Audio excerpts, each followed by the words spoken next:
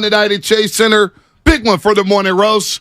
Happy Friday to everybody out there getting off their graveyard shifts. If you're at work, what is happening? If you're getting ready for work, what is happening? Strippers, baby daddies, baby mamas, teachers, cops, paramedics, water department, construction workers. What's happening to all the construction workers out there getting that money on a 46-degree morning in the city? It is dry, so we're happy about that. Good morning to Spadoni. Good morning to Lubbock. Good morning. Good morning. Uh-oh. I see a text. I got to get to it in a second. Good morning, everybody on the Xfinity Mobile text line. Good morning, YouTube, Vietnam. Twitch, Shasky, and the first text of the day. Because, look, we're going to talk a lot of Warriors. We'll talk some baseball. We got a lot of stuff planned for you today. Fun show. Fun show. I promise you. Before 415, Bonte, can we please start with your boy Shasky? He dropped Snowfall. Spoilers are ruined the season for me. I only started Snowfall because of YouTube. Well, 415, it depends where you're at. I waited 24 full hours. Yeah, see, I always wait a week. I just don't even say nothing anymore. Other people ruined it on the timeline. I apologize, 415. A lot of people see this is the problem. This is why you have to stay off Twitter. I did see all caps Jerome. While I was watching the Warriors game, I was like, okay, something happened with Jerome, whatever. I'm going to ignore it and just still watch the episode and block it out. It's tough. I apologize. It's tough. I mean, but in this digital age that we're in, it was a 24-hour moratorium. Yeah. And it expired, and boom. And it was an unbelievable episode. It was explosive. Explosive. It was explosive. It was unbelievable. The guy who I call Sugar Free, I don't know what that guy's name is. Oh, Scully. I love him. He was Stacy in the Wood. Yes, there's so many great characters. So many great characters. Scully. Man Boy, rest in peace. Franklin Saint, of course. Leon is great. Yeah. Sissy. I don't like Franklin's mom. You don't like Sissy? I just, for some reason, I don't know. Her whole motives are we're getting sidetracked. Let's not do that. Let's not do that. Stacy in the Wood. Look, man, we got a big game tonight with the Warriors and the Sixers. And Laura Britt's going to join us at 9:20 to talk some Giants. We got a lot of good baseball talk coming on. I'm going to be open-minded about the Giants, but they're in a weird situation here. Weird situation. I wonder about the patience of the fan base with this regime. What happens if things go awry? What happens if they get hot with this roster here? I think they're in a good spot financially, despite spending $173 million on this roster that you see on paper. But you have financial flexibility for the future, which makes you wonder if they could flip it for Shohei Ohtani. But the Warriors, it feels like after that win, Shasky, from just driving around and listening, people feel a little better about the Warriors coming into tonight. Feels like renewed optimism, no? Yeah, it does, right? It feels good because you saw Kuminga play well. You saw Jordan Poole play turnover free, and he wasn't hot sauce. He was just being consistent. Stephen Curry's, playing at an MVP level. Draymond Green turned back the clock with a monster second half. I don't know why, though. It feels like, okay, maybe they can reclaim that magic from late last season and take it into the playoffs, because if they win tonight, they win on Sunday, all of a sudden they're in the top 5. I mean, that's incredible. Insane. It's absolutely incredible. I guess Embiid is kind of 50-50-ish. Questionable with a right calf strain. Does that mean 50-50? 50-50. He didn't play in the second half in that game against Chicago. Now you got a flight. They're going to be very, very cautious with Joel Embiid. That's a good point. Well, even if he plays, it's going to be an uphill battle. Even if he doesn't play, I feel like it's going to be a very difficult game because, every time you think the Warriors have turned the corner, they stub their toe. They do. So but they're coming back home. Yeah, and it just feels like GP2's on the mend. Wojnarowski putting out yesterday that sounds like he's going to return Sunday. Yeah, told you. That was the word on the street. You were all over it. I didn't mean to say no. Woj broke it. I mean, it was a little murmurs. It was the murmurs around the facility that, hey, he's getting closer and closer. So that's good news. Yeah, no, and I'm really excited. And these Friday night matchups, this feels like a big one. I mean, this really feels like a big one, and I think this is going to bring out a great crowd to Chase Center. Yeah. And I'm really feeling it. And obviously, you've kind of documented how great the home court advantage has been for the Warriors since moving into Chase Center. And I think that was a legitimate question. Heading into a new arena, how would I put this? As I don't want to be disrespectful, there are a lot of old-time season ticket holders, but when the Giants moved into their new stadium, there was this aura of, they've priced out the real fans. Right. When the Niners moved down to Levi's, there was this aura of, they priced out the real fans, and they moved away. And I think that both of those elements, the moving and the pricing, has, had a stigma attached to Chase Center. And I've been to not as many games, nowhere near as many games as you. Every time I go, I still feel like it's got that great vibe. It does. Now, it may not be Oracle for a variety of reasons, because coming off of BART and walking over that bridge, it was a little different. It was different. But when I'm in the game, and it's the third, fourth quarter, and that crowd starts getting hype, I don't know, man. It still feels very reminiscent of Oracle in terms of the environment. And I love that they've captured that. Quietly, it feels like we haven't discussed it enough. No, that's a great point. It's a great point, because Friday night in the city. Friday night hoops in the city. And you think about it. The bands in front of Thrive City. You got the bands. Sometimes they bring out Pittsburgh High School. They have their bands coming in. It's always a vibe. They're always music. You feel good when you step foot in the Thrive City. And then you have dumpling time at Gotcha. You got the big screen right there. And they're getting people ready to go. The vibe, like the pregame vibe, is better than Oracle, because at Oracle, all you did was walk straight into the arena. That I agree with. You know what I'm saying? Yes. There wasn't much around Oracle there were Arena. People drinking in the parking lot. In the parking lot. In the parking lot. But you could do that at Thrive City. You could do that around Thrive City. No, it's and way the more, walk up. It's way more like walking into the game. Because that's the one thing. And you have the food trucks down the street too. I know, but I think the one thing about AT&T Park that I appreciate is that it feels like everyone is coming from all corners of the city in the Bay Area to come congregate there. Whereas it felt like at Oracle, park your car, get out. Right. I'm not trying to, it's just different. No, I know. I went to Oracle a long time. I went to every single game. The BART, I thought when I would BART to a game there, it was different than driving to a game. Right, it was different. I actually felt more a sense of community. But when I go to these games, it always feels like an event. And I do feel like there's a pep in people's step. We're in downtown San Francisco. We're on the water. Well, not only that, but just, again, when you get off BART, when you park the Oracle Arena, it's not knocking Oracle, because once you got inside of Oracle Arena, it was lively. It was electric. No doubt. It was a vibe. And I just love the arena. arena. LeBron, I remember LeBron said, man, whenever I play in Oakland, man, it's what's up. Pride and Joy would be performing there with the bands and stuff. And so you had it inside. But when you were outside, you didn't really hang out outside. Yeah, you hung out in the parking lot to drink a little bit,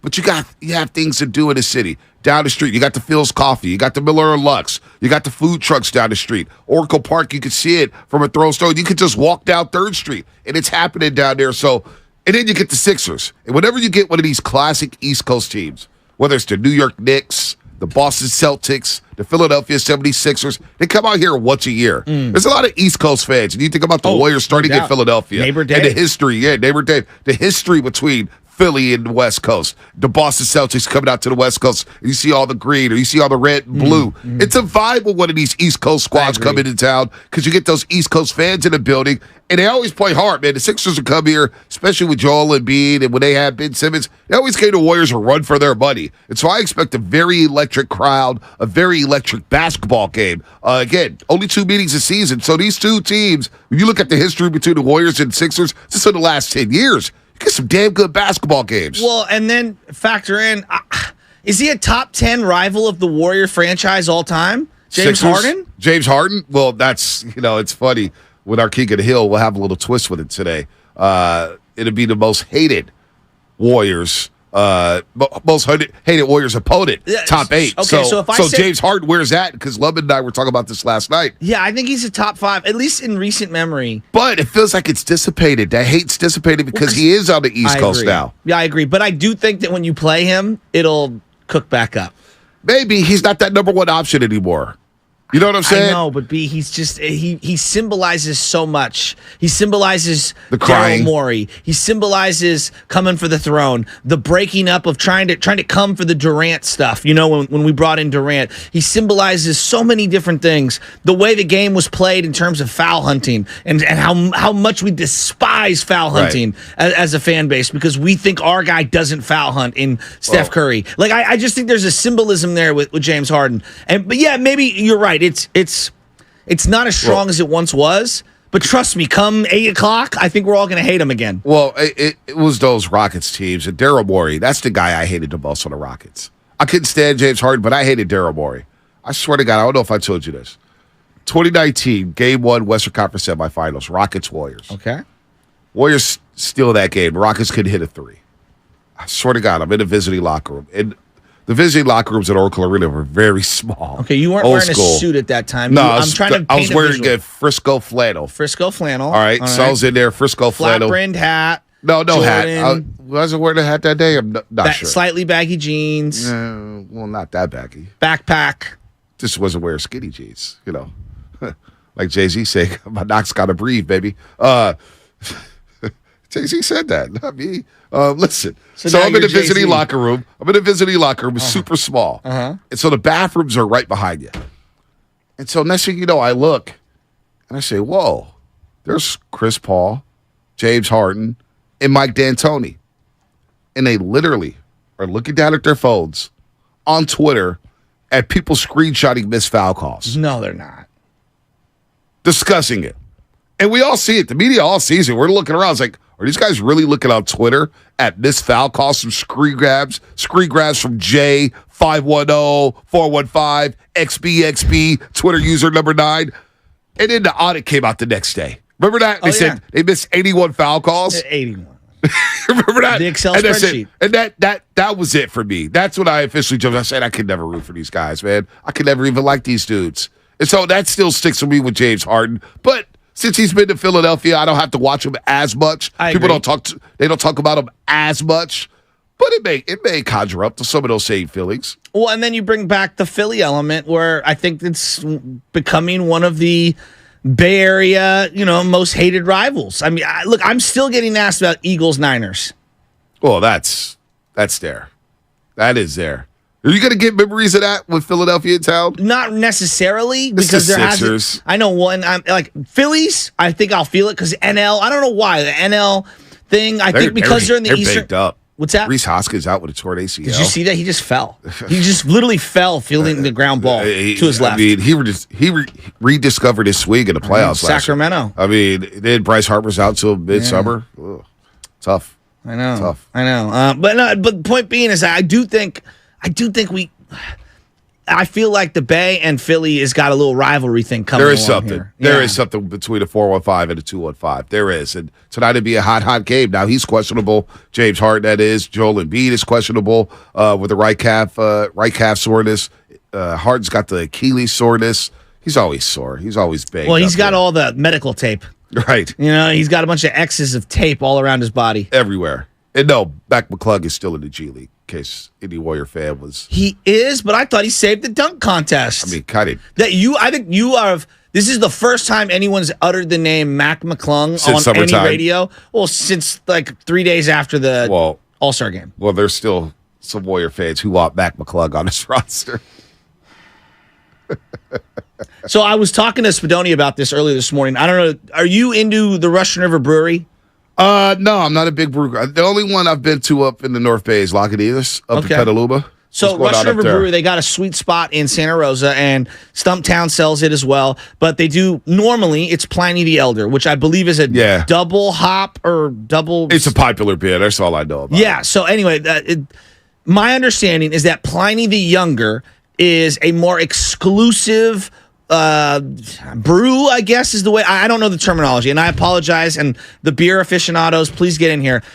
You're only allowed 2 or 3 cases, and they only release it like one time a year, and there is usually lines out the door. Is anyone in our audience, is anybody going up there to swoop up the Pliny the Younger? So it's released today, and they only do it seasonal. They do it like, I believe, for like a 1 date a year. Maybe it's 2 dates a year, and that's it. So like right now, this year, it'll be on tap and in bottles in both their Santa Rosa and Windsor pubs, March 24th through April 6th. So you can't get Pliny anytime else? Because I feel like I've gone to bars and they've had Pliny. Mm-hmm. I don't know. They have Pliny the Elder, which is more readily available. So Pliny the Younger is just different. It's a triple something or other, triple hops or triple whatever. What's a hop? I don't know beer. I'm not like really into beer. I just Anybody know know beer? This Pliny stuff from Russian River Brewery is huge. I love Russian River. Right. So like this, I'm all about this. I don't know beer though. Is that a bad thing? Like, So here's what it says. All right, here's what it says. All right. Each guest will be given a custom, uniquely colored, and dated wristband upon entering the pub. This is when you go in for the pub. These wristbands will have 4 pull tabs to be redeemed for the ability to purchase 3 10-ounce pours and 2 bottles of Pliny the Younger. Wow. There is a limit of 3 draft Youngers per guest. So that's when you go into the pub. Well, Alejandro Barossa on YouTube. It's a triple IPA. There you go. He says it tastes exactly the same as Pliny the Elder. Lines for that beer are ridiculous. So now it's like a Jordan drop. It's like as the 707 saying. It's basically like when they come out with like for example the triple IPA, the Tiffany/Jordan collab drop that came out. People were going crazy. I'm just curious because I'll tell you right now, I know this Russian River Brewery is very popular. I mean, it's got like a very, very big following. I've never been. I'm gonna have to try to. I want to get some. I want to put it in my cabin. So I guess Pliny the Elder is a really good double IPA. Okay. Usually you're only able to order 1 or 2 glasses of that beer. So I did not know that. Does double IPA mean, does it get you more drunk or is it just more strong? Does stronger? It taste different? I'm guessing it's stronger. Someone educate us. Yeah, so I guess it's strong. Because I do like hazy IPAs. Yeah. If I do drink beer, I always get the hazy IPAs. I like light beers now. Yeah, I don't like the heavy stuff. I'm with you on that. Like Shock Top. I was a big Shock Top guy. My brother loves Shock Top. I love Shock Top. My brother's a big beer guy. Yeah, Shock Top just nice and smooth. Yeah. Doesn't get you too faded. But I'm not a big beer guy. I don't know much about beer, but Just wait until the bots get to the plight of the younger. Damn, they do treat these like Jordans. Huh? Are we gonna have people online? Got him with the got him sign and the Pliny the Younger. 510, most overrated beer. Tastes exactly like any other triple. What is a triple hop? What does that mean? Okay. What does a triple IPA mean? So here you go. I found it for you, Okay, Shasky. please. So a double IPA, so I'm assuming it's the same thing as a triple. And a double IPA features more hops and malt. The added layering of hops promotes more bitterness, while the extra malt provides a more distinct toasted or caramel malt flavor. When more malt is added, the yeast has more sugar to convert to alcohol, so you end up with a stronger brew. So it's a stronger brew, and I'm assuming it More bitter. tastes. Yeah, more bitter. Tastes more bitter. Yeah, Okay. I don't like bitter beer. Like Guinness beer is like bitter, right? I don't like Guinness. I'm not a big Guinness guy either. I'm not. You know what is good though? That they have a Guinness, a dark Guinness that actually isn't bad. Yeah. But like one of them Yeah. feels like drinking 3 Coronas. Well, you know what's really good? It kind of reminds me of what we're describing here with Pliny is Trooper Pills. Trooper Pills, a light, smooth beer. yeah, I like it those is beers. delicious. It's nice, just chill, You doing a hot sponsor, day. Pete? No, I'm not. I'm just telling you. The way you sold it, a nice smooth beer, less carbs. No, it is less carbs. It was good, man. And by the way, shout out to Trooper Pills. Our folks out there, Trooper Pills, still got my glass with my name on it. Nice. It's pretty cool. Nice. Well, Hi, I'm I wanna Bonte give Hill. this After I go to Salt and Straw, I like to go to Truman Mills. well, somebody was sending me a bunch of salt and straw stuff on the DMs. Did but that Well, was funny. Salt and Straw's good, dude. I like to support local, and if there is a company that's killing it in terms Right. of like local, Trooper Pills is local. and I know Trumer's is Berkeley. local, and Russian River Brewery's local. Yeah. So I just want to throw this some love. Yeah, no I thought doubt. it was really cool. No, it is really cool. I'm now educated on beer. Now I know what's up as I have a shortage in my court here. Yeah, but if You there get is a louder and lower. brewmaster out there or someone who just happens to be a beer aficionado, I would like to be educated this morning. Yeah, you need to know how to drink Guinness. How do you drink Guinness? You have to chug it. Like in a pint, usually it's a really big glass. As I love Guinness, it's my favorite beer. Whoa, here he goes. So pretty much Here the he goes. we Makes got to do. sense. You got to have it out of the can. Of course, I'm Irish. It's the Irish in me. So you got to have it out of the Look at that can. Don't I get didn't it know out of you the were bottle. Irish. That's, Look, he's Are redheaded. you Irish? I didn't know he was. I thought he was just redheaded. He was just a no, I redheaded got white Irish dude. on me on my grandma's side. Oh. Anyways, you got to pour it right down the middle of the glass, about halfway. Let it set. Then you got to pour the rest of it, and then just Are you a hipster beer guy? It's okay if you are. kind this of is safe space. kind of yes. Okay, so So why didn't you jump in here and help us out, educate damn it? Because I was doing a bunch of other producing stuff, and my friend's like, Man, "Yeah, I'll why let you didn't guys help talk it us out." out about Spadoni this had you guys beer? taken care of. Got to so- sound like noobs up here about beer, and you're sitting up here holding out on us. Oops, oops, like beer. Haven't heard that term. In like Yeah, a sorry, couple I years. just wanted to throw I that wanted out to let there. you guys work through it. I was doing some stuff back here, because we so don't like we it. I can gotta continue listen this to on the other side. So we gotta get to a break though. Before we get to break, I know Altamont has sweet beers because my cousin JP Money, that's his family friend, and they do the Mac Dre beers, and I've got tons of the Mac Dre beers in my fridge. Have you ever had those? No, They're I haven't. good. Altamont does a really good beer. Stella is good. Stella light is beer. good. I like a light beer. Do people judge you on the beer you drink? I don't know. Niner games at Levi's, sometimes they sell the Bud Lights, and I'm just trying to get something just to get it. And then people are like, "You drink a Bud Light?" Oh, really? some beer people get incredibly judgmental. I'll like be the real big with you. beer snobs, like I it saw can be your bad. boy. I saw your buddy drinking a Foster's, and I go, and Oh, I Ned's said to P? him straight up, "I've never seen a black guy drink Foster's." Yeah, I never have either. I know Ned's P is different. Let me just say that. Ned's P is different. He'll drink anything. I know. I couldn't believe it. Yeah. Foster's is a great golf beer because it's cheap Well, as hell. I think of Greg Norman. Right. You know what I mean? I think of Australia. We pulled up. We had these big ass cans of Huge. Foster's. Huge. I said like to out him of all straight the there, beers to pick, you pick Foster's. I've never seen a black guy drink Yeah, me Foster's, and either. that was me stereotyping, That's and the I first- apologize. No, that was the first time I ever drunk a Foster's, and I'm a black guy. All right, shout out to YouTube, Twitch, Xfinity Mobile Text Line. That segment was brought to you by Go to State, serving the Bay Area for 3 generations. When you succeed, we succeed. Visit GoToStateLumber.com. What's coming up on the game sponsored by AC Transit. More beer talk, plus basketball talk. You got to hear what Bomani Jones said about Stephen Curry. Bomani Jones. What is it, Game 3 on HBO? Yeah, you got into it with Jake Paul. All right, that's coming up on the Border Roast. AC Transit is offering a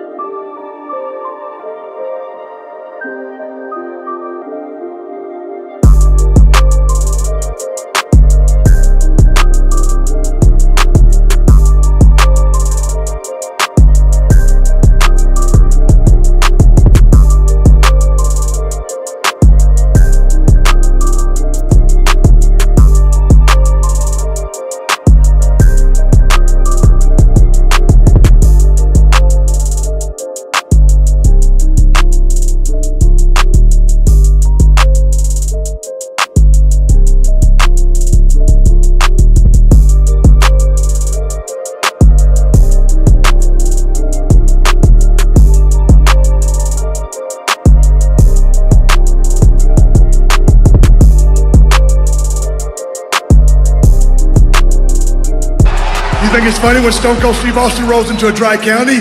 What? You think it's funny? What? Huh? I got nervous. My skin broke out in hives. I'm itching inside. My liver's all twisted up. But you know what I did? I took Deborah, went to the liquor store. I loaded up with alcohol, more specifically vodka, whiskey, beer, tequila, more beer, more vodka, more whiskey, and more beer. Dude, Stone Cold was a moment in time. And that's nothing like a wrestling promo. Roman Reigns is pretty good. I like him. I saw a promo with him the other day against Cody Rhodes, just floating around the timeline. Roman Reigns is good. And the whole tribal, what did he call it? Tribal. I don't know. He's got his Samoa brothers with him, and he's got who's the manager? Paul Heyman. Yeah, Paul Heyman. He's a back. trip. Yeah, he's a trip. He's man. timeless. He's timeless. You know what he is? He's like Jack McKeon. You know, you bring him in Jack McKeon was coaching until he was like 95. Smoking cigarettes in the dugout. I mean, come on. You keep bringing him back. The Marlins wanted to bring him back a couple years ago. No doubt. You know what? Let's go to Rob and Martinez. Oh, He's yeah, got some Rob, beer educate talk. us. Rob, educate us on IPAs and beer. I love this. How you guys doing? Oh, we're doing great, Rob. All right. I will not ask if you can hear me. I know you can. Okay. real basic on beers, fellas. So beer, to be a beer, it has to have 4 ingredients. Okay. Water, hops, yeast, and some sort of grain. It can be malt, it can be barley, it can be rice. All right. So the history between an IPA is that it is a beer that was shipped over to troops in the Second World War to India. And they found that the more hops you added to it, it would keep the beer from spoiling, hence bringing up the ABV, the alcohol, right? Huh. So that's a little history on IPAs. So a single IPA is around 7%. That's generally where that's going to come in. Once it gets above 8%, it's going to be a double IPA. And triple IPAs usually come in around 10%. Does that make you, let me ask you, okay, because obviously there's a taste element in this. Is it a get blasted quicker type of a thing, or like it's more rich? Kind of like having like a triple chocolate something or other at dessert? Kind of, the answer is yes and yes. Gotcha. So you are going to have a bigger hop character the more hops you add to it, and that all depends on what kind of hops you add to it. You can have hops that are piney. You can have hops that have a resiny quality. You can have hops that are danky. And again, the danky is the danky you're thinking of. Hops are actually related to marijuana. They are actually related to herb, believe it or not. Nice. So is Pliny the Younger, is it, be honest, I know some people, it's not worth the hype. Is it, worthy of being so hyped up? So, yeah, you actually brought up a really good brewery, Erwin. I will say this.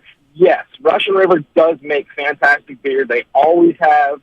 I don't know if I personally am down to go wait for 2 hours. That's a different question. That's a different question. Yeah. Yeah, but I will say, like you brought up Altamont. There are a lot of beer companies that have upped their game to get a lot closer to Russian River. Gotcha. Since Pliny's become as popular. Gotcha. So, is it good? Is it worth it? Does it deserve all the credit it gets? Yes, it's a fantastic beer. But there are a lot of other companies, again, Altamont, Knee Deep. There are definitely some other companies that are making beer of the same caliber nowadays. But let me ask you, Rob. Let me ask you, Rob. Rob, real quick, when did Pliny become so popular? Like 15 years ago?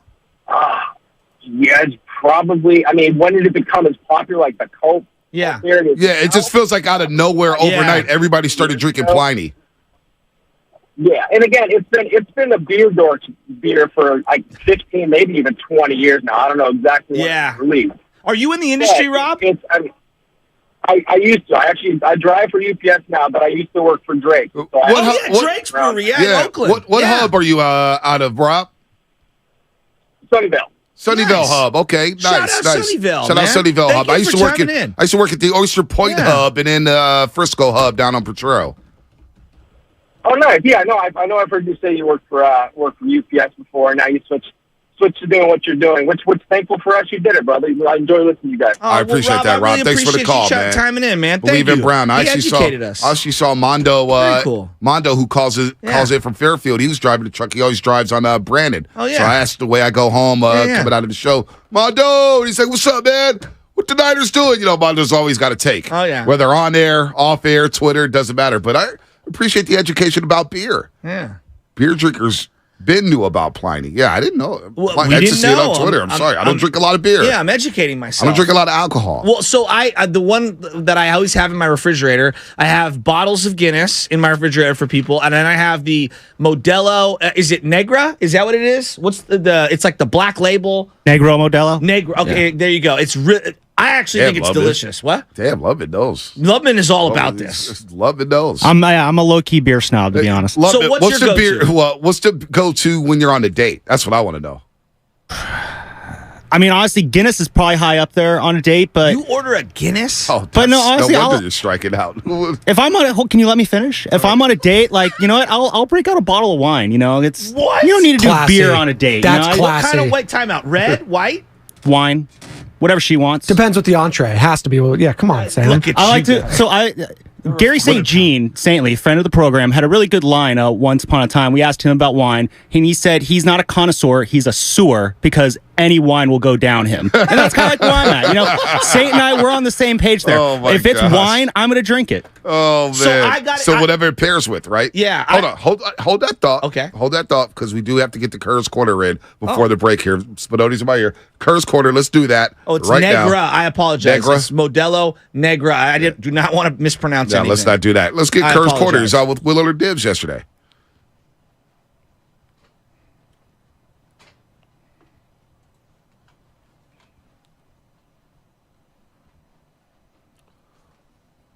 All right.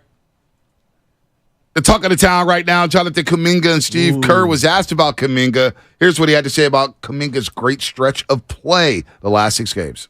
He's really come into his own, over the last couple of weeks. I mean, he's shown flashes all year. Obviously, he's just an incredible talent. But, watching him grow offensively and get more and more comfortable with when to attack and where to attack from has been really fun to see. Because that's the hardest thing, I think, for young players, especially really talented players who have the ability to do a lot of things. There's sort of a lot of options, but when you're in the NBA and everything's moving quickly, and there's great athletes out there and 9 other players, moving around, it takes time to figure out when to dribble, pass, and shoot. And it sounds simple, but it's really not. And I think that's the biggest thing with JK right now is he's starting to figure out when to make his move and when to move the ball on.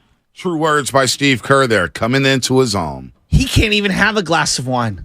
He's 20. I know he's 20 years old. I mean, that's the thing. Like, when I see people criticizing him and this, and they're really nitpicking his game, I'm like, you realize he literally cannot buy a beer at the store. I know.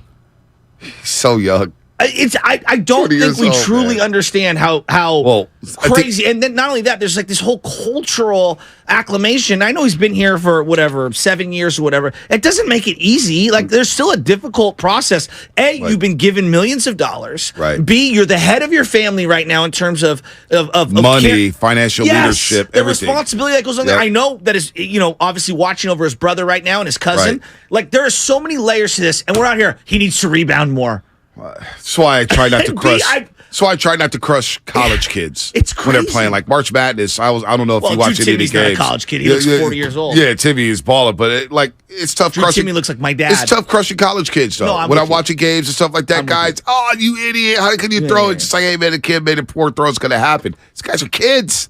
20. I know. This guy's playing in the NBA at a high level. I know. So anyway, it's Corner. insane. But I would say the same about Trey Lance. I would say the same about some of the other younger athletes. And I'm serious, B. No, I the know way you're we serious. talk about some of these younger athletes, it's kind of wild. It is wild. And it comes from a lot of older people, though. Can I it comes from a lot of older people. It's I like, know. these kids, screw these kids. I actually would like to talk about this on the other side. I would listen to a podcast with Ricky Williams, and there's layers to this discussion. Lamar Jackson having your self be an agent. You know what? Yeah, but all of a sudden, memos going, hey, don't negotiate with anybody but Lamar Jackson. That's why I want to talk about this on the other side. And it's about the psyche of the young athlete who thinks that they're doing things the right way, and everyone's criticizing them, and they're just walking their path. Yeah, it's a good point. What's coming up on the game sponsored by Fremont Bank? Full service banking, no compromises, excuse me. We'll discuss that. Plus, I do want to get into March Madness, too. some really good ball last night. I enjoyed it. March Madness was a lot of fun last night. We'll do that on the roast as we continue to break down the Sixers, or we will break down the Sixers and the Warriors at some point today on the Morning Roast.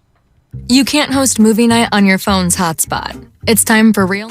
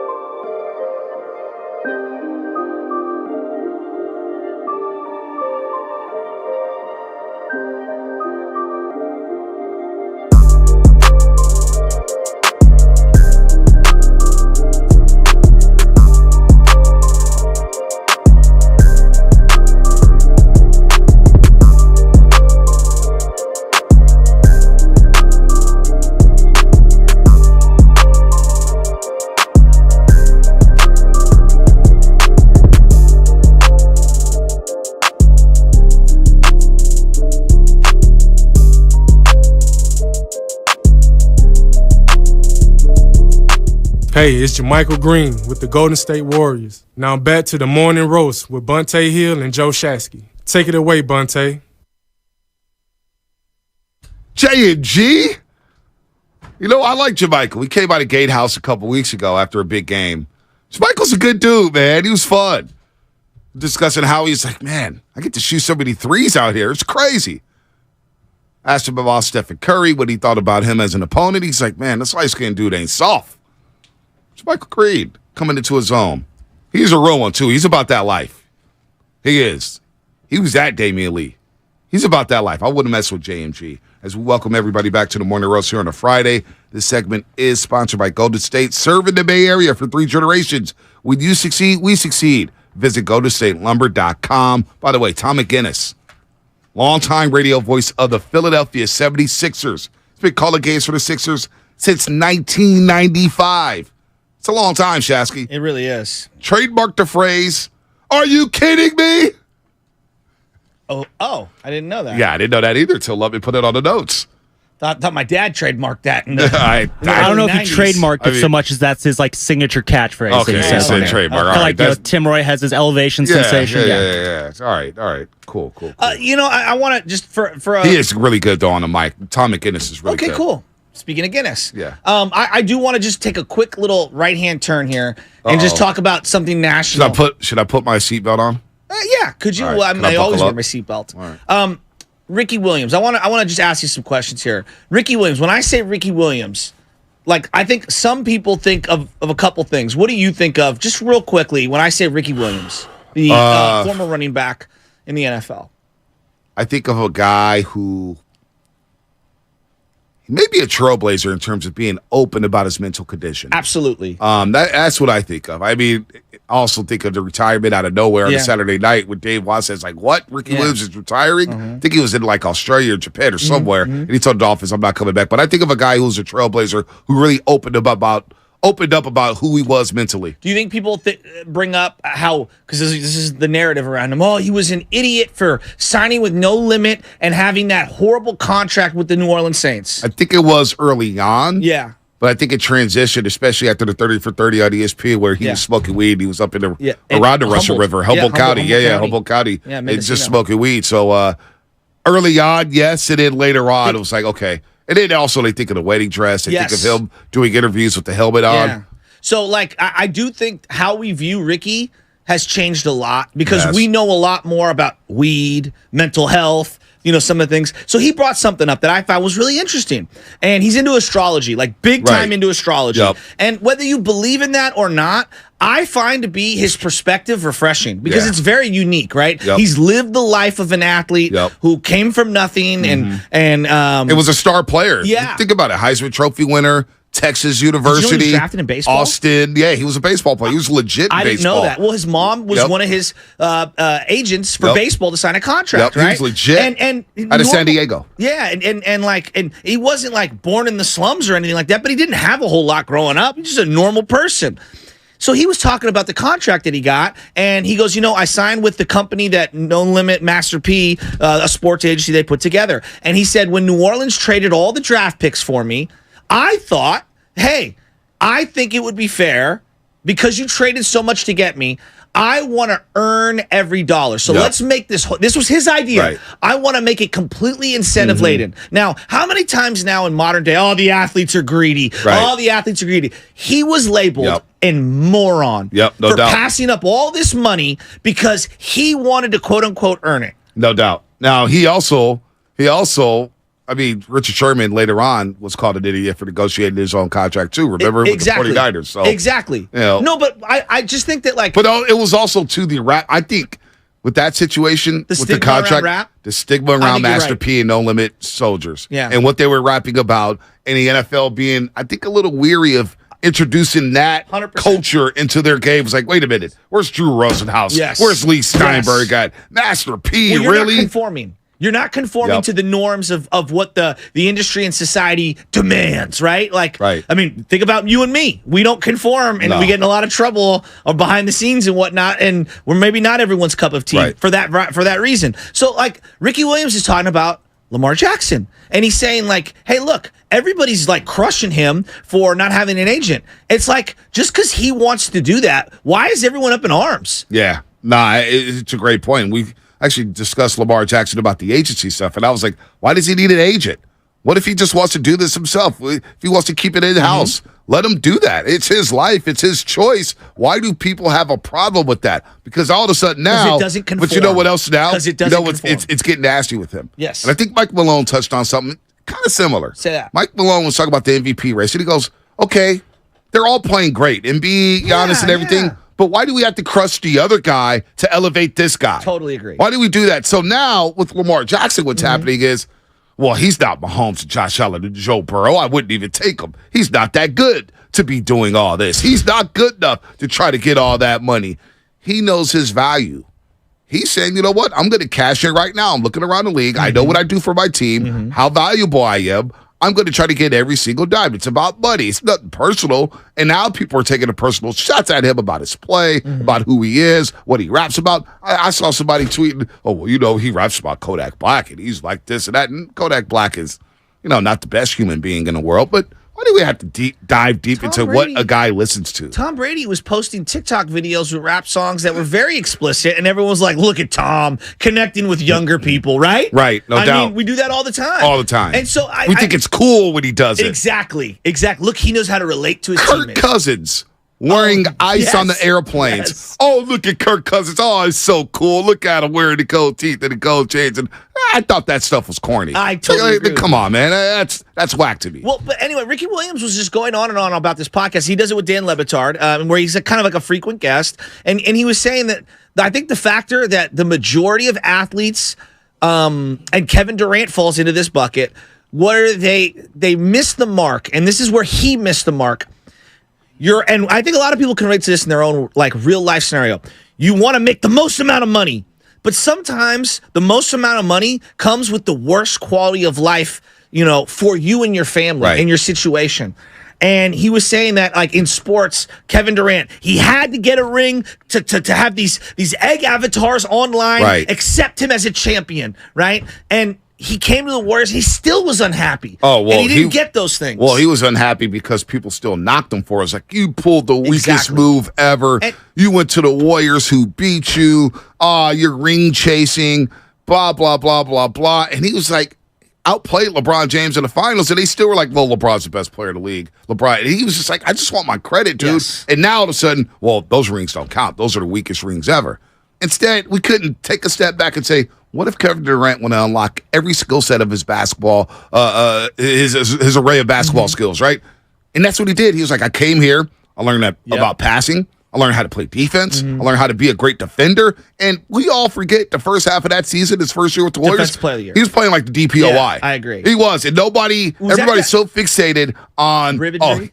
What's that? Was that the year he had the rib injury? The rib, and then I think he had the knee when Zaza got pushed by Martin Gortat. By foot. Yes, you know what I'm saying? So when he was a Wizard. Yeah. So what if he just wanted to be in a great situation? He gave Oklahoma City all that time. He was a free agent. Didn't conform.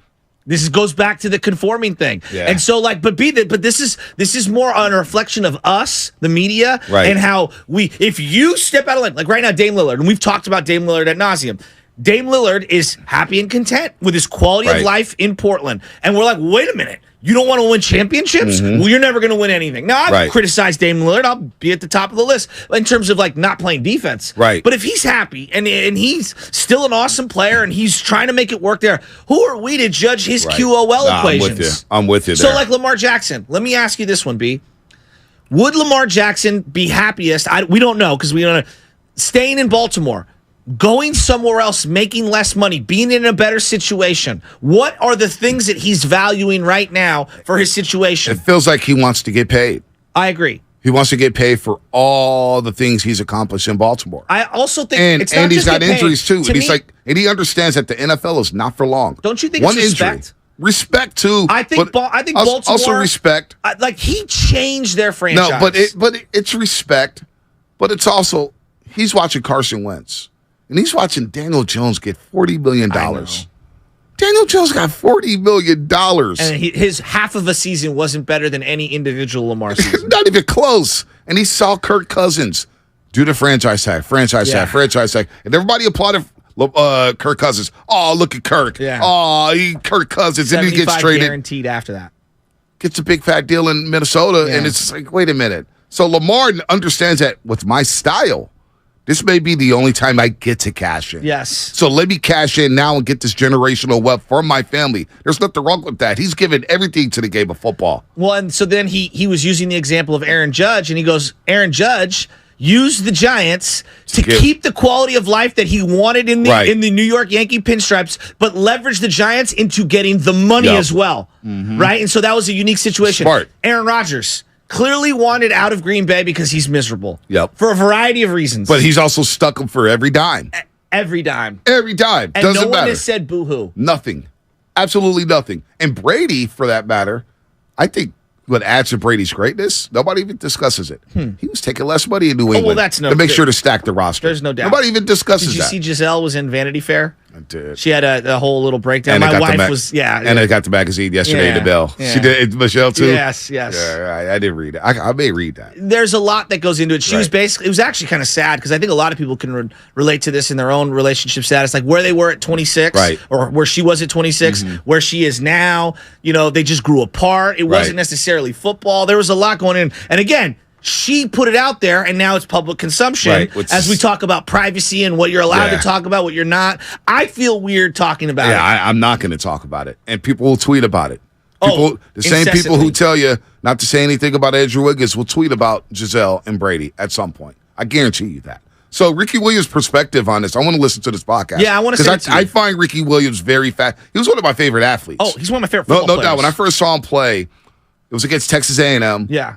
And he scores his. I was like, Ricky Williams is going to win the Heisman. Who is this guy? He's a monster. And he was a beast. What do you have? 2,000 yards at one season in Texas. He won the Heisman. He was so sick. I mean, he played. He loved Earl Campbell. I loved him with the Dolphins. The black visor was so sick. Dude. Like everyone wanted that because of Ricky. So I'm looking at his numbers right now. He's like Ricky criminally Williams. underrated. I mean, he ran for 1,853 yards for the Miami Dolphins in 2002, 16 touchdowns, and I related to him just because. He was shy. Yeah. And believe it or not, Shasky, when I was growing up, I was kind of shy because I didn't have a lot of confidence. And you could see that with Ricky Williams where he was socially awkward, but it was a confidence thing. He didn't have the self-esteem. Yeah. Even though he was so great at everything, he just wanted to be part of the guys. He wanted to be one of the guys. That's why that 30 for 30, if you haven't watched it, was very enlightening. Where the guys who he was playing poker with, they was like, he just wanted to be one of the guys. Yes. And he just smoked with us. He played cards. And he was great. He said he had imposter syndrome in the locker room a lot because guys would be talking about certain things, guns and music, and he wasn't into the things that they were into.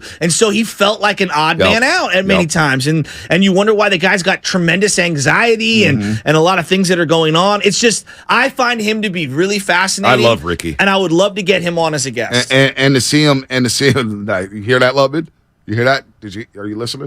Well, I mean, it's just throwing that out Get him there. in studio. We'll get Premier Limos help us out. What's up, maybe Steve? we get Burner and Cookies because I know he's like in on the weed thing right now. Right. We can maybe try to work something out there. Yeah, no doubt. Nah, Ricky Williams was very fascinating. When he retired and then came back, and he still played at a high level, he still rushed for over 1,100 yards as a 32-year-old running back. What did Ditka trade up like everything in the draft for him? So that was his thing. He goes, I knew that I was going to be criticized because he was never going to live up to that. Never. Capital. Yeah, you'll never live up to that. So he said, look, I will earn every dollar. I want it to be completely incentive based in terms of the. He said this, Ricky, and he goes, I thought people were going to be like, wow, you really want to earn it the right way. Instead, they're like, you're a moron. He was also good in the Master P documentary on BET too. He was like, everybody wanted that tank around their neck. So sick. He was sick. But by the way, New Orleans, we all forget because they were in the old NFC. Yeah, they were in the old NFC West. We saw Ricky Williams twice a year for a short period of time. Ricky was sick. Oh. Like those first 3 years with New Orleans, think about this, the second year. Yeah, people act like he 1,000 was a yards, 44 catches, 409 yards. Next year, 60 catches, 511, 1245, 6 touchdowns on the ground. He was pretty damn good with New Orleans. So I wonder if he lived up to some of those incentives. They were ridiculous incentives. Oh, they were crazy. They were crazy. But It is what it is. But I just, as we talk about money and this guy and that guy and what they're looking for, the thing that he says that most guys miss the mark on completely is quality of life. Yeah. And then they're miserable. And then they're stuck in a contract or they're stuck in a situation that they never wanted to be in. And everyone says the same thing. Oh, boo-hoo, pay me $100 million. Like, that doesn't mean that you're not happy. Pablo Sandoval, was he happy in Boston? No, not at all. He was miserable. Not at all.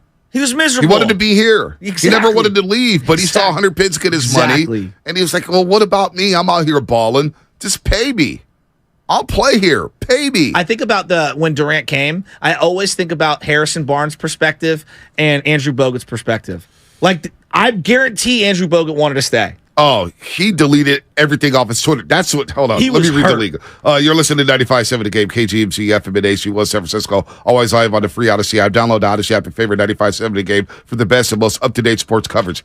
It was about maybe 15, 20 minutes before Kevin Durant came out with that article, and Shams tweeted Kevin Durant will be playing basketball for the Golden State Warriors. And I was just like, what is going on here? Crazy. I went crazy. But I remember following Twitter because everybody started retweeting Kevin Durant's old tweets. Yes. And then Jerry West. And I remember I was working with old Marty Lurie back in the day. Put the rings on the table. It was so huge that Saturday, Marty Lurie goes, Ponte, what do you think about Kevin Durant? Did you go in? It's the mosaic of basketball, Marty. I wanted to so bad. I should have. Man, in hindsight, damn it. I needed you around me, Shasky, back then. But listen, no, I remember Marty asked me, I said, Marty, when Jerry West makes a phone call, he usually seals the deal. Yes. And the fact that Jerry West got on the phone with Kevin Durant makes me feel really good. The Hamptons Five. And then, OKC was like, they're going to have a second meeting with Kevin Durant. I'm thinking to myself, why does Oklahoma City need a second meeting with Kevin Durant? He knows that franchise inside and out. It was to say goodbye. And so Andrew Bogut scrubbed his Twitter account maybe 15, 20 minutes before Kevin Durant announced it. And said nothing about the Warriors and everything. And I was like, something's going down.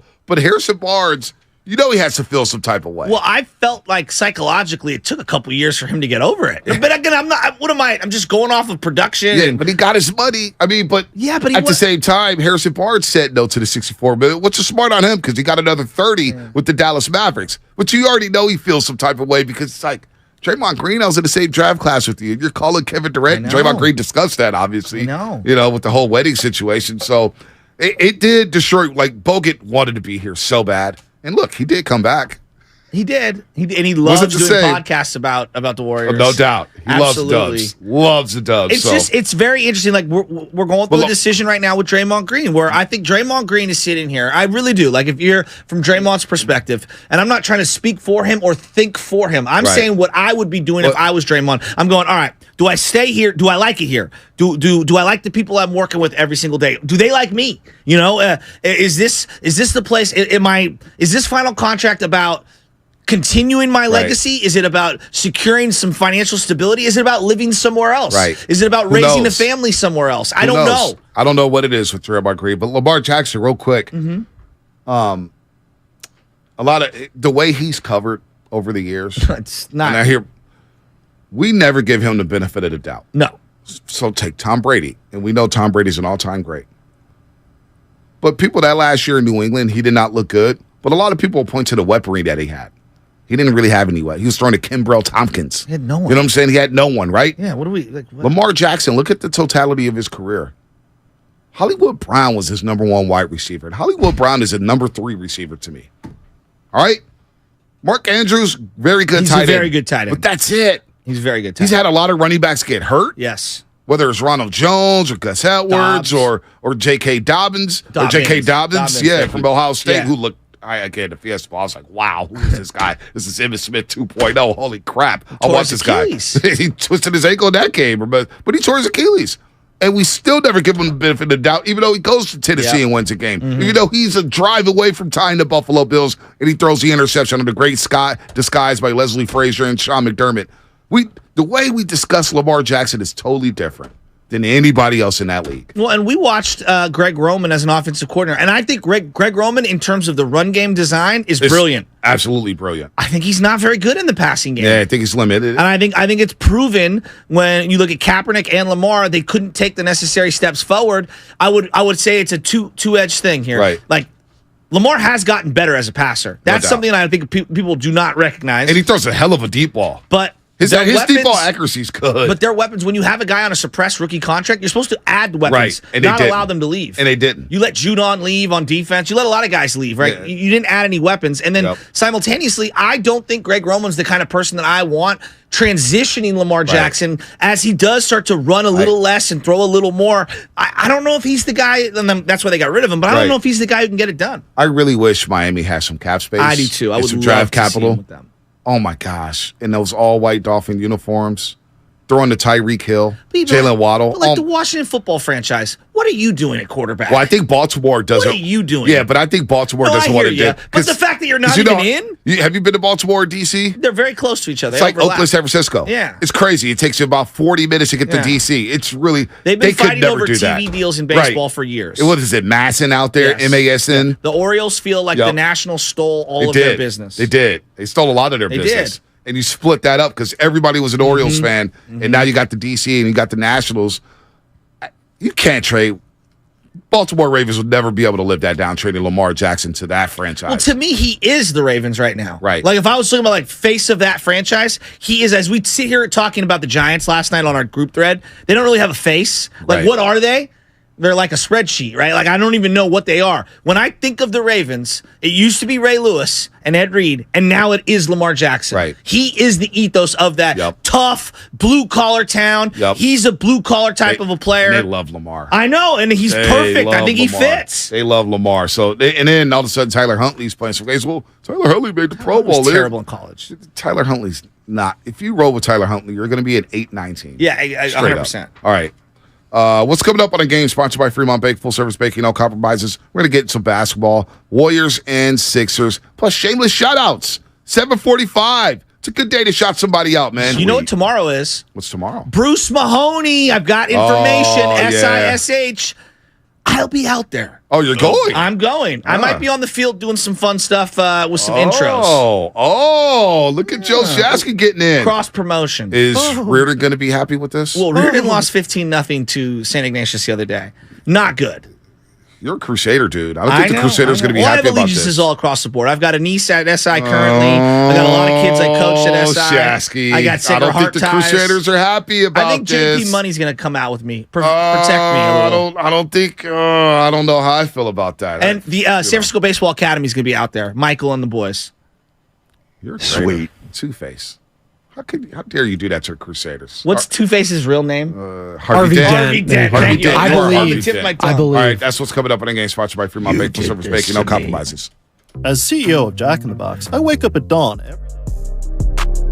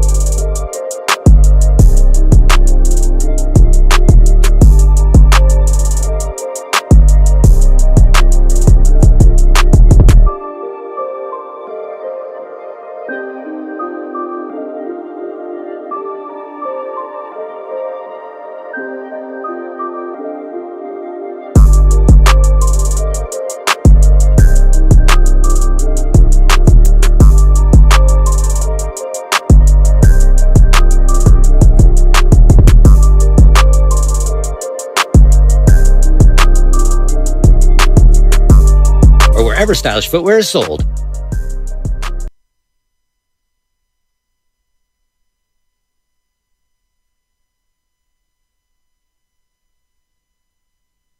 Come on, man. You got Larry June in the building. You listen to the Morning Roast, and we're doing numbers, man. Good job, Morning Roast. Sock it to me. Hey.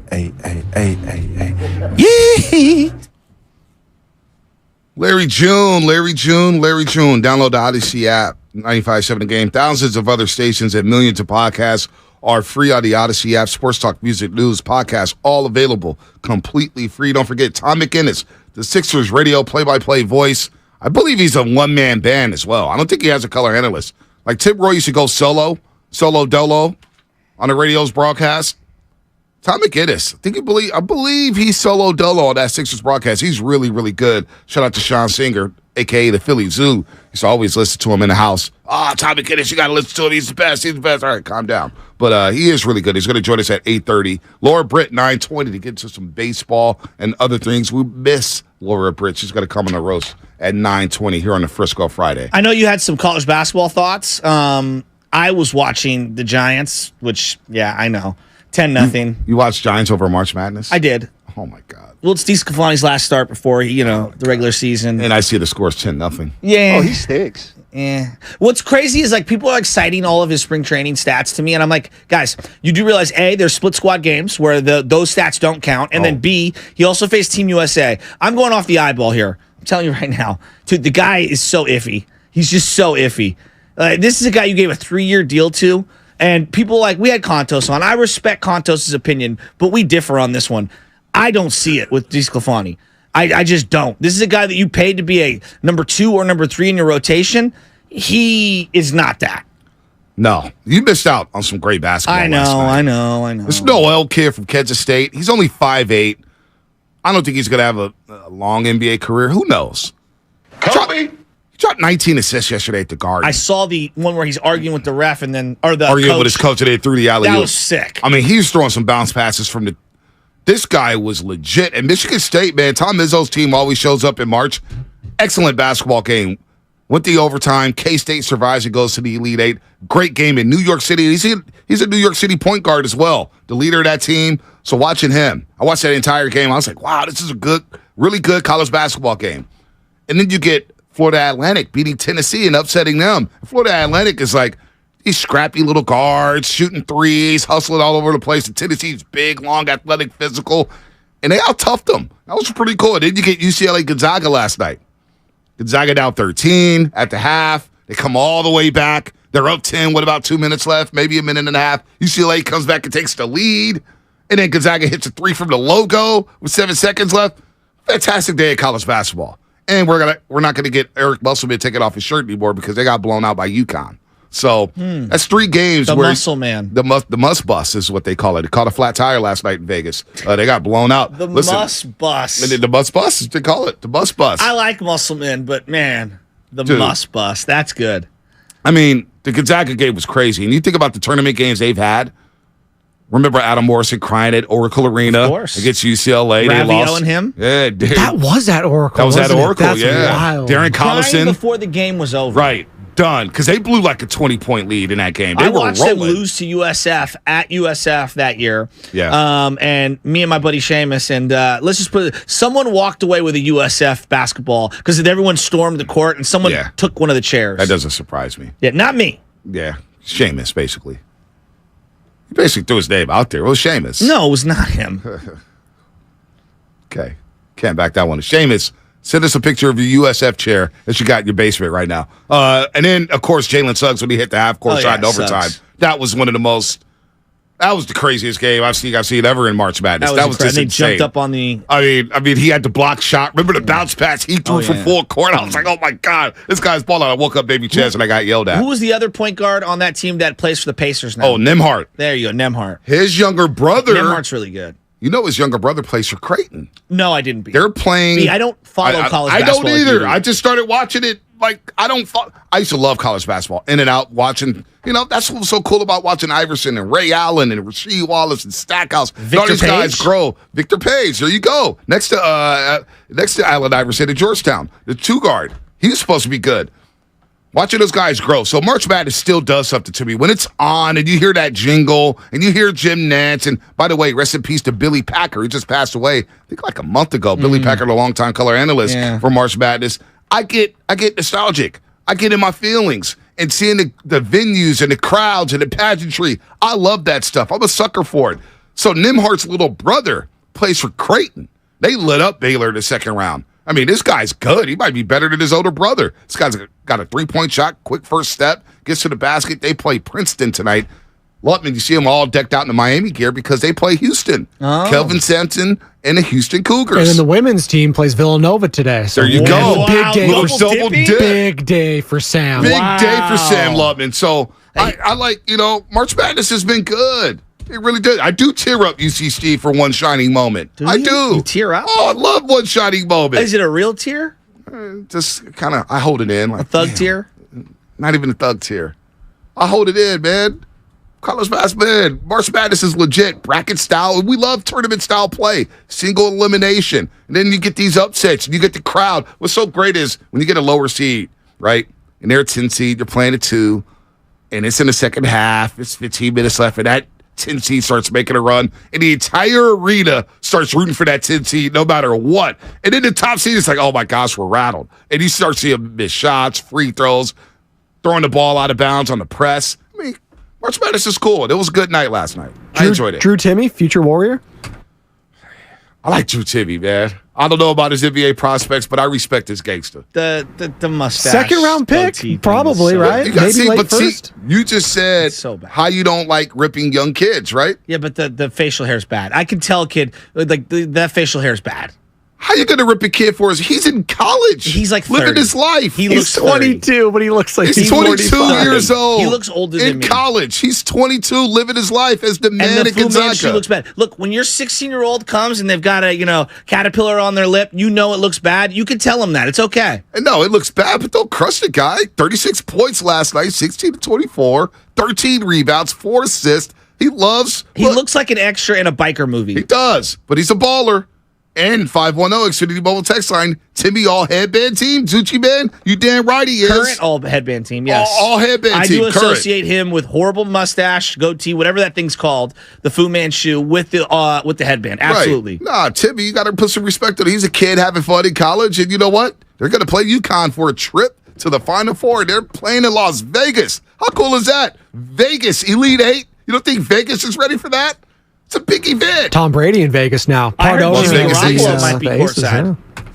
Jimmy G might be courtside. The red carpet has been rolled out in Vegas. Oh, they're buying jerseys. I'm a little worried about Jimmy in Vegas. Shout out to my guy Caton, who just bought a Garoppolo jersey in silver and black. Really? Bought a black Raider Garoppolo jersey. He's ready to roll.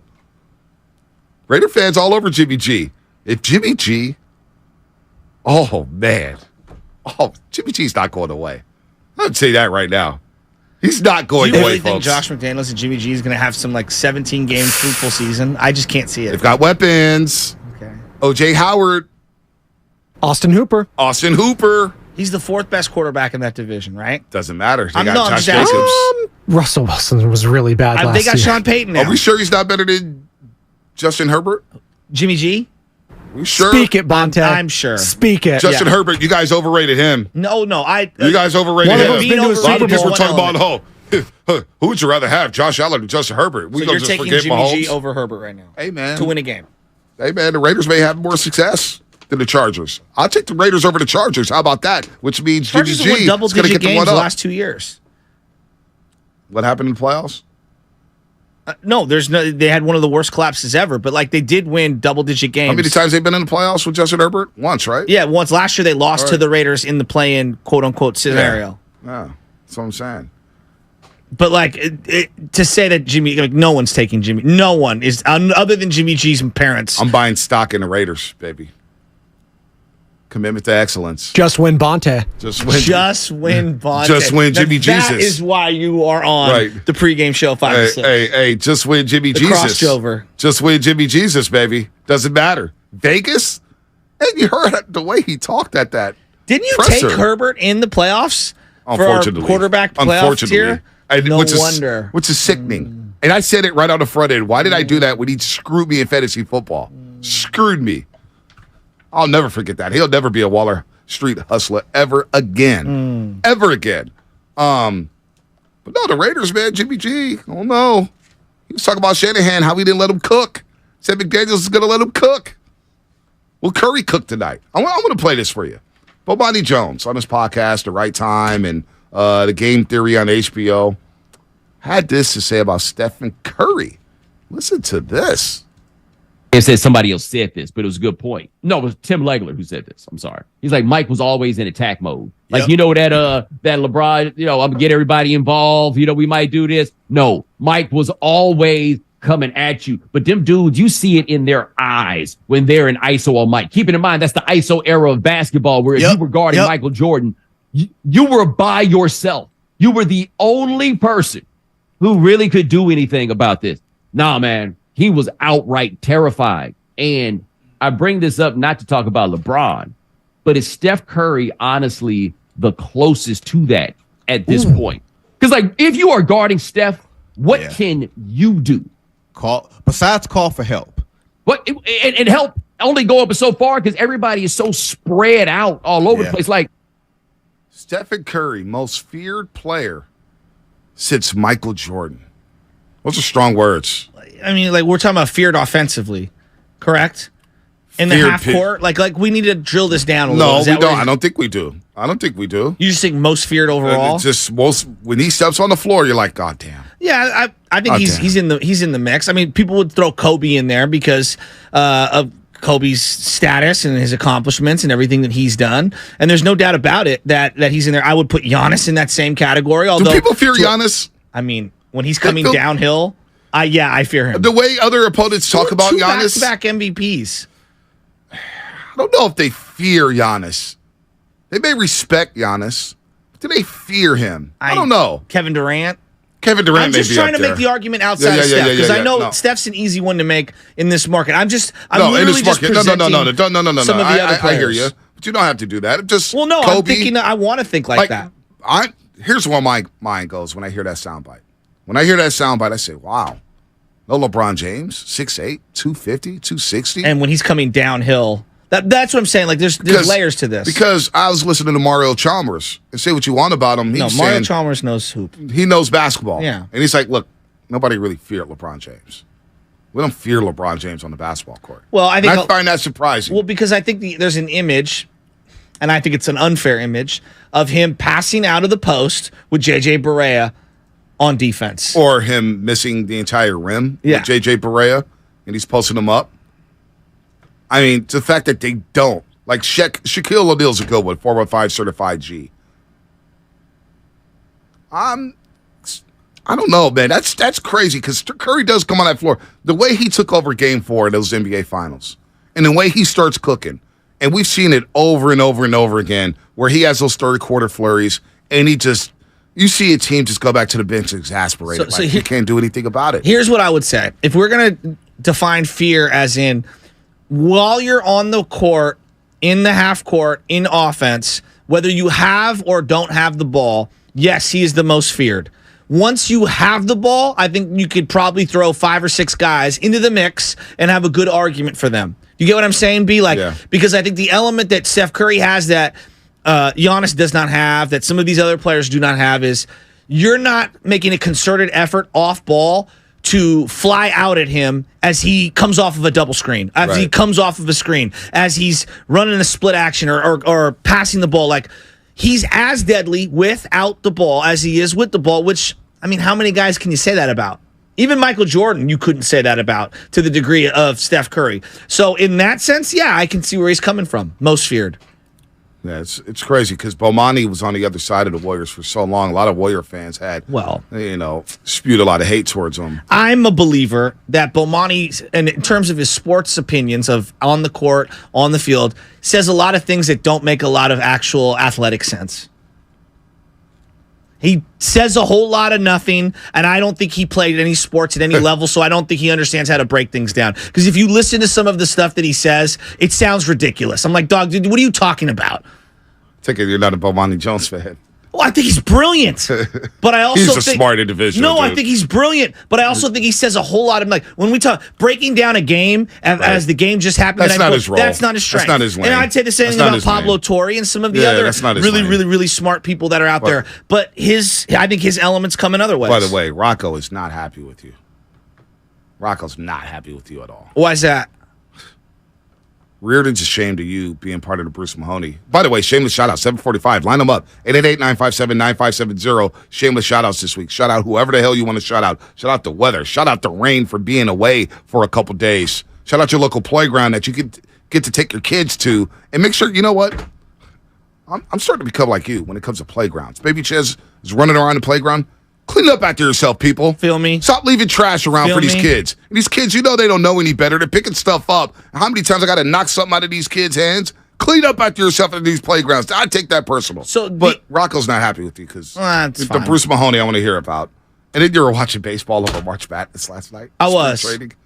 That's sickness. That's disgusting. Well, Farhan was in the booth last night.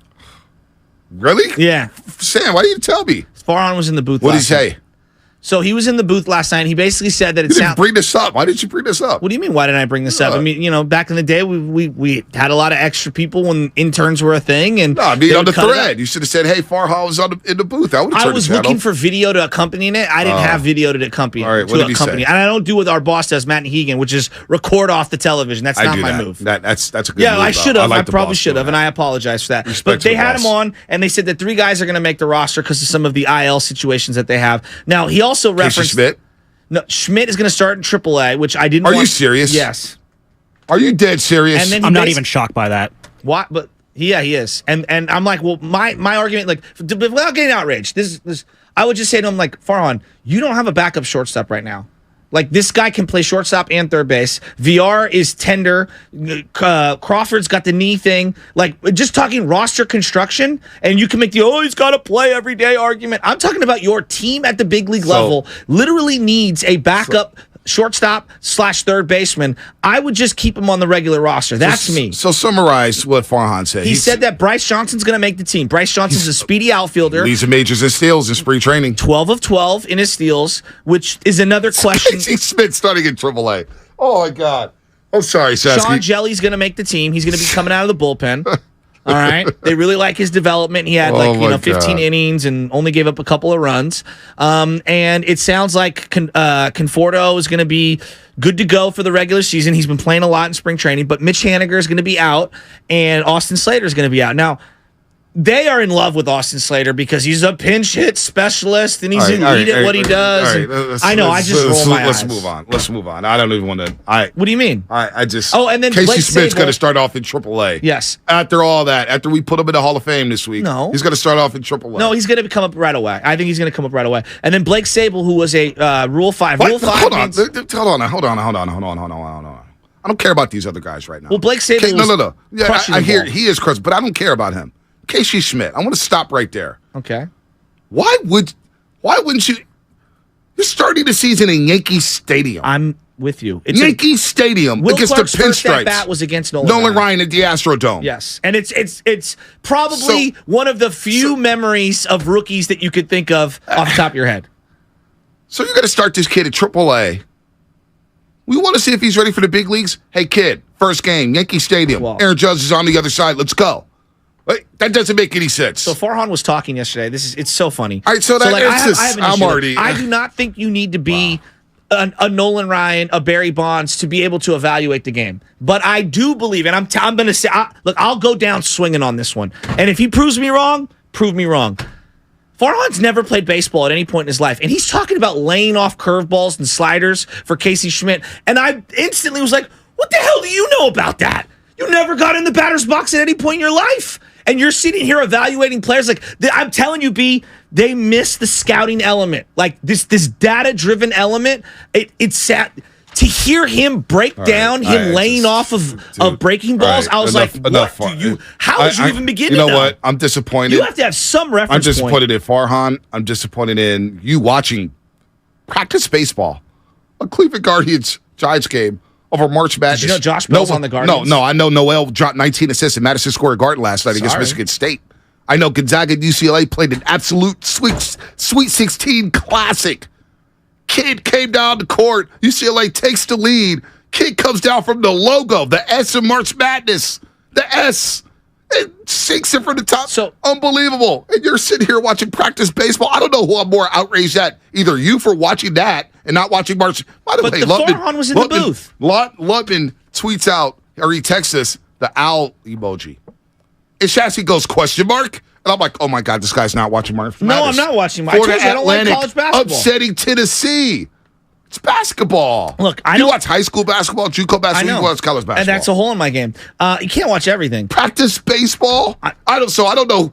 888-957-9570. Like 6 times. 888-957-9570. Who should I be more outraged at right now on a Frisco Friday? Farhan Zaidi for not bringing up Casey Schmidt, which is asinine to me, or Shasky for watching practice baseball? Boy, that's a great question. So I just don't know where. Oh my God! You know, I want to come to Shasky's defense here a little bit for choosing baseball over basketball. They've only been on TV a couple times. Yeah, so I was watching the basketball last night. I'll be honest, I did not know that the Giants were actually on TV last night because the TV schedule is so just kind of hit and miss during the spring. If I had known ahead of time the Giants were on TV, I'd probably been watching a little bit more Giants baseball. Bill Walsh didn't play high-level football. Belichick never played high-level football, but they played at some level, and they had a clear understanding. Well, how much do you have to play, though? No, I'm not saying. But we've had this conversation before. Like last year, I told you Theo Epstein played a year of high school baseball. It's more is that enough? Farhan didn't even play Little League. Okay, so if I play a year of high school baseball, am I there then? He's admitted that. But he hasn't played baseball whatsoever. Like Taylor Jenkins right now. And again, each sport is different, but Taylor Jenkins is the only NBA coach who do not play any level of college right now. I'm just saying, like right now. I'm not here saying that you can't understand the game. But when I hear you breaking down the mechanics of laying off sliders and changeups, you look like a fraud. That'd be like me telling Tom Cruise how to do stunts. Come on. But I mean, Farhan's been in this game for 15 years. Like, you don't think you learn about this game the more you immerse yourself in it? Like, he's been more immersed in this game than you or I have combined. Like, we talk about the sport a lot. We love the sport a lot.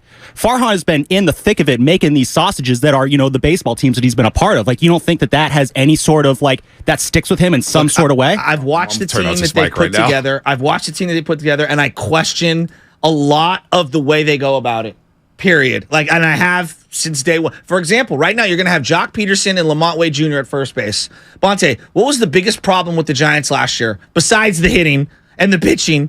It was one of the worst defensive teams that the Giants have fielded in years. And yet, you got two guys that have never played first base, going to play first base on a spotty infield to begin with? 888-957-9570. Shameless shout-outs coming up. We will get to the Warriors, and we'll get back to the depressing ass Giants with Laura Britt at 9:20. I just can't. Lubman came in hard. I mean, this is going to be a fascinating baseball season. I am ready for baseball, just for you two.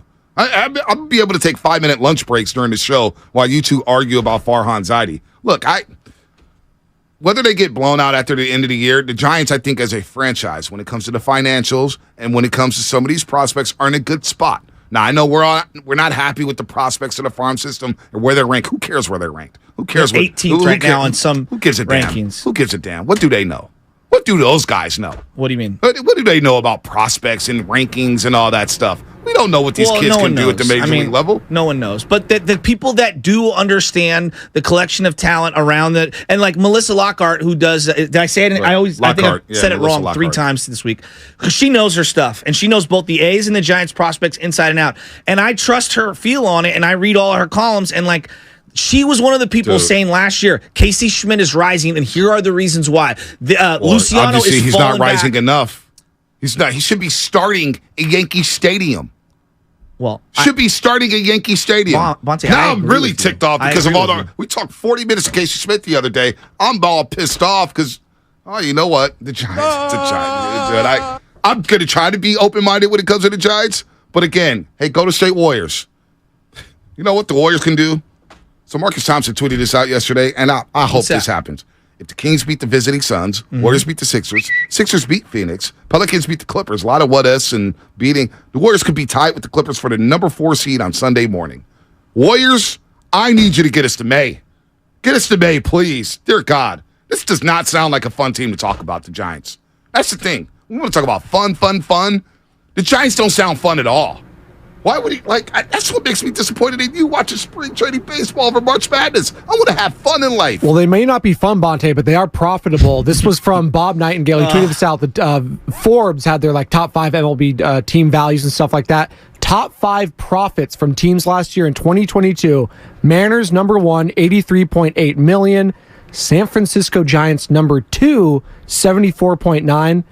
And can you guess who number 5 was? The Oakland A's. At Made $64 million. 62.2. So before we get all outraged. Shameless shout-outs. 888-957-9570. Line them up. I see Alex in Atlanta. Yeah. Line them up. So before we get outraged on these, Forbes, we have to acknowledge a couple of things here. Number one, there's some guessing going on here, and these aren't their true profit loss margin sheets. Only they have those. And some teams, because of their financial setup, might disclose some of that information. Right.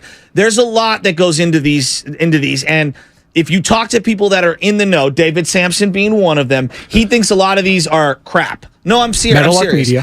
For example, Meadowlark Media. Ariel Helwani is not filling him. Hear me out. The Marlins every year would try to, quote unquote, lose money because then it's a tax write-off for the owner, and there's depreciations and all these different ways of filing taxes. So while Forbes has some idea of them, a lot of people are coming up with these valuations are a guesstimate at best, an educated guesstimate, and then the profits, the pure profits, I want to know what the revenue sharing is. I want, for the A's particularly, because that's going to expire in 2024. I want to know what some of these other costs that are hidden that aren't on here, because that's what the Giants would tell you. Hey, we have expenses that you're not accounting for. There's nothing like Giants baseball in 2023.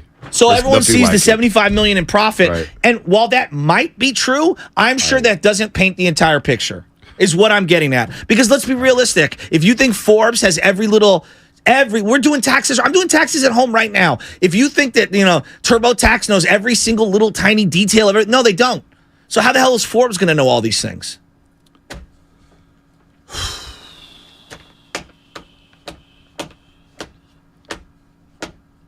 Yep. Blake Sable. No, come on. No, don't do this. No, don't do this to me. Outfielder and third catcher. Don't do it. Enough. Excited Let's for just wait till Laura Pritt. Seriously, let's. Sable's hitting. Shameless shout-outs. He was hitting. Shameless shout-outs.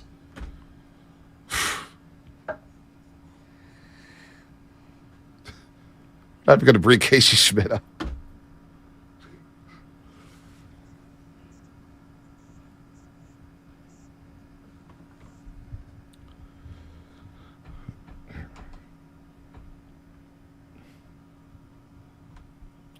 I mean, mentally, I'm ready for baseball. I don't think I'm mentally ready to talk about Giants baseball. What a sad state of affairs. Imagine sitting through that broadcast last night, listening to Farhan Zaidi, the president of baseball operations of the Giants, discuss what's going to happen. And Casey Schmidt, who I've heard about for the last week, I mean, I don't even want to go there, but Casey Smith's he's going to start in AAA. All right, here's my shout out. Hold on. Yes, sir. Hold on, let me finish. I let you go off about the Giants. Let me finish. The guy's batting over 400 in spring training. 440. 440. Best hitter of the club. He's not even going to be able to play at Yankee Stadium. Most hits in spring training. Whole league. 18. All right, here's my shout out. You guys are amped up about Giants baseball? Really? Really? This team, honestly, when we talk about fun, March Madness was fun last night. That's what we want in sports, entertainment and fun. This team, just listen to the president of baseball operations. Does he scream fun? Blake Sable? That's where we're at right now? Blake Sable? Oh, we are so down bad with the Giants right now.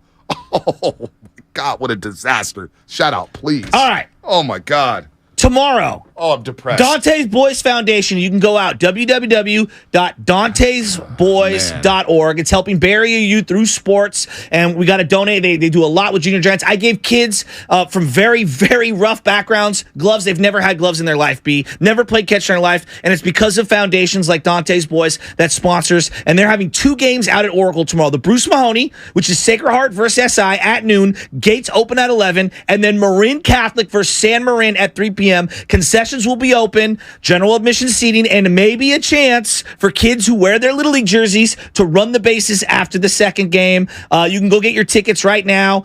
You can walk up and get them. So I want to shout out all the kids playing in, and my man Aiden McVeigh. He's hurt right now. He has the Tommy John injury. But I'm going to be calling out him. I think I'm going to do some emceeing tomorrow. And the last shout out for me, Matt Sanchu, happy 40th birthday. Played baseball with him. His dad went to school with my dad. I've known him forever. He lives in Texas now. One of the great ballers that I know. Happy birthday, big bro. Happy 40th. All right, shout out to Mondo and Team Kid, Jason Kidd Select and Team Kid. They start playing April 8th, and they are loaded. They're always loaded. Also, shout out to Fletcher Middle School of Palo Alto, who are hosting a special Olympics basketball tournament today. That is pretty cool, Travis. Good luck to all the players. Hell yeah. Again, special Olympics basketball tournament, Fletcher Middle School at Palo Alto. I love that. That's cool. Travis in Palo Alto with that one. Also, we got a couple. Oh, wow. How about this? Former SI coach, Don Lippy. Oh, yeah. Retiring. After 40-plus years, an absolute legend.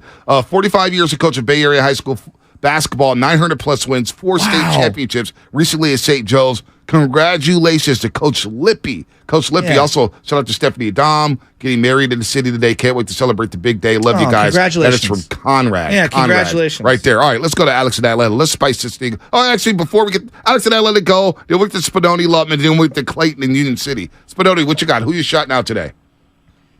Go. I'm gonna do a 2 for shout out today because I got 2 Miami Hurricanes teams to shout out. Got my men's basketball team. They're taking on 1-seeded Houston at 4:00 today, but I'm gonna try and have my on the women's team. The 9-seeded Canes knocking off #1 Indiana last week. They got to deal with Villanova today. They're 4.5-point underdogs. Coach Katie Meyer, man, got those the women's Canes team to their second ever Sweet 16. So hopefully they can get to their first Elite 8. So go Canes. Love that.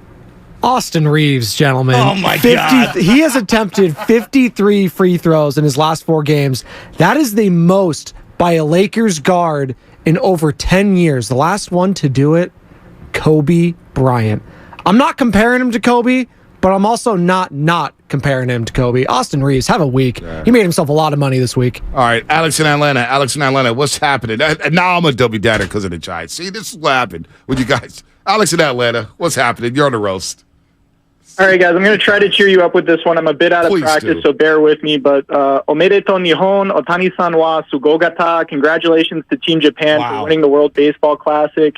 They were my pick to win, so they made me look really smart by winning the tournament. And I hope you guys have a great weekend. Thanks for a wonderful show all week. Thank you, Alex. That was excellent. Thank you, Alex. Clayton, Union City. Clayton, what's happening? Hey, guys. Well, I wanted to shout out. I coach youth lacrosse at Pleasanton, so PLC. Nice. They got their PLC night at Foothill High School. I also coach at Foothill, so come on out to Foothill High School today. It's going to be a PLC night. The U8s are playing during halftime, and Foothill's taking on the Dublin High School Gales. So let's go Falcons.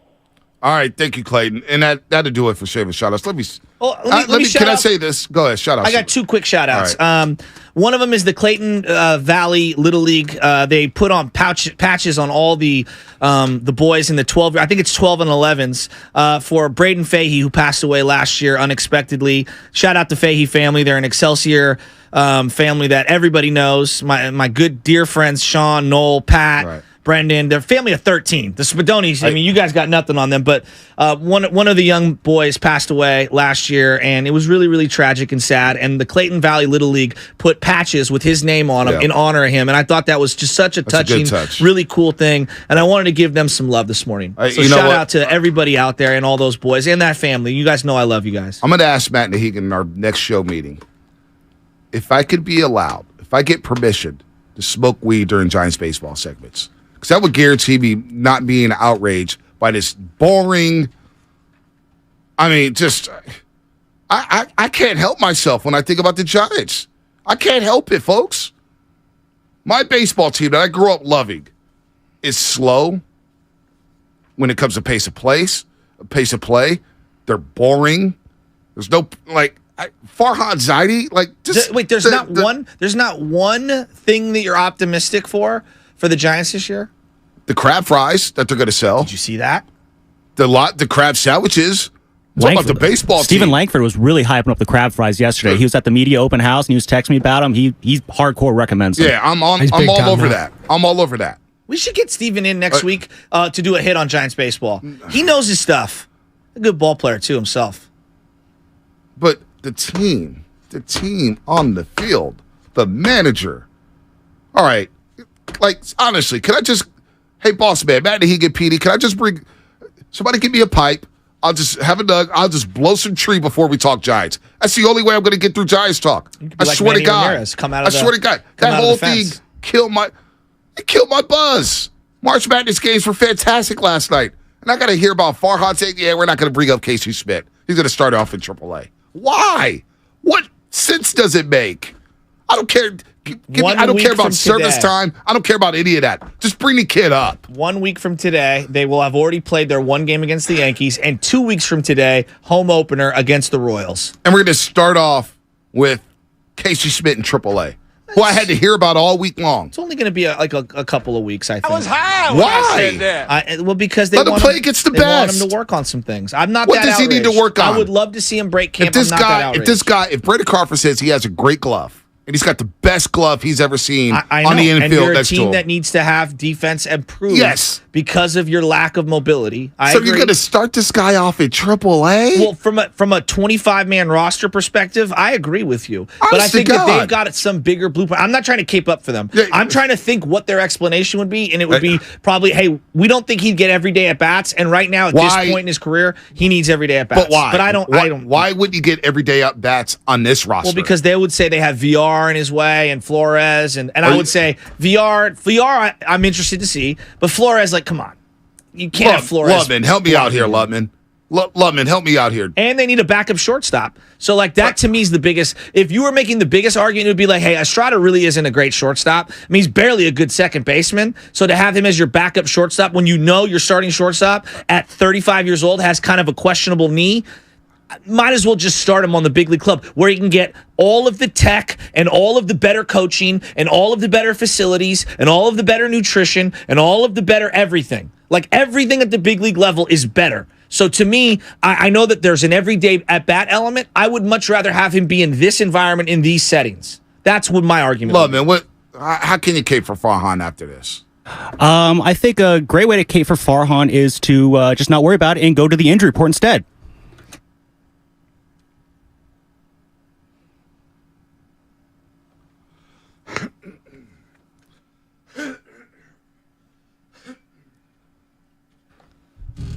You know, we cape so hard for the Giants in this market. I'm being dead serious. I'm dead serious. If this was the Golden State Warriors with that roster that the Giants are presenting to us, everybody will be ripping them. And it'd be fair game. We'd be ripping Kerr. We have ripped Kerr. He's a 4-time champ. Why do the Giants get such a big pass in this market? Can we talk about this on the other side? Why do they, Shasky? They really get a big pass in this market. And it's starting to bother me. We ripped Shanahan and Lynch and the Niners, and they've brought us nothing but joy. I know. Nothing but and joy. They've won big games. Moments. Yeah. Warriors have brought us nothing but joy. And they've assembled star-studded teams. I'm hearing the last 30 minutes you guys cape for the Giants, and it's making me sick to my stomach. It's kind of making me sick to my stomach. Trying to accept what the reality is. I can't accept the reality. But I'm also optimistic because it's the beginning of the year. Why is the reality acceptable? Well, that's it. Let's talk about it. Why is the reality acceptable in this market? Why? Gary Payton II. That's some damn good news. He's coming back on Sunday against the T-Wolves. That's your injury report brought to you by Boxer Garrison, Northern California's premier workers' compensation law firm, helping injured workers get their lives back for over 40 years. So it's coming up on the game. Sponsored by Fremont Bank, full-service banking, no compromises. Maybe I'll go to the bathroom, take a little. We'll talk more Giants. We got Tom McGinnis coming up, though, at 8:30. Tom McGinnis, we'll get into some basketball. Warriors basketball. The champs. Guys who hang banners. And they'll sell you some crab fries. It's coming up on the roast. Baseball.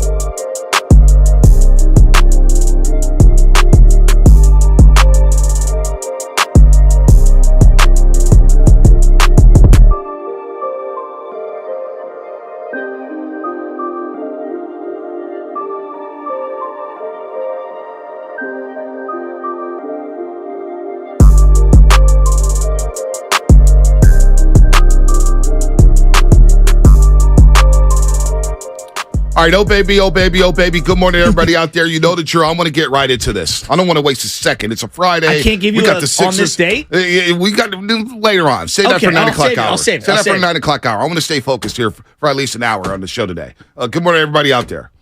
Look, I don't want to waste a second. The Sixers are in town. This is a big-time game. Yeah, it is. And I love watching Joel Embiid play, so I actually hope he does play for the entertainment purposes. He's a monster. He's a load. The dude stretches like 2 hours before the game. They're stretching the ball out to get him right. And he goes out there and he can cook it from all three levels. In a block, in a post, mid-range, threes. He's a rebounder. He blocks shots. He does it all. Embiid is a fascinating player. Then you get James Harden in the building. And everybody hates James Harden. You think we hate Luka? Well, James Harden's in the building, and he one-ups you. He might go down in terms of scoring as like a top 3-4 shooting guard ever. Scoring. Even though he's more of I don't even know what he is. I don't even know what the hell he honestly, is. He wouldn't even be on my top 7. No, I'm with you on that, but you get where I'm going. But here's what's got me turned up right now. What's that? And I'm turned up. Yeah, you are. And I'm not angry. No, what is I'm it? happy. I like to have fun watching sports. I know you do. We're geeks about this stuff. You live for it. But the Giants and the optimism. And I keep hearing, Bonte, you need to be optimistic about the Giants. Baseball's around the corner. I love baseball. Yeah. It's around the World Baseball Classic was great. Spring trading stinks. Well, all right? Hope springs eternal is the theory. Yeah, well, spring trading sucks. I agree with that. So I'm not going to waste a second on that. But I'm up to date on what's going on. And the fact that Casey Smith's not going to start with this big league club, the coverage of the Giants in this market, it's totally different than the Warriors and the Niners. Think about how we discuss the 49ers. We lose our minds about them. And all they've done 3 of the last 4 years is advance to the NFC Championship game and 1 Super Bowl. I know. The Golden State Warriors have won 4 championships in the last 8 years. Got one of the 10 greatest players in basketball history in Stephen Curry. I would say, put Wilt to the side. He's the greatest Warrior of all time. Greatest Warrior of all time. Bob Myers, Steve Kerr, Joe Lacob. And think about the vitriol they receive on a daily basis. Not only from fans, media members, everything. It's kind of crazy. And all they do is win. Yes. And they're in the business Both of winning. Both teams. In the business of trying to hang banners. And we criticize every little transaction. And yet with the Giants. I mean, there are people losing their minds. Emmanuel Mosley got a $6 million 1-year deal with the Detroit Lions, and the Niners didn't bring him back. There you go. And the Niners have proven that they can allow guys to walk and find. Like, I think about how we cover the Niners. Yep. It's crazy.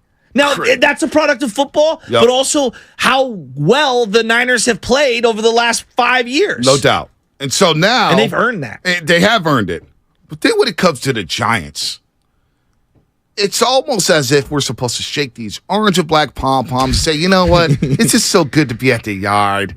You know, Logan Webb, great story. And Logan Webb, I don't even want to bother her, but, you know, hey, the way they play, Logan Webb was nostalgic. 75th. Out of 100 starting pitchers, The Athletic ranked him 75th. There you go. And that's your ace. I like Logan Webb, and I love him. And that's your ace pitcher.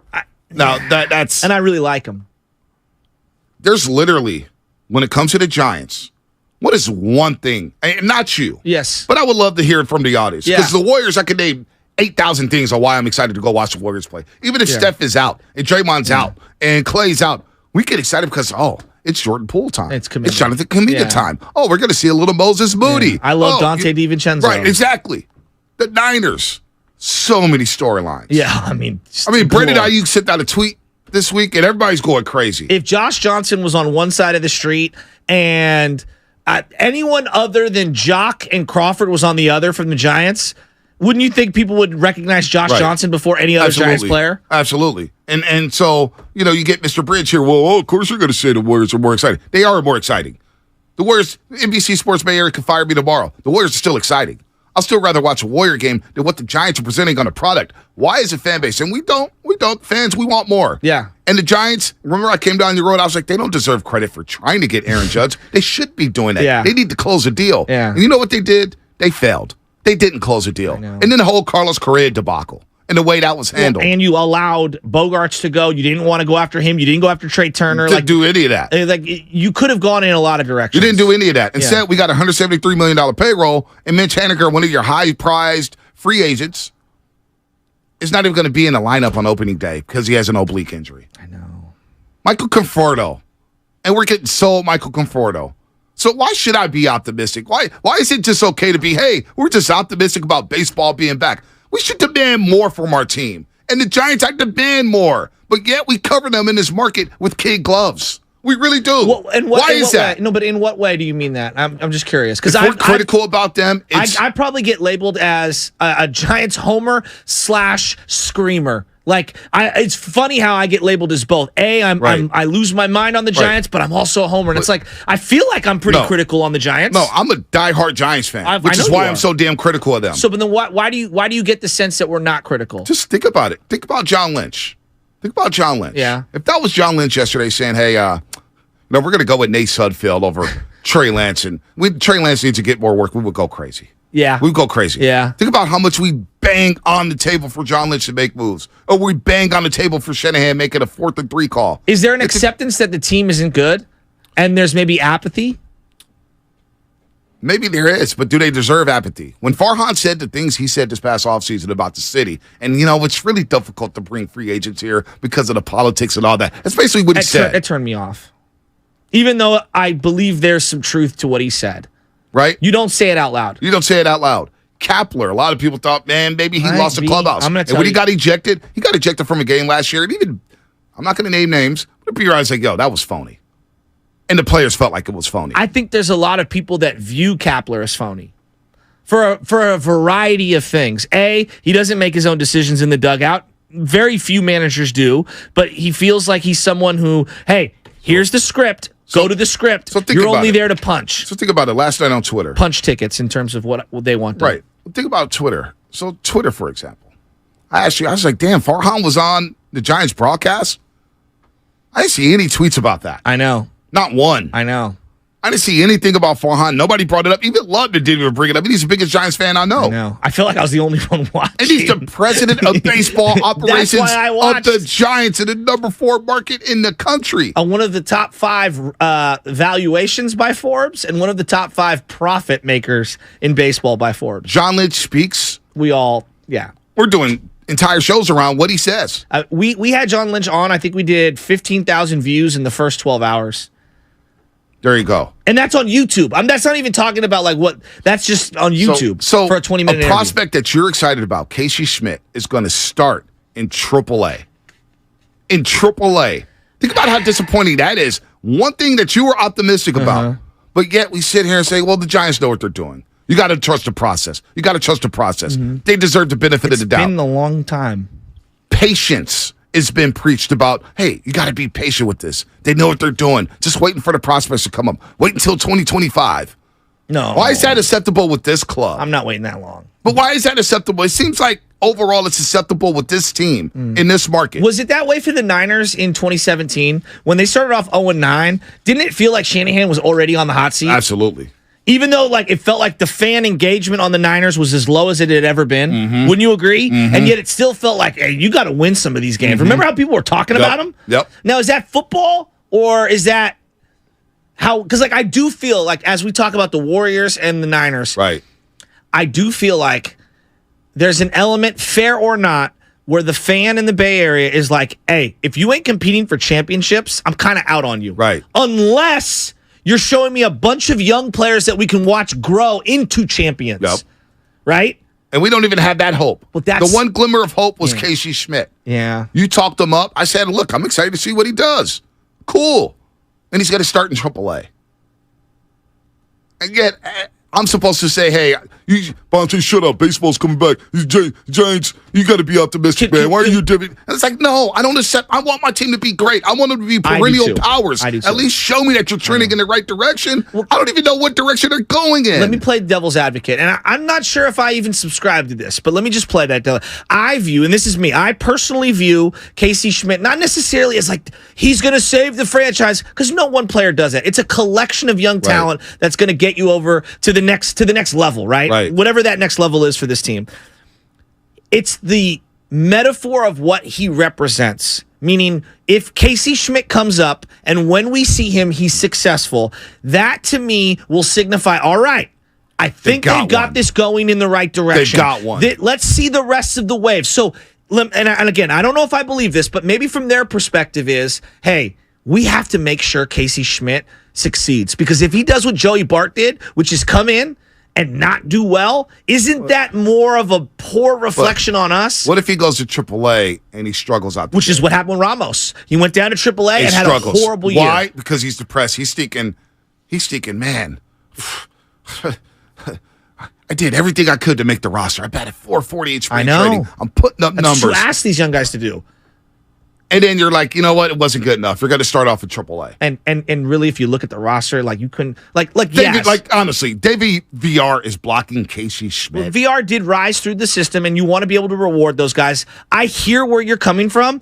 VR had a decent run at the end of last year, so I can see from an organizational standpoint being optimistic on VR. I can see that. To me, I would just say I think that Casey Schmidt, even if you believe in VR, Casey Schmidt, there are enough at-bats available for him to play third and shortstop. There's just enough. That's the way I view it. One more Flores is really blocking Casey Schmidt. Yeah, that multi-year deal, especially with the shift ban, it doesn't look good. I mean, come on. What are we doing? So, like Yaz right now. So everyone's like, hey, look out for Yaz. Yaz, I think, has 1 hit and 22 at-bats. Oh, no, you tell me, Shaska. You read everything about the Giants. Yeah, I read everything. I know. And look, how do you think the Giants are covered in this market? Oh, I absolutely believe we treat them different than the other two teams. Why? Well, I think that there was such a long drought for so long that they fulfilled our wildest dreams and they won that first championship, which felt unbelievable. And then they won again, and then they won again. And all of that felt so good. And they were the kings of Camelot. Like, they won, and it coincided with a time where the Warriors were down. Yep. It was in between, we believe, in their first championship. Yep. And the Niners fell off the map. And they were great from 2010 or 2011 to 2014, but then they kind of they fell off the map. And the Giants held firm, right? And then like you had legends. Like, think about this, B. If I were to rank the top 10 legends of San Francisco Giants baseball history, Willie Mays, Barry Bonds, McCovey, Marichal. Right. The next 6 are coming out of this last generation.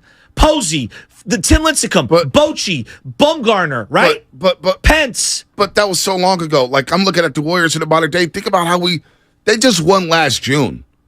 GP2 signed with the Portland Trailblazers a couple weeks later, and it was like that championship was won 100 years ago. I know. I mean, we pivot so quick. Did we do that with fans. the Giants in 2016, 2017 when they were fresh off of those championships? We didn't in 2014. We didn't in 2013 after 2012. We gave them pass years. Yes. We got the Giants pass years. It feels like the Warriors don't get a pass for anything. No. It really does. Well, I said, and even the 49ers. It's funny even the Niners. It's funny you say this. Everybody makes this argument about wasting Curry's prime. Right. I always said, and this was my argument, not that you're wasting Posey's prime, but my thing was always the best hitter you could get in the lineup with Buster Posey was Hunter Pence. And I love Hunter Pence. But like you couldn't get a legit 4-hitter for Posey? You like I know, again, he had some great years with the Giants.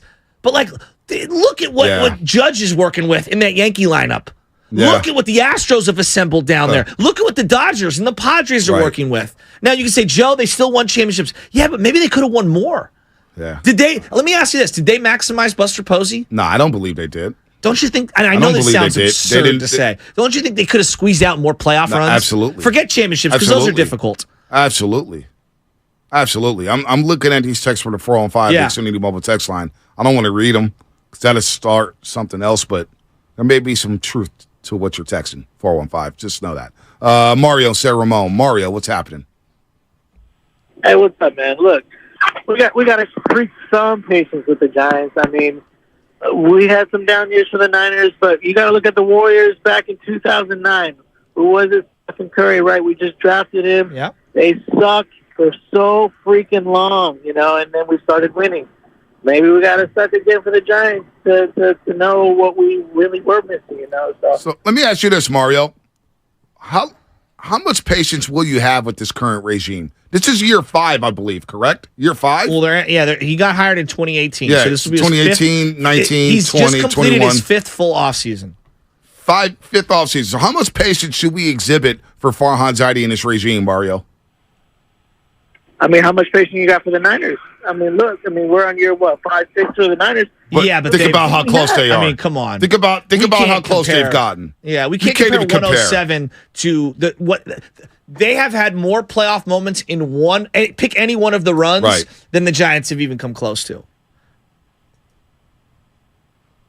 Mario gone? All right, that's it. So that's I find it fascinating. Find it fascinating. So my thing is personally, I'm down on the Giants. I am. Yeah. And sometimes it comes off on there. It's like, damn, Bronte's really down on them. Care. Because exactly. If I didn't care, I wouldn't be this angry about them or be this mad about them.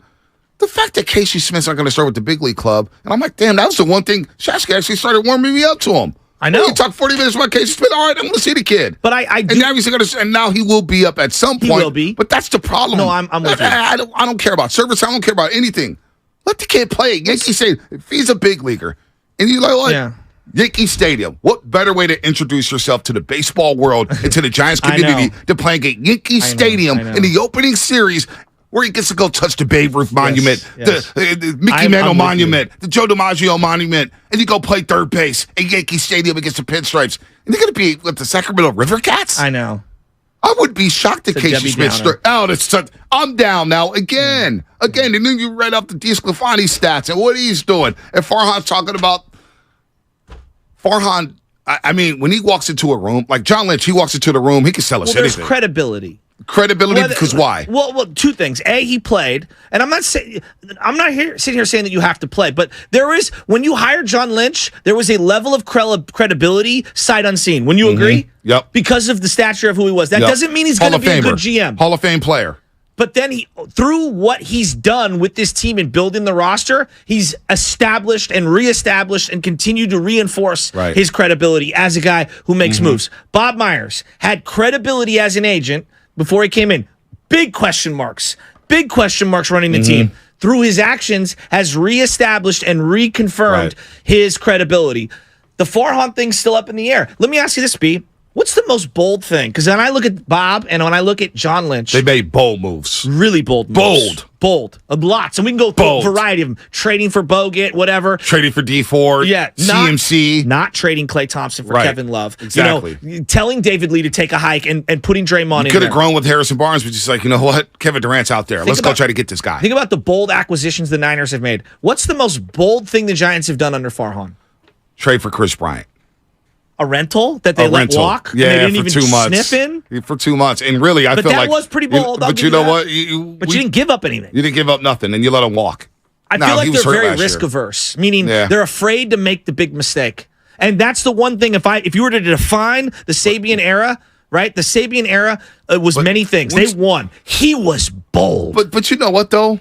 He was willing to make a mistake. He was Sabian, I agree with that. But Farhan has made moves. What? I think being bold, giving Jock Peterson $20 million this year. But it's a one-year deal. But it's still $20 million for Jock Peterson. It's a one-year deal. That's $20 million. Well, I'll add into this. This isn't a move. Henniger. Go ahead, let me get in. Sorry, yeah, this is probably a move that will totally move the needle or whatnot. But the way they moved off of Mark Melancon in that first year, getting that whole contract off, it just. The Braves did not have to take on that whole contract and give a player back, and he pretty much stood there and said, "You guys, that's what you're going to do." So the most bold thing he did, no, like I said, is it going to move the needle? Money. No, but it's a move that I think you got to look at. It's like, all right, that's impressive. You're able to make a move like that, and you might even see Tristan Beck, the guy that got back. Has been really good since he left the Giants too. Guys, 1 second. As the Padres land star after star after star, and the Dodgers trade and acquire and allow stars to come and go left and right, the most bold thing the Giants have done was trade away a closer who never worked for them, only to see that guy reemerge later on and beat you down the line. Soto just bought a mansion in San Diego, by the way. Yeah, he's not going nowhere. That's kind of, man. He's not going nowhere. That's kind of sad. That is sad. Mark Melancon, think about that. Is that it? Think about that. I'm asking, is that it? That is it. That is it. The boldest move he made was hiring Gabe Kapler. That's a bold move. Because a lot of people are saying, well, Farhan, that was a bold move. It was a bold move, considering where Kapler was at, getting fired after 1 year as the manager of the Philadelphia Phillies. Well, I can already start to see right now. I have some issues with the way the team is run, but Kapler to me is a conduit of how the front office wants them run, and I think unfairly he will be crushed all year. To me, he's executing the game plan of the He's a scapegoat. Yes, we knew that as soon as he was hired. Farhan had his built-in scapegoat. This is SAF 510. Can we talk about the top 100 players on ESPN? Our first guy is Logan Webb is 71. Oh, I know the My Athletic San Francisco Giants. Well, the Athletic did the top 100 starting pitchers, and he was in the 70s, Logan Webb. Unbelievable. And I thought that was low, but man, that's really sad. That's like really, really sad. I mean, B, you could have made an argument. You could, if this was 2013, 2012, you could have made the argument Matt Cain's on that list, Bumgarner's on that list, Posey's on that list, right? I mean, Brian Wilson. Again, I keep going back to Casey Schmidt, thinking, poor kid had a chance to start at Yankee Stadium. He's killing the ball in spring training. And even though spring training, I think stats could be inflated, that's sad. Yeah, I'm with you. That's very sad. Matt in San Jose, what's happening? Hey, guys. How you guys doing? I was better until we started talking Giants, Matt. Yeah, it's just kind of the way it goes. And that's, you know what, kind of segues me into what I was going to ask. First of all, to the question of what's the Giants' biggest, boldest moves in the Farhan era, damn near Mitch Haniger. But question, do you think that, like, with all the championships that the Giants have won, the Warriors have won, Niners been to the Super Bowl twice, a bunch of NFC championship games, even the Sharks went to a Stanley Cup, do you think we're a little spoiled? Like, we'll talk about, the Giants should have squeezed more out of Buster Posey. Do you think we're maybe a little spoiled? Well, no, I think we did get spoiled. I do think we got spoiled, Matt. I'll say it. I'll admit that. When you have one of the, like, the Giants have been an organization since the 1800s. Right. He's the greatest catcher they've ever had. Okay? And, like, we know how much of an influence he had on the pitching, and we know how much an influence he had on the entire lineup. And B, I think it's fair to simply say, like, they did a good job, and they did. But even Yankee fans are lamenting not winning more with Derek Jeter. No doubt. Even Laker fans are lamenting not winning more with Kobe Bryant. When you have those once-in-a-generation special players, I do understand the tug and pull of saying, well, you need to win even more, which is crazy. Folks are still mad at Bob Myers for not making a deal at the deadline during the pandemic season, thinking that you're wasting Steph Curry's prime. So we do believe that. I do not. We're a little spoiled. I do think that going back to the risk averse, they're so worried about looking bad and a guy struggling and this, that, and the other because they're so in the weeds. Would they have ever even have allowed Will Clark, the number 2 overall pick, to start? He got drafted at 85, started 86. I don't know. I don't think this regime would allow it. Does Farhan Zaidi exude confidence from a leadership role into this fan base? I think he's confident. I think he's confident in himself, but I don't think fans get confident based off of him. No, absolutely not. You hear him speak, and like he may be a great dude. I don't know Farhan. I would love to interview Farhan. I would love to get him on the Morning Roast to ask him what the philosophy is. How long should we be patient? Why should I pay to watch this product? And how is your philosophy going to change, considering part of why I hired you was to usher in this new era of data, and you're going to shift more than any team, and you're going to pull the ball more than any team, and blah blah blah. Well, now that there's the shift on the ban shift, excuse me, how are your principles going to adjust? Look, how are your philosophies going to adjust? 4 and 5 believes he isn't confident, but your boy, he's arrogant. I don't know, man. You know what's crazy? I'm going to go out there for opening day, and I'm going to be really optimistic. Oh, I know because you that's are. how I am. I know you are. I'll watch. And you might call me a sucker. No. I mean, I'm like not going to spend money. Person, right? Look, listen. I'll probably go to some Giants games this year. It's hard for me not to go. I love live baseball. I love going to live baseball games. I love being out the yard. But everything with the Giants, from the players on the field to the entertainment in the stadium, the in-game entertainment, we haven't just started. Go to a Niner game in between commercial. In between timeouts. Go to a Warriors game. DJ D Sharp and company, they always got something going on. Go to a Giants game. Yeah. And the in-game entertainment. You want to talk about depressing? Oh, my Lord. All right. Tom McInnes is going to uplift the show. Let's talk some Sixers Warriors. That's what we should be talking about. Embiid's in town. Harden's in town. Are you kidding me? The Warriors have won 2 in a row. They're back home. They're 29-7. Are you kidding me? We got 8 games left, baby. Playoff basketball starting. Let's go. Tom McInnes, the voice of the Sixers, next on the Roast. Brought to you by AC Transit. Are you kidding me?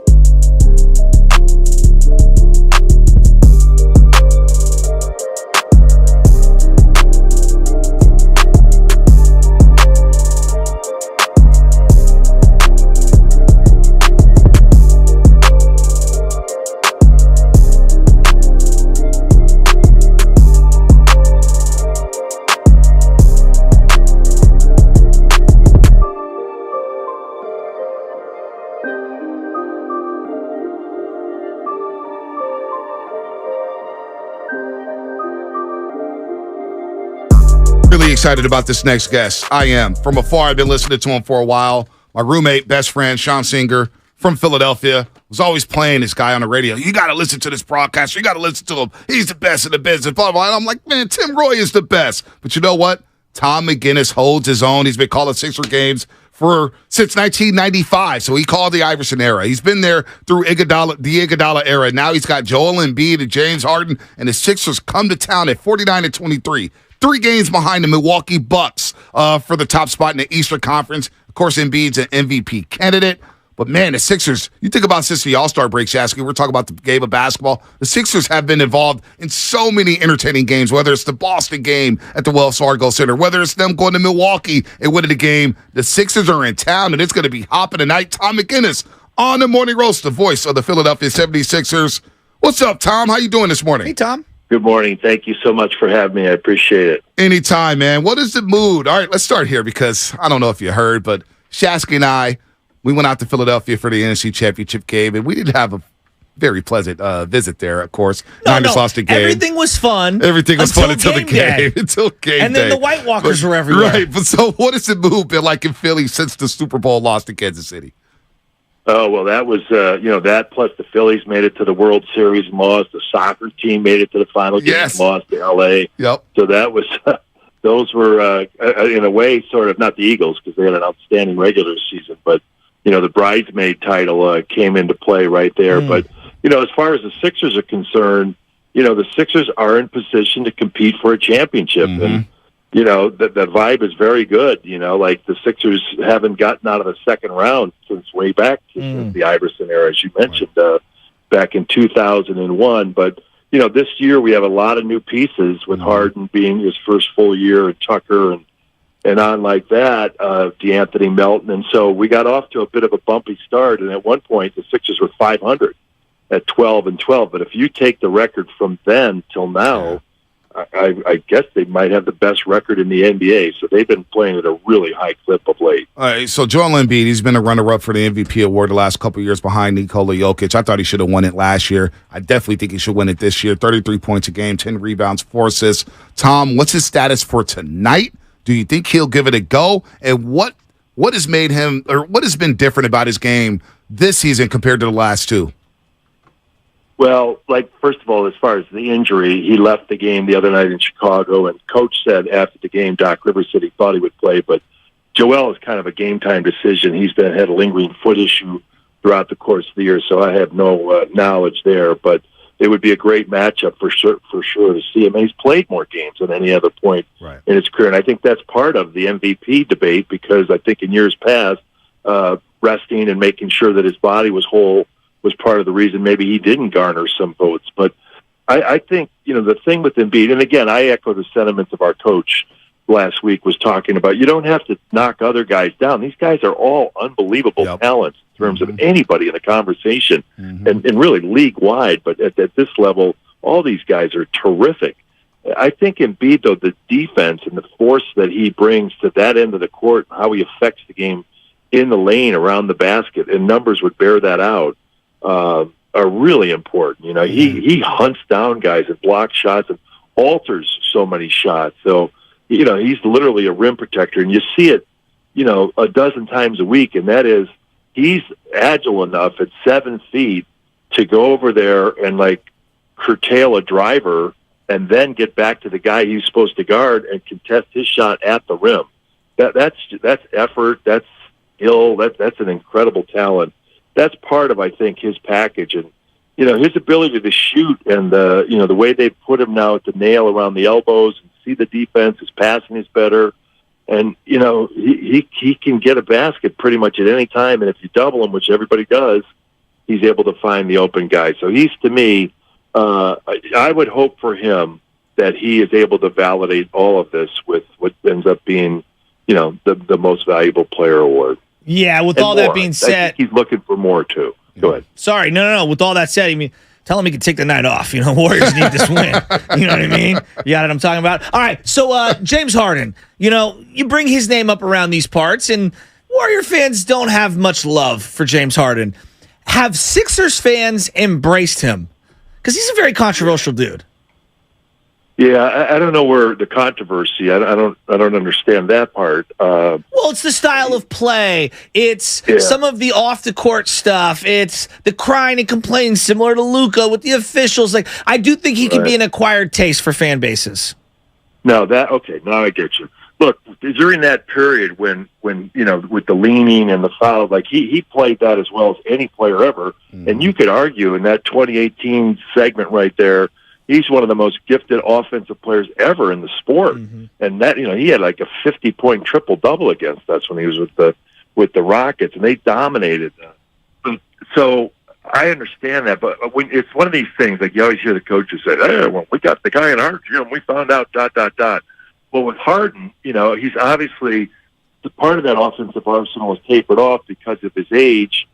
And the other part is that's not what he's being required to do because you got Embiid, but he's an incredible playmaker. And I mean, just look at his numbers. He leads the league in assists. Yeah. And the efficiency with he and Embiid and the middle pick and roll is incredible. Like, he's not blowing by people, but he's still got this knack and a savvy to be able to score. He's been, I think, Philadelphia fans have embraced him because he's still one of the best basketball players in the game. And, his production and everything is pretty much hinged a lot into how far we go. And he's been sensational, that's for sure. No doubt about that. Tom McInnes, a long-time Sixers radio play-by-play voice. He's been doing this since 1995. Real quick, before we get back into the Sixers, because I do want to ask you about Tobias Harris and Tyrese Maxey. Are you still rolling solo on the radio, Tom?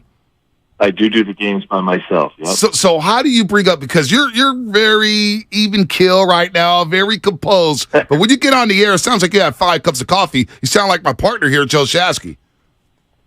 Yeah, no, it's part of a passion born out of a love for the game. When I was a little kid, I grew up around Chicago and going to the stadium. This is pre-Michael Jordan. In fact, we were just there. And I was speaking with Al Danabi and saying, this is where, and I grew up 100 miles from Chicago. So going to the games, it wasn't like we just drove 15 minutes or whatever. It was like a big deal. And my dad took me, and I would be there, and I would sneak over the hockey boards and go out there and rebound. And it just and then I was a basketball player all through. I played college basketball and whatnot.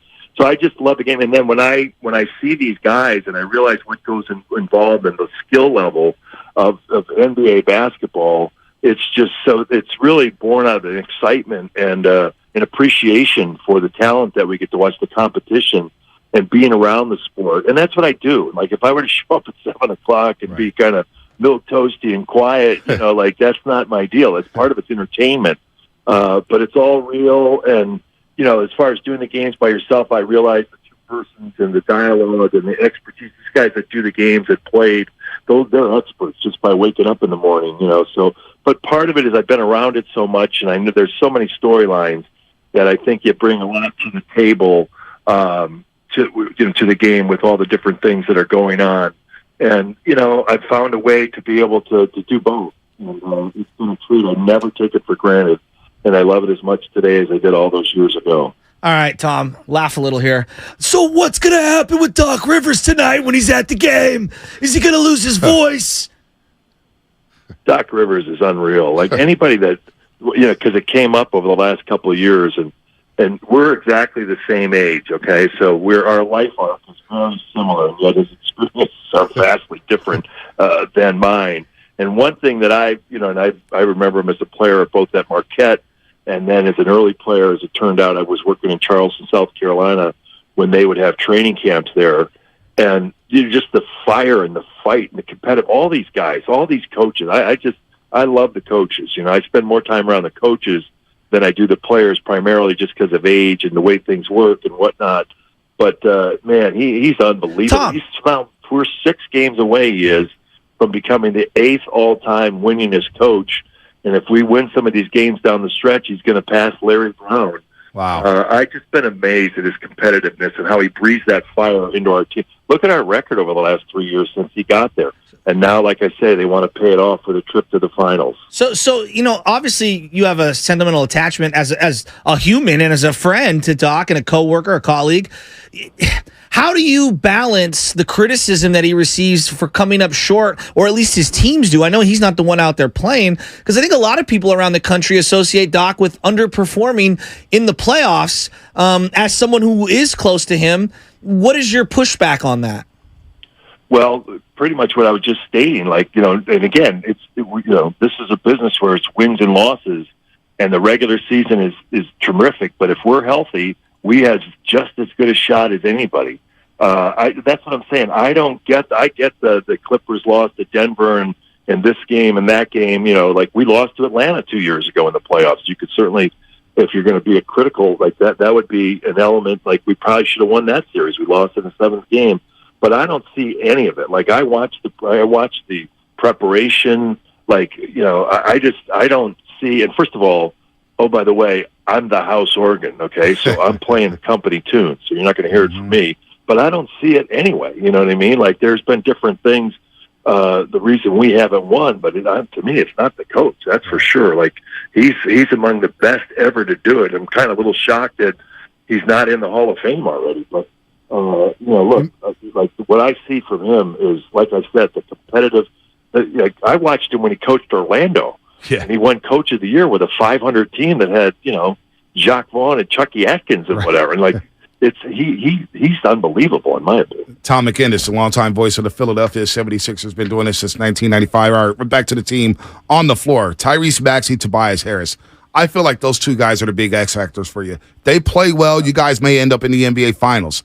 How's Tobias been this year? Tyrese Maxey, we know he's a jolt of energy. But those two guys, it feels like, yes, Embiid's going to do his thing, and Harden's going to do what he does on the floor. PJ Tucker's going to play hard-nosed defense. But if those two guys don't show up, I'm not sure you guys could get past Boston and Milwaukee.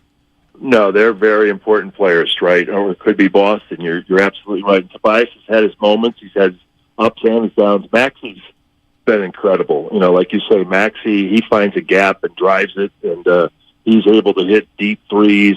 His defense has been better. In fact, you mentioned Tucker. There was a game recently at home where Maxey did a great job fighting over screens and staying on his guy, and Tucker, in front of the whole team, called him out in the good way, okay, now we know. And, we expect it now.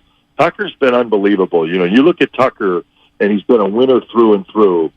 He's been a tremendous addition. The guy we haven't mentioned is DeAnthony Melton. Yeah. He's the same. He's been fantastic. That was a sneaky trade, Tom. The other night, stepped in with no Harden. All of a sudden, he's running the pick and rolls with Joel, and he had almost a triple-double. So, his role was changed, more of a catch-and-shoot corner guy, and for the most part, because of Harden and the spacing and whatnot. But you're right. We need all those guys. Yeah.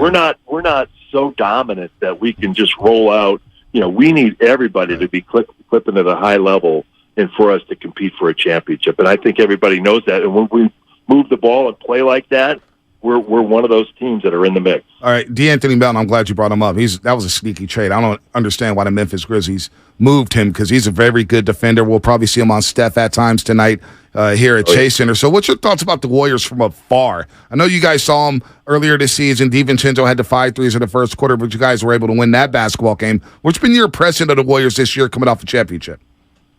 Well, just from afar, the splits in terms of the home and the road, that's really unusual.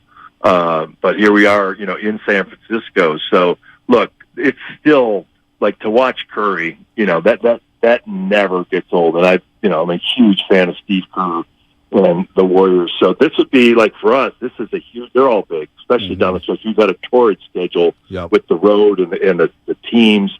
And this is yet another one. But if the Sixers were any way to win this game tonight, get the 50th victory. Oh, and by the way, for a reward, we'll see you in Phoenix tomorrow night. So, and then Denver on this trip. But no, the Warriors are, if they can get right and get healthy and get Wig back, look out. Because, it's a team with a lot of, shall we say, experience and championship pedigree. You know the drill. So, no, this is one of those games where you come here and this is a real treat. It's exciting. Real quick, how do the East Coast fans do they enjoy when the Sixers go on the road? Because it feels like here at Chase Center, when Boston comes to town, when the Knicks come to town, when the Sixers come to town, you see all those East Coast fans in here, and it's a lively event. It's a lively atmosphere. How do you guys enjoy coming to the West Coast? I've seen a lot of that really over the recent years. It's amazing, in terms of gear and merch in the stands with Sixers fans.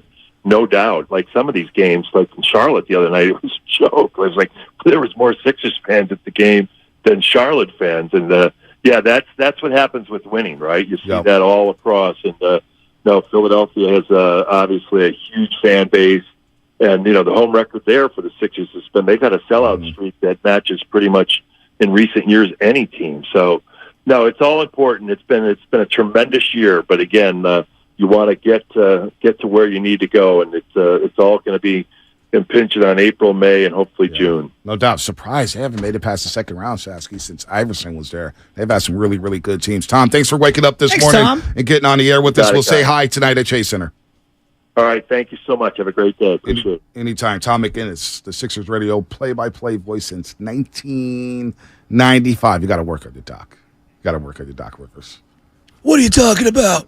You got to work on your doc, man. Embiid and company come to my hairline. Honestly, Embiid. That's one thing me and Doc have in common. Yeah, holding on for dear. I'm too. high and tight, man. I'm holding on for dear life as well. A lot of stress these days. I say to Cream the barber every time. Is this my last one? I don't say that. I'm just, hey, Pat, avoid the soft spots, homie. It's like Michael Crabtree in the Super Bowl. It's fading. Oh, that's not fair. Why you got to hit me like that? That's fine. You seen my family lineage? Have fun in the playing tournament, Spadoni. How about that? Austin Reeves not going to allow that happen. Have fun in the playing, buddy. Joel Embiid, though. He's so good. Joel Embiid. I do want to have a conversation about him because I find him to be fun. When the Giannis rumors were happening, I was like, man, I'd much rather have Joel Embiid. Now, look, on this Warrior team. But Giannis and Joel Embiid, who you're picking amongst two great players. The injury history could have derailed his career. Yes. Like Looney. We didn't know anything about Looney other than the hip injuries. And it was like, well, is this guy going to be a pro? How long is he going to be a Warrior? Now you look at him, he's going on 82 straight games or 82 games played in 2 straight regular seasons. Joel Embiid, after starting his career off so rocky, and then he had the Ben Simmons situation, he just gets better and better and better. And I think he's ushered in an era where we thought the bigs were going to die, right? Oh, big man, they can't play in today's game. Well, him and Jokic and Anthony Davis and DeAndre Ayton and guys like that, they've proven that, no, the big man is not dead. And the way Joel Embiid does it, he gets to the free throw line. He could back it down. He's powerful. He's strong. And I think the All-Star game, the first time they picked teams, remember they picked teams for the first time, LeBron and everybody? The players tell you who's good. The players on the floor tell you who's good. And, when you look at the box score, you know who's good by the minutes the coach allows a player to play, even though we disagree sometimes with Jonathan Kuminga. But the All-Star game where they were doing the Elam ending for the first time, and they went to Embiid every single possession saying, Embiid, you take the ball. Stars among stars. Giannis, LeBron, Steph, whoever it was out there, Kyrie, Chris Paul. That told me something that, the players really respect Embiid. And he's a dog. And he's an absolute beast, a 3-level scorer. So I hope we get the opportunity to watch him play tonight because I don't think fans around the league, especially people who don't watch League Pass, realize how good this player is. His footwork is unbelievable. Like for a big that size, physically that size. I love him. Who would you even put in his category? Because I think young Shaq, a lot of people have forgotten how athletic young Shaq was. Hakeem Olajuwon. Yeah, well, Hakeem had the soccer background. He was unbelievable. David Robinson. David Robinson was another one. It was actually David Robinson's one of my favorite players of all time. Right. But like in terms of the modern, we're talking guys that all came out in the 90s. You know what I mean? Primarily. Very few of those guys in recent memory. I love that he embraces being the top dog on one of those teams. And he truly cares about winning and losing. And I really enjoy watching him. And I also think that so few athletes get it. You know what I'm talking about? Like just the big picture of where they fit in the ethos of sports.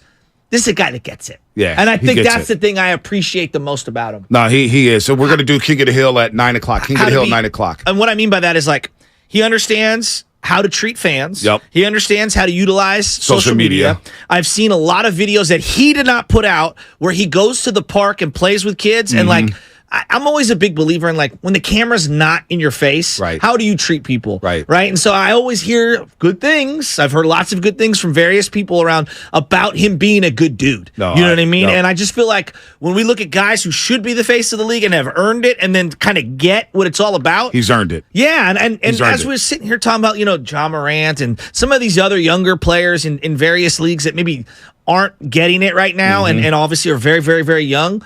I look at Embiid as a great metaphor for those who do get it. Patrick Mahomes gets it. Wouldn't you agree? No doubt. Right? No doubt. And like Steph Curry gets it. Those guys are very, very difficult. So when you do get it, I feel like we should celebrate them more. Well, he shoots 86% from the free throw line. Yeah, I mean, the player's outstanding. Hit 54.5% from the field. He's 35% from the three-point line. It's big. He's giving you 33 points and 10 rebounds. He's blocking shots. He's altering shots, steals. And when you just see him, like in person, I remember seeing him in the locker room. Yeah, he's humongous. He is huge. I don't think people realize how strong. 7'2"? They say they list him at 7 feet, 280. He looks way bigger. He looks 7'1", and he's got the mini fro, which makes him look taller. He's got the long arms and a wingspan. And I mean, he was picked all the way back in 2014. He's already 29 years old. He is close, man. What number draft pick was he? He was number 3 overall. Wiggins was number 1 in that draft. Wow. Andrew Wiggins, number 1 coming out of Kansas. And Embiid didn't play in the tournament that year. They lost to Stanford in the second round. I remember when they took Okafor and him. They had all those big Nerlens Noel all in a row, and he's the one that ends up panning out. Yep.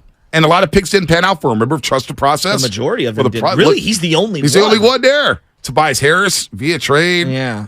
Then they gave him the money. James Harden via trade. PJ Tucker free agent. But Tyrese Maxey was a solid one right there. I think the one separator for me when I look at Embiid versus Jokic, they both bring something a little different to the table. Like Jokic's talent is unreal. His ability to lean in, teardrop back like he's Dirk at that size, his passing. Embiid's defense to me is where I feel like better two-way player. Yes. And that's not a knock on Jokic. We're picking amongst two of the greatest players on the planet. No doubt. God, I love the way that he is an enforcer. Like you fear him in that paint. No doubt you do. And he's questionable tonight. We may not see him. I personally, selfishly, as a fan of the game, I want to see Embiid on the floor. Well, I love seeing him bring the ball up the floor. It's one of my favorite things. I miss with, fandom aside, Giannis not playing. Oh, everybody catch their breath. No, but that sucked. That did suck. Did I tell you about that? My buddy Pat Rabbit took his son. It was his birthday, and they were like his favorite player outside of the Warriors is Giannis. So Giannis isn't playing that night. So we had softball on Wednesday, and I was like, "Oh, did you have a good time at that game?" Because I ran into him at the game. He goes, Giannis didn't play, and that kind of sucked, but we got close enough to see him or whatever. But I got a chance to see Steph Curry have one of those kind of games, and it was like maybe the best game of the year at home. They win in overtime. Yep. Curry goes nuclear. It was great, and I just think that's one thing that the NBA really does provide. And it sucks when guys sit, but man, there's so many stars that they can kind of overcome it. Like tonight, if Embiid doesn't play, you still get James Harden. No doubt. You still get Steph Curry and Klay Thompson. And Tyrese Maxey is a dynamic player. He's really good. He is electric. Tyrese Maxey is good. I really like the Sixers team. The Eastern Conference playoffs, it's going to be a lot of fun. Warriors and when would it gets to the semifinals, 8-9 in the East, essentially. If they were in the East right now, they're like based off their record, they'd be like the 8-9 slot. They would be in the play-in. Yeah, they'd be 8th right now in the Eastern Conference with their record. I mean, think about Miami's in the 6th spot. They're 40-34. For so long, it was the West. It was like 25 it's flipped years. to the East. Yeah, it's like 25 years. But the East has been really good over the last few years. Agree. That's why it's a shame that Brooklyn broke apart because Kyrie, Kevin Durant could have done some special things in Brooklyn. He's a toenail away from being in the Eastern Conference Finals against the Atlanta Hawks. I mean, that close. And Brooklyn, of course, dissipated, but Cleveland's a fun young team. Donovan Mitchell ducked on somebody the other day in Brooklyn at Barclays Center. It was like, wow. Cleveland's got a nice young roster. The Knicks are playing well. There was a report out that Donovan Mitchell told the Miami Heat he was interested. Maybe. And then didn't want to go there. He would be a perfect member of the Miami Heat. Wouldn't he? Oh, my gosh. Let's go to Billy in San Francisco. Billy, what's happening? Cleveland You're on the instead road. of South Beach. Ugh. Billy, what's happening? Hey, what's up, Billy? Gentlemen? How's it going? So, good. I took, you guys were talking about, like, what the in-game entertainment and comparing baseball to football and basketball. And I don't think that's an appropriate comparison, but more than that, I think, like, you look around when you're at Giants Park, Oracle, it's the most beautiful view in the bay. Agreed. That sunset hits East Bay, or you got the sailboats, etc. Like, you don't need anybody dancing.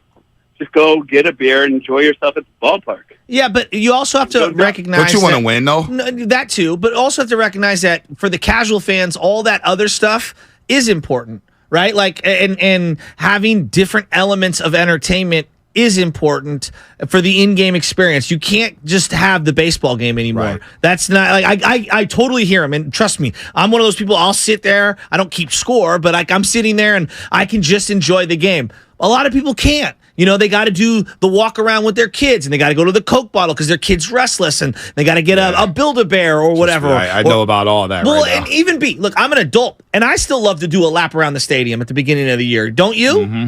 I do. I always don't do that in football. I don't do the lap around the stadium. It's too busy. Yeah, I don't do all that. Yeah, I don't do that. But in baseball, I do. It's a nice yard. You want to meet with people. It's a long game, 9 innings. You never know. Now with the kid, Baby Ches loves to run the bases and hit the baseball and stay in the batter's box. I'm like, no, Ches, you got to run. No, that's the best part, seeing your daughter run around. Fun. The other thing I was thinking about was like the Savannah Bananas, and I know some people think it's not comparative to what's going on now. I do think there are some things that they bring to the table that are fun elements that need to be introduced by some of these baseball teams to speeden the game up. You have 4-minute dead blocks in between every single half inning. Yeah. Right? And if you're still doing the same thing for 25 years over and over, you got to mix it up a little. When you go to a Warrior game, you know what the number one thing at a Warrior game is? I've noticed, and I know you know this. When they shoot T-shirts up, people go crazy. When they drop them from the rafters, people go nuts. They're ready to fight each other. Even they have the cheerleader squad, the senior cheerleading squad. Yes. And those ladies, and there's some guys too. Yeah. They're jacked up. I see them. I'll tell you, they're like, they're 50 plus, 60 plus, and they're going out there and they put on a show. Yes. Then you get Franco Finn. Yes. You get everything out of Franco Finn. You get every ounce of energy. I love Franco too. Finest. Hey, dude, you get every ounce of energy out of Franco Finn. They put everything they have into making the game experience,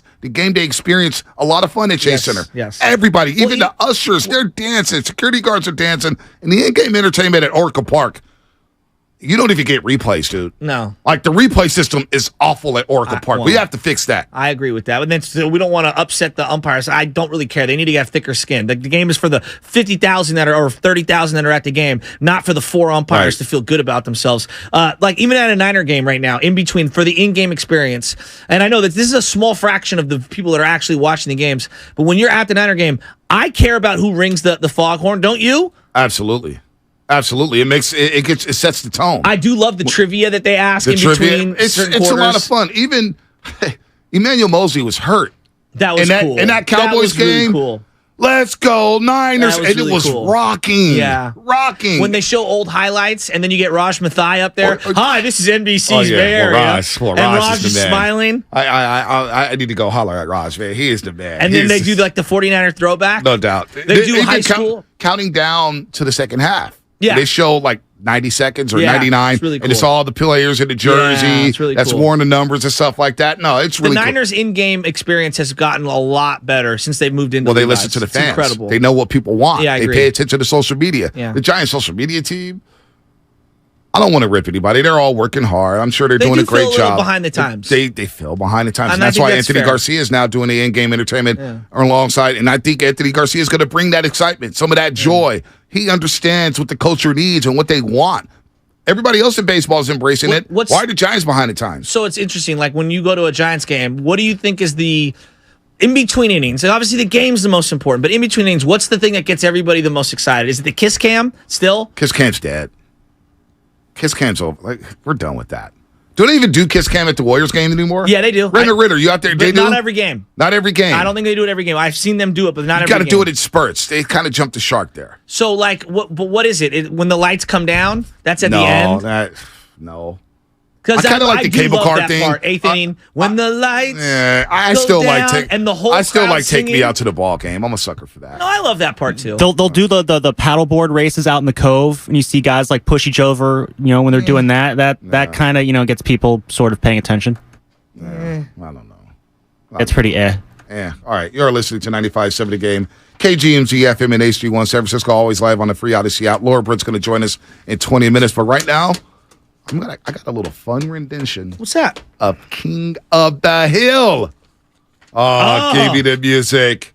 Give me the music here. Yes, I love it. I love it. So we usually do the top 8 players or the top 8 teams in the Western Conference. Okay. Right out of Warriors or whatever. But Lubman threw a fun idea at me.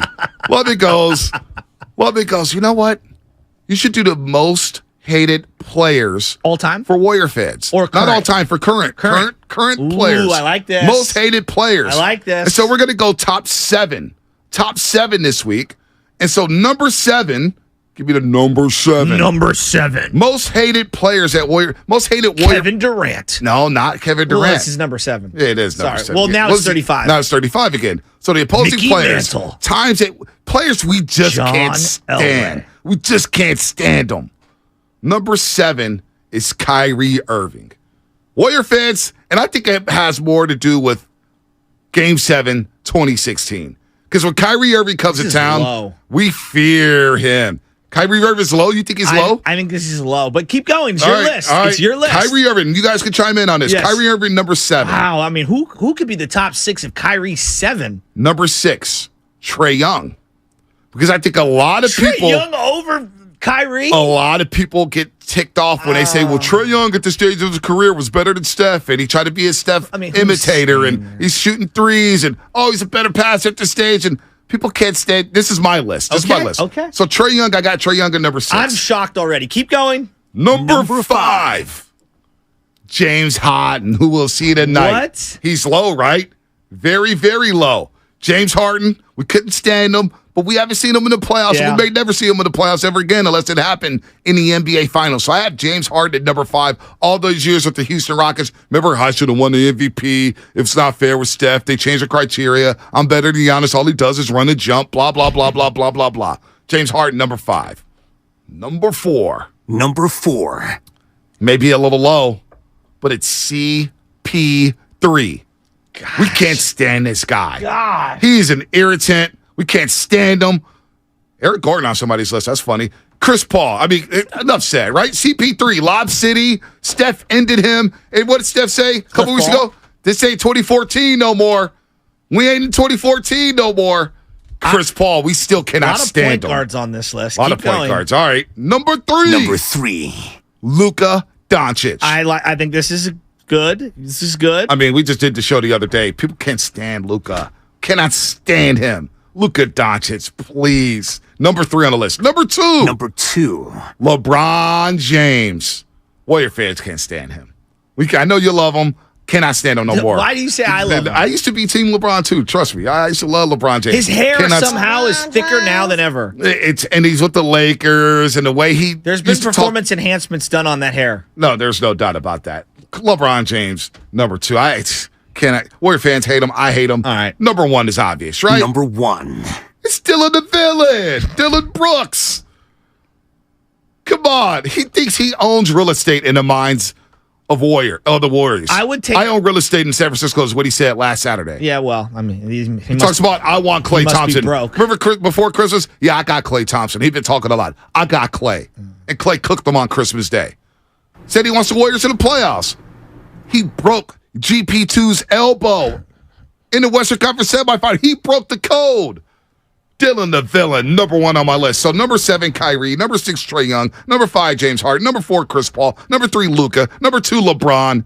Number 1, Dylan the Villain. Can I suggest, and we can have just a conversation about 2 others? Marcus Smart? Yeah, but he got cooked in the finals. We don't care. Yeah, but he crashes into people. Yeah, he did. I mean, a lot of people thought he hurt Steph Curry. And then can I throw another one at you? Yeah. This is my personal, he's way higher than Trae Young on my list. Kyle Lowry. Can't stand Kyle Lowry. I like Kyle Lowry because when he's on the floor, he can't guard Steph. A last one, Danny Green. Because of the Klay injury. And a lot of other things. Dellavedova at a time. People would Dellavedova at a time. Tristan Thompson at a time. But not now. Now. Danny Green. Kawhi Leonard on that list at all? No, I don't hate. I respect. Yeah, I like Kawhi Leonard. Yeah, I respect. He's low maintenance, doesn't say anything, and he goes, dude. Zach Collins on that He's list? a Terminator. No, because Zach Collins is done. Nobody. That's why okay, the only one I have a problem with is Trae Young. All right. I just don't see it. That's fair. I just heard a lot of people try to, catapult him on the list, and man, he's better than Steph. Not an official on there. I would have put maybe, I don't know. Oh, wow. Tony Brothers. Well, we would be going to 15. Mark Davis, Tony Brothers, a.k.a. Catfish, Gucci Man, a.k.a. James Williams, Scott Foster, Zach Zarba, Natalie Sago. Can I stand Natalie Sago? She's not a good ref whatsoever. So Tom Haberstroh, who also works for Metalark, Does he now? Yeah, He's jumped around. Everybody's on Meadowlark. He's been set hopping. Yes, agreed. So Tom Haberstroh said that he's heard from executives across the league. I don't know what that means, but I'm just telling you what he said. The officiating is so bad and so horrible. Every single team around the league is fed up with the officials, and they're going to have some sort of come to Jesus moment with the commissioner this offseason. Something is going to change. I don't know what that means. I don't know how they even go about doing that, but it's like, I know this has been a Warrior talking point throughout the year. This is not just the Warriors. Every team in the league is furious with officiating. Wow. It doesn't surprise me. It's doesn't surprise me. We're at an inflection point. And you said it in terms of the playoffs. You just wait until the first round. We've seen nothing yet. Yeah. We've seen nothing yet. And you didn't bring up my favorite ref, who actually is my least favorite ref. Emeloy. Emeloy. Yeah, Emeloy. Emeloy's bad. He's the worst. No. We might need to play that in its entirety. I have never hated an official more than Ed Malloy. The fact that people know who Natalie Sago is a problem. It's a problem. What were you saying, Spadoni? I was going to say Ed Malloy's haircut's the most egregious part of him. He comes flying across the court 75 feet away. It's not his call at all. Through hundreds of pounds of bodies, and he'll make the call, and then he'll stand there and then like arrogantly just like shake his head like, nah, you did that. Let me pull up the referee assignments. Let's see who's out there tonight. Can we find the original full clip of the Ed Malloy thing? Oh, you guys are in for a treat Who today. is it tonight? The crew chief for tonight's game between the Philadelphia 76ers and the Golden State Warriors. Drum roll, please. Mark Davis. Drum roll. Give it to me, Spadoni. Tony Brothers is your crew chief tonight. Jason Goebel, number 68. You know about Goebel. I know him. And then JT Orr. I don't think I know him. This game may last 3 hours. This is going to be... Oh, my God. Catfish is in the building. This is going to be bad.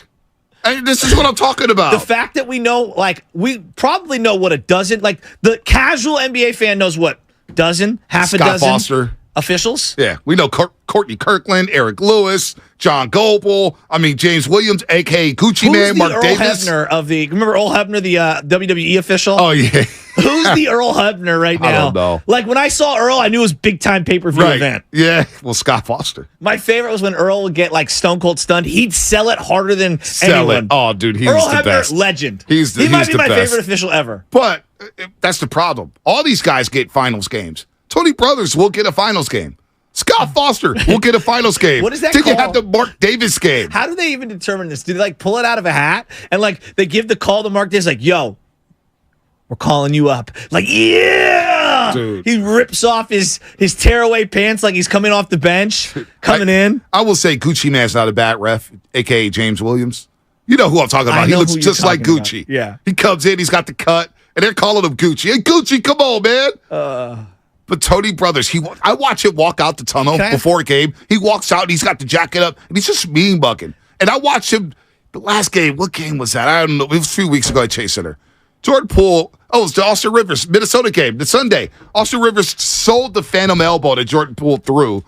And Poole's like, what? And Tony Brothers walked down the court and looked at Jordan Poole. Wasn't even watching the action. He was staring at Jordan Poole, waiting for Jordan Poole to pop off. And you best believe he got a technical out of that. Here's the Ed Malloy. This is the Atlanta Hawks game, I believe. Mavericks, T-Wolves. Mavericks, T-Wolves. All right, play this. This is the full Ed Malloy sound, my favorite of all time. On to Love on the left side. Foul. There was none called.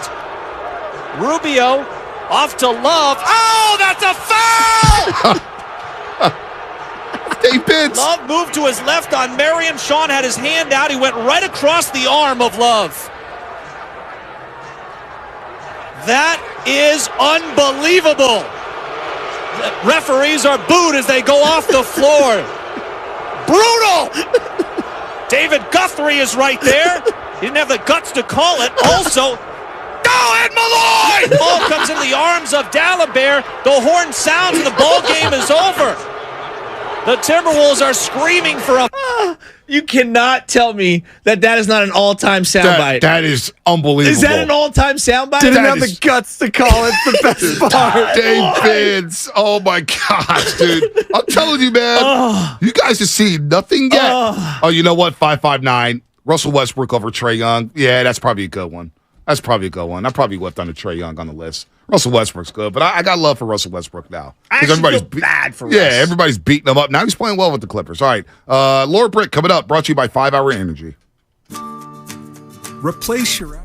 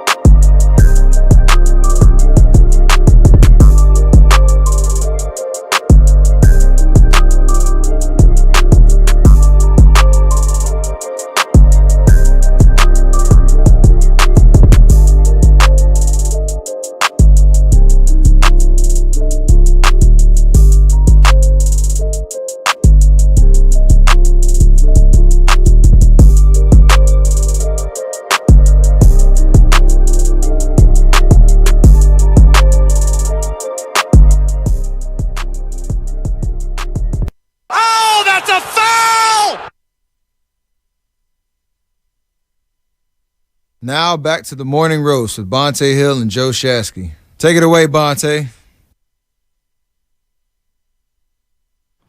Let that ride a little bit. I want to hear from Dave Benz again, a former play-by-play voice of the Minnesota Timberwolves. I'd never heard that before. The entire call? Oh, so I had heard that many times, and I played it at night a lot to explain my frustration with the officials. I'm the first to admit it. And I do officiating and umpiring and refereeing and all that stuff. And I hate all officials in every sport, every level. It doesn't matter what it is. I hate them. They're the worst. They are the worst.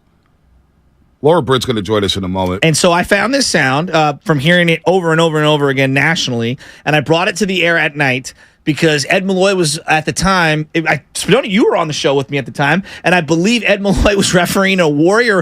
It was either Warrior Rockets, Warrior Blazers, whatever. And he was so bad. He was so bad in the game. And I was arguing with Covey, and Covey's like, why do you care? Like, he just had a bad game. Referees have a bad game. They always had bad Ed Malloy is always bad. Always bad. And I played him this, and we laughed for 20 minutes. On to Love on the left side with one dribble. Goes up for the shot. It's blocked by Marion. The ball comes into the arms of Dalibert. The horn sounds, and the ball game is over.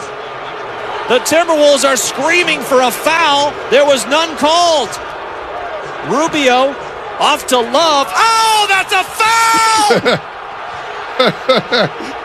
Love moved to his left on Marion. Sean had his hand out. He went right across the arm of Love. That is unbelievable. The referees are booed as they go off the floor. Brutal! David Guthrie is right there. He didn't have the guts to call it. Also, go Ed Malloy! Didn't have the guts to call it. That's on television. That's on television. These referees are terrible. Tony Brothers tonight, folks. Good luck. Good luck watching this one. Sixers Warriors. But let's pivot a little bit. We need NBA official trading cards. We do. We should. Could you imagine that? I could imagine that. It's a great concept. Think people will buy them? Come on, dude. Frame them? Come on. What if Laura Britt had a trading card? Would people buy that? What would it say on the back of the baseball card? What would her average be? From last season doing Giants pre and post, what is she bat? 350? Well, Triple Crown winner for sure. Triple Crown? Yeah. Ted Williams? The host with the most. Yeah. The best mom in the Bay Area. There you go. And I would also say the most level-headed Giants analyst that I know. Probably. You know? Probably. Laura Britt joins the roast. Once again, Laura, getting ready for another season. Back from Scottsdale doing great work. Had a 5-hour dinner with Gabe Kapler. Was it 5 hours, 6 hours? You guys were there all night, huh? It was a long dinner. I'm actually back in Scottsdale right now, though. Oh, nice. Really? What's going on? Yeah. We've got a big NBC Sports is a big weekend where we host a bunch of people. And so tonight I'll be talking with Gabe Kapler and Farhan again in front of some of our crew that we bring out here and just some little chats. So we had an A's night last night, a Giants night tonight, and then we're going to go to the game tomorrow and hang out. I'm really living a tough life. I mean, where was the invite for us? I like Scottsdale. I like baseball. I'm not going to lie, and I'm living my best life. Oh, good for you. Well, let's start with Gabe Kapler and Farhan Zaidi. Bonte and I were having just more of a philosophical conversation regarding how the media, the fans, everyone reacts to the three different teams that are the big three here, Giants, Niners, Warriors. In your estimation, do you think that the Giants, by the fans, the media, etc., it's a full bucket here, are they treated different, or maybe we're less critical of the Giants than maybe the other two teams? So I'll scoot you back a few steps, because I get this question in regards to because let's try to get her back. Let's try to get her back. Connections breaking up a little bit. We'll try to effort that. Interested to hear what Laura has to say about that. Opening day next Thursday. We got Sixers Warriors. I'm really excited for the Sixers game. I'm actually really excited to see Tony Brothers. What are you wearing tonight? You wearing some 76 inspired J's or what? I don't know. I never decide until I get out the shower when I'm ready to go to Chase Center. And how does that work? Do you put out your own thing, or do you? I'm like, Anna, what you think about this? That's she what looks I at do. ties. Yeah. I need all the help I can Michelle get. always goes like, and there's some days she's like, yeah, I'll help you. And other days she's like, no, I don't have time for that. I'm worried about what I'm wearing. She usually helps me a Does anyone lot. really have a choice? Exactly. She usually helps me out a lot. So, that's pretty cool. So, I mean, she looks at the ties. Wear that one. Like the other outfit the other day. Yeah. It's like, yeah, I like that outfit. Try this shirt. You haven't Try worn those that shoes. baby blue or powder blue suit. I had a little blue. No, but I'm saying like the one that you have from the commercial. Yeah, I haven't seen you wear that outfit in a while. Got to wear that for the playoffs. Oh, and plus it's been raining. Yeah, it doesn't that brings sunshine. I've been going. I really like your khaki because I have one of those too. Your khaki top coat. Oh yeah, technically I consider that a top coat. Pea coat's more like stops at the thighs area. Yeah, a top coat. Yeah, I do like that. No, it's really nice. Makes you feel like a mobster. Yeah, you look phenomenal. Does it make you feel like a soprano? Well, you look like Johnny Sack from New York. Yeah, I do like that jacket. I know. I like all those jackets. I like 4 of them. Laura Britt's back on the air. Laura, have like 4 of them. Yeah, gray, light gray. All right, so we're back. I'll We're back. rephrase the We're question. focused. Do you think the Giants are covered differently than the other 2 teams, the Niners and the Warriors? Yeah, so I get the question, but I do think it's hard to compare any other sport to Major League Baseball. And that's not a cop-out on the question. It's just a totally different beast. When you're talking about 162 games compared to 17 or 82, or it's just a different beast when you're talking about Major League Baseball. It's a long game. You've got to wait for players to develop. It's just a lot more investment in baseball than it is in other sports. Not saying that the 49ers don't have a rich history or the Warriors. I mean, you have to be very patient. It's not like you can determine within the first 10 games of the season what the team's going to be. It takes time and it takes investment. So, yes and no, they're covered differently and they're felt. It's a different feel for fans because of the essence of baseball. So I'm not trying to cop out of the question. It's fair. I just, you know what I mean? I mean, you guys know, you know that watching baseball and being invested in baseball is so different. Yeah. Than, I went to a few Niners games this year and obviously covered the team. Those games, when I was hosting those shows, we even cover it differently. It's just so much more weighty for each and every game. So I get it, but going back to a conversation you guys were having a bit earlier, I was tuning in to the Morning Roast. Thank you. Wow, all the way from Scottsdale. Damn, This is why you're the first lady of the Downloading roast. the Odyssey app. There you go. This is what happens when you download the Odyssey app. Thank you. I was watching on YouTube, but either way, like the Giants hat, Dasky. Thank you. But going back to the conversation you guys were having earlier about the in-game experience, I think this was some of the best ballparks. One of the best ballparks in all of Major League Baseball is Oracle Park. Mm-hmm. Yeah. They are missing that flair. There's a flair missing. Mm-hmm. And I went back and one of the most fun stories last year was Edwin Diaz's Narco the entrance best. music with Timmy Trumpet. Timmy Trumpet. I went back and watched it after you guys were talking about that, and I was hyped. Exactly. You can't manufacture that, so it has to be created naturally. So not saying we can, maybe if we put our 3 brilliant minds together this morning on the Morning Roast, we can come up with something. But they've got to have something like that where it gets everybody hyped to go to a game, and it's got to be more than just food. It's got to be more than just the ballpark, because the ballpark is one of the best. It is. There's just this magic sauce that's missing. Mm-hmm. Even when Camilo Doval came in a couple years ago, he came in with the beat coming in hot, and it was banging, and the beats were blaring. And then last year they switched it up, and I was like, that's interesting. Also the replay system, but also Laura, if you were listening, you probably heard my disappointment about Casey Schmidt, and I started off with the big league club. Look, they have a lot of veterans. I think the Giants will be better than last season. But it is a bit disappointing to me that Casey Schmidt, after turning the cover off the ball in spring training, it's going to start in Sacramento instead of starting at Yankee Stadium. Are you a bit disappointed in that? I trust the process, and I don't think that it's going to be – I mean, you're going to see him. You'll see him at some point this season. So I think that it's just a wait, and then I'll have something exciting to talk about in a month or two with the Giants on our broadcast. So yes and no. I mean, I try not to get too high. Shasky said I'm the most even-keeled Giants person that covers the team. Trust me, you are. I meant that as a badge of honor. No, it is. Because we're irrational. We're nuts. So I have to bring you back down to reality, Shasky. That's my role. Exactly. So I just try and stay pretty even keel. That was something that I think I learned last season doing a full baseball season, because I dabble with the Giants and the A's before when I was covering the Niners full time. But it really is. It's kind of the mindset of baseball players, how they don't get too high on a win. They don't get too, low on a loss. Although I will say, if there's a really good win, we get pretty excited on the post-game show. Yeah. Well, we saw Carlos run around after Arizona Diamondbacks win. Exactly. I mean, like Carlos piped out, dude. It's May. It's Diamondbacks, but, You got to dial it back just a little bit. Yeah, listen, I cannot reel in Carlos Ramirez. He's on his own planet. So I try and reel in. But you got that right. I can. So Laura, I think you reference football when you're covering the team, like blocking and tackling. It seems so basic, yet we never break it down, right? Like, can you block the opponent and run the ball well and protect for your quarterback? Can you tackle the opponent behind the line of scrimmage and in space? Like, those aren't things that are sexy, but there's such the meat and potatoes of the sport. Like, when it boils down to its essence. Do I think the Giants are going to hit this year? Yes. Can they field, and will they have enough pitching? I think that those are the two biggest question marks that I have on this team, and I'm really worried about those elements. They were horrible, defensively last year. They ran out of pitching, I feel like, at times in 2020 and in 2022.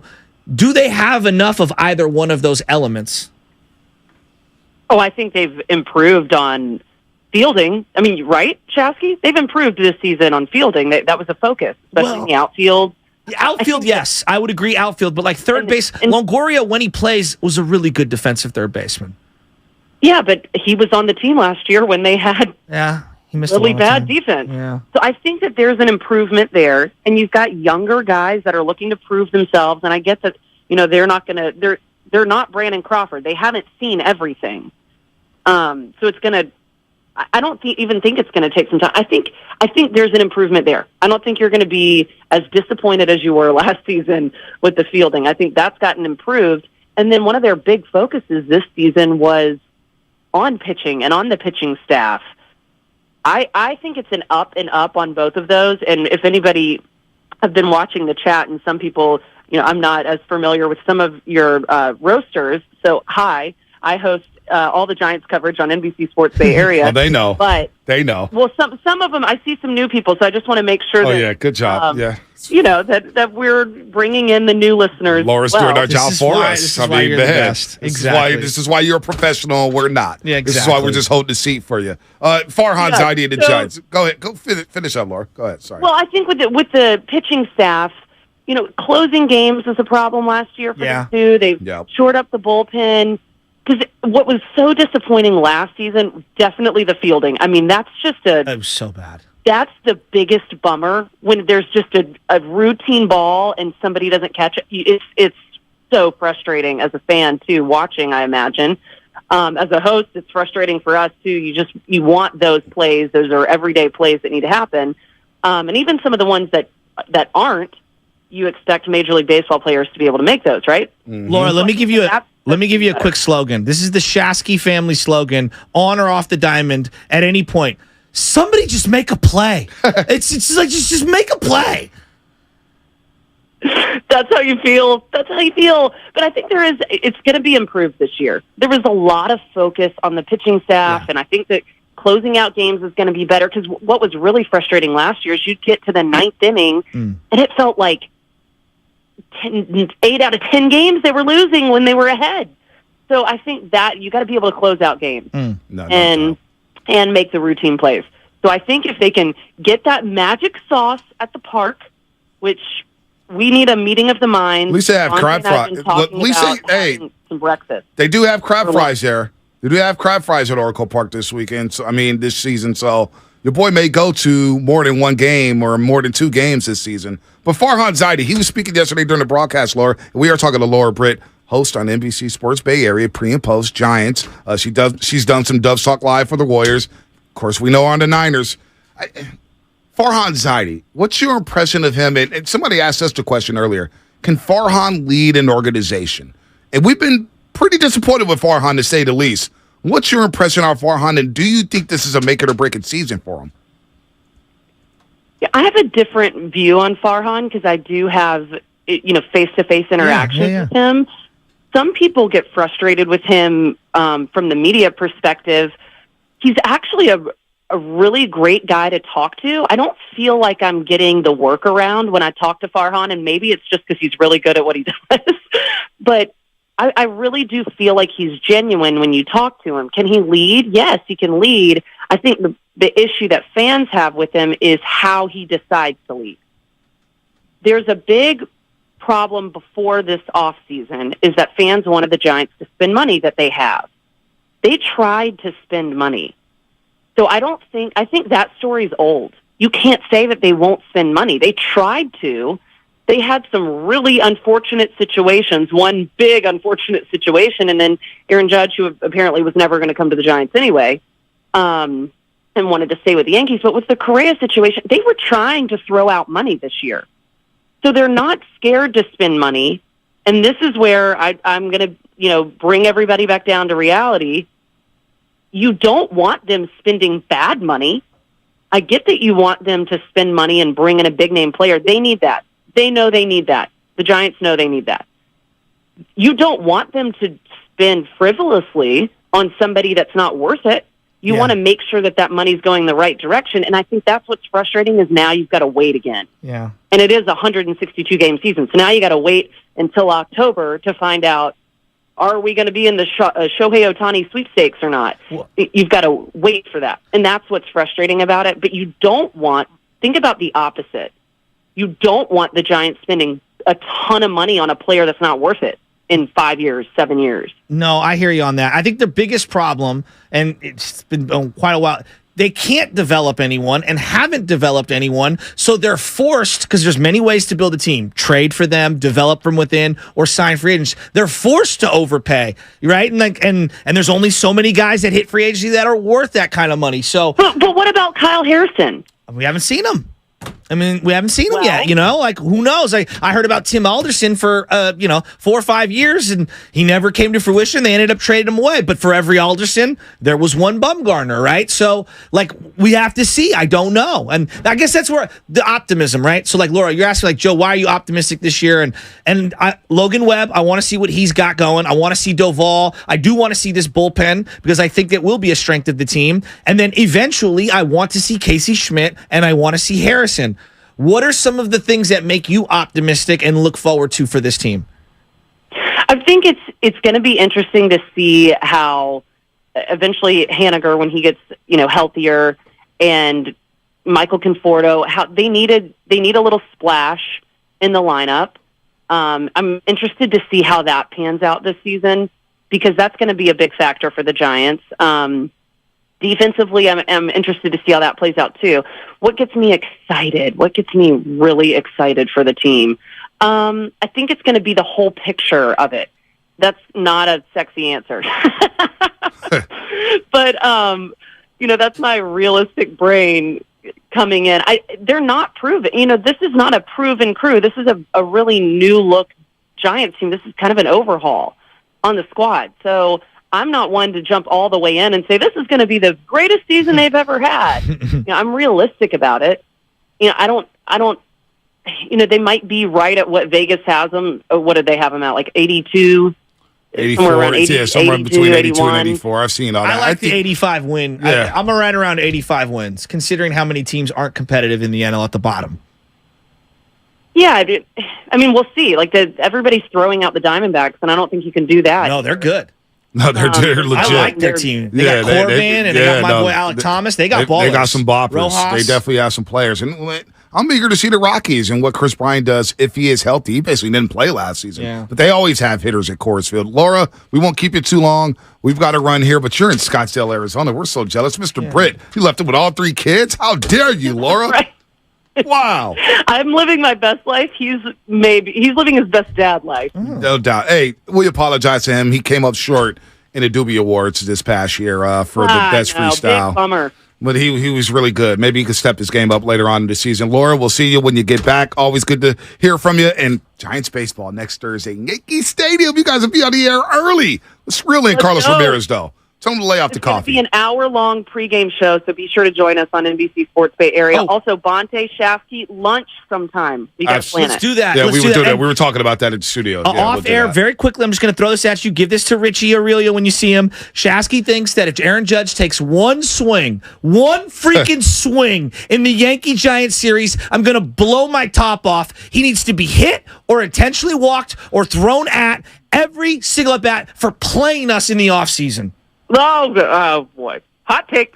No, that's a real take. No, yeah, That's called trust throwbacks. me. Trust me. It's a loud take, but it's not a hot take, Laura. You know how Shasky feels about that. But Aaron Judge will hit 2 home runs, and we'll all enjoy it. Laura, take care. Thanks, guys. Talk to you soon. Anytime. Laura Britt, of course, the host with the most, NBC Sports Bay Area, Giants pre- and post-game live. She's a good dude. We were talking about lunch last week. Yeah, let's do that. They did their preview show the day. I What saw game that. was They were airing it the other day. It was Alex Pavlovich, Carlos and Ramirez. Carlos and Laura. Yeah, I was hoping Carlos. that I would be on special assignment and, have a little crew. Yeah. Didn't happen, huh? I heard they called you. Did they? Hey, you missed a call. No one called me. Heard it went straight to voicemail. That is a The lie. street said. You know how to answer before it even rang. Yeah, you answer every I would have phone saw call. I got to get to that. You either answer every phone call or decline right away. Yeah, one or the other. Yeah, it is one or the other. It is one or the other. Because I always got earbuds in or Right. something, Dusty Baker was on Real Sports. I saw a little snippet yesterday. It was funny.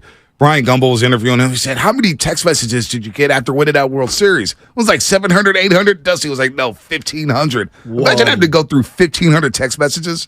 Whoa. I mean, I still got 247 on my phone. I didn't even half of it's group chats, of course, where you don't click in, but That gives me anxiety. So when I see my wife's inbox for all her, she's Yeah. got like 15,000 in her Gmail, and I'm Yeah. like, I don't even look. I need to see 0 because I get crazy OCD anxiety. I'm the kind of guy that got cleaned out my closet and my dresser once every couple months Right. to reorganize everything just right. Right. I know that sounds like weirdo behavior, but I don't. Everything needs to have a proper place. No doubt. I get weird with that kind of stuff. my Gmail, where am I at with my Gmail here? I'll just let you know because we talk about this. So my text messages, 247. Gmail, I think it's over 1,000. And I try to keep it under 800. Wow. I try to keep it under 800. Why 800? Why the 800? Because there may be some But old what are you emails. doing with the old emails? I don't know. You can archive them. Right you now can create folders. I'm at 1,038. That gives me anxiety. Like major anxiety. And my Yahoo's over Am I 400. weird for saying that out loud? No, some people are different. I like organized chaos. So you're the Jeff Garcia of this particular organization. Well, on the field. Yes. On the field. My bad. I did not mean it No, like that. I know. I did just not want to mean it like clarify that before people jump the So, shark. all You know right. how we are quick with the Twitter fingers. Yeah, you just never know. Hey, all right, so let me ask you guys around the room because you brought this up organically.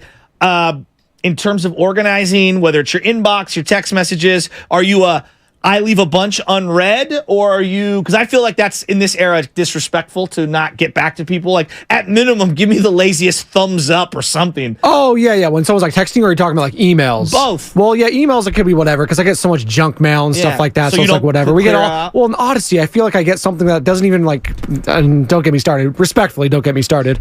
But as it turns out, yeah, I'm a big liker. When they introduced the likes and the ha-has and the exclamation on messages, I was like, this is a game changer. Oh, yes. I don't have to respond anymore. Yes, no doubt. This is great. But there's an acknowledgement of I saw this. Yes, that's exactly what it is. That's kind of the way I view But it. it feels better than an okay. Like Yeah. if someone just texted back okay, that kind of feels dismissive for some if I give reason. you the or K? Oh, that's The K is the worst. that's mean. Is it? Yeah, the That's- K yeah, is that's worse. bad. I don't do the okay. No. I don't do the K. I love Is that thumbs like up. saying to someone, "All good, boss"?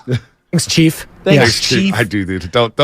Hey, you guys are throwing too much information out there. All right, Lubman, Kind of what blowing about my you? cover here. Do you get anxiety, or are you more like Bonte? You don't care at all. No, I have a little OCD to it. I can't have a Shockers. bunch of emails in there. I actually just a few minutes ago went through and just kind of mass opened a bunch of kind of like junk email. I don't want to say they're junk emails because it's like I don't I know got if- a lot of Warriors media emails, Odyssey emails, Giants media emails. Like I don't need to respond to those. So I don't like seeing the little notification there. So Of, cleaning out the emails and not producing the show. Good to know. Matt Nahigan's listening. On yeah, line I'm one. multitasking. Well, there's some emails from the boss I got to check too. Just call him Eminem. He's cleaning out his closet.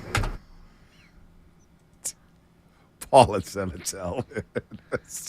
That's a good one. That's such a good one. I'm hitting the unsubscribe on all of these emails. Oh, I do eat it. And then they don't unsubscribe No, to they you. don't. It They pisses don't. me off. They don't. I get like 5 different emails from the Bay Area News Group all at the same time. I was like, dude, I just want to see the sports page. Did you see about the Chronicle?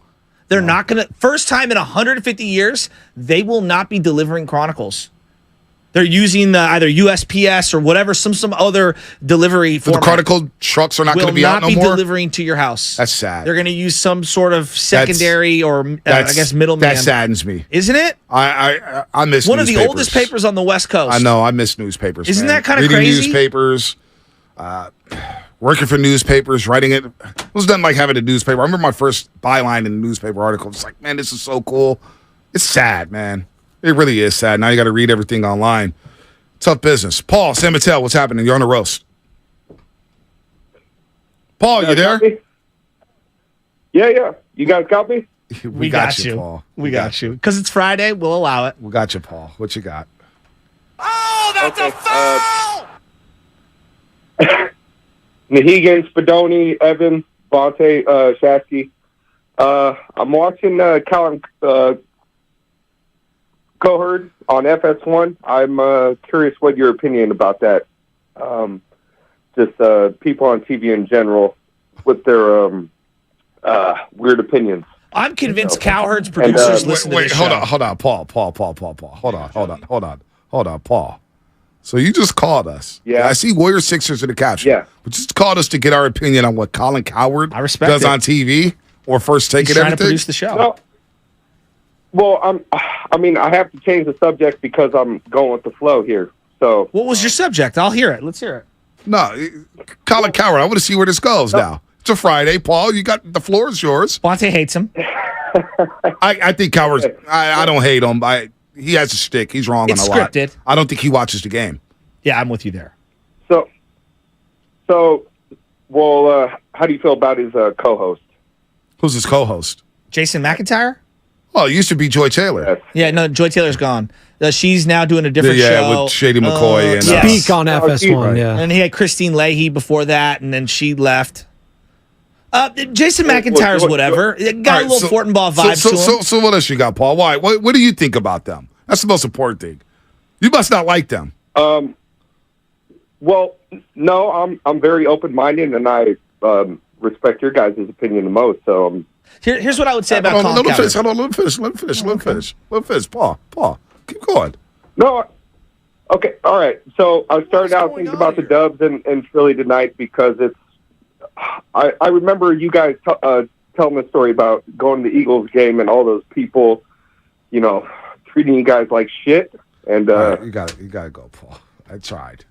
It was a Friday. I don't know what you were trying to salvage. I don't even know. Let's get weird.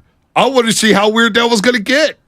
So I'm convinced. That was piquing my interest. I'm convinced. I know that everybody said Bonte should have been hung up on him. I try to be nice on a Friday, going into a weekend. Good vibes.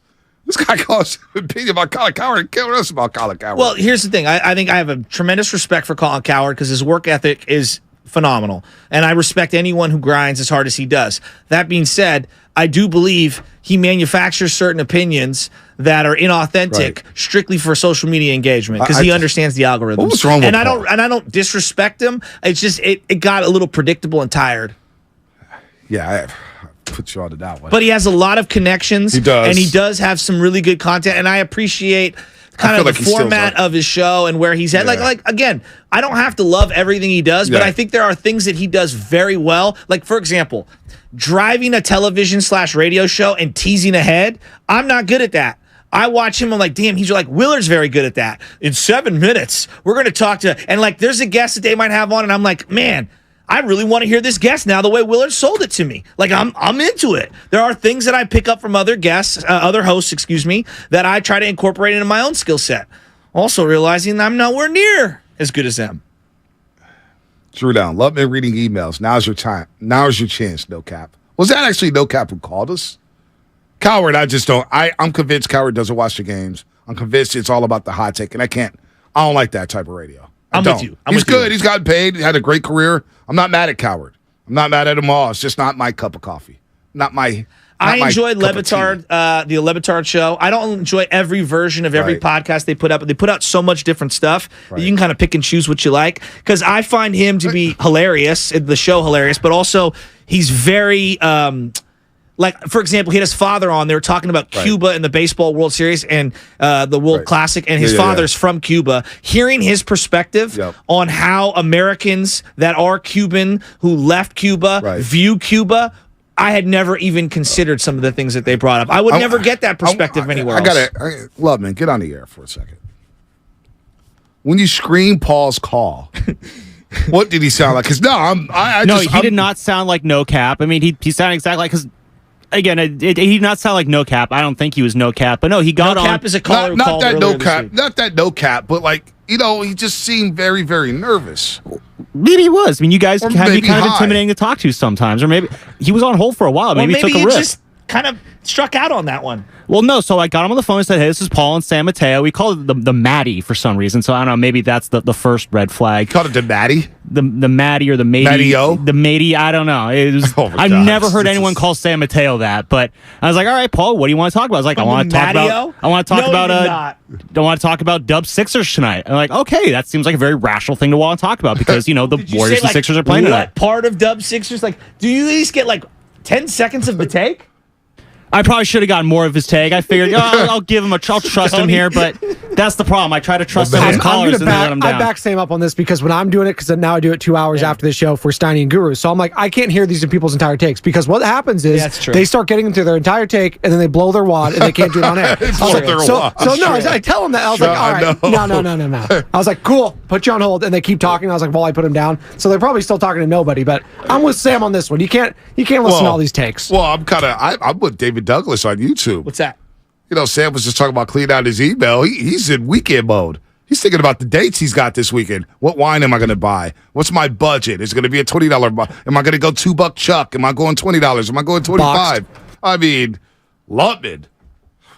He's still in spring training mode. I don't know where his head at. I don't know where his head is at. All right. I have a question for Fast Five at the end. Oh, well, give it to us now because we only got 4 minutes left of the show. I was going to say just give us your final thoughts on everything.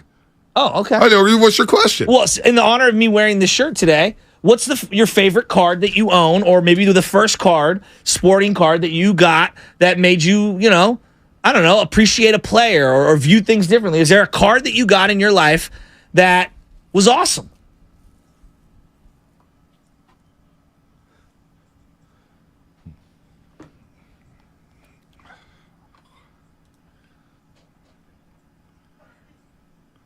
That was a very strange turn on the show, man.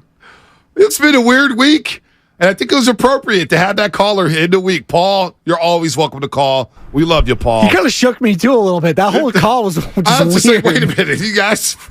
I wanted to see where, I'm sorry. I wanted to see where it was going. Chad seems like giving this full text of Kyrie. No. Let Paul just trying to steam into the weekend, brah. Oh, man. I got 9 at the Cliff staring at me in the face. I got dinner tonight. You going to tight? Where? What? What you got staring at you in the face? Well, I got a little. I'm working on the core today, and then after that, I'm gonna go to the Cliffs and play 9. Okay. Get some swings in, get ready for the Shasky Porter disasters next weekend. Yep. And then after that, we're going to Restoration Hardware for dinner. Marin? I think the one in the city.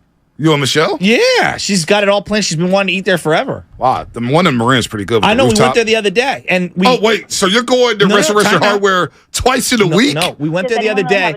We went there the other day, and I was wearing Adidas sweatpants, and she thought I was underdressed. So we looked around, and then we were like, yeah, and then we walked out because I took her shopping. It's a long story. It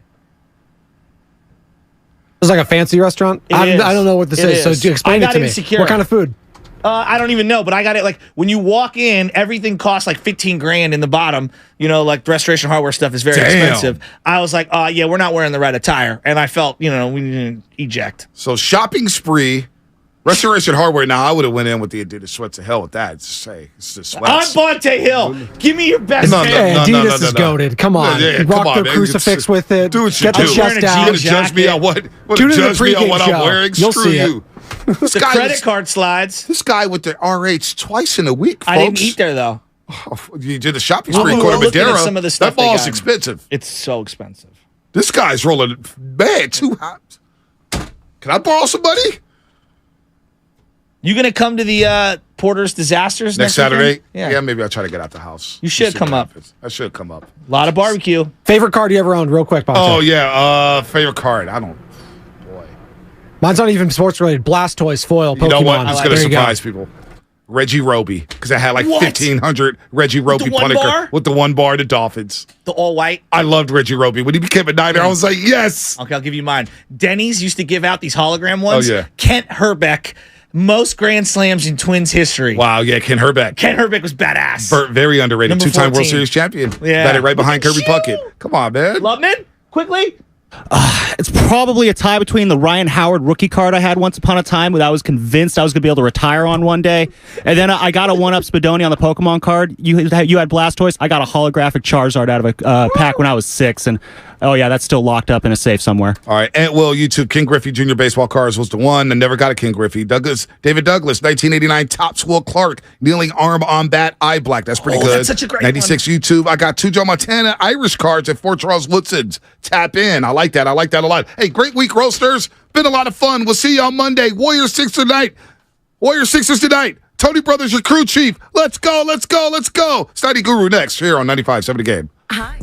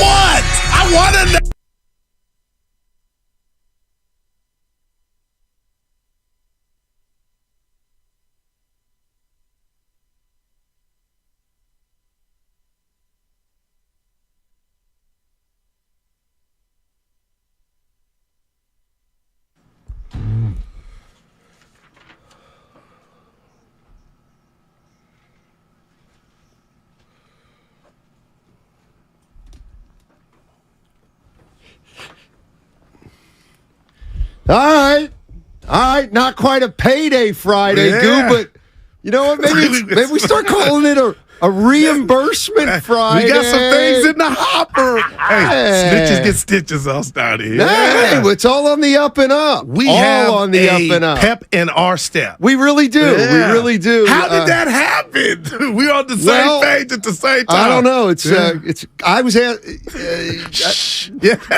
No, it's not a.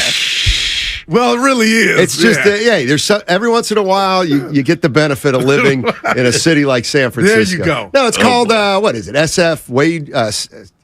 When you work in the city of San Francisco, they take money out of your paycheck, even if you're a non-San Francisco resident, for health care. All right. So that you have stuff for medication and stuff. There you go. We got a lot to get. We got Jockparty at 1:45 with Whitey and Dibbs. Whitey in for Willard. Wow. So I'm excited. Yes. We got Sixers Warriors, and it's my last day seeing you for 3 days, 2.5. But we need a break.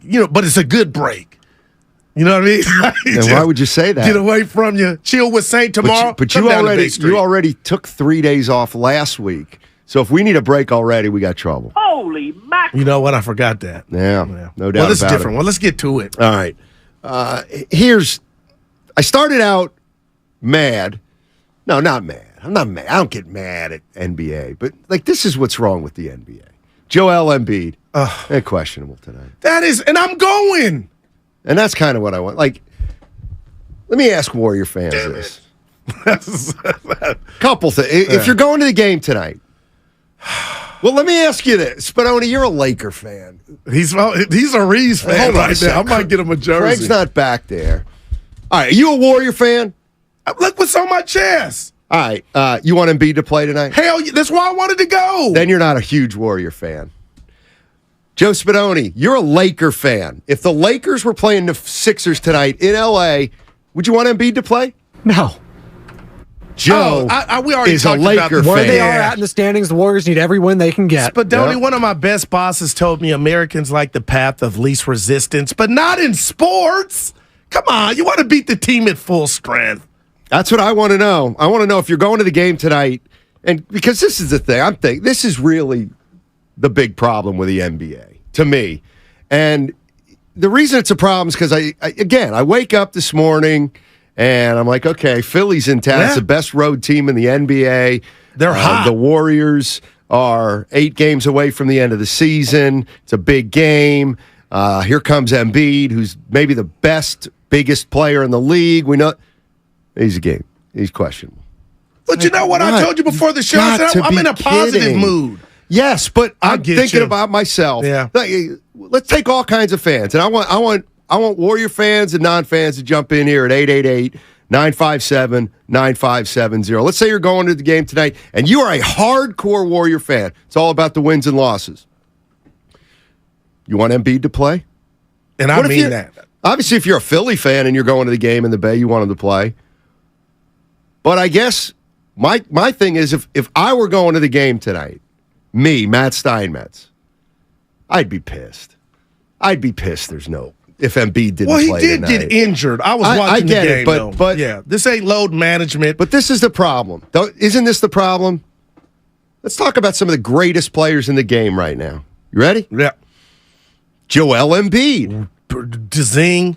I'm going to give you the percentage of games that these players have played this year. Okay? All right. Joel Embiid, 81%. All right, I want to guess, if you don't mind. Oh, okay. So Joel Embiid, I guess he does great. He's playing in 4 out of every 5 games. What percentage of games has Giannis Antetokounmpo played? I was waiting on this one, 65. 79. Damn, Giannis, I apologize. So I'll give him 3 out of 4. Hey, great job. 3 out of 4.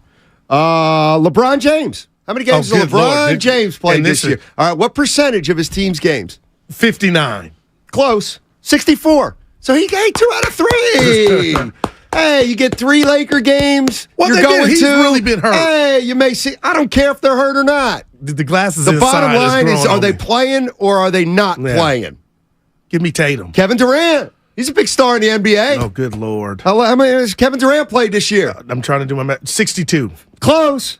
58. Oh, wow. So Kevin Durant, he tries to make it to 3 out of every 5 games. 3 out of every 5 he's doing this year. Oh, here, Kawhi Leonard. He's one of the best players in the NBA. He's been there lately. Yeah. He plays. How many? What percentage? 64. Close again. You're right on the money here, Goo. 61%. So Kawhi's good for 3 out of 5 games. Grade 61. How about John Morant? There's a guy with some ins and outs. 74, 77. 75. Okay. 3 out of 5. Yeah, he's been there. Steph Curry. He's a pretty good player, right? Been hurt. Everybody comes out to see Steph Curry. I'm going to go after year. 79 with Steph. No, 65. What? Yeah. Steph will get 2 out of 3. He misses 1 out of 3 games. Well, we know why. He's been. Right. How about Kyrie Irving? Kyrie. Now I'm going to hear it. Now I'm not being. Anthony 59. Davis. Let's Anthony go, Kyrie. Davis. Spinone, I'll give you Anthony Davis. Percentage of games he's played. Oh, 55. Yeah, 64. He's on a hot streak. Oh, look at that. How about Zion Williamson? Oh, good Lord. Exactly. 49. What are we doing, NBA? What are we doing? What I don't like about this is guys are really legitly hurt. I know they are. Because I'm going to do you. How much of that is load? We'll never know is load management. It's a combination of everything. And you know what? If you want to say they're injured, I'll say I'm sure they are injured. Maybe one of the reasons the league has a problem. They're not playing through an injury like they used to, or they players wait till they get their bodies absolutely perfectly right. The only guy who's exception is Jokic, 90%. He's only missed 8 games this year. Damn. Shout out Jokic. And Jordan Poole, I know he's not of that caliber, but you got to give Jordan Poole and Looney credit. They show up. I think you mentioned it. They are readily available for the duration of this season, and I don't take it for granted. I'm going to talk to Vince. Vince is in San Jose, and he says he's a Warrior fan. What's up, Vince? How you doing? Oh, I'm doing excellent. I'm Warriors fan numero uno, baby. All right. Yeah. You guys already know that at 95.7, but let me tell you guys this. Of course. James Harden, doubtful. Joel Embiid, doubtful. Jalen McDaniels, doubtful. So I'm looking at the ESPN index. They're giving Philadelphia about a 53.9% chance to win this game. That's an away win, by the way. I'm thinking the Warriors are just going to keep riding the hot wave. I mean, look at the way Curry was playing last night, sharing the ball. Everyone's heads were up. My gosh, they were team rebounding. I go, am I watching the Warriors right now? Look at this team rebounding. One thing I will say. Do you want to see Embiid? I don't want to see Embiid. Okay. I want to see the Warriors do their team rebounding. I want to see Embiid sit out. I want to see Harden sit out. Of course, I want the Warriors to win. All right. Wow. All right. Appreciate the call. Shocked. And Spadoni is on that list. Did I ever show you the video of that Eagles fan who I watched the game with when they played the San Francisco 49ers? No. Oh. I'll show it to you at the break. But so the people the people like Spadoni and the caller were okay with the NFC Championship game, even if you didn't have a dog in the fight. Yeah, that is whack. No. You want to see? Come on, man. No. I think you're misunderstanding. You're misunderstanding.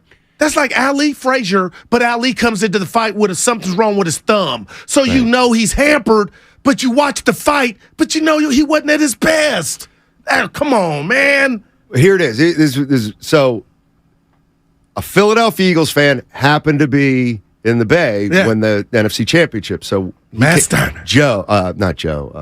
Rod came over. He's an Eagles fan and watched it with some Niner fans, some fans that were ambivalent, and some Eagles fans. So Purdy, he's rooting for the Eagles. And Purdy goes down. Yeah.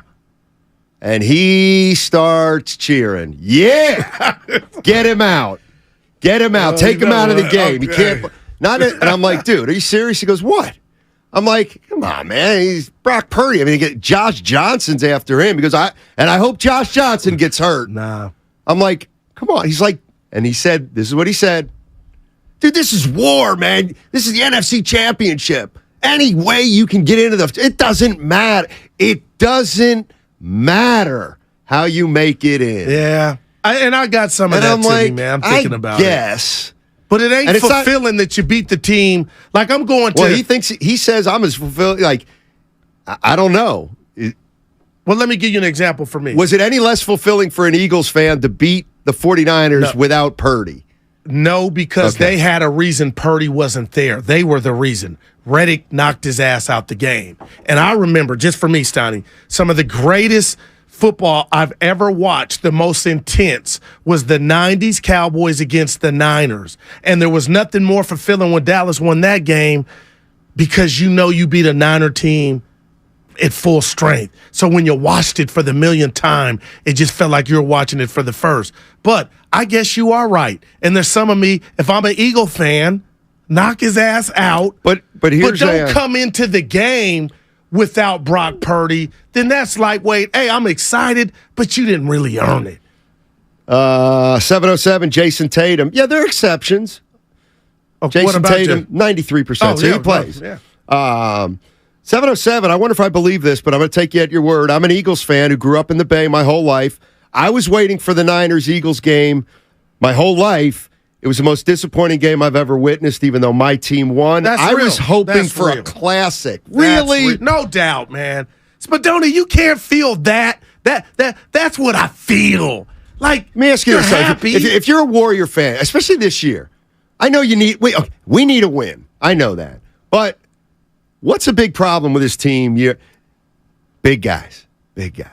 That, like, as a Warrior fan, I would almost want to see Embiid tonight to see how we stack up against maybe the tallest, most skilled player in the league. I'm one right of the with most, you. clearly. I am right with you.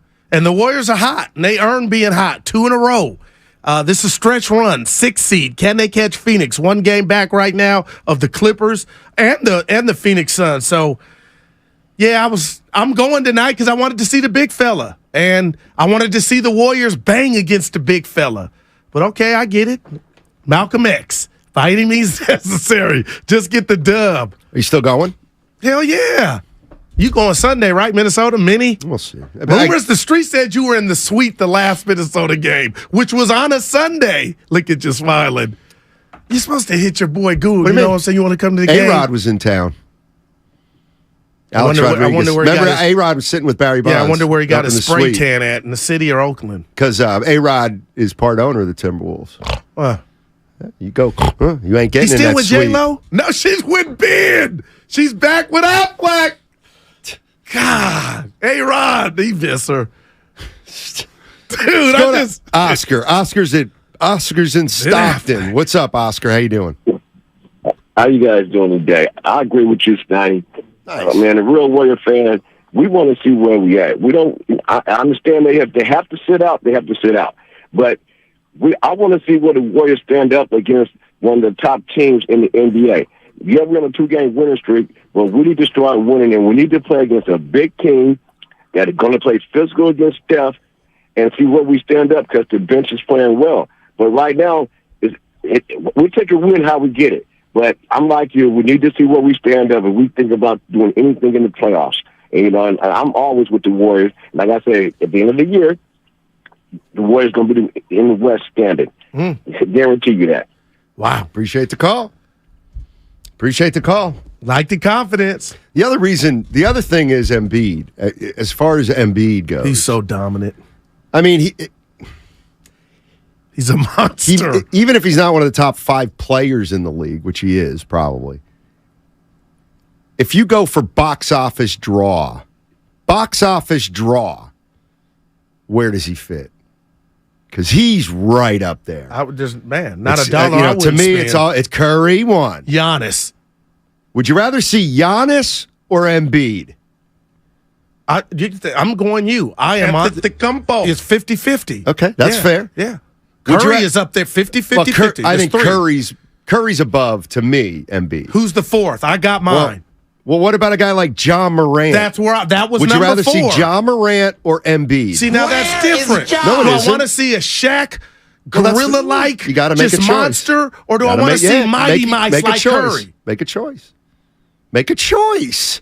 I'm going, because Shaq is the most dominant player, I'm going Embiid. I want to see the big get off. All right, so Embiid's above John Morant. Yeah. What about Luka? I'm out on him. Okay, so Embiid's there. To Jason Tatum. Jason Tatum. He's up there. Of course, the reason I'm naming him is because he's up there. I want to know where you put Embiid. It's about how I'm feeling, though. Well, you're feeling the way you're feeling right now, my man. Want burger or steak tonight, or chicken? Well, that's what I'm saying. What do you want tonight, Tatum or Embiid? Embiid. Okay. What about Jokic? Oh, man, he's up there, too. Jokic. Devin Booker, Durant? Up there with Embiid? Yeah, I'm not mad at those guys. And, we saw Durant for 2 years every game, but, yeah. I wonder where other fans are like with that. 888-957-9570. Where does Embiid rank in terms of road draws coming into Chase? I mean, we know, how the fans are in other arenas with Curry if he doesn't play. Oh, my gosh. He's box office. If Curry not playing on the road is the most disappointing player to not show up on the road, like, What other fan base is disappointed when an opposing I think we tonight, just ran down Embiid. the list. Yep. What about somebody I was forgetting? Dame, Trae Young. Yeah. Now don't get me wrong. Well, you say I got some tickets to go see Trae. I'm coming. Right. No, I'm going Zion. What about Zion? Yeah, a healthy Zion. 2 weeks. Yeah. Anthony's in Hayward. What's up, Anthony? How you doing, man? Hey, doing pretty good, guys. Happy Friday. Same to you. I just want to get into it as a real NBA fan. I kind of want to see Embiid to play, even though I'm a Warriors fan and I want to win. But how would that win go if Embiid's not playing? How worthy is that win? And another thing, the top 3 players I would want to see in person. I wanted to see Luka this year, but I didn't buy tickets. I think he was hurt. Thank God I didn't buy and waste my tickets because, I live pretty much check to check, but I can only go to one game a year. And I was lucky to see Zion, but if I had to pick one player this year, if I had to see, it would be Luka, Giannis, and then probably Joker. Wow, man. We can do that. Boy, this is why I love sports, man. Maybe we'll do that. You know, and people like you and me, we don't have money coming out our ears. You get to see one Warrior home game this year. Damn. What team and player do you want to see? And then how pissed are you if the player's not, I mean, I think, you'd probably say, I want to see Tatum in Boston come in here. And then Tatum doesn't play. Yeah. And you're like, oh, my God. And what about when Curry it's only was in Memphis? $1,700. Did Curry wasn't there and the little girl was crying? Oh, hell. He doesn't even play on the road anymore. He disappoints all the young girls. Stop it. But I look at the great ones as superheroes. So like Curry's Batman. And here comes Embiid. He's Iron Man.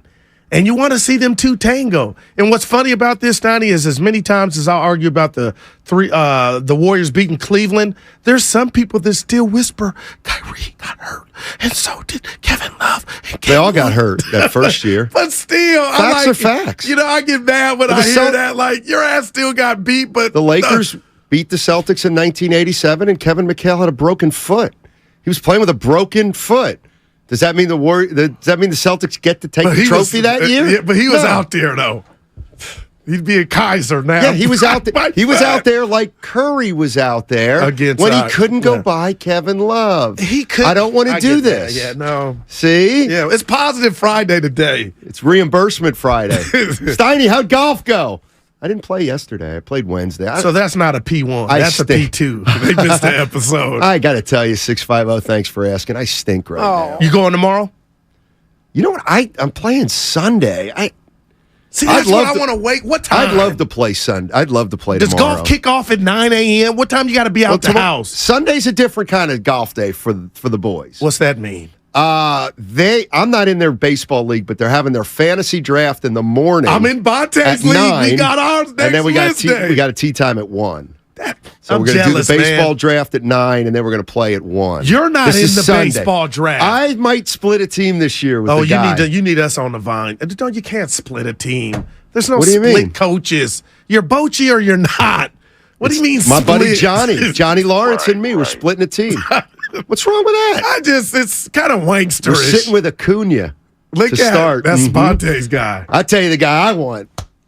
Volpe. I want Volpe. You kill me, man. John in Richmond. Is he retired officially? He's not? I thought he was retired. I thought this was his last year. What did I do wrong? Everything. Yeah. Hey, John. How you doing, buddy? I'm doing good. How are you guys doing? Doing well, thank you. So I'm a little confused by some of these calls talking about real fans want to see Embiid play. I mean, we need every victory we can get. I mean, the one loss is the difference between a 6 seed and possibly not making the playoffs because we lose 2 play-in games.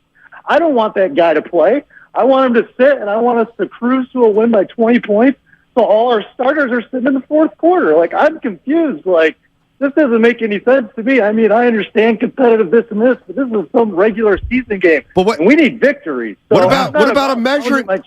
What about a measuring stick there game? You go. What about a measuring stick game? We're not going to play. We're not playing these guys in the playoffs anyway. So who cares about it? What about if you meet them in the finals?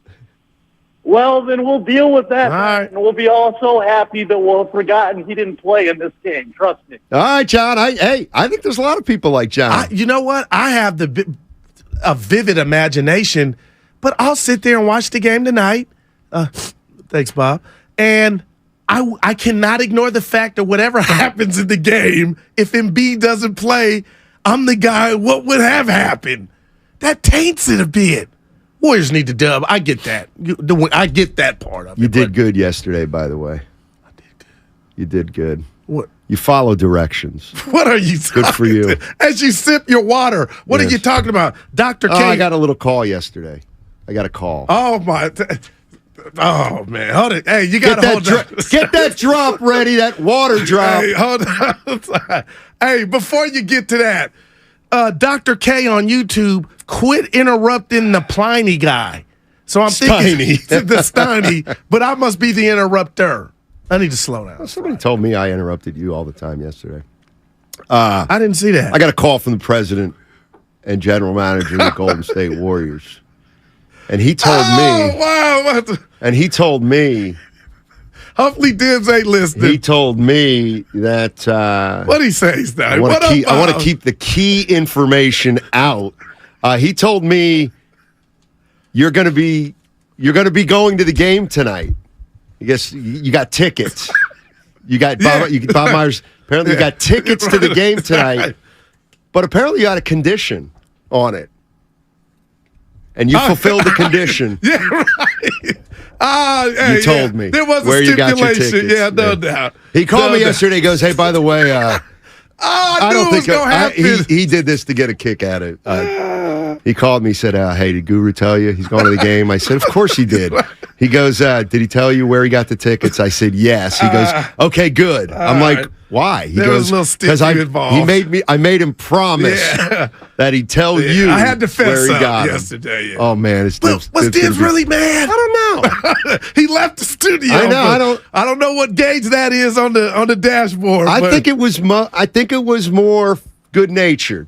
No, he did say something I wanted to run by you. I was going to say it for the cafeteria, but we're off a week. Yeah. He got you in the business? Dude, he needs to write a book. Don't put me there. No, he needs to write a book. Don't put me in that He said it. I don't know what business. The radio business? Yeah, what you're doing right now. Did he put me in the TV business back in the day? I remember you. What about in the print journalism? Yeah. Okay, I'll give him radio. How about that? I told our boss we need that shirt that the caller. You don't even remember it. What? This week you said 2 things that have just stuck with me. Goo, words are my life. Oh, now you hit me with that one. And then the caller said, Steiny and Goo will get you through. That was give pretty me the good. T-shirt now. That was pretty good. That was pretty good. Yeah. 888-957-9570 is the number. Matt Steinmetz, Daryl the Guru Johnson. We got a show chock full of good stuff today. Jockberty 145 today. Whitey Gleason in for Mark Willard. We also have favored. 888-957-9570. If you're a real Warrior fan, is it true you don't want Embiid to play tonight? You just want to win any way you can get it. Joel Embiid doesn't have to play, and you won't be disappointed. I'm kind of interested what Warrior fans think and say about that. And then Gary Payton II. He's going to try to practice tomorrow. If he can practice tomorrow and get through it, Sunday means he could be back. We're going to talk about it all. 888-957-9570 on 95.7 The Game.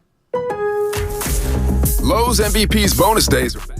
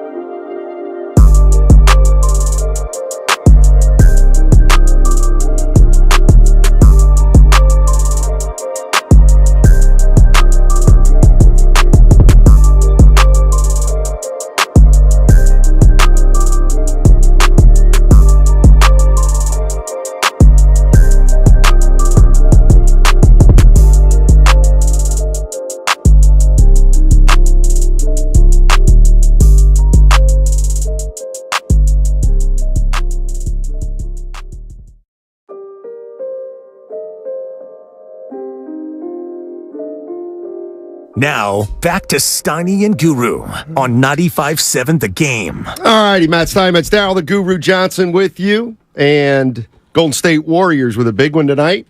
I guess they're all going to be big from this point on. 8 more games remaining, 38 and 36. Philly in town, and Joel Embiid is questioned.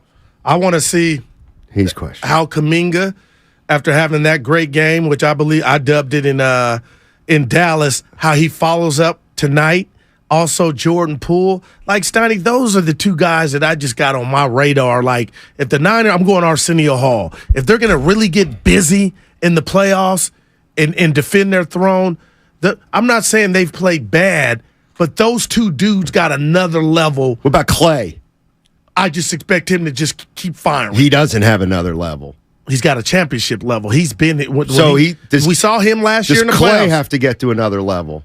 Or is his level fine? His level's fine. Okay. It ain't Dallas fine. It's when he's at home fine. And then it's also playoff Clay. Like last year. So Poole's got to raise his level, but not Clay, is what I'm getting at. And what I'm getting at is Poole's got to stay off the ground. That's all. These guys have done it. You've done it too. So Poole. what? They don't have to do it anymore, Clay? No, I'm just fighting you because Clay needs to pick it up every bit as much as Poole and does. there's no doubt in my mind that Clay will do that. But he's done it Of course more there's doubt. than Poole because Poole's done it one time to Clay, Curry, and Dre. Who's done it more Looney's recently? 3. Well, all of them. Yeah, you see? But you see what you did there. You love my trivia question. I got one for you before we get out of here, too. Okay. I got some sound I want you to hear. Yeah, I just find it interesting that the two guys that you're putting the most pressure on are the two youngest guys. As the Warriors play their most meaningful games of the year, you're asking their most inexperienced players to take it up a level, not their champions. Why? It feels like you're harder on the young guys. No, then. I'm not. I'm taking what I've seen this whole run by the Splash Brothers, including Dre. Right. I'm just taking for granted that they'll be ready to go. But the dynamic and the excitement level that Poole and Kuminga alone can just generate, those are like my, what am I calling them? Like my wild cards. Gotcha. And if those two young men are on point, this Warrior team, watch out. That's all. Right. Yeah. So They ain't putting the most pressure. So no pressure on Clay. Just keep natural. firing, Clay. Don't worry about that shooting percentage.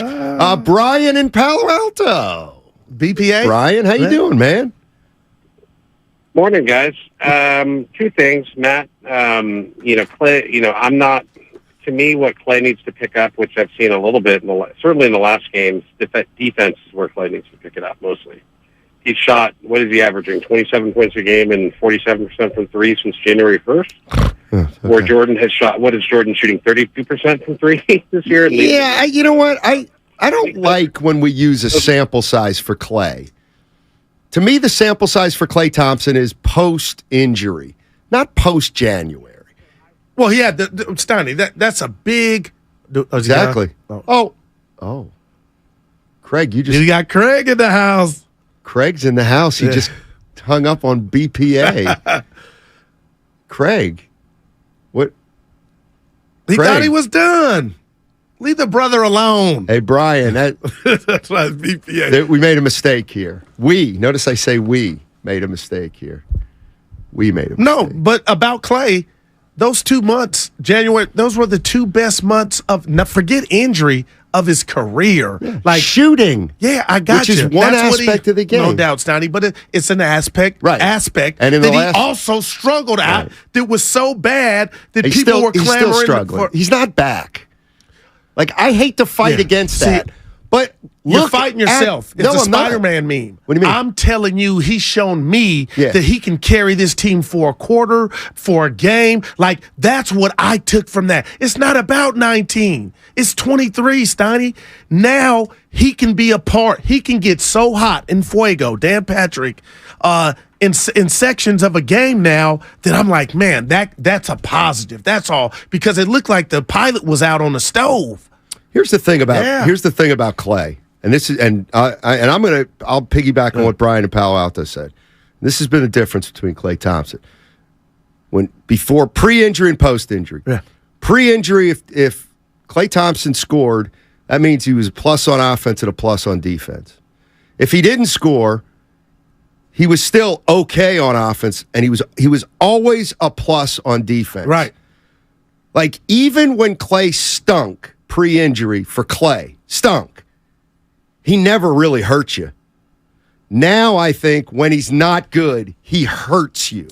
Because he's bad, he can actually be bad on both ends of the floor, whereas at least 4 or 5 years ago, he was never bad defensively. But they pulled it off with Clay being this new version of him last year, Stein. But he was better in stretches than he was this year defensively, I think. I think he's taken a step back from back defensively from last year. Well, he has stretches this year to where I'm like, damn, he's like Luka. That last play, Clay was on him, Stein. Yeah. So I just got to point this out. I was on the news this morning, Channel 5, and I brought this up. Kuminga in the 94 feet of ball pressure. You like that?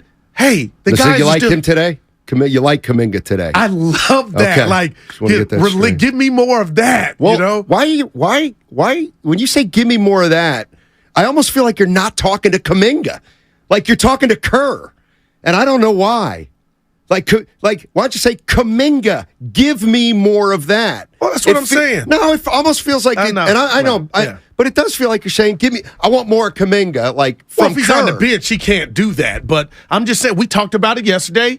We had a good discussion, and I talked about him earning the minutes and him getting that trust. And we heard Kerr on with Willard and Dibbs yesterday, Steiny, and the soundbite after the game in Dallas. I feel like he may already have what I've been yearning for him to get. So we'll see what he does with it. But again, I don't have to tell you, a basketball connoisseur, Steiny, when you can get that type of ball pressure on the great ball handlers, yeah, they're going to still bring it up and get into the offense. But, man, in the fourth quarter, if those legs can get weary, you can never read it and be like, oh, it didn't look like, yeah, man, that's Don't hard. foul. You don't want to foul the backcourt. No doubt. If you're in the bonus. Marion's in the car. Iggy used to do that to LeBron. Hey, Marion, how you doing? Marion. All right. Got scared. No Marion. Yeah. No Marion in the car. Joel Embiid, questionable for tonight. Guru, why do you always like stirring the pot? What pot did I stir? Of course we don't want to see Embiid. Oh. We want to see the Dubs whoop that trick. I'm going to give you a 2. Poole has had a regression this year. Clay had the best January and February offensively of his whole career. Interesting. So we just forget about the first 2 months for Clay? Like, that's what we're talking about here. Poole, according to the 510, has had a regression. But Clay, we're going to talk about his 2 great months. Clay has had a regression. Why can't we just say that? Clay has also had a regression. Oh, he'll probably tell you that. Okay. But he's also had some gains, and I'm not ready to... So is Poole. Well, listen. There's no difference between Poole and Clay, other than Clay's got 4 titles. Yeah, I told you about Poole with me, Stoney. I know you think I'm hard on him or I put the blame at his doorstep. Nah, that's actually a compliment. Poole and what he had to overcome, what happened with the punch, and I wouldn't go down that road. Poole, you are off limits to me, man. Point and is, they're like, going to again, need your it's like, ass if they get it done. And maybe I'm fixated on this, and I get it. On the fact that really Poole and Kuminga, really, they're part of your team. They're part of your they're team. Dynamic. They're not the core, right? So what's the problem? Because it's about the big 3 is what it's about. No, it's the big 5, Stoney. No, it's not. It's a team. Please. See, now you're doing that. No, you're I'm not doing it. You're accusing people of. What I'm saying is, here's what I'm saying. Like, and you know what? Yeah. I'll back off. Yeah, of course, if Kuminga and Poole. But let me just tell you what I don't like. Okay. Poole is not having a worse year than Klay Thompson. And I would tell you that. Why does Poole get the brunt of it instead of, well, he hasn't been good. Poole has taken a step back. Clay's declining. Draymond's up and down. Yeah. Curry's been hurt. Wiggins has been out. Kuminga's been inconsistent. Those are 5 guys. All those 5 things to me are of equal weight as to why you're 500. But to me, what I hear more than anything else is Poole. And it's 20%. It's 20% Kuminga's inconsistency. 20%, as far as I'm concerned, Poole. 20% Clay, 20% Wiggins, and 20% Steph being hurt. And the but thing Poole is taking the brunt of it, and I feel like. I feel like because Clay's a made man, Steiny, and he's been here longer. Now, if that's fair or not, you decide that. But to me, again, just going back to my point about Poole and Kuminga, that's a compliment. And you talk about it, we all can. Hey, this is a version of the Big Three. They've been doing it since 14, 15. You look at Poole, they're youthful, and they got talent, and they got that energy. And on a good day, if they both pop, that just helps the Big Three and it helps the team. But as far as Poole, Steiny, he's the poster boy, maybe for the people that don't want to come down Clay's road. Or say Dre is doing this or that, whatever. Poole's the poster boy. But I respect Poole. And the Warriors do too, and that's why he got that bag. Now, I do say, give me some of last year, JP, and you still got the offs to show it. 925, because we know Clay is trying, and he just doesn't have it. Age/injuries. With Poole, we want him to do more and be our savior. Savior. Damn. Savior. That's almost love in that, Steiny. Because we know Clay is trying and just, he's 10 years younger. I understand. But here's the thing. It wasn't just about Clay's getting up there. It was about are we forgetting the way Clay played the first month or two of the season? Like, what does that just go away? That's all I'm saying. Like, Jordan Poole's been slipping for 5 games, and but Clay gets to, Clay never paid the price for messing up early in the season. Oh my goodness! What do you mean? In the court of public opinion, doesn't matter. He gets Clay gets to play 2 good months, and Clay's been the best 2 months in the way. Wow. He gets 2 months. What about the prior 2 months? The prior 2 months is why you're 500. And I could say that to that, Steiny. It's not a one-man show, and I'm not defending Clay, nor does he need me to do it, but how many shows did we do talking about Clay and what he wasn't doing? So I don't feel like he got a pass. And that's what makes those 2 months and where he's at. See, I look at him like a good bottle of wine with vino when you want to drink it. Clay. He can have those games or those fraction of games in the playoffs. It's not about can you go, we need you the whole 48, and Poole's a part of that too. So does Clay need to have more good games than Poole? Well, I expect him out on the floor more. So I don't even know how to answer that. You would want him to. He's a starter. What I'm wondering is, how many bad games can you let Clay play in the postseason? See, he's already earned if he was bad every game. And I get that. Even still. Even still. And that's why I told you, and Steiny, this is one of the conversations I do remember. And this is just who I am, Union City at heart. Steph and Clay, Dre and Steph, they weren't going to leave their brother behind and sign off on him coming off the bench or whatnot. And that's what makes this thing so intriguing and why I like just the story of the Big Three, because it's a brotherhood in a sense that, yeah, we had your, like you said, war, but we had you while you were down. And those 2 months were awesome. And when you say, well, what did Clay get from those 2 months? For me, Steiny, I got the confidence now that Clay, when that ball leaves his hand, it's going in. And that's reminiscent of 19. Now, he's going to have some clunkers. Curry's going to have some clunkers, but you take the good with the bad, but it's a team. See, that's the thing.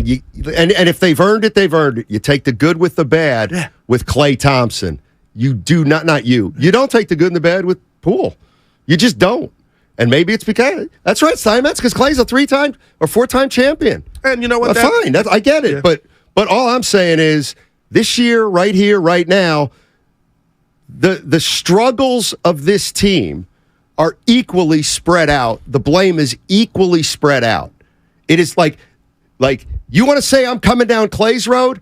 No, I'm not. I'm just saying you guys are coming down Poole's road too hard. They all deserve blame. Curry deserves blame. He's missed 20 games. All right? Wiggins deserves blame. He hasn't played half the year. Poole deserves blame. He's taken a step back. Clay deserves blame because he's declining.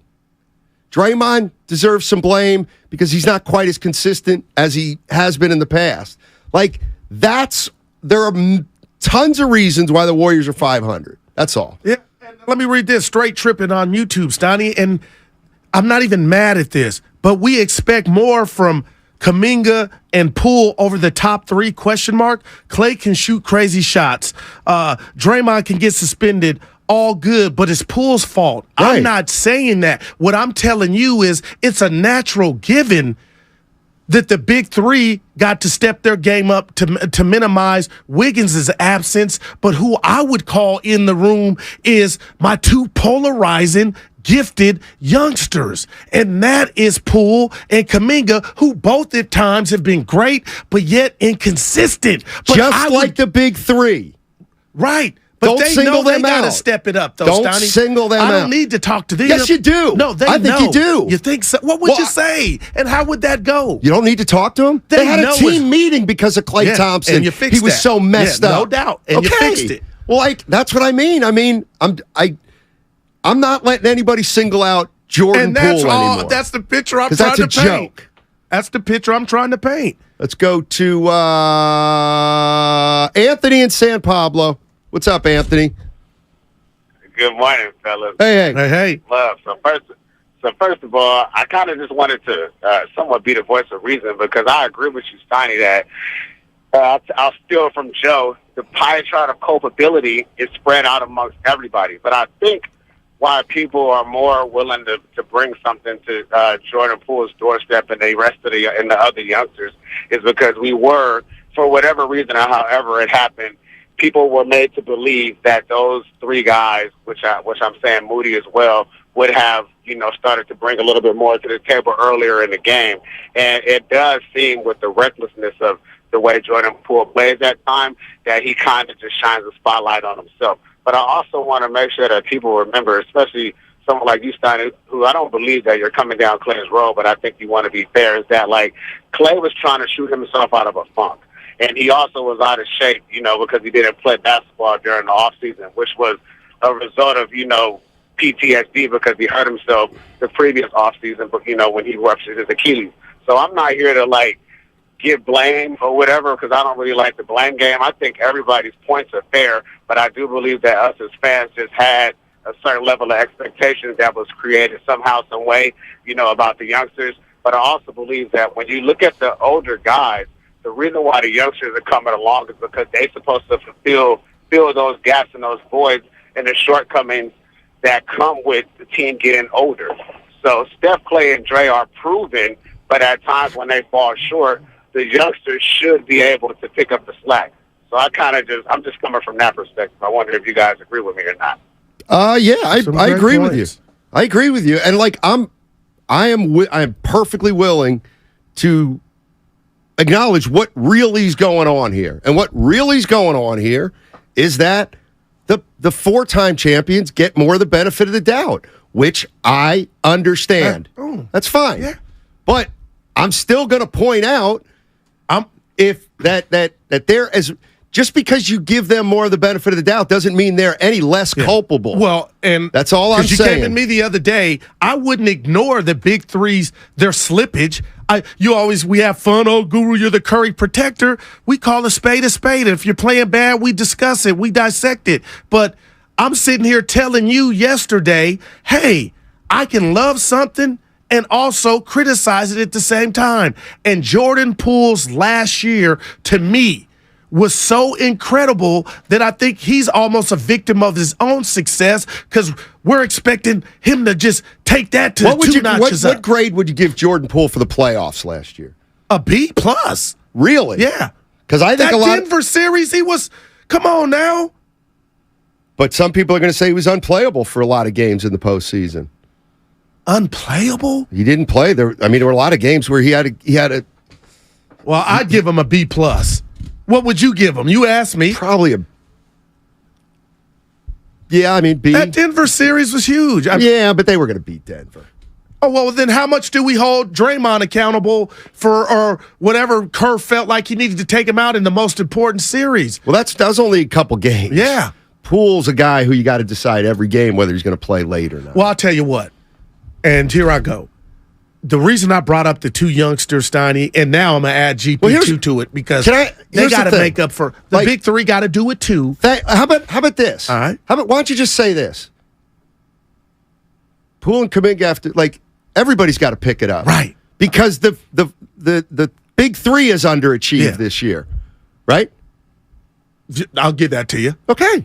Well, then just say, you know what? I'm looking at this team, Steiny, and everybody's underachieved. Okay, but I'm looking at the big three. If age and attrition are a reason they're taking a step back, let's just say they can't take it another higher level. I'm looking at Poole and Kuminga, and now GP2. They're dynamic, right? So that's all. So Clay it's and the actually boys. A compliment. Clay no, it's not. It's a way to put more pressure on him and be able to criticize him down the line because you had unrealistic expectations. No, I'm gonna criticize the big three if it's warranted. Yeah. And GP2 is going to help, man. Well, we can talk about how much he's going to help and whether it's going to be a lot or a little, because it sounds like a lot of people think he's going to help a lot. Because there's a hole. Clay's the reason the Warriors got off to a terrible start. How about that? But see, why would you defend Poole or just the one player perspective? Because and every then time blame Poole for the 3-7 start. I'm not blaming Poole. I'm Thompson. Because if you're going to blame Poole, every time you blame Poole, I'm going to go blame Clay. Oh, well, that's what I'm saying. Okay, you talking to the master. That's what I'm saying. Because I'm not doing that. It's a team game. Thank you. Joel and San Leandro. What's going on, Joel? How you doing, man? Hi, I'm Joelle, a female Joelle. Hey. Nice. And I'm a first-time caller, and I enjoy hearing you guys. I'm rile me up sometimes, but that's okay. I was calling to kind of change the subject, but before I was listening to you guys, and Hello. What happened? I guess Joel's not playing. No, that's what you for. You like that? Yeah. All right. Joel, what happened? She said we rile her up. I was probably more likely you. I think it was probably some of the things that you say. Oh, boy. I'll go to Jocko in Pacifica. What's up, Jocko? How you doing, man? I'm doing all right, guys. How are you? Doing well, man. Hey, so, here I am again. It's like I'm kind of with Steiny on this. It's like the core three get all the credit, and the core three are starting to remind me a little bit of LeBron. When they win, they're going to get the credit, and when they lose, they're going to point fingers at their supporting cast. And I appreciate all. They've been great. They've been a dynasty. They've provided us with so much winning beyond our expectations. But when the core three are playing and they're losing to bottom feeders, it's hard for me to point the blame at the supporting cast. Even without Wiggins, even without GP2, it's like those three should be enough if they're still the dynamic core to beat the likes of Orlando and Charlotte and Detroit. And they kind of, I agree. I think they've stepped back a little bit.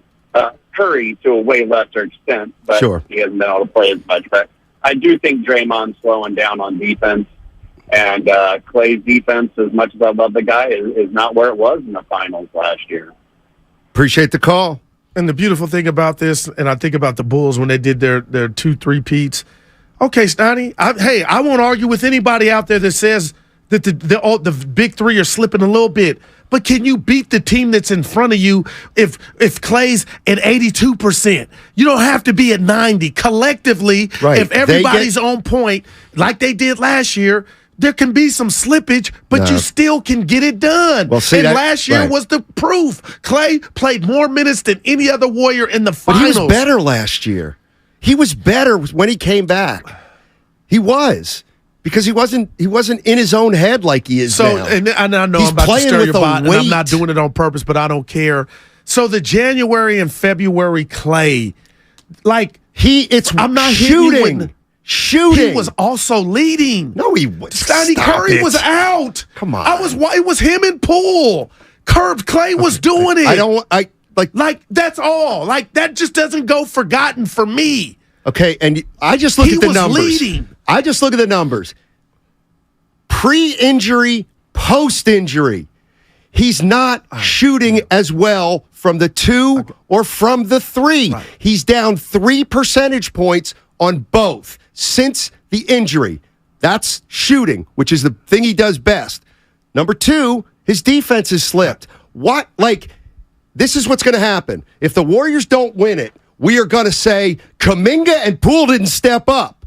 We're not going to say the big 3 declined too much. See, I think that's can tell an right insult now to the fans without watching how these games play out. You just said the biggest thing is Kuminga and Poole need to step up. Not the big 3 needs to be better. I just told you that was already a given. It's not a given, though. I'm not worried about because they're the big, 500. Okay. Like, that's the thing. It isn't. It's not. To me, it's not a given. But Steiny, I just feel like I guess I'm being proactive on the final exam, which is the playoffs.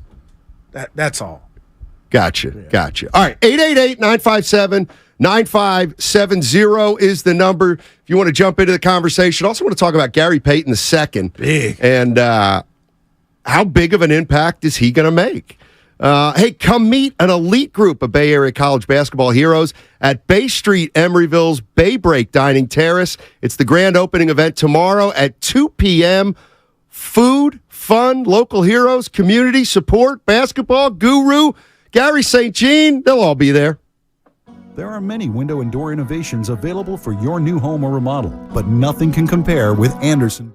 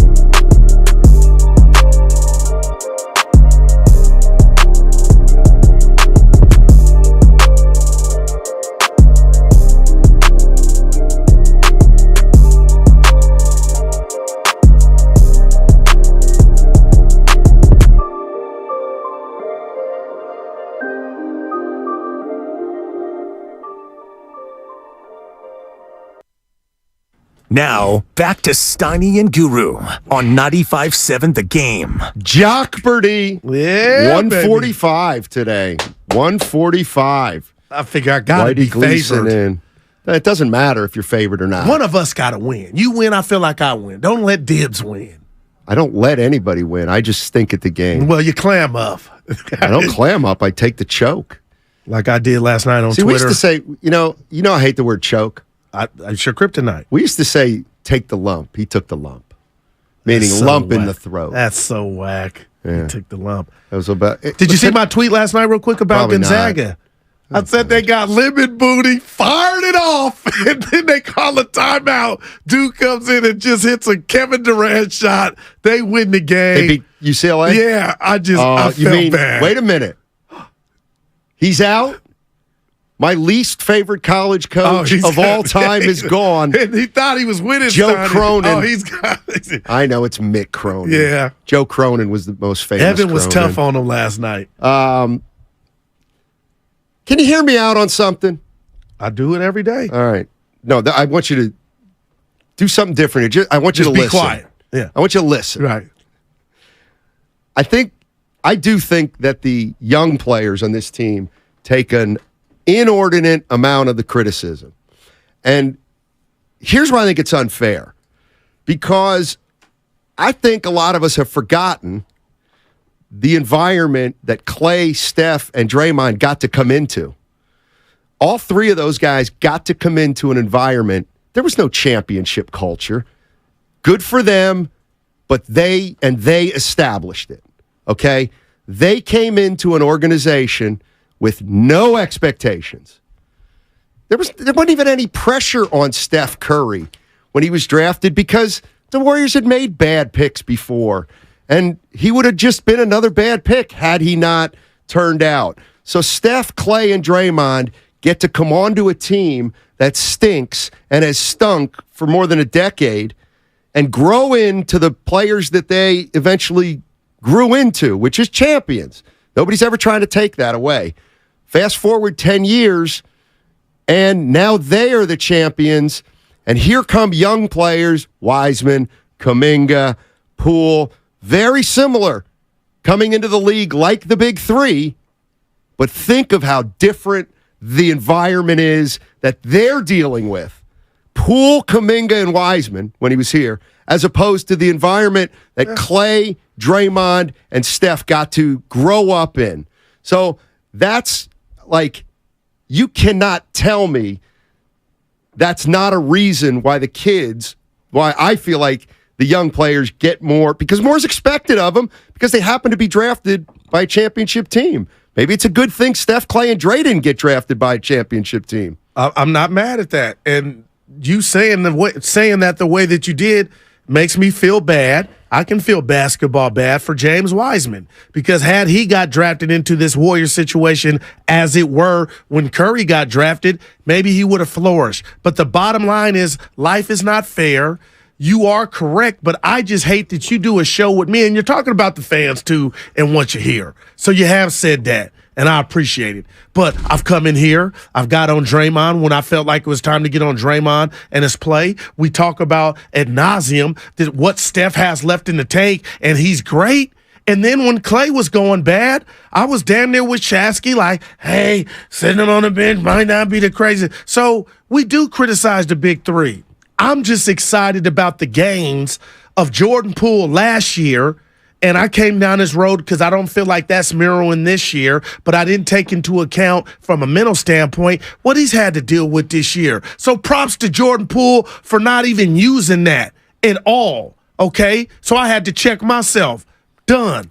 And then Jonathan Kuminga, couple days ago before the Dallas game, we talked about how can he get involved without it being and messing up the offense and the flow. So everything came to fruition. We saw it. So that excites me about this run. And now Gary Payton II is another body, another great wing defender to cover up the loss of Andrew Wiggins.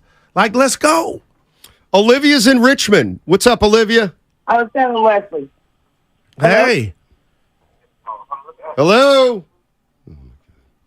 Hey, Olivia. She's not there. She's talking to her man. I don't know what she's doing. She was talking. You're not hard on the big three. Come She's on. like, you said you got your shirt off. I mean, Triple G. Please. Triple G. I hate that you hung on to that. Well, it actually ain't triple.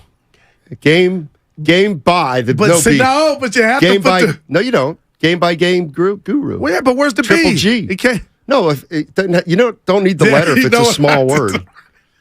But to me, it's like, nah. Guru is dubbed game by game guru. Come on. That was a good one. That was pretty good. Tonight, I'm excited, man.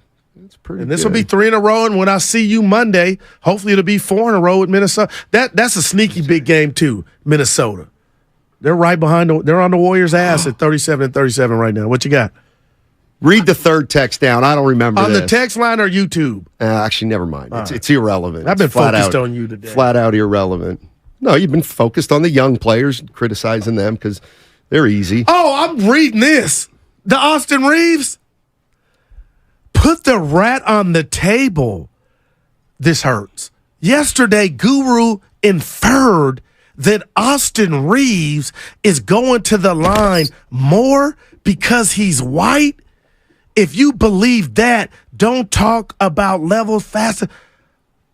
If I ever could do a walk-off and just get in the car and go to the house after a comment, that would be it. I gave that man his flowers. And 2, I'm not Kendrick Perkins. Your boy has the and I love him.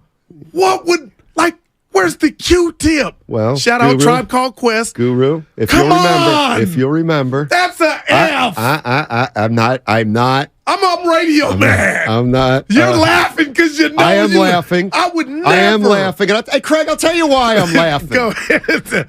I'm radio, man. Here's why I'm laughing. What do these people I'll tell you hear? what, and you know what? And I shouldn't do this, but No, good for the texter.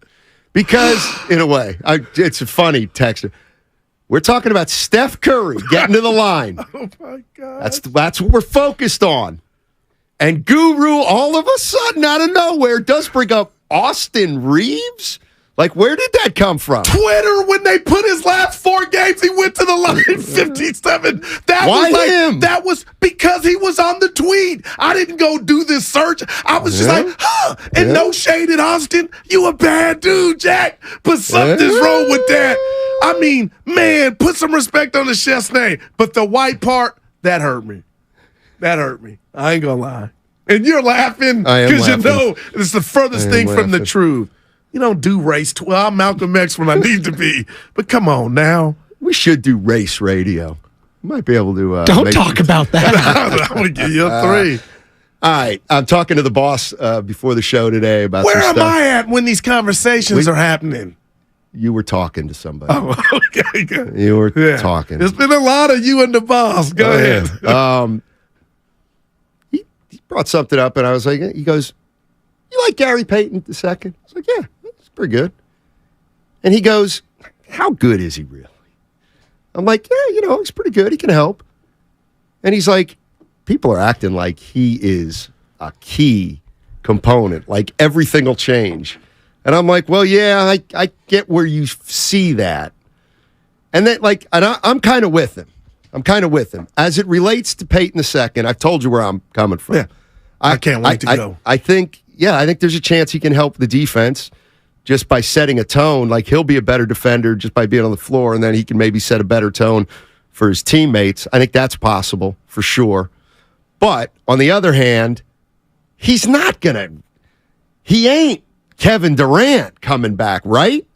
He's not Kevin Durant, right? I would tell you in the He's not even Wiggins, right? You're desperate. This dude is a great on-the-ball defender, a wing defender. And what has been your Achilles heel and this road record is lack of defense. So Gary Payton is just more hope.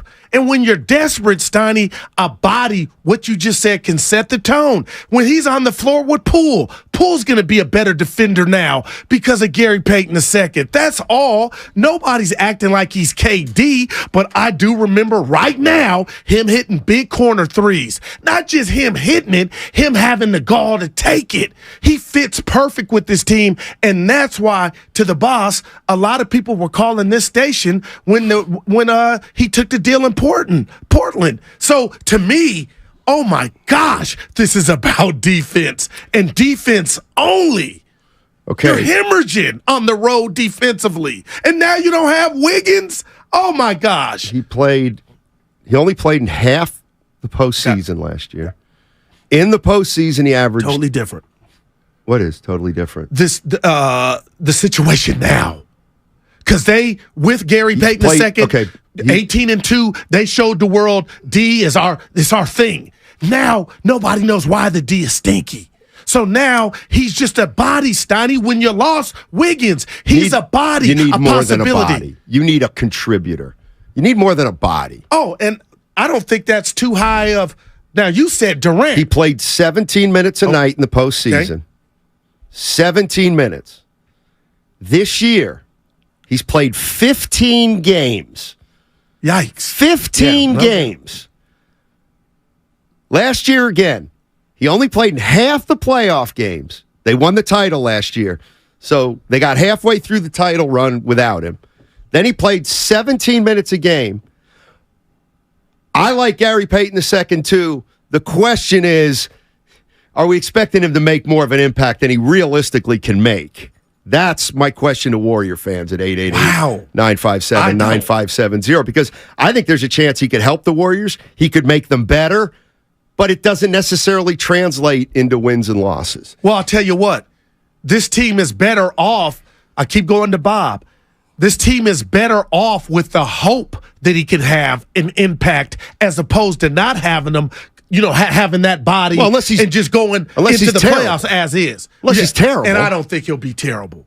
Well, he might. What if he comes back and he's Iguodala? That would be disappointing. But what if he's picks up right where he left off, and you feel like you didn't miss any time? Well, that's and the where Warriors' I feel defense like is a little better. But he hasn't played this year. Yeah, but he's going to play now, Steiny. But he's only played 15 games. Now, I'm going to go here with that. Glass half full. Legs ain't going to be tired, right? No, they're going to be fat. He's going to have fat legs. He's going to have a Michelin around his midsection. He got a body on him.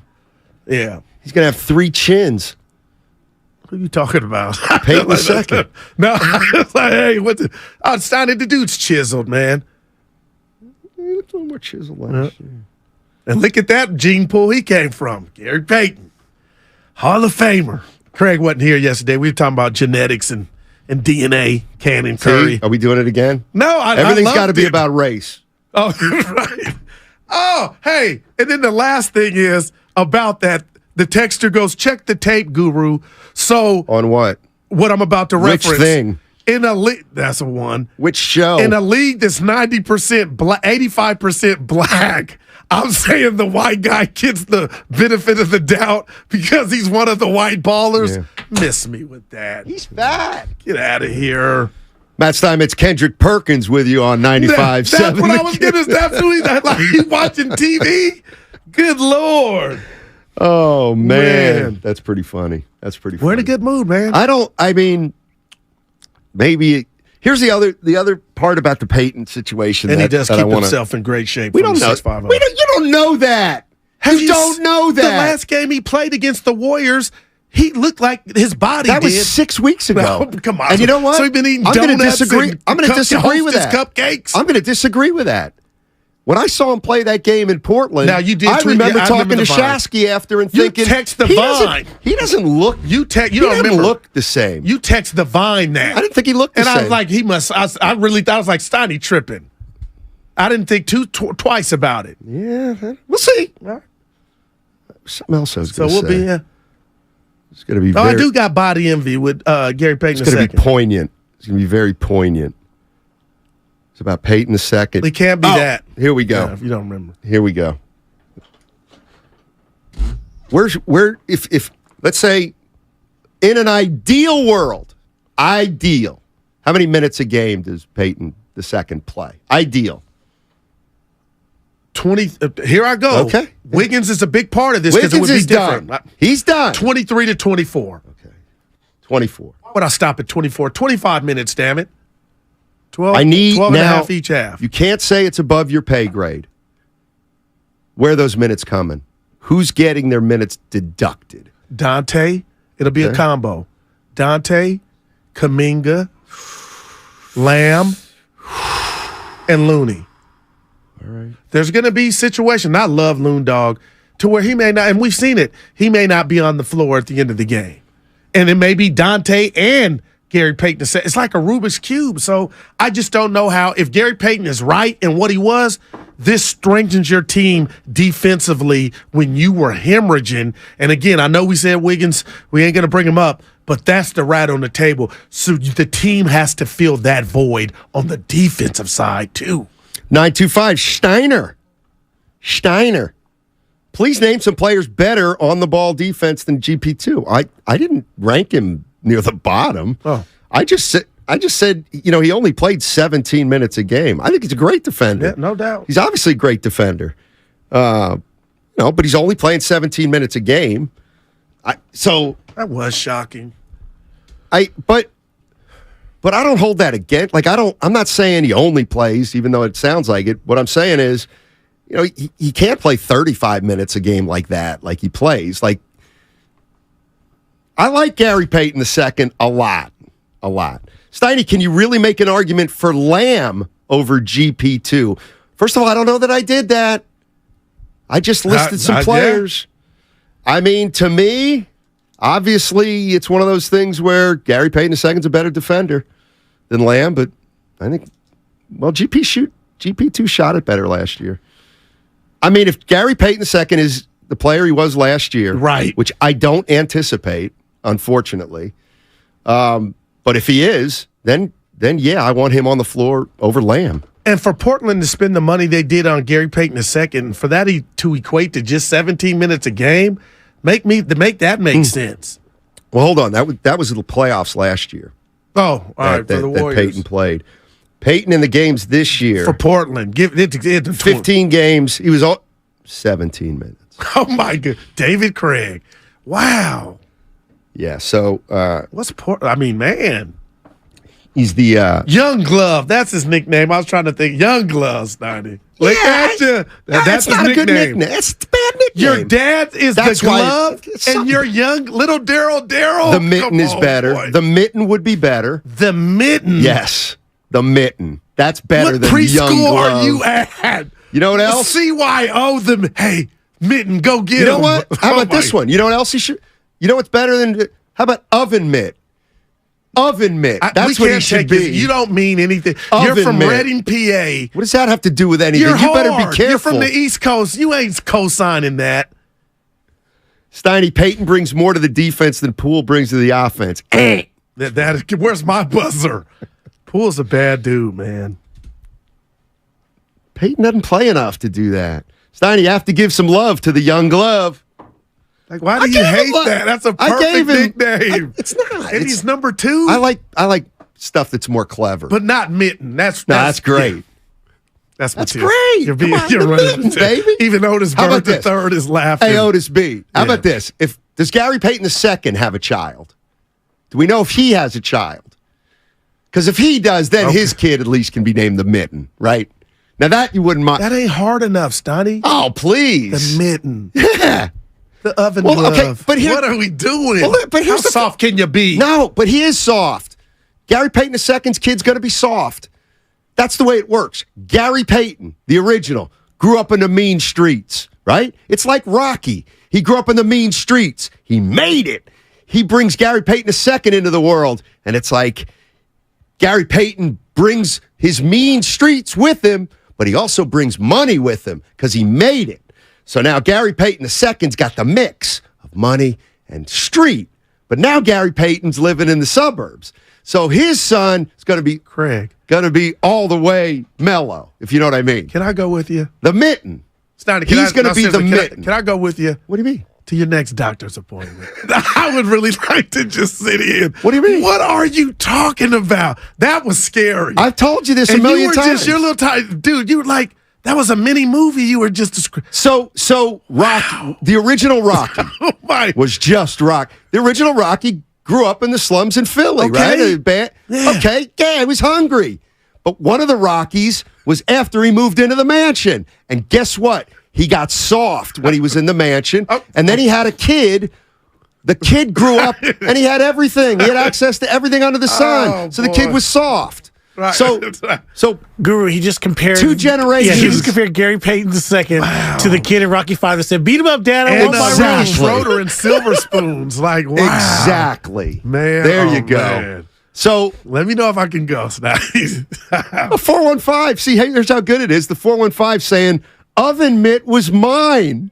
I brought that ages ago. I'm in the restaurant business, so it was a natural." All right, well, I'll give it to you, 415. I didn't come up with Young Glove. Remember how we were saying I came up with a lot of stuff? Wow. See, that would have been Friday Steiny is awesome, and this ain't even the payday. Somebody's saying better be careful, Steiny. Hey, come on. Yeah. It's a big deal, though. What is? Him coming back. Because you said it, what was it, Tuesday's show? We need to start numbering our show. How about latex? Yeah, nah. Latex is a better nickname. Yeah, I think about other things. when I hear Latex that glove. word. Yeah. Because you kind of put it to rest. But can we really, like, where are you at when I say there's a void on this team? I won't mention his name. I can't There's stop. not. How do they collectively fix that on both ends? We'll see you on Sunday. Oh, no, we'll see in the playoffs. Because this is like, yeah, these games are important, but it's not going to matter until it manifests it's in going to game matter. I one. disagree. You need 6 games to get Peyton involved, Right, get him no, in the that's rotation. right. So I want to see results right away. The Warriors need to be a better. I'm not kidding. The Warriors better be a better defensive team on Sunday than tonight. Like dead serious. What else is he going to do? What else is he here? You got to put in. Okay, maybe 3 games before. Well, see, it's funny. That's where I'd get worried. The more if we got to 6, then you're like, we don't see anything. Then we'd be like, oh boy. But was he going to make an impact? Too soon. Well, then he's not going to make a huge impact. Well, it's either or. Because what if he makes the impact one game? You still want to see if they can sustain it. I just don't see how he does not help. Now, if he doesn't help Steiny, and it's not his fault, then it's a way bigger deal than we thought.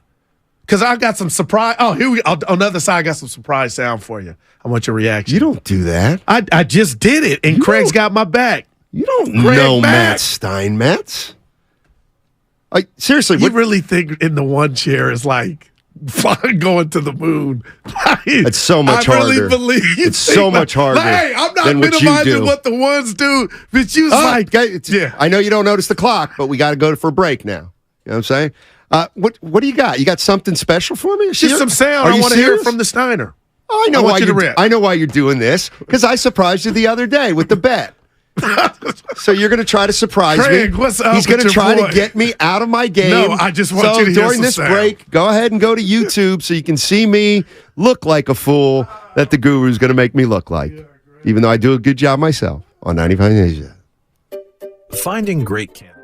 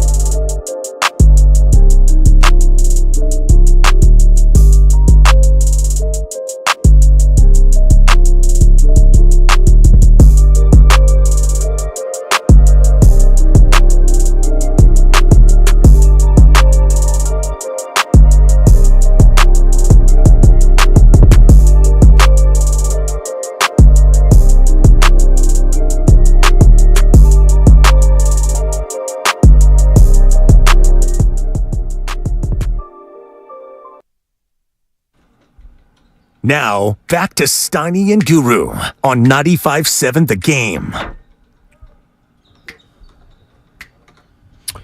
I'm watching a video of Joel Embiid shooting around at Sixers shoot-around. Oh, I heard the sneakers on the floor. No better sound than that, Steiny. I like the bouncing of the ball.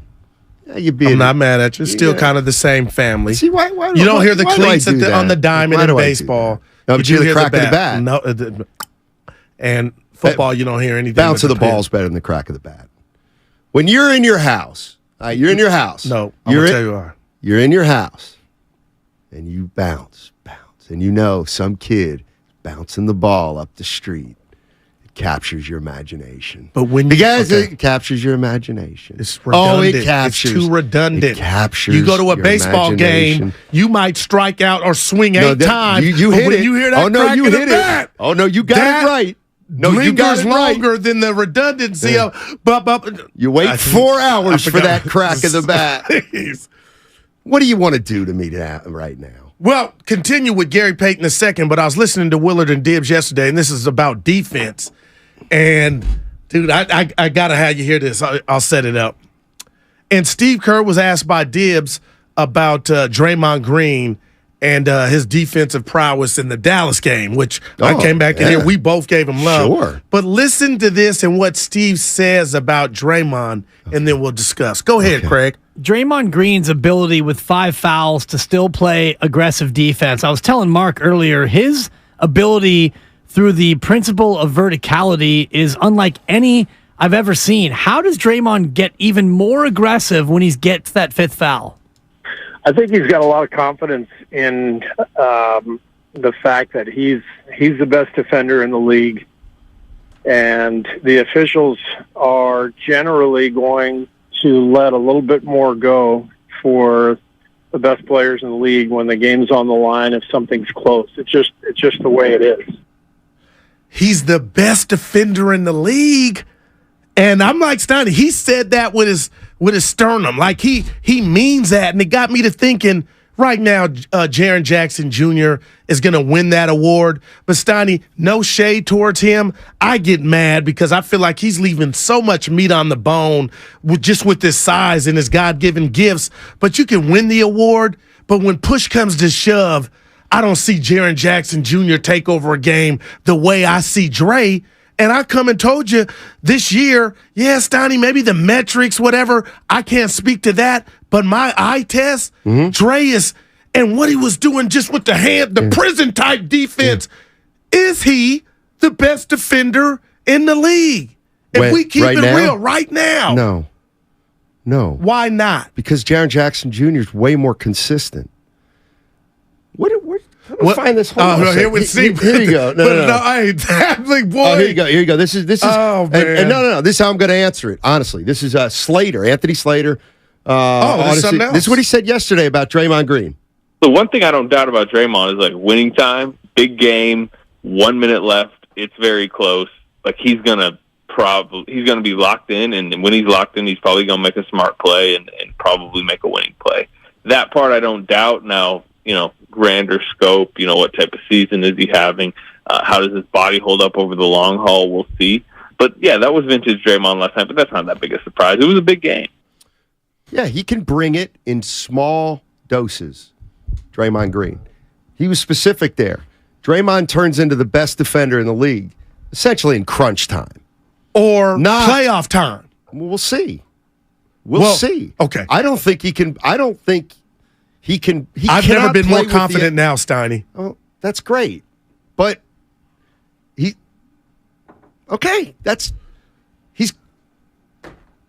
does it in shorter stretches now. That's all. That's what I think. And on his podcast, he had mentioned what Wiggins would do and how they would work together. So now, we know what's up with that. But here comes Gary Payton II to work with Draymond Green, and they can get that synergy back together. So I'm fired up, and I believe that's the level. If Draymond said a couple weeks ago or last week, I don't get up for games in March. Well, guess what, Playboy? The games are about to be in April, and they're the offs. Expect vintage Draymond. So that's for good. Stretches. You do realize he can't, like, he's not the defender he was 5 years ago where he's going to be a presence. But Steiny, Darryl, the go Guru ahead. Johnson, you know as well as I that 5 years ago Draymond could impact games defensively I at just a saw it. far greater rate than now. And that's so. Yes, he can reach high levels, right? Just like Clay can, just not as often. Nothing you said is wrong. But what I feel like you just keep omitting is the fact that, Steiny, there are no percentages to win a title, i.e. last year's Warriors. None of them are what they were 5 or 6 years ago.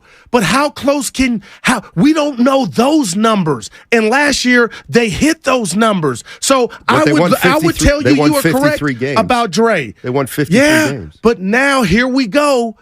We cannot say and judge them on what we've seen in the regular season. Why not? Why? Because when you go into the tournament, that's when we can really say this is where they're at. No. This is, and when you were saying, we're all going to blame Poole earlier. They're at the 6th I'm like, seed. nah, Steiny, if Steph stinks it up You and won't Clay say were to a stink, word. we're all going to see it. It's unavoidable. We are going to watch seen it. We've seen it this in the regular season. We've never seen it in the regular season before. So we're seeing it for the first time ever, really. We've seen them coast, but guess what? We've seen them coast and win. We've never seen them coast and lose if they're coasting. So they're coasting and losing. Just don't be shocked if we see Draymond unplugged. What does that mean, unplugged? Wolverine. Remember I called him Ray Lewis the other day? About a month ago, he was pushing dudes in the... Because you can play defense with your mouth, too. And guys know when they're out there, like, I let that S go in 82 games. I don't care about no put. 40 minutes a game. Bring the Thunder 40 minutes a game. 48. Well, 48. Okay, bring it 35. Or 35 minutes be a game. demonstrative more so than you were these 82 games. Not respected anymore in the locker room, maybe. I guess this is the ultimate test. Mystic. I'm excited. Mystic in San Francisco. What's going on, Mystic? Good afternoon, guys. You guys crack me up. You're like watching that old show, The Odd Couple. It's so funny. But Steinmetz, I wanted to talk about Jonathan Kuminga a little bit, my man. Okay. You were saying that the whole argument earlier in the year was that the Warriors shouldn't play the young guys as much because they're not going to win games, and they pulled the plug on the young guys, and guess what? They didn't get any better. What's actually making them better over this last stretch is the development of Jonathan Kuminga, which we kind of stumbled on because there was a stretch where he had to play because they didn't have bodies, and he grabbed onto it, and he never looked back. And right now, not only is he one of your best defenders, but he's proving to you that on the offensive end, he's much better than we thought, and more of him and less of Jordan Poole has been a great thing for this Warrior team. And I'm hoping that Wiggins can come back, because if he comes back and you've got Draymond, Wiggins, and Kuminga on the front line with Steph and Clay, that's a new lineup that's going to give everybody fits. I'm just wondering what you think about that there, Steiny, my man. Hey, Mystic, let me turn it around on you and ask you a question. What kind of a job has Steve Kerr done coaching Jonathan Kuminga in his career? Mystic? He needed to play. Oh. I'm sorry. You know what? We didn't hear you. We didn't hear your answer, so start again. My bad. No problem. I'm saying that I think that it's a mixed bag. I think he's done a good job in some regards, kind of teaching him the Warrior system. Mm-hmm. But at the same time, I think he's missed the boat a little bit by not playing him sooner and not allowing at times for him to be more of a feature in the second string. You know, he's a playmaker. He can make plays with the ball. He can score, and I think it's better than Jordan Poole. He came to the party a little late. Steve Kerr figuring that part out. All right, that's fair. That's fair. Mystic. What was I going to say? Oh, I had a I'll bring this up now. Because we used to get into this. So I'm gonna revisit something. Remember Brandon Ayuk, right? He's been in the NFL 3 years. He's played Arizona 3 years. State. Right. And so And I want to throw this out to Bay Area fans, because when Brandon Ayuk got off to his start in the NFL, he didn't get off to a great start. In fact, some people said he was in the doghouse with Kyle Shanahan. Oh, I hated that. And Kyle Shanahan wasn't giving Ayuk touches, and he didn't get enough targets, and he wasn't playing Ayuk enough. Well, Ayuk is entering his 4th year, and he's talking about a contract extension, and Ayuk is where he's at in his career. Jonathan Kuminga, same exact thing last year as a rookie. People wanted to play more. Wow, look how talented he is. Unbelievable athlete. He could help, but he didn't help very much. Maybe he's in Kerr's doghouse. Maybe Kerr wanted too much out of him. Okay, now here's almost 2 years now into it. Now, 2 years into it, Kuminga's, let's just say, coming into his own. Let's say he's coming into his own. Yeah. Okay. So now how do you think Shanahan developed Ayuk, and how do you think Kerr's developing Kuminga? Because I'm going to sit here and say coaches were right. Kyle Shanahan's tough love approach with Brandon Ayuk worked. And Steve Kerr's tough love approach with Kuminga, I'm not playing you until you're good enough to play, worked. Okay, hey, here we go. Put the gloves on. That's how you see it. Mm-hmm. That's your Bobby Brown. That's your prerogative, because what you're doing in this instance is giving both coaches the benefit of the doubt. You cannot hide or shun talent. And the two athletes we're talking about here are talented, okay? Majorly talented. So to me, cream rises to the top. And for the most part, I'm not going to doubt Kerr, but I can make an argument, and some could, had you just empowered Kuminga and let him play through his struggles, the Warriors' record may be greater now than it is. But I'll leave that there. And we don't know what really was the issue with Brandon Ayuk and Kyle Shanahan. Yes, we do. What was the issue, Steiny? Because you called him fat. Remember, you were like, we were having fun with it. It was work ethic. It was blocking downfield. It was like what if it wasn't? I was at. What if it wasn't? See, just again, we don't know. I don't know. It's the same thing. We don't know. You know what I mean? But you're giving, in this instance, to make your point, you're giving the benefit of the doubt to the coaches because you're saying the players weren't ready. I'm looking at it like, okay, if Jonathan, you got all those DMPs JK got, and if he was sulking or he just, we talked about the Warrior culture early on in the season. What about Benchgate? So when guys weren't getting off the bench, that was a thing. I didn't make that up. So Steve Kerr, how many titles has he won as a player and a coach? Good Lord. 10? Yeah. 4-time champion as a coach. Jonathan Kuminga still 2 years into his career. Do you really think that if Kerr would have given Kuminga a long leash right from the get-go, they'd be in a better position right now? It crosses my mind. Oh, I don't. And I'm going to be honest with you, Steiny. I think it's so unfair, the Ayuk part. Why? Did you say, because his first year was pretty good, did you say his work ethic or he was lazy? Like, if we could really chop it up with him outside of, he would probably tell us, man, this man was doing this to me or what have you. But there's two sides to every story. Why don't you tell me why he didn't play? I don't know. But I think he was ready. You think there was a to-do list? I don't want to be a jerk, but so then that is a time where you do think you know more than Shanahan, because I heard everything that was said during that whole time, and it was obvious to me that he had a little prima donna in him. See that? Okay. All right. I just think that's so unfair. Because you don't know. You're looking at it, you're looking at it as though, Kyle Shanahan didn't play Ayuk for no reason. Like, of course there was a reason. There had to be a reason. Okay, and what if it was just, hey, what if this happened? What if Kyle was trying to, I don't want to use the finesse is the wrong word, but like it's my way or the highway type of thing, and Ayuk didn't bow down or conform the way that Kyle wanted, and he held that against him. My thing is, when he came to San Francisco, that boy was ready to go just like he is now. No, he wasn't. Like, that's where you're not going to put You're not going to put your faith in Kerr or Shanahan. Not 100%, because I've been on this earth too long to know. You've been around for long enough to know that. I'm looking at James Wiseman, and I feel like they got it wrong. Okay. And they got it wrong because you empowered him to start, and then you took it. You did the bait and switch. You took it away from him. Well, hold and on then you a minute. gave up. That's Hold already. on a That minute. ain't got nothing to do with Well, wait a Kuminga. minute. That was how you handled it. Let me Right. finish. That was how you handled one young player. So whoever's to blame, he's in another uniform.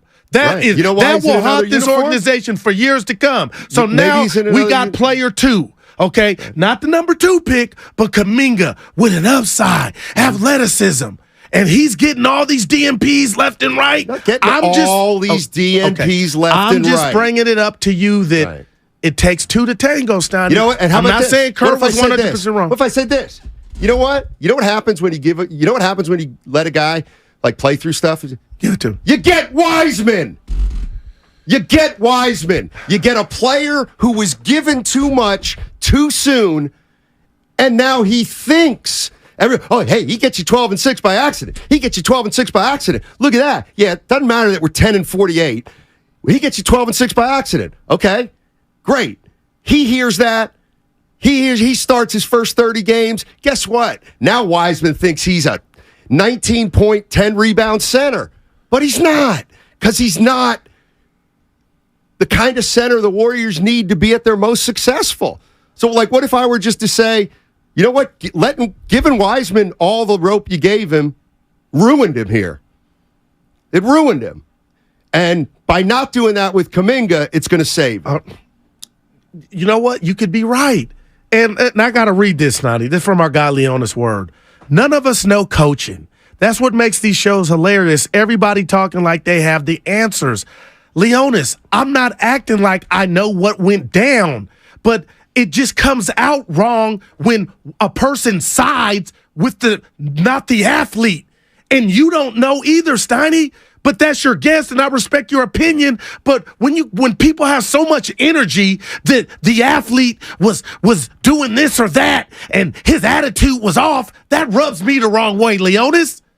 And I'm not sitting up here telling you I know coaching. I know people, I know relationships, and I know sometimes you have to empower people, and that helps them. But when you put them in the mental torture chamber, they don't perform well. And I'm talking about youngsters. So I'm not saying I'm 100% right. I'm just saying it can be both. Both things can be true.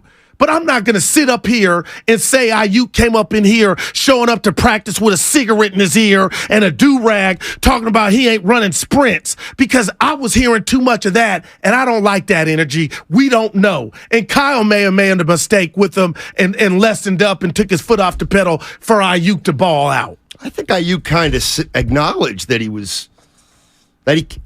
after a while, he figured out what he wasn't doing.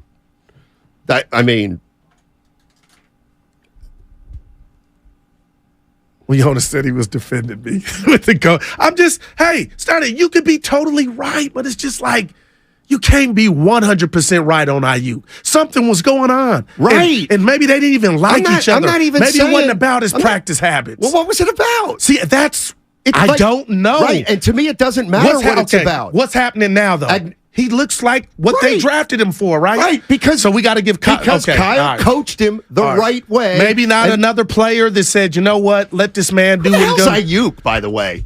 I'm just a 49er. Seriously. That's all. You brought him up. It was an example. Yeah, but he was one of 5 receivers that year. But he's talented. So and you brought him up. 8 other. Yeah. Well, I brought him up because it's an indication of Shanahan. Maybe we were wrong about tough love. And I'm going to find it, but because I know Ayuk. I know Ayuk acknowledged and I hate this. He didn't work hard. I know I'm going to find it. I hate this, but I'm fair and I'm real. There is some sound to that. He didn't say I was coming in and not practicing hard, but he did what got him on the field, I believe, and he was saying, like, taking ownership. Right. And Ernie Chavez, he donated $2. Ayuk admitted he didn't know how to practice. But you know what? I'm gonna come hard now. I'll come for the top. No, hey, Ernie. Can you read that again? I didn't hear that. Ernie Chavez, $2 yeah. on YouTube. Ayuk admitted he didn't know how to practice. But Shanahan should have played him anyway.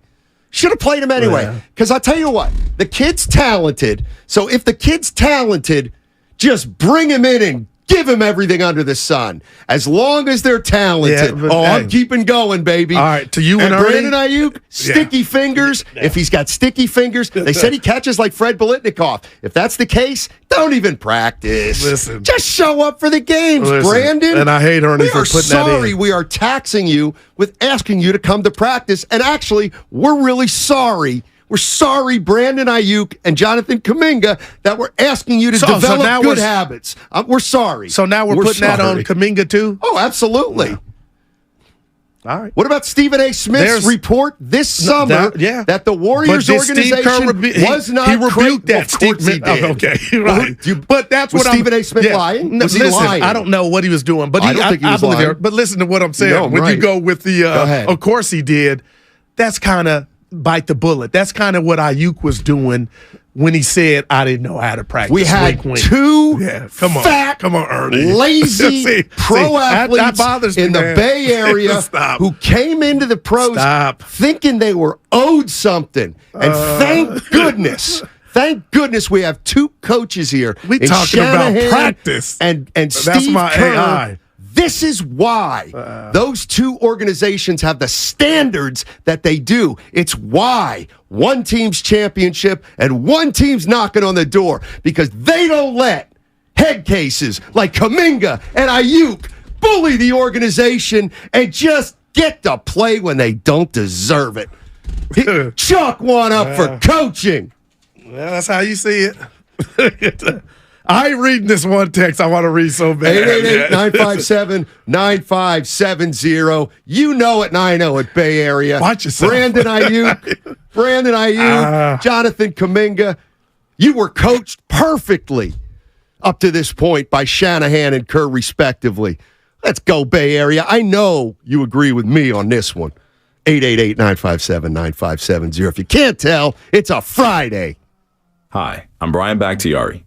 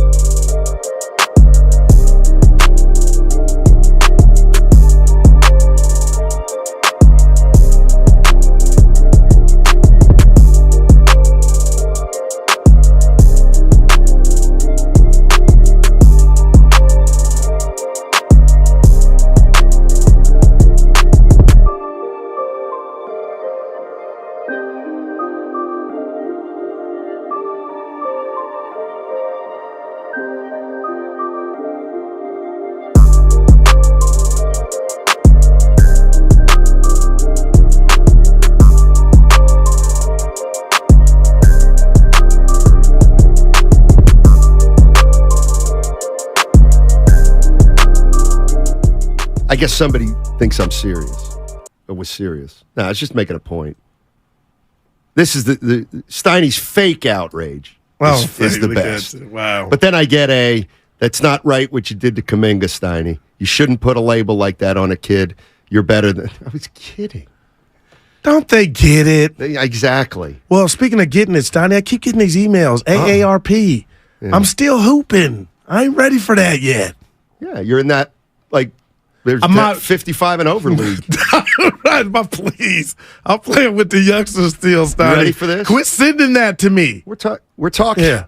We're talking about Jonathan Kuminga, who's Steve Kerr says had the best 5-game stretch of his career, and I'm looking back on, fans want more Kuminga, and I thought back to Brandon Ayuk and how, I remember Shanahan didn't give Ayuk everything he wanted early, and I want to ask Warrior and 49er fans, kind of now how they think each of the coaches handled those talents coming into the league. Ayuk's now 3 years into his career. I did find this, though. Ayuk apparently is working down in Mississippi. Oh, no. Doing off-season workouts. Oh, good, because you didn't see what Ernie Chavez sent us. This is from three days ago. Somebody apparently asked Ayuk, are you and Kyle cool now? Cool. And this is Ayuk. Oh, we're totally cool.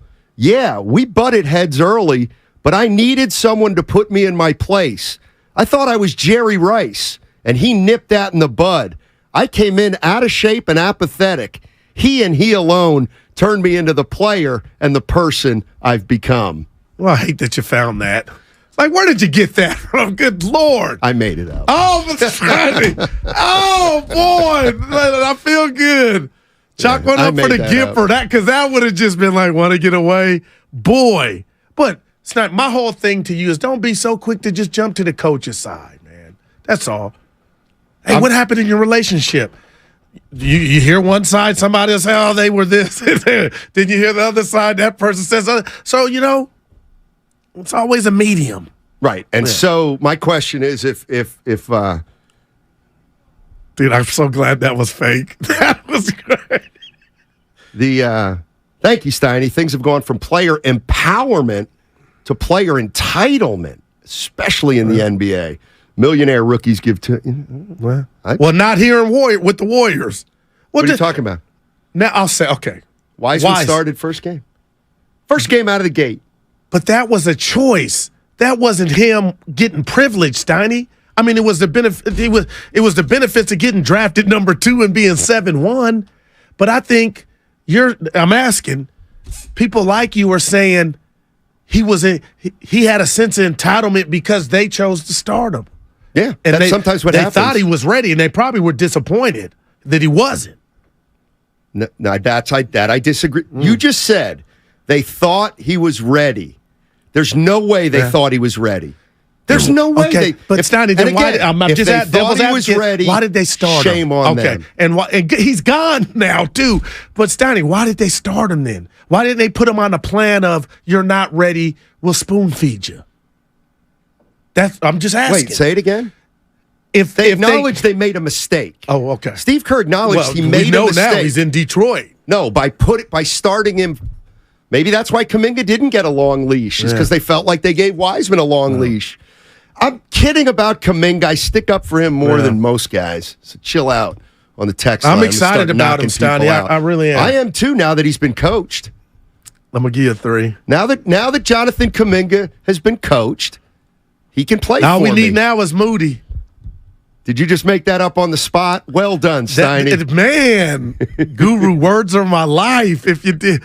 I was like, he hitting everything. I had a sense of entitlement. I thought I was Jerry Rice and out of shape. I was gonna just keep reading and getting more and more and more like I was a jerk. And if we could cuss on air, in my mind, I was like, you got to be oh my goodness. I actually was mad at you. Anyway. The Golden State Warriors play the Philadelphia 76ers tonight, 7 o'clock, Chase Center. Joel Embiid still questionable but for tonight. But you saw him working out, or he was on the court. He was shooting 1-footers. Like from 1 feet from the basket, off 1 feet. He's not playing. Why would he play? Why would he play? They're trying to get the second seed. They're right there. They are? They're not even that far from the 1 seed. I got it up now. They don't. Sixers, Steiny, 3 games behind Milwaukee. There's only 8 to play. A half game behind Boston. Man, they do care. I really think they are put together. I just don't like the coach. I used to be the biggest Mock Rivers fans there was Steiny, but I'm just telling you, he just turns me off, man. Doc. I like Doc. I don't like, I think he's he's okay as a coach. I think can I ask, you know what? I'm going to ask Spadoni this. Because this just came to me. It's 12. He's still. Why? People, and I know he won a time. I think Tyronn Lue's a little overrated. Feels like people think he's a damn good coach. What do you think? Yeah, he's living a lot off that one title, and that was mainly he had one of the greatest players of all time. But they were down 3-1, Spadoni. I guess, but that had a lot to do with Draymond, the suspension, the Andrew Bogut injury. That had a lot to do with it. Obviously, they choked. Stephen Clay didn't have a great Game 7. Draymond did. But, yeah, I think he's been living off that for quite some time, to put it bluntly. Orlando's in San Francisco. What's up, Orlando? How you doing? Hey, what's going on? What's up, Lando? Hey, what's on my guys? Yeah, Lando. What's up, Steiny? Hey, man, what's going on? Steiny, a.k.a. Steiner, a.k.a. Stinny. What's up? What's up, Bo? What's up? Long time no talk. No love for your boy, huh? Oh. Talk to me about the Warriors. Steiner? Yeah, talk to me about the Warriors. All right, I got you. All right, so with Embiid and the Warriors, man, I want to go against the best of the best at all times. If he plays, we could beat him. And then down the road in the playoffs, if he's injury prone or whatever, I want to play him again. So that's what it is. I want to go against the best of the best. And then with Ayuk, the whole thing with Ayuk, you guys got to remember, is that Ayuk came out during the COVID year, so he wasn't really pressing too hard. No. He was just he didn't do the no clue. What's up? Thanks, Orlando. I guess Orlando, the one from the bar. Yes, the one who sent us he didn't money. say nothing to me. Evan on YouTube noticed it and said, "We love you, Goof." So I appreciate that. This is gonna shoot. I had something funny. You would have laughed. I swear to God. I think it was about Kuminga. Darn it! I can't. Go ahead, say something. It'll come to me. We got to get to this Kittle, and we got some other stuff. To me, the Kittle things. But but it's the new world we live in. We think these guys are robots. When do you want to do that? Well, I want to do the Stephen A. Smith thing. We got good. Let's do that, and then we'll Kittle down. Kittle like a dude. What's up with Freestyle Fridays? I'm in the mood for what? The bus one. Bus one what? A rap. Go ahead. I need a beat. Now we'll do it later. I choked. I didn't expect you to say go. When David Lee was injured, according to the 925, Draymond developed and never looked back. Then the same's happening right now with Wiggins is out. Kuminga's improving. I'll co-sign. I'll co-sign on that. Dude, I'm getting more. It's like just thinking about what we're about to embark on. The playoffs have already started, but they're really about to start here soon. I know what it is. Oh, you got it. Like who's going to be their first round opponent? Who? The Warriors. They've got to get to the playoffs. but they're in the playoffs. But what you got? And I had a great analogy. Oh, here it is. And I got to write it down though. Analogy. Now it's not going to live up to it. It will. And okay. I need golfers out there. I need people who golf or know golfing, and then I won. But you also need to be a basketball fan. Oh, all right, ready? Here's what it is. You guys are going to love this. If you know both sports, you're going to say, Steiny, that's a great analogy. All right, you're playing golf, right? Yep. Well, you don't know because you have no clue about golf. Playing golf with a buddy, and you got a gimme putt. You got a gimme putt. Layup. And the guy goes, that's good. That means you can take that. All right, got you. That would be like if Embiid doesn't play. And you know what? You take it, and you take your par bogey, and it's like, okay. But you know what's better? You know what you take? You know what you actually take into the next hole? Tell us. If somebody goes, dude, that's good, and you say, you know what? I need to putt that. That's a little further than I need to putt that. Yeah. Then you step up to the ball, you putt it, and it goes in. You go to the next hole, which would be at Minnesota, feeling so much better about teeing off on the next hole because you know you earned that par that you got. You didn't take a gimme. You putted it in like the pros do. You putted it in with Embiid at center. Did you get it? It's a great analogy. You got me going back to Dallas without Kyrie. What do you mean? He didn't play. So how excited could you get about the win? Well, exactly. When Kyrie didn't play, but you needed to win because it was on the road. But it would have been better with Kyrie, with that, right? what you just did, that's where my mind went. Steiny, that's a good analogy. That's all right. Woo, 408. I would still take the gimme, though, Steiny. Depends how I'm playing. Hey, Zuki Maine. That's a... Because you know it's a playoff Gucci Mane. Yeah. I don't know. The rapper. Gucci Mane. Steiny, come on. So Embiid's questionable. Yeah. Let me throw this at you. And this is kind of what we started the show with this, and we can pick up with it for the next 10 or 15 minutes. We were just, if you're a Warrior fan, do you want Embiid to play tonight? And it's been, I don't know, half and half. A lot of Warrior fans. We're the same. We both want him to play. Well, but I'm not a Warrior fan. Okay, but in general, you want the team that you root for, you want the other team at full strength. I just go to when I was the biggest fan I ever was the Celtics. If the Celtics were playing the Lakers and Magic Johnson were hurt, I could care less. I couldn't care less. I care less. I don't believe. No, subconsciously, you don't believe that. No, I do. You want to win. That's all that matters. You want to win. But what about the Snickers bar? Where is the satisfaction of beating the team whole? You've done that already. Oh, my good God. You guys shocked me. Spadoni really shocked me. Steiny analogy was so-so. What? It was. I get about C+. Plus. This is what I mean. I'll give you some Friday. Sometimes, because I was like, where you going? Sometimes I worry about my Bay Area. I worry about you, Bay Area. Anyway, we're talking about Embiid, whether he's going to play or not tonight. But here's what I'm looking at, and this is what kind of bothers me. It's no fault of the Warriors, none at all. They beat Phoenix, no Durant. We're not. Hey, no Giannis. Okay, I'm gonna do you. No Kyrie. Okay. No Embiid. Okay, and let me tell you this, buddy. They are right now 38 and 36 on the year. Right. Currently 6th. They were 10th. They were 11th at times. I'm going the other way. I don't give a rat's behind. You qualify to stay out to play in. Malcolm X by any means necessary. And what are the Warriors supposed to do? Oh, this is your voice you stole from me.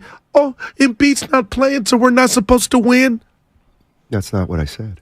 But no, that's the voice. But where's the snicker? Right. Oh, the satisfaction comes making the playoffs. Okay, but the point is you didn't really test yourself against the Bucks or the Suns. Like, you haven't been tested. Yeah, but you didn't have a choice on who you were going to play that given night. The schedule was set out. So play Embiid. Hey, so how about this? Stay healthy. Beat a team at full strength. I'm just saying, if you beat a team at full strength, you're likely to feel better than if you beat a team not at full strength. That's all. Yeah. I mean, Steiny, I know you've missed a lot of gimmies. Tony Brothers officiating. People don't like it. People don't like anything. Dick Bavetta was my favorite NBA. You know what's funny is I stick now up you're for... the son of a ref. Exactly. I stick up for every... Dick Bavetta is my favorite rep. 8% of the ref. Why would you say he stunk? He's a bad ref. He communicated with the players, Steiny. He stunk. Dick Bavetta, he always had He's a bad ref. Oh, my God. He was one of the worst. Bennett Salvador. Now, would your pops take offense to you saying that? If he would or not.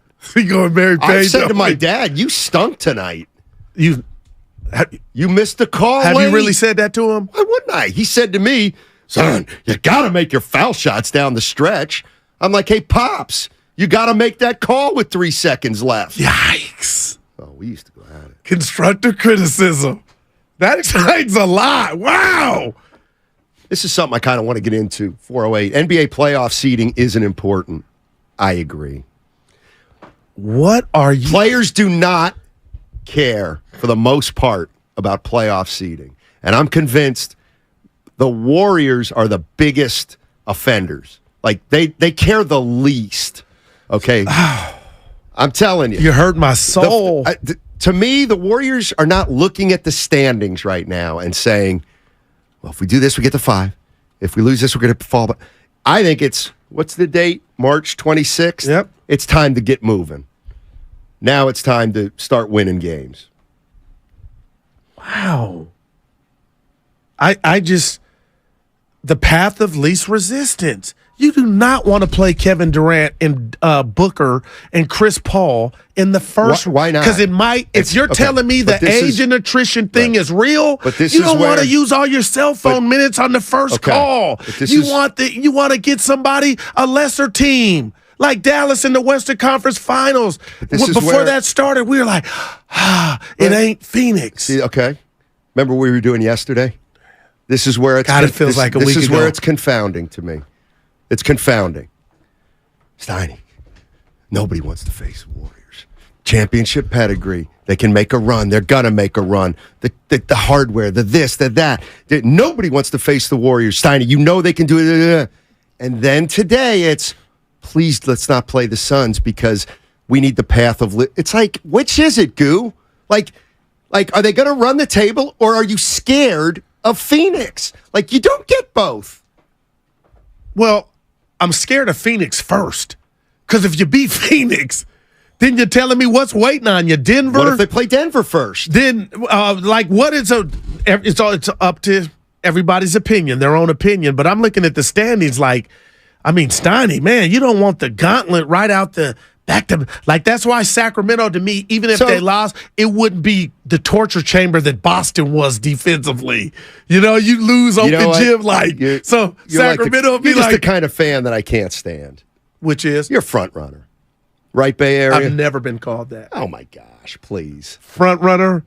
All season long. That's a fan's nightmare. All season long. The greatest, this is one of the greatest teams ever. They're going to go back to back. Steph the chef.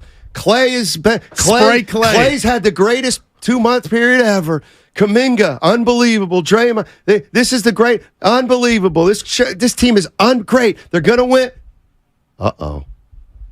We can't play Phoenix in the first round. We're not that good. Are you good or are you not good? Okay. Are you champion or are you not? How many days did you just omit of our show when your partner, me, said, I don't even recognize this team. I was calling for heads to roll. I was upset. Dude, that's been this season.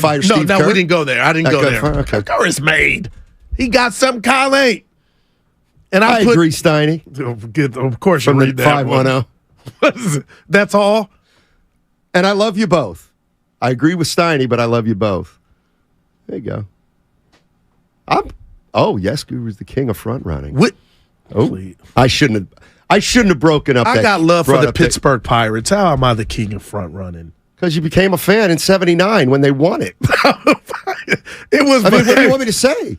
I've never heard that. It's true. Dude, stop. It was. Of course, it's true. It was really Stargell. You're 15 years old. I've never heard it put like that. Stop it. Actually, you were younger than that. Dude, stop it. You know what it is on mine, Donnie. You don't fake passion. You know what? And just because you said you are not hard on Steph Curry and the big three. No, you're not. You give them every benefit of the doubt. Steph has been spectacular this year. He's been injured, but he's been hurt. That's like saying I got in a car accident. Yeah, I know. I'm it's not a good healthy. Analogy. Being healthy has nothing to do with you getting in a car accident. No, it's like this. It's but like that's how you're making it. No, Goo got here's what it is. I told him about his diet. That has nothing to do with it. Here's what it is. Hey, Steiny. The caddy is running like a char, baby. This caddy is caddy. I said, it must have just come out of the shop then. It was in the shop for the last 2 weeks, wasn't it? Yes, it was, Steiny. Okay, well, it'll run well for the next 2-3 weeks. But go back into the shop. Craig, I don't know what to do with my man. That's pretty okay. But yeah, so you're telling me you don't care, or, dude, I know how you think. I don't You care. will come in here and say, Goo, what? Boy, the Warriors got a bear for a road to the Western Conference Finals. And you'll talk about and write, MatthewSteinmetz.com, about the tougher teams they had to play back. Like it's a footnote. So they can't do it if they get the wrong. So basically what you're saying is, this team that I've called iconic can't win it all, even though I've called them iconic, not because the road's too tough. Well, I'll tell you this, because we're talking about two different things, and I didn't add the caveat of whoever you play in the East is going to be your biggest foe. And that I don't want them worn down to get there. If they got to play Milwaukee, they're not going to be fresh no matter who they play. It's a different, not fresh though. When you know what I'm talking about. When you got those legs, the wobbly legs. Dude, Boston. This is the you see them against Sac the other night. This is the part that makes me want to pull my hair out. Milwaukee, Giannis. But for the last 4 months, this team was the greatest team of all time. See, now you're afraid of the road. Yeah. I'll tell you what I'm going to do. Greatest team of all time. I'm going to take Tom. All right. I'm going to take Tom, even though it says Steiny. You're the biggest front runner of them all. Telling the truth. Go ahead, Tom. Bring it, buddy. Hello. It's Tom from San Jose. I know. Get him, You Tom. think I'm a front runner. Why? Oh, what? Well, because you're from Pennsylvania, so you had the 76ers and the Knicks between you and Boston. And Boston, you just picked them to be your favorite team, and you had nothing to do with Boston. You just liked them because they're really good. Do you know my story about Julius Erving? You've never heard? No, I don't. Yeah. Turquoise. Thank you, Tom. But you and I have talked about the Knicks before. They were wonderful. Oh, yeah. Paul Frazier was the No, I like the thanks, Paul Tom. Frazier was the best. Yeah, he was great. Great dresser. Appreciate the call, Tom.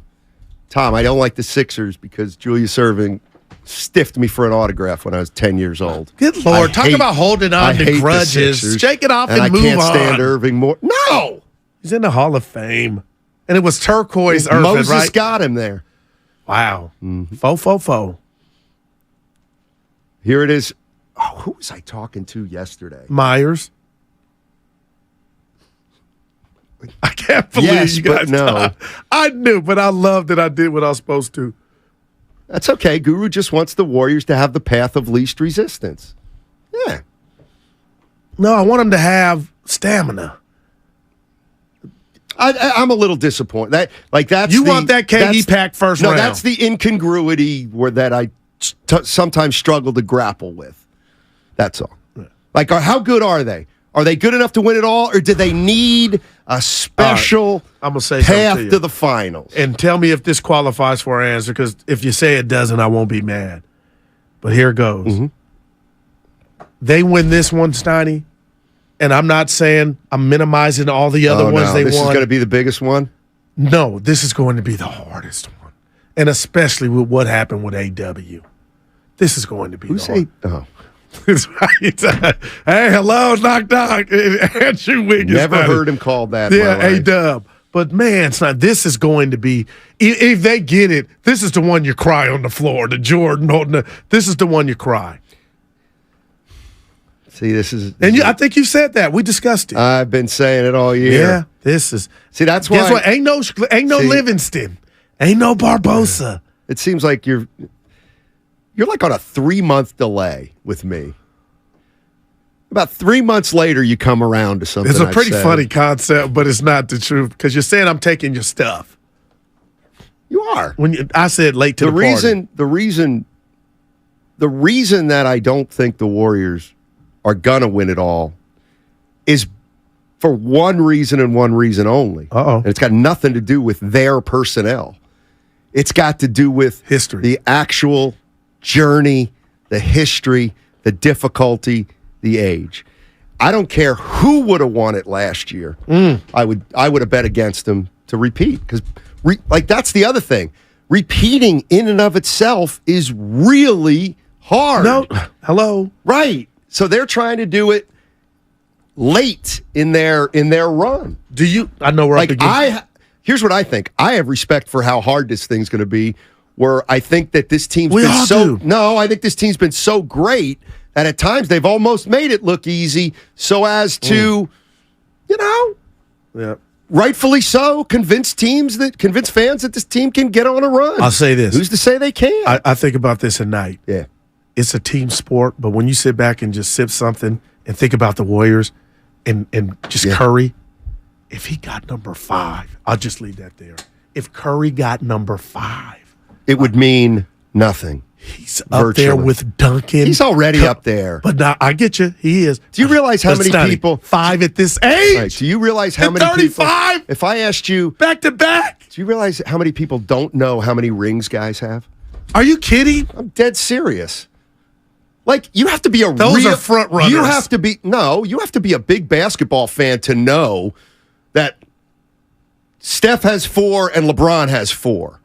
Like a regular Joe doesn't. Well, this is a big one for Curry because he can leapfrog LeBron. Oh my! That's for inside. Basketball. Wow, man. All right, what are we doing at 12:30? We had something we were going to do. The Stephen A. and Levitar. Okay. Yep. Yeah, we got fireworks on the other side on 95.7 The Game. Imagine buying a pair of sneakers and getting a soothing, gentle foot massage like you'd get during a relaxing pedicure just by walking. Skechers' new Massage Fit sneakers. Because Skechers, the comfort technology company, has designed a unique innovation that makes it feel like you're pampering your feet with a gentle massage in every step. The secret is Skechers' new patented wave technology on the sole that gently massages your feet while you're walking around.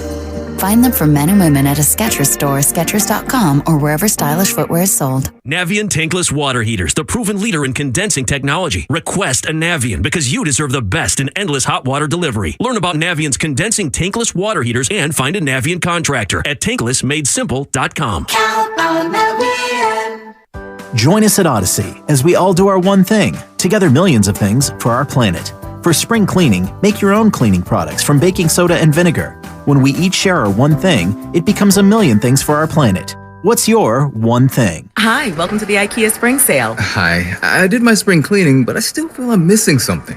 Don't worry, our spring sale has offers on everything from air purifiers to cabinets, cushion covers to sofas and storage, all to help you start fresh in every part of your space. A total refresh. I love it. Don't miss the IKEA Spring Sale. Visit your local IKEA store or go to ikea-usa.com/offers before 4/10. Offer valid 3/15 to 4/10, U.S. only while supplies last. Selection may vary by store and online. See store and ikea-usa.com/offers for complete terms. Restrictions apply. Finding great people to hire is like trying to find a needle in a haystack. It's pretty difficult, right? Well, ZipRecruiter has mastered finding a needle in a haystack, so they take it to the next level. They make hiring so simple that it's like finding a needle in a needle stack. And that's why you should try ZipRecruiter for free at ZipRecruiter.com/radio. Here's what it's like to use ZipRecruiter. They have so many qualified candidates that it's easier to find the right ones for your roles. In fact, 4 out of 5 employers who post on ZipRecruiter get a quality candidate within the first day. That's a lot of needles. So how do they do it? ZipRecruiter's powerful technology sends you candidates who are a great match for your job, and you can even invite your top choices to apply. So if you want less hay and more needles, head to ZipRecruiter. And right now, you can try ZipRecruiter for free. That's right, free at ZipRecruiter.com/radio. That's ZipRecruiter.com/RADIO. ZipRecruiter.com/radio. ZipRecruiter, the smartest way to hire. Come into Friedman's Appliance for their once-yearly Red Tag Sale March 24th through March 26th and see the full line of Fisher & Paykel appliances. Experience them in person in live vignettes, and Fisher & Paykel representatives will be on hand to showcase their products. And for a limited time, receive up to a $2,000 rebate when you purchase a qualifying Fisher & Paykel kitchen package. Visit Friedman's Appliance Red Tag Sale for the best pricing on Fisher & Paykel appliances. Diabetes, high blood pressure, anxiety meds, everyone's on them. If you're a 50-year-old male, maybe a bit porky, and you may even have type 2 diabetes, $1 million of term insurance may only cost you about $200 a month. Call Term Provider. Speak with Big Lou at 800-200-1966. Big Lou will find a term life policy for you even if you have type 2 diabetes, are overweight, or have high blood pressure. Term Provider has helped thousands of people like you who think they can't afford term life insurance. To buy $1 million of affordable term life for you, all you need to do is call Big Lou at 800-200-1966. Lou will make sure the scales are tipped in your favor. Call 800-200-1966. Big Lou will answer your call and work to fit you into a term life policy that you can afford. Remember, Big Lou's like you. He's on meds, too. Call 800-200-1966. 800-200-1966. Looking for the right senior living situation can be a challenge. Lawton Skilled Nursing and Rehabilitation Center is a 5-star facility named as one of the top skilled nursing facilities by U.S. News and World Report. Visit us at lifegen.net or call 415-566-1200. Ray Magliozzi here for eBay Motors. So you ordered a new air filter for your car. You try to install it, but it doesn't fit. So you take a little bit off the sides. What, still doesn't fit? Well, you could try to sit on it. Or get it right the first time with eBay Guaranteed Fit. When you see the check, you know that part's going to fit. Air filters, brakes, headlights, over 122 million parts. Get the right parts at the right prices. eBay Motors, let's ride. Eligible items only. Exclusions apply. Whether you own a local business or a global one, you're always looking for ways to position your operation to create opportunities and move on them faster. With Bank of America, you get access to experts, award-winning insights, and business solutions so powerful you'll make every move matter, locally and globally. Visit bankofamerica.com/banking for business to learn more. What would you like the power to do? Copyright 2023 Bank of America N.A. I can't believe tax season is here already. Look at all this info I have to enter. Phil's small accounting firm is growing in numbers. Why didn't I take that typing class in high school? A data entry specialist could really help him in a crunch. I got blisters on my fingers. Indeed can help him hire great people fast. I need Indeed.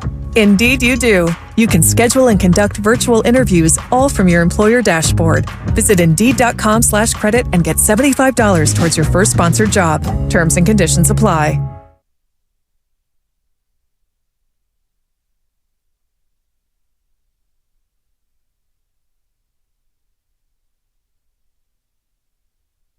Now, back to Steiny and Guru on 95.7 The Game. All right, Matt Stein, Matt Dell, the Guru Johnson with you.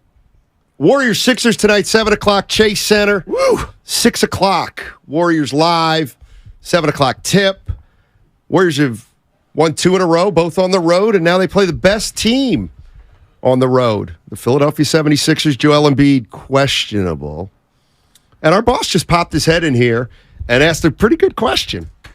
He said, with Embiid maybe in town tonight, if you could have one player right now to pair with Steph Curry. Steph's still 35. Okay, gotcha. But you're thinking, he's going to be able to play for 3-4 more years.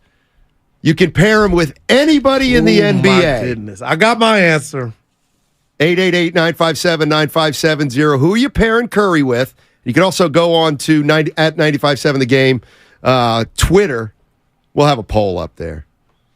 You go first. Ricky Henderson. You know what? Before I say who, let me give my ode to Steph Curry. Please do. Steph Curry might be the only player in the league. There's one other guy. But as far as I'm concerned, the reason Steph Curry's unbelievable is because there's no wrong answer for this one. Because Steph Curry and his ability to play without the ball means that he can play with anybody. Who's the most ball-dominant player in the NBA? Luka? Ja. Okay, Luka or Ja? Yep. Yeah, Steph could play with him. Could. You just play off the ball more. That's a hell of a compliment. I mean, like look what's happened. Like Kyrie and Luka. Nah, I don't think so. They still got time though. Yeah, but I hear you. I don't think two so. of the same thing. Yeah, they both score. Wiseman's not the answer. Giannis. That was my answer. And it was going to be Embiid, but Giannis, to me, is so great. He's got some Embiid in him in the sense that he could go post you. But I'm just picturing him looking like Plastic Man Giannis going to the cup and passing out to Steph. That's what you call, this is not fair. I'm actually with the 415 here. If I could pair Steph Curry with anybody right now in the NBA, I'm pairing him with Nikola Jokic because of his ability to pass. See, people are saying I pair him with Giannis, Kawhi, and Embiid. And Kawhi, speaking of which, he's back. But Giannis is my answer. I ain't mad at Jokic. Embiid. That would be awesome. Travis is in Burlingame. Hey, Trav, what's going on, man? Hey, I'm glad I hopped on the radio at this time because it's Giannis 100%. Okay. There's no one else.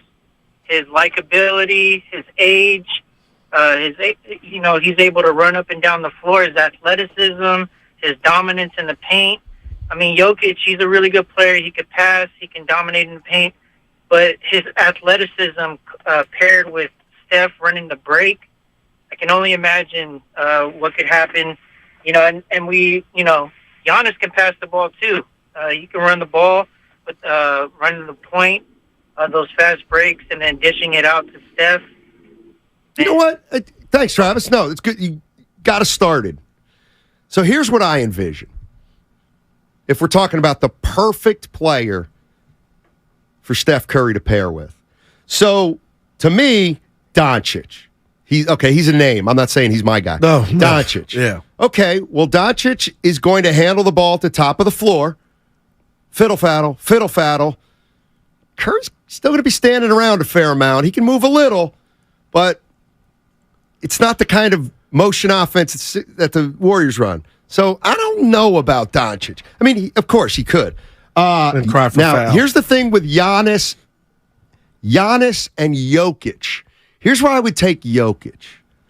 Because with Jokic, you can pass it to him in the elbow area. Okay? Or top of the key. And then I'll say it again, even though people get mad. And then you have Curry running around like a nitwit with the greatest big man passer in the game today. That's dreamy. Who's passing from a stationary position. Whoo! I ain't mad at that. He would basically be, he'd be exactly like Draymond Green passing the ball. But looking up further. And he'd also quietly get you 25 and 11. And then lastly was Giannis. Oh, that's Giannis would be no problem with Giannis. Going to the rack with the kick outs. I think Jokic is just a little more polished. Well, more polished. So you mean getting the ball to Curry? I think he would do a better job of that. But hey, I'll take the guy you don't take. JT is in the South Bay. Hey, JT, what's up? Hey, it's T from the South Bay. Appreciate you taking my call. Sure. I'm going to push back a little bit on Jokic. I wouldn't want to ruin the amount of possessions in a game by stopping it at the elbow and watching backdoor variations. The coolest part about Steph is that he does control the tempo. He keeps his hand on the pulse the whole game. And the Warriors in their heyday were winning games because they got up and down the court more, and they were also able to defend. So if I had to pick somebody other than Klay Thompson, which would be my first choice, it would have to be Giannis. Because you don't give up anything on the defensive end, and you can still get out in transition. And the reason I feel Denver isn't necessarily a contender is because going through a post player just isn't. It doesn't add up metrics wise. You know what though, Jake? Okay, Wow. JT, hold on one sec. Seriously, Great. is Jokic a low post player, or is he an? He's still listening. I wanted to ask JT something because he didn't he say low post? Yeah.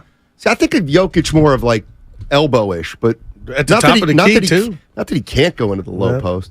And I wanted to ask JT if he was talking specifically about the metrics on a low post player, or are we talking about the metrics on an isolation type Uncle player? Looney with the great ones, Donnie. Durant, which we already had the pleasure of seeing, though. That's terrible, though. But, man, it He's got too him old. 2 chips. Nobody would take Durant. It should have though. been 3 chips. Nobody would take Durant and Steph because of his age.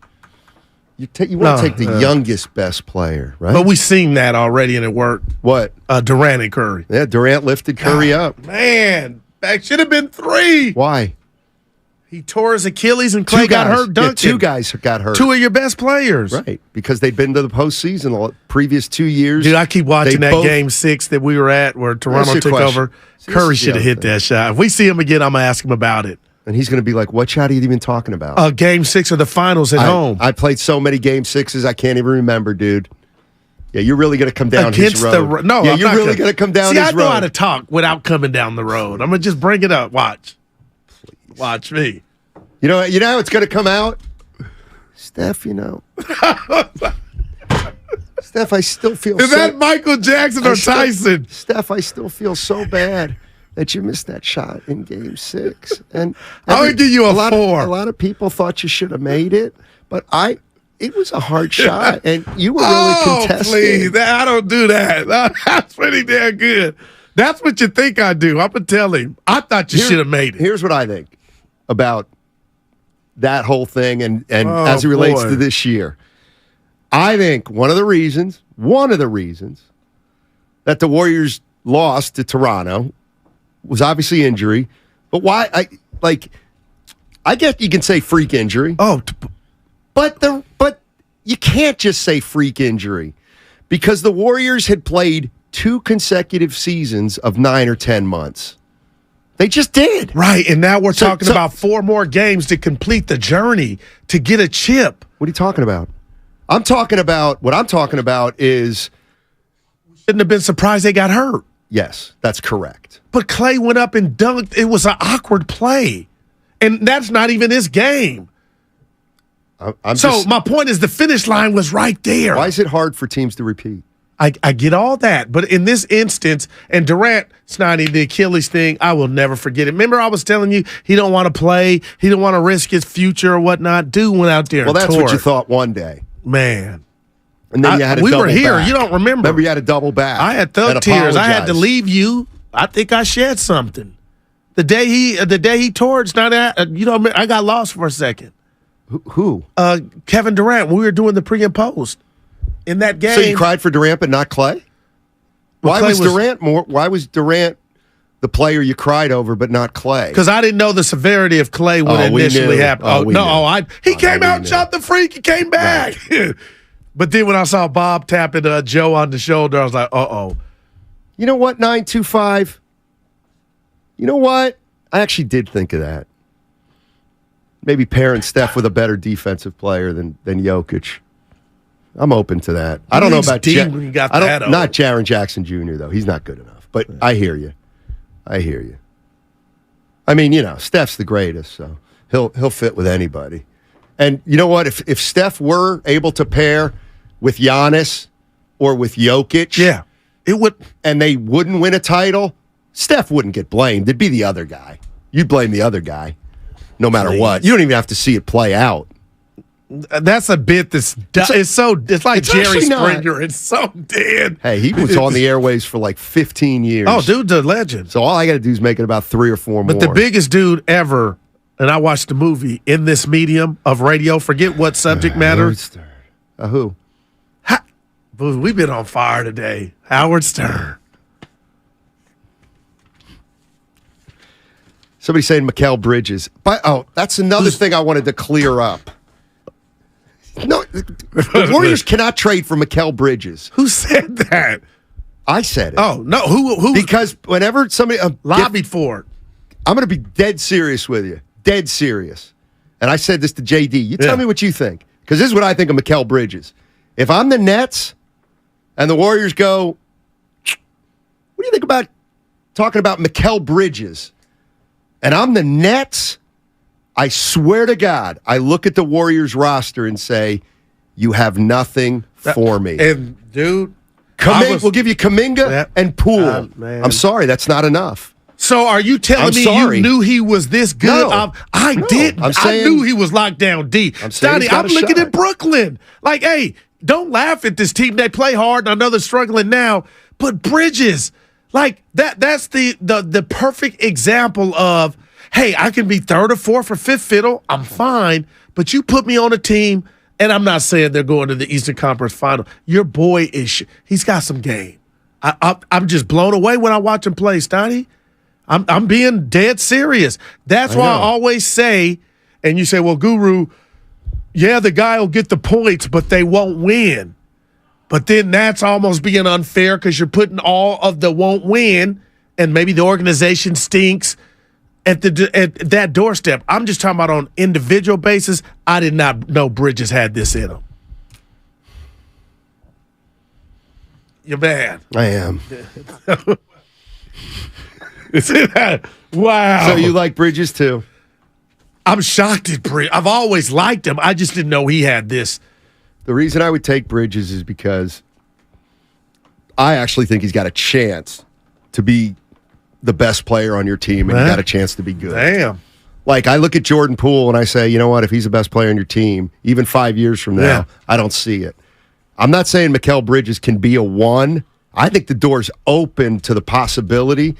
And to me, if you ever get a chance to get a guy like that, I'm trying to think who, well, it's not really like a Doncic. I know he's 6 years older than Kuminga. I keep bringing up De'Aaron Fox as the one. Is that the verdict still out for you? Or is this, whatever they do, it'll go a long way to change that for you? They're going to need a better player in there. They're going to need a better player. You might be right.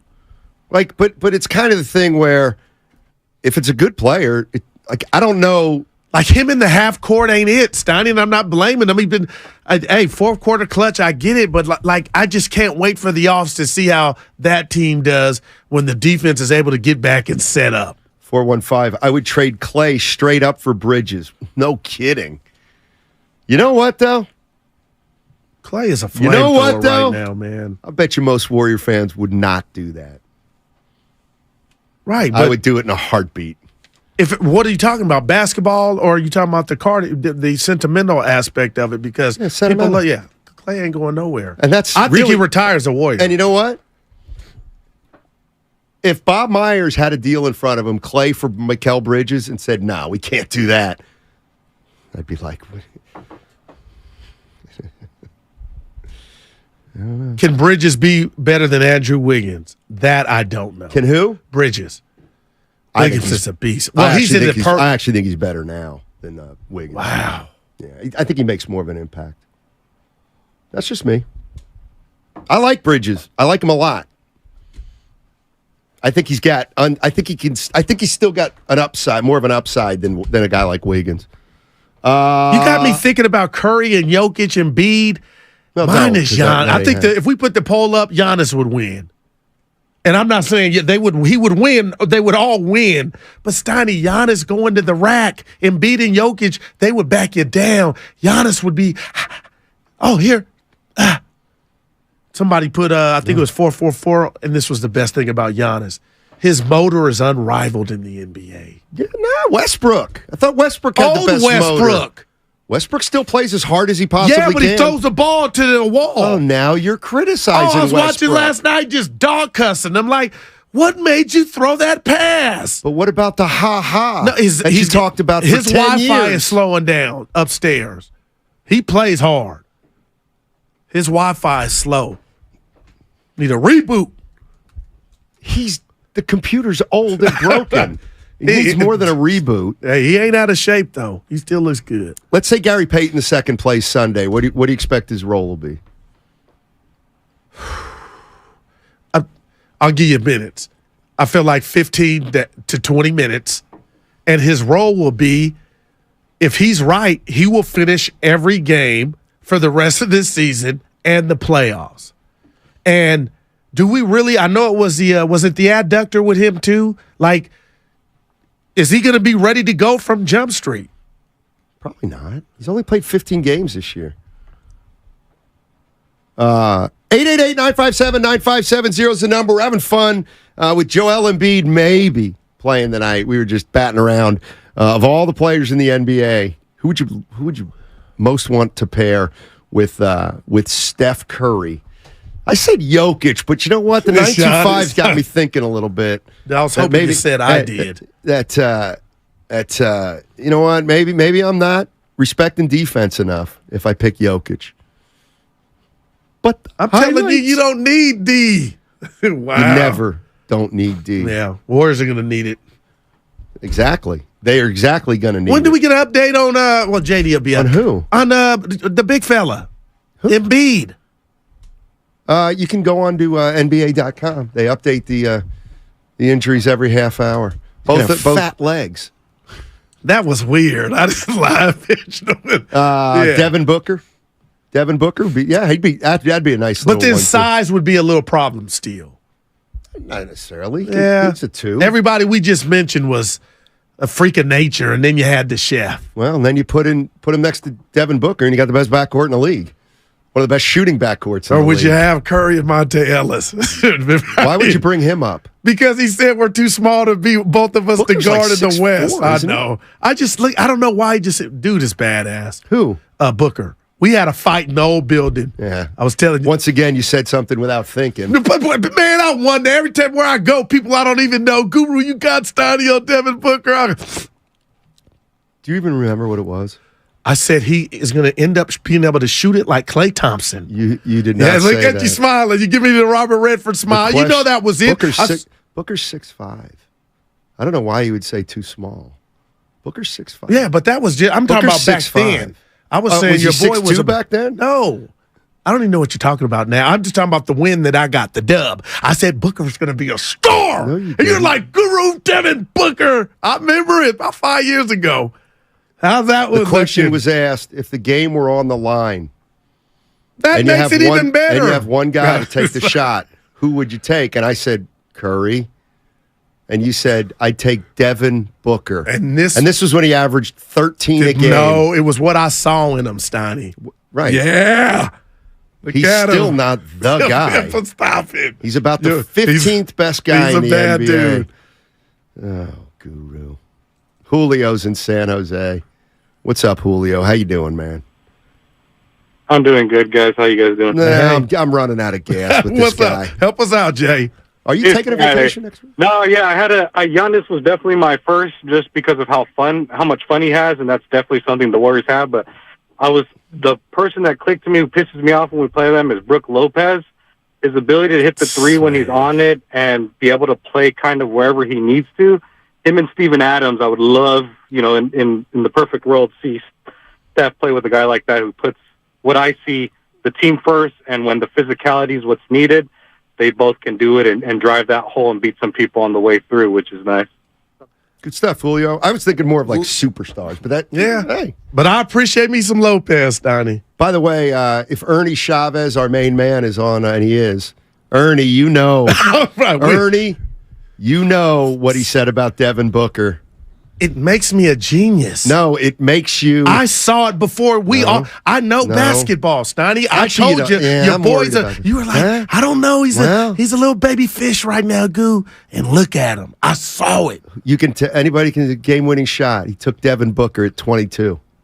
I think Kobe might have still been in the league when you answered that. Stop, boy.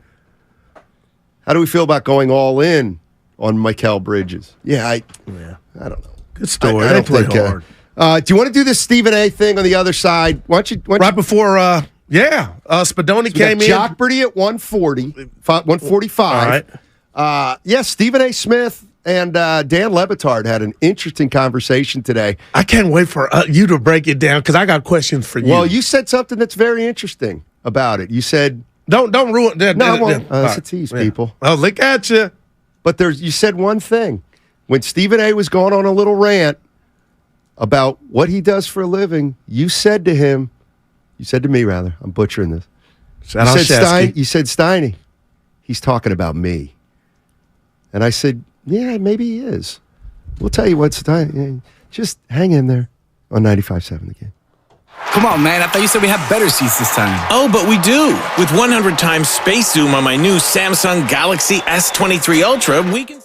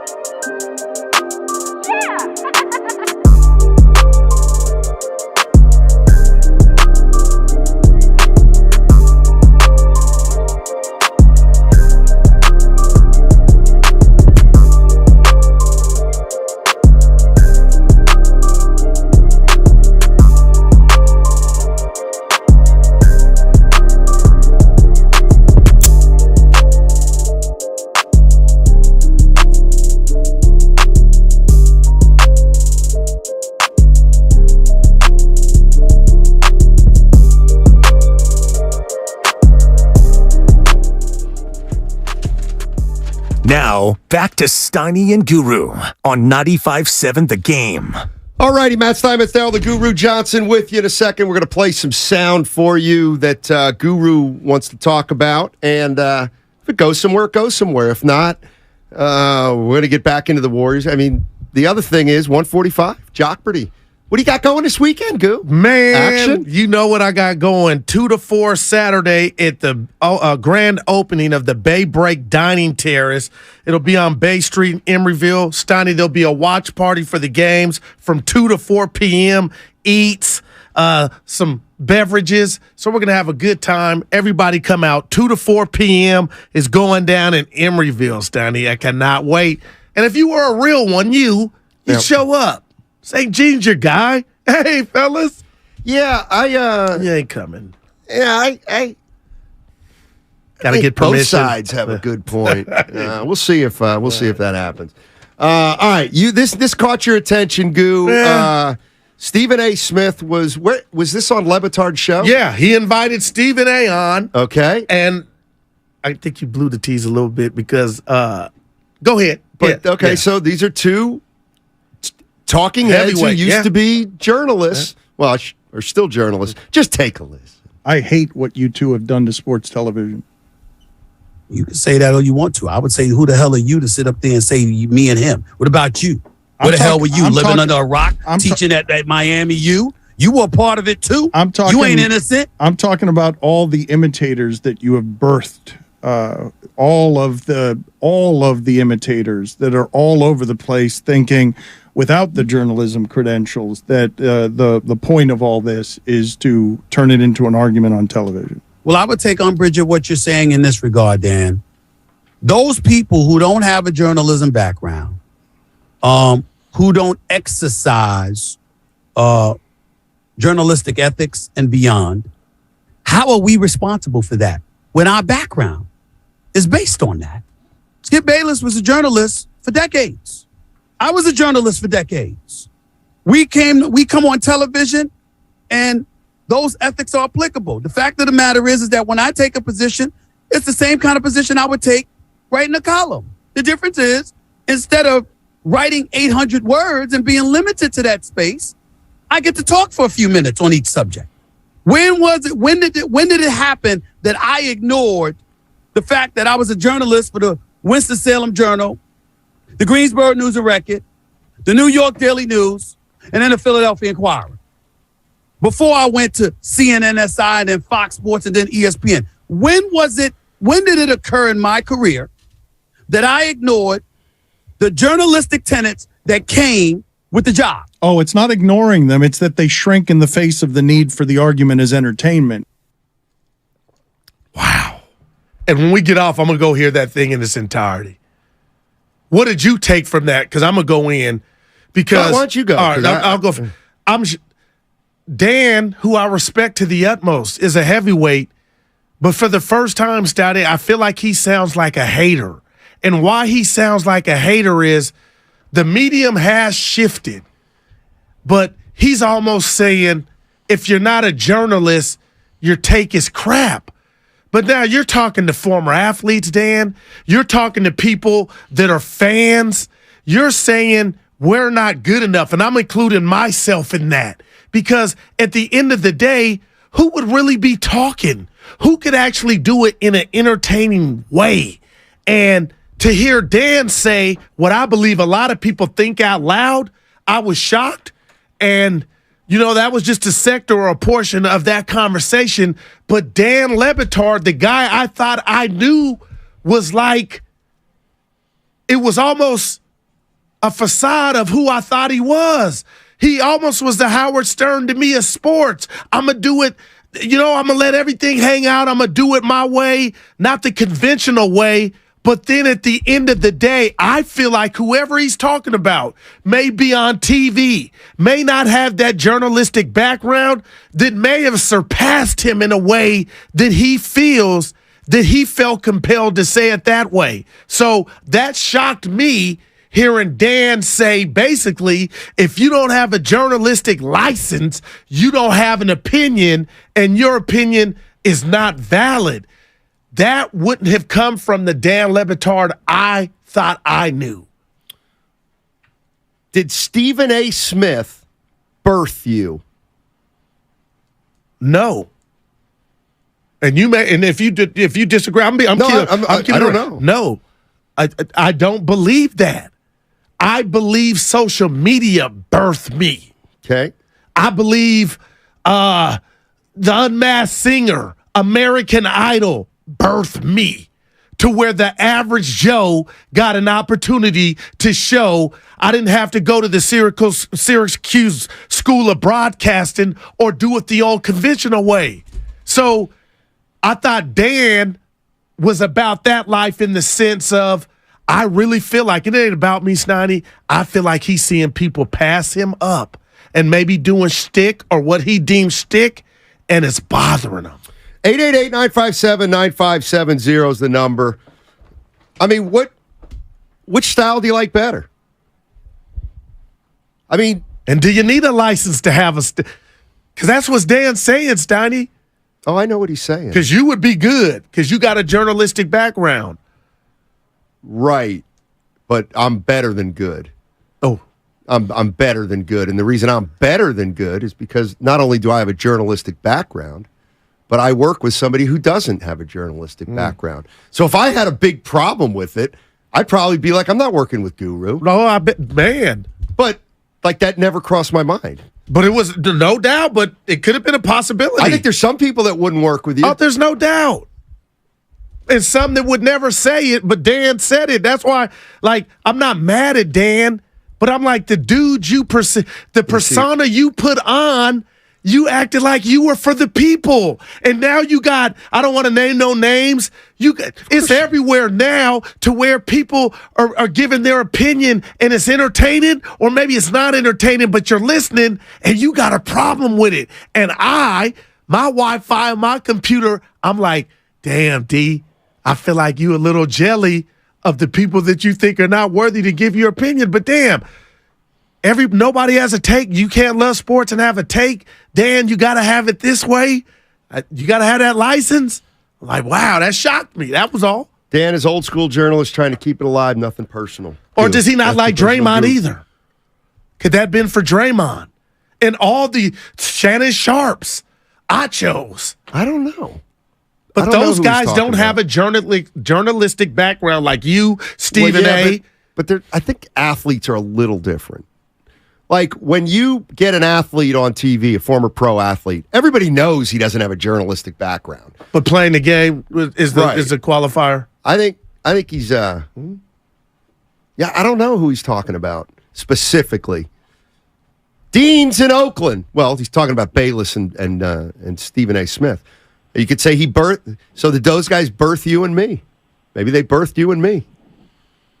We just go back and forth. Hey, how you guys doing? What's up, Dean? How you doing, man? All right. Can you guys hear me all right? Yes, sir. Yeah, so I think the whole thing with Stephen A., I think what we need is balance. I think that's what they were talking about. Like, the reason why I love this show is because Steiny is the old school journalistic, media guy, and Guru is the new fandom type of media guy. Like, not to hate or anything, Guru, but I probably wouldn't listen to a show where it's just Guru and Joe Shasky, because that might just be a little too much fandom for my taste. So I think that take was talking more so about balance. Nowadays, it's all just opinions. It's all just talking heads. It's not really journalistic. Like, it was frowned upon for sports journalists to say what their favorite team was. Like, I'm a fan of this team. The same with the news, right? The news, like, you never hear Larry King saying, I'm voting for this president or so on, right? So I feel like it's just the pendulum has swung so far to the other side where it's just too many screaming heads all at once. Hey, fair enough. Now, that's a great point, and you have to respect it. But I'm gonna say this to you, Steiny, and why I feel blessed to come here every day, and I mean this. Some that are doing it are not like that off the air. It is shtick. What I do and who I am with you every day, and this company allows me to be, that's who I am if I worked at UPS. So I don't have to come in here and conform or front and trick myself because I'm being me. I honestly believe now that I'm in the business, I see people that are putting on a Batman costume. Now, that don't make me better than them, but I feel like that ain't how you really are. Now, you could be looking at me standing like, Goo, where you? This is me, 24/7. Right. So it's almost a comfort in knowing, take me as I am. But I know now, as much as I consume this medium, I'm watching people fronting. I'm not hating. It works. Maybe it's too much for some, but for Dan to go there, I feel like he's the old man yelling at the clouds. When you used to be the guy, get jiggy with it. Let him hang. I'm in Miami. We gonna do it Howard Stern like. Now Stern again had the license, but man, look around. The thing has shifted. Let's go to sophomore in Pacifica. What's going on, sophomore? All right, gentlemen. Hey, yes. So I think Dan went too far. I think he's asking everyone who isn't just like him for their papers and asking them to get out of the way if they aren't like him, and that's just wrong. There's a rich range of choices out there, and Guru, when you say that social media birthed you, I know what you mean. They birthed you being in this role on this channel, but a huge part of what you bring is that you have had a life outside of all this, and then you're sharing from there. And then Steiny, yes, you're kind of like the railroad tracks that go straight, and you know where they're headed, right? You know what you know what their approach is going to be, and logical, sensible, well informed. Guru, your passion is amazing, and you guys are a perfect example. You're right in the middle. You combine both.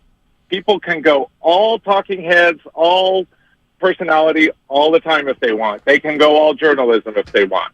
It's all out there, and I think that's good for us. I think it's good for the landscape. I think everyone oversteps their approach sometimes, like a Stephen A. Smith, or I think Dan overstepped his approach here, telling everyone to get off his lawn. Thanks, sophomore. Appreciate it. 7:07. Can we get a reset? Yeah. Basically, Stephen A. Smith went on Dan Le Batard's show, and Dan Le Batard told Stephen A. Smith that he hates what he's done to sports debate, that he and Skip Bayless have ruined it.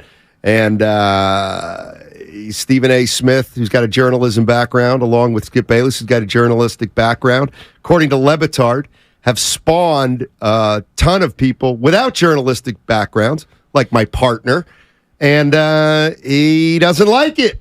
He doesn't like it. And I kind of am with the last caller. I think you can have all kinds of different mixes and let the people pick what they want. Well said. Let me throw this at you. I'm not mad at Dan. I still like Dan. But now my question to you, Matt, is why now? Why now do you want people to have that license? And that's why I said if I could find out, the answer would be the people that he thinks are not worthy are bubbling. Or, you know what? They're getting traction, and that's bothering them. All of a sudden to say, stop the monopoly game. If I had my drivers, this is how we would do it. Interesting. Rich is in Hayward. What's up, Rich? How you doing, man? Doing real good. Hey, I love your show. Guru, I'm with you. Because you know what? You're a fresh take, and because of the two of you guys together is the reason I watch and I call in. It's like if, you're not fake. I mean, you could have just flipped and said, I'm a Niner fan, but you're a Dallas fan. I've seen, and that's got a lot of heart and integrity to say that. You don't say we. Yeah, you did the big speech on the Warriors last year, but a lot of us felt the same way. Tired of getting pushed around, and at least you put it out there, and, just love your show. Keep doing what you're doing. Appreciate you. That's just haters.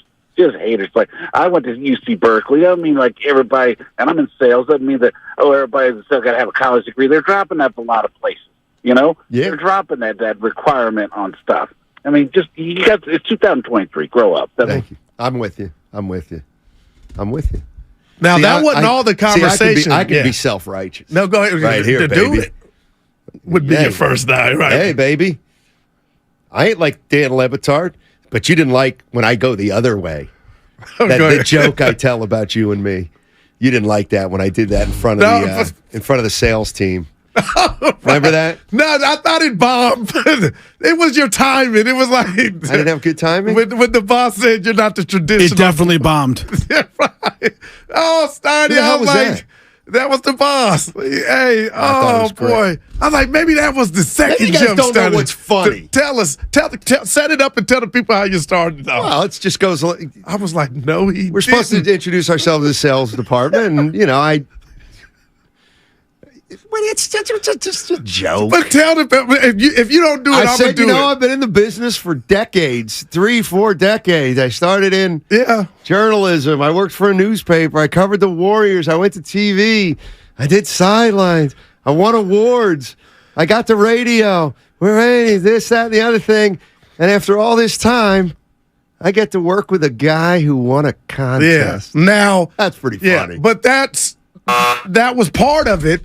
The boss introduced you, and the first thing you say is, the show works because he's black and I'm white. Oh, that's right. That was like, the brothers sitting there, everybody looks up like, who is? Oh, that's right. Remember you started it with that. Well, I said, boy. Just didn't get my deadpan humor.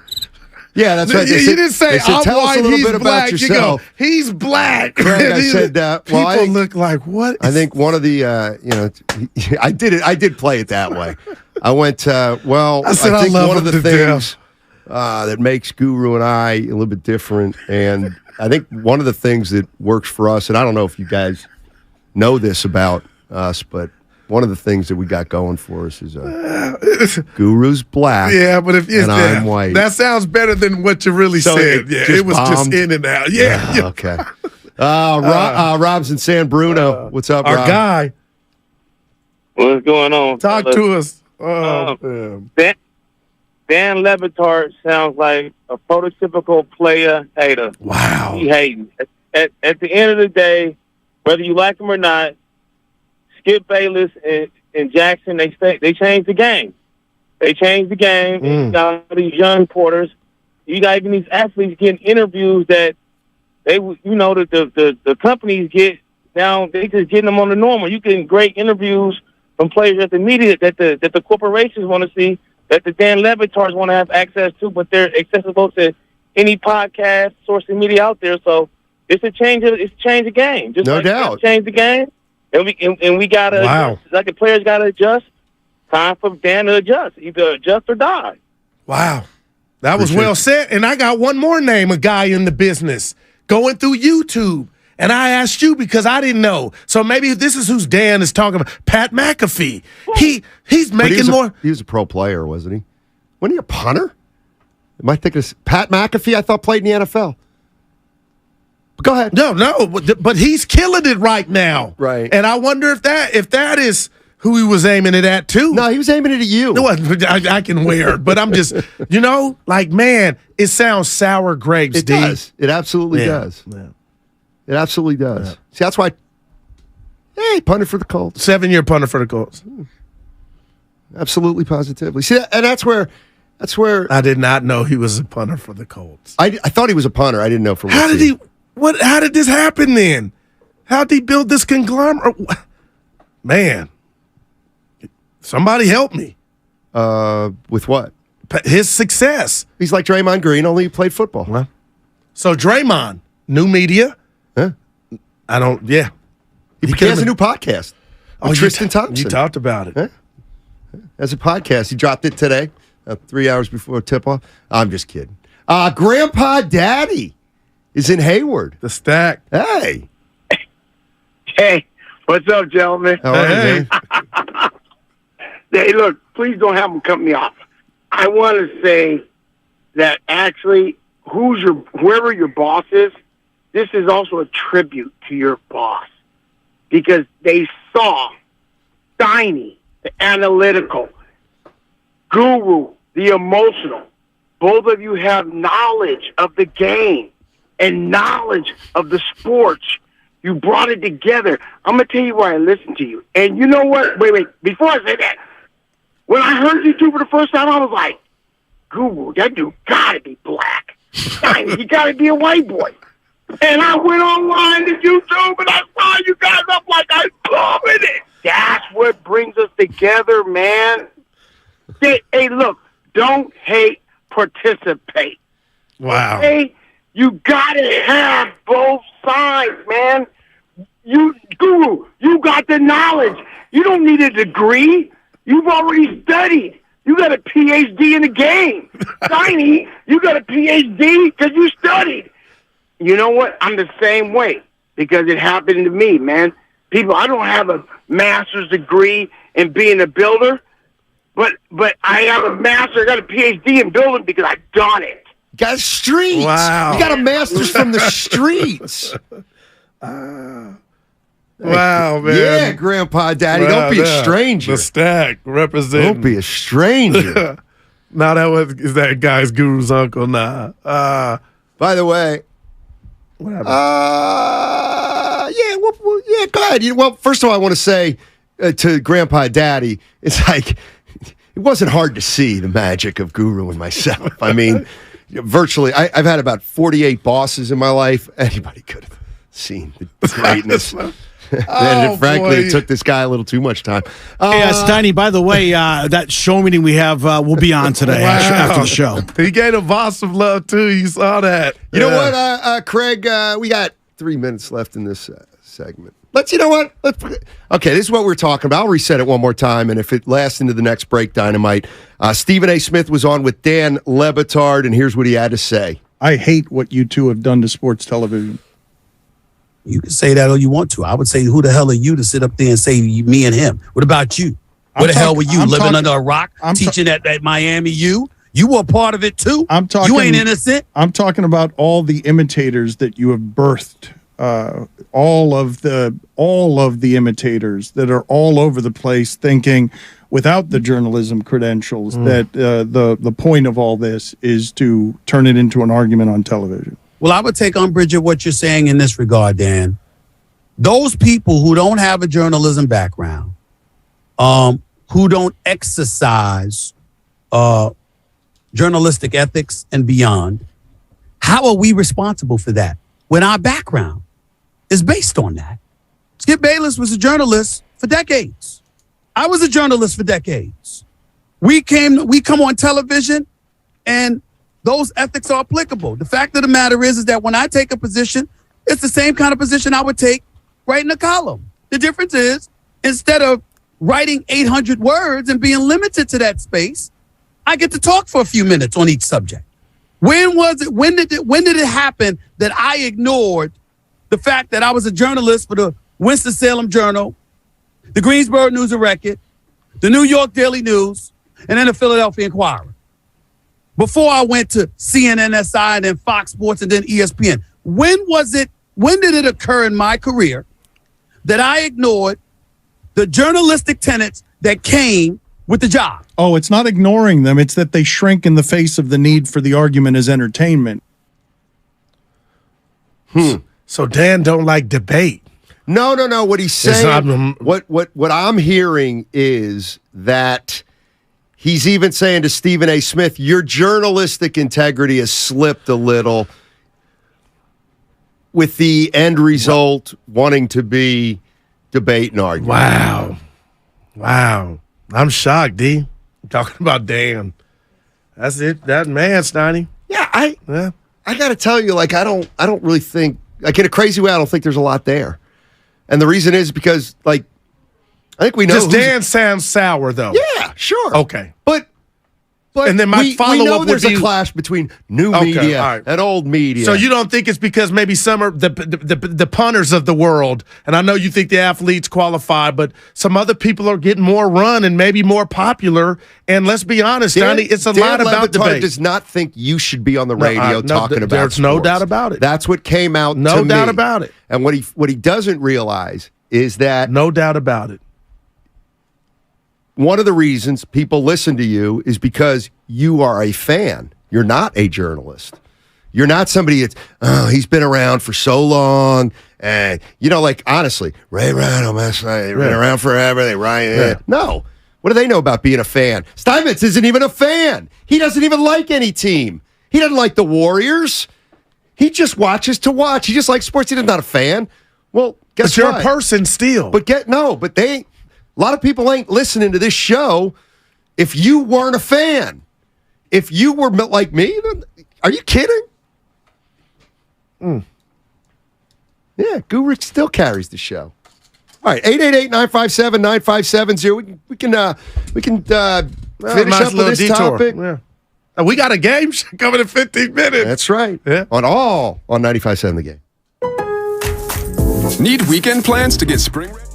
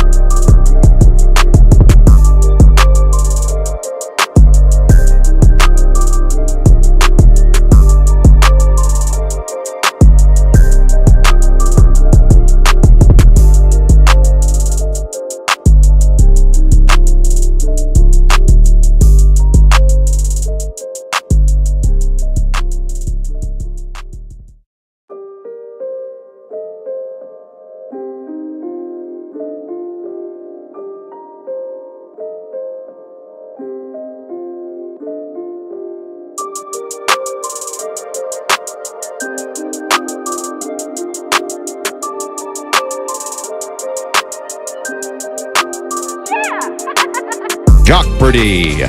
Now we're in the studio. His politics are West Coast, but his attitude is most certainly East Coast. It's Matt Steinmetz. Thank you very much. A little more enthusiasm, please, Jay. He's from the Yun, which is French for one, which ironically reflects his Jockberty win total.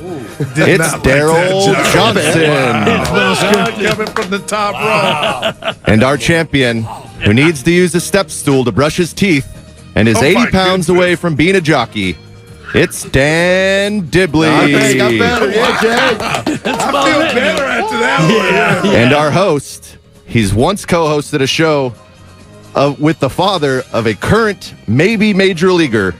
It's Whitey Gleason. Well, thanks, JK. Yeah, thanks, thank and you. Ryan Kreidler. welcome, players. Or JT, to- either one. Yes, yeah. I wasn't talking about him. Yeah, nice Oh, job. my fault. Jockberty, the game of useless sports knowledge. This is the, we can't call it March Madness, so it's a spring silliness edition. Let's go. tonight. Okay. Are you ready to roll? I'm looking forward to it, Whitey. Yeah, I I heard really you today am. talking about you don't want to take the lump, right? That's correct. Yeah. Look at yeah. you. Uh-huh. Never heard that. Yeah, my mom. That's one of my moms. Yeah. Needs to take the choke. Mary. Here's the dang deal. Yeah, we here we have we open with the Jockberty round. We have $1, $2, and $3 values in these three categories. Remember, of course, you want to shout your name to buzz in. Always phrase your response in the form of a what, Goo? Question. A question. What That is the correct. question? And we can't Yeah. ignore the boss came in here and said Dibs would win, so I'm ready. Steiny and I are pissed off.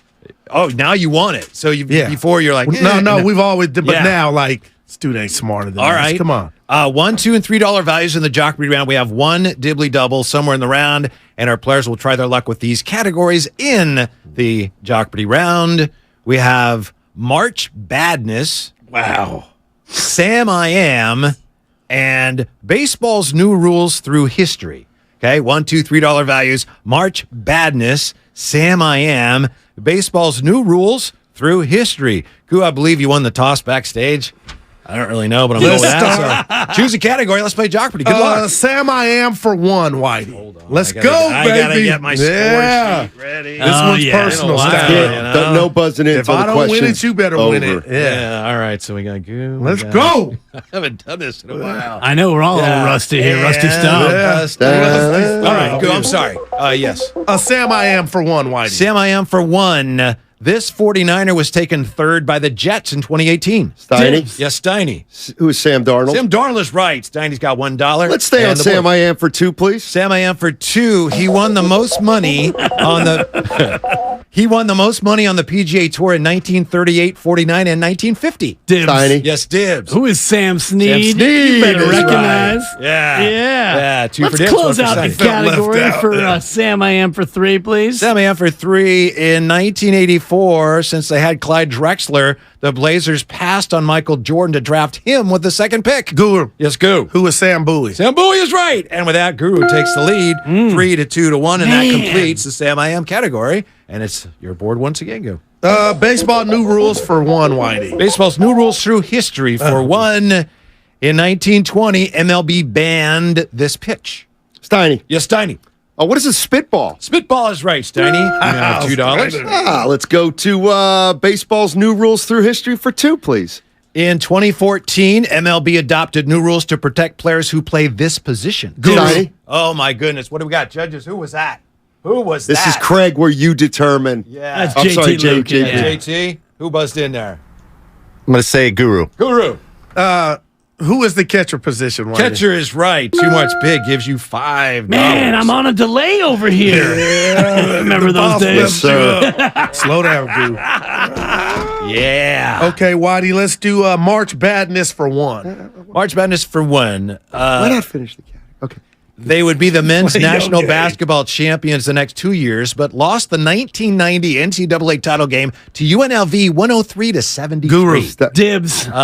What do we got there? He was a little early. Premature Yeah. buzzulation. All right. I think, yeah. I think it's Steiny. Steiny. No, I wasn't. Nah, it wasn't me. Oh, it was me. Yeah. Who is Duke? Who is Duke That is definitely right. One wasn't more me. dollar. gives Yeah, you 3. So just a little bit early Yeah, I there, know. Goo. Yeah. I'm trying to I got you. That was end my with bad. a 'Cause down we're doing the inflection. gentleman way, too. Yeah. Like Trebek used to. Yeah. He was the master at it. Not like Trying the to Wild get- West that they used to Remember do that? with you and I. With I think it's Bonte. 5 for Goo, 3 for Dibs, 2 for Steiny. Anybody's mad. Yeah, Your it's, board. baseball new rules for 3, please. It was the year in which MLB used for the first time instant replay on a limited basis on fair or foul balls and disputed home runs. Anyone? Go, go, go. I'm going to lose my money. What was 2008? Yeah, I would have had that wrong. 2008, yeah. Okay. All right. No harm, no foul, no blood. Still your board, Dibs. March Badness for 3, please, Whitey. Oh, and there it is. That is this round. Yeah, JT. Nice. Yeah. Good job, JK. Yeah. Blow yeah. it. 5 to 3 to Something like 2. that. How much do you wish to wager, Dibs? I'd like to wager all of it, Whitey. 3. All right. Good Yeah. luck. Thank you. Yeah. Sure. In Yeah. 2016, this 11 seed was leading 3 seed Texas A&M by 12 points with 45 seconds left in regulation, but lost in double overtime. Who is VCU? Sorry. This is awesome. Who is Northern Iowa? Right. Neither one of you 12 knew with it. 45 seconds. Neither one of you knew it. No, I didn't know it. Neither one of you knew it. So that takes you to 0. That's Yeah, it okay. does. Yeah, 5, sorry, Dibs boss. 0. Steiny 3, and we complete the round. Dibs, you want to go March Badness for 2? Yeah, I have no choice. To complete the round, here we are. Thank In 2018, 1-seeded Virginia made history by losing to this number 16 seed. Guru. Dibs.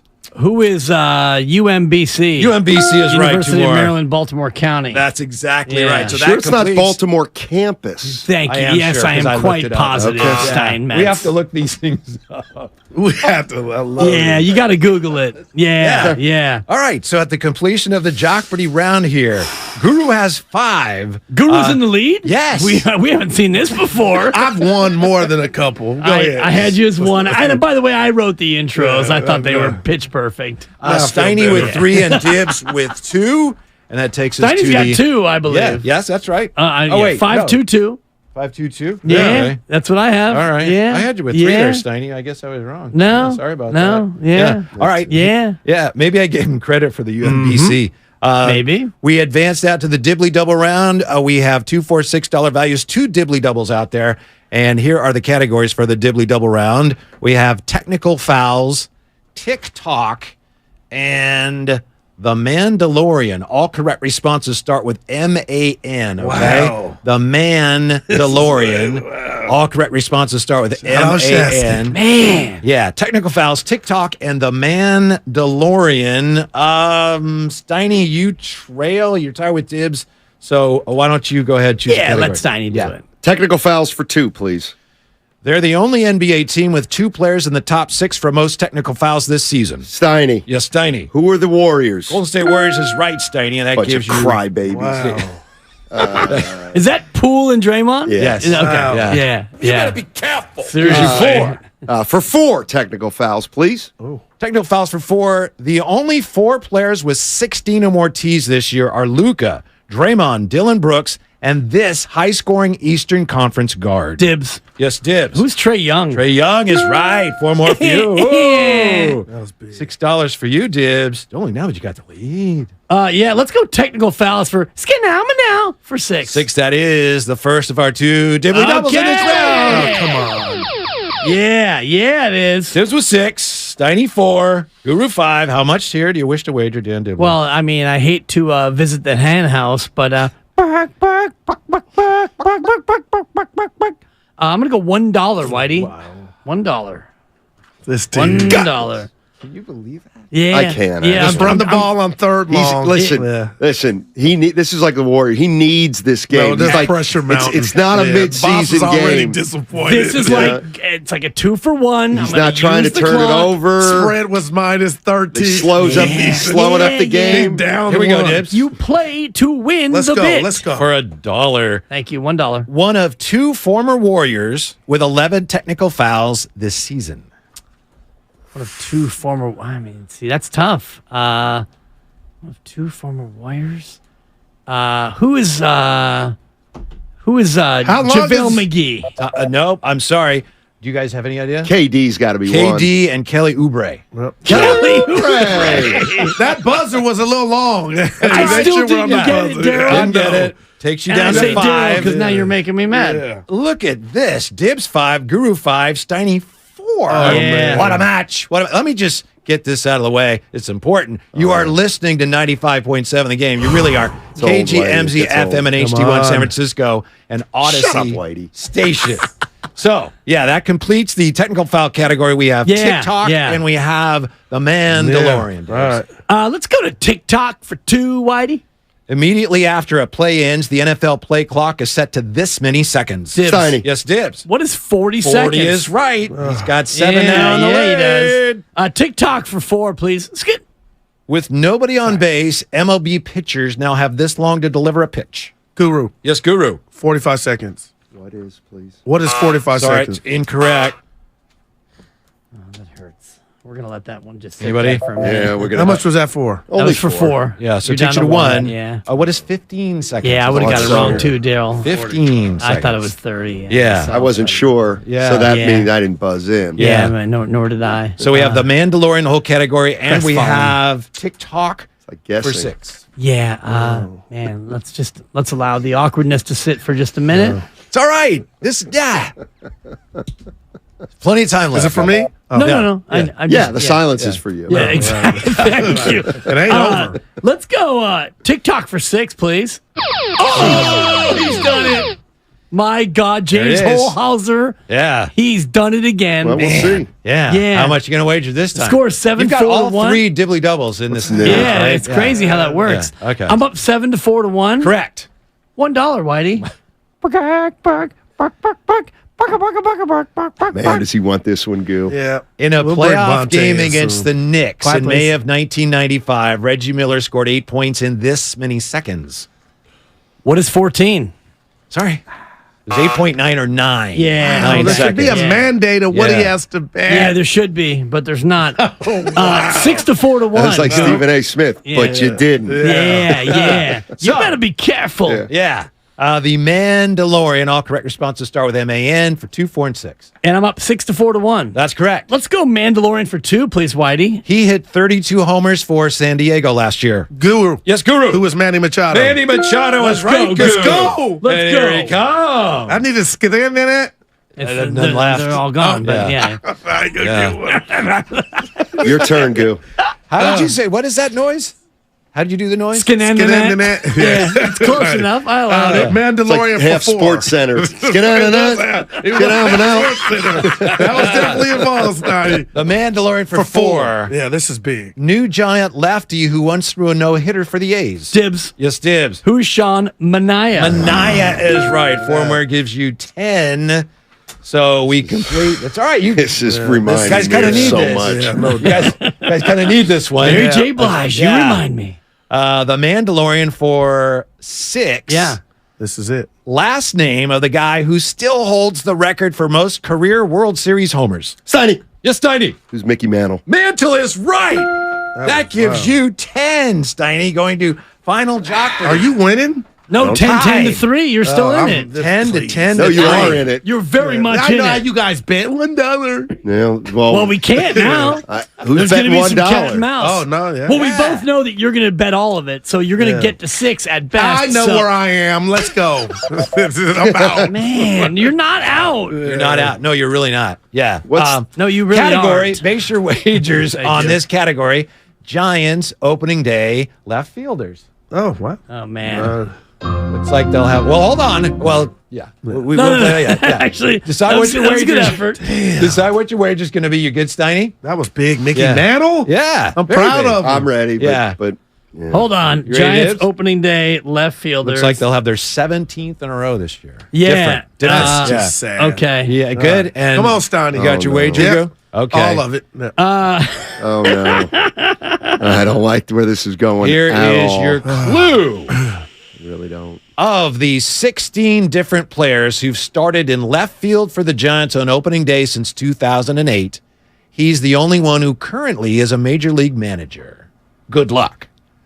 Now you play it. Yeah, thank you. Of the 16 different players who've started in left field for the Giants on opening day since 2008. He's the only one who is currently a major league manager. Goo got off to a hot start, stumbled, but he's still in it with 3. Dibbs has 10. Steiny with a late save on a Mickey Mantle question. He's also at 10. So it's Steiny 10, Dibbs 10, Guru 3. We'll start with the great Guru of the 16 different players who've started in left field for the Giants on opening day since 2008. He's the only one who is currently a major league manager. Goo, what do you got? Who is Gabe Kapler? Who's Gabe Kapler's not correct. What was your wager, sir? All of it. All of it? Okay. Takes you to 0. We go to... Come on, Steiny. Dan Dibley. Oh. I said it was Dave Roberts. Dave Roberts is correct. What was your wager? $3. $3, 13. That gives you the lead at least for now, Steiny. I have Who's Dave Roberts. And what was your wager? All 10.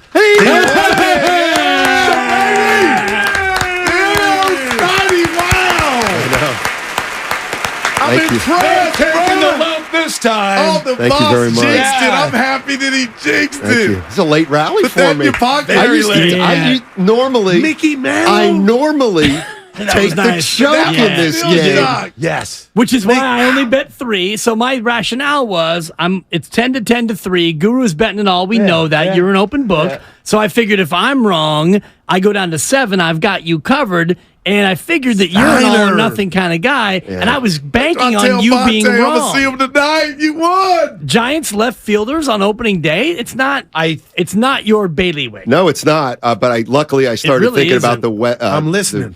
The teams in the Giants division. And You get Dusty nervous. Baker. Dusty Look at Baker. Steiny pulled You know? Mickey Yeah. 2 baseballs to win Dibbs, it. I Yeah. honestly think that's the Oh, only wait till time I've Ponte ever hears heard this. someone kind of outmaneuver you in Final Jeopardy ever. Didn't really outmaneuver me, but I played Steiny, it perfectly. This made our day right I mean, here. Guru, if I can. 'Cause Well, now- you didn't win. Steiny should be talking. No, he gets all the No, I know, praise, I but know.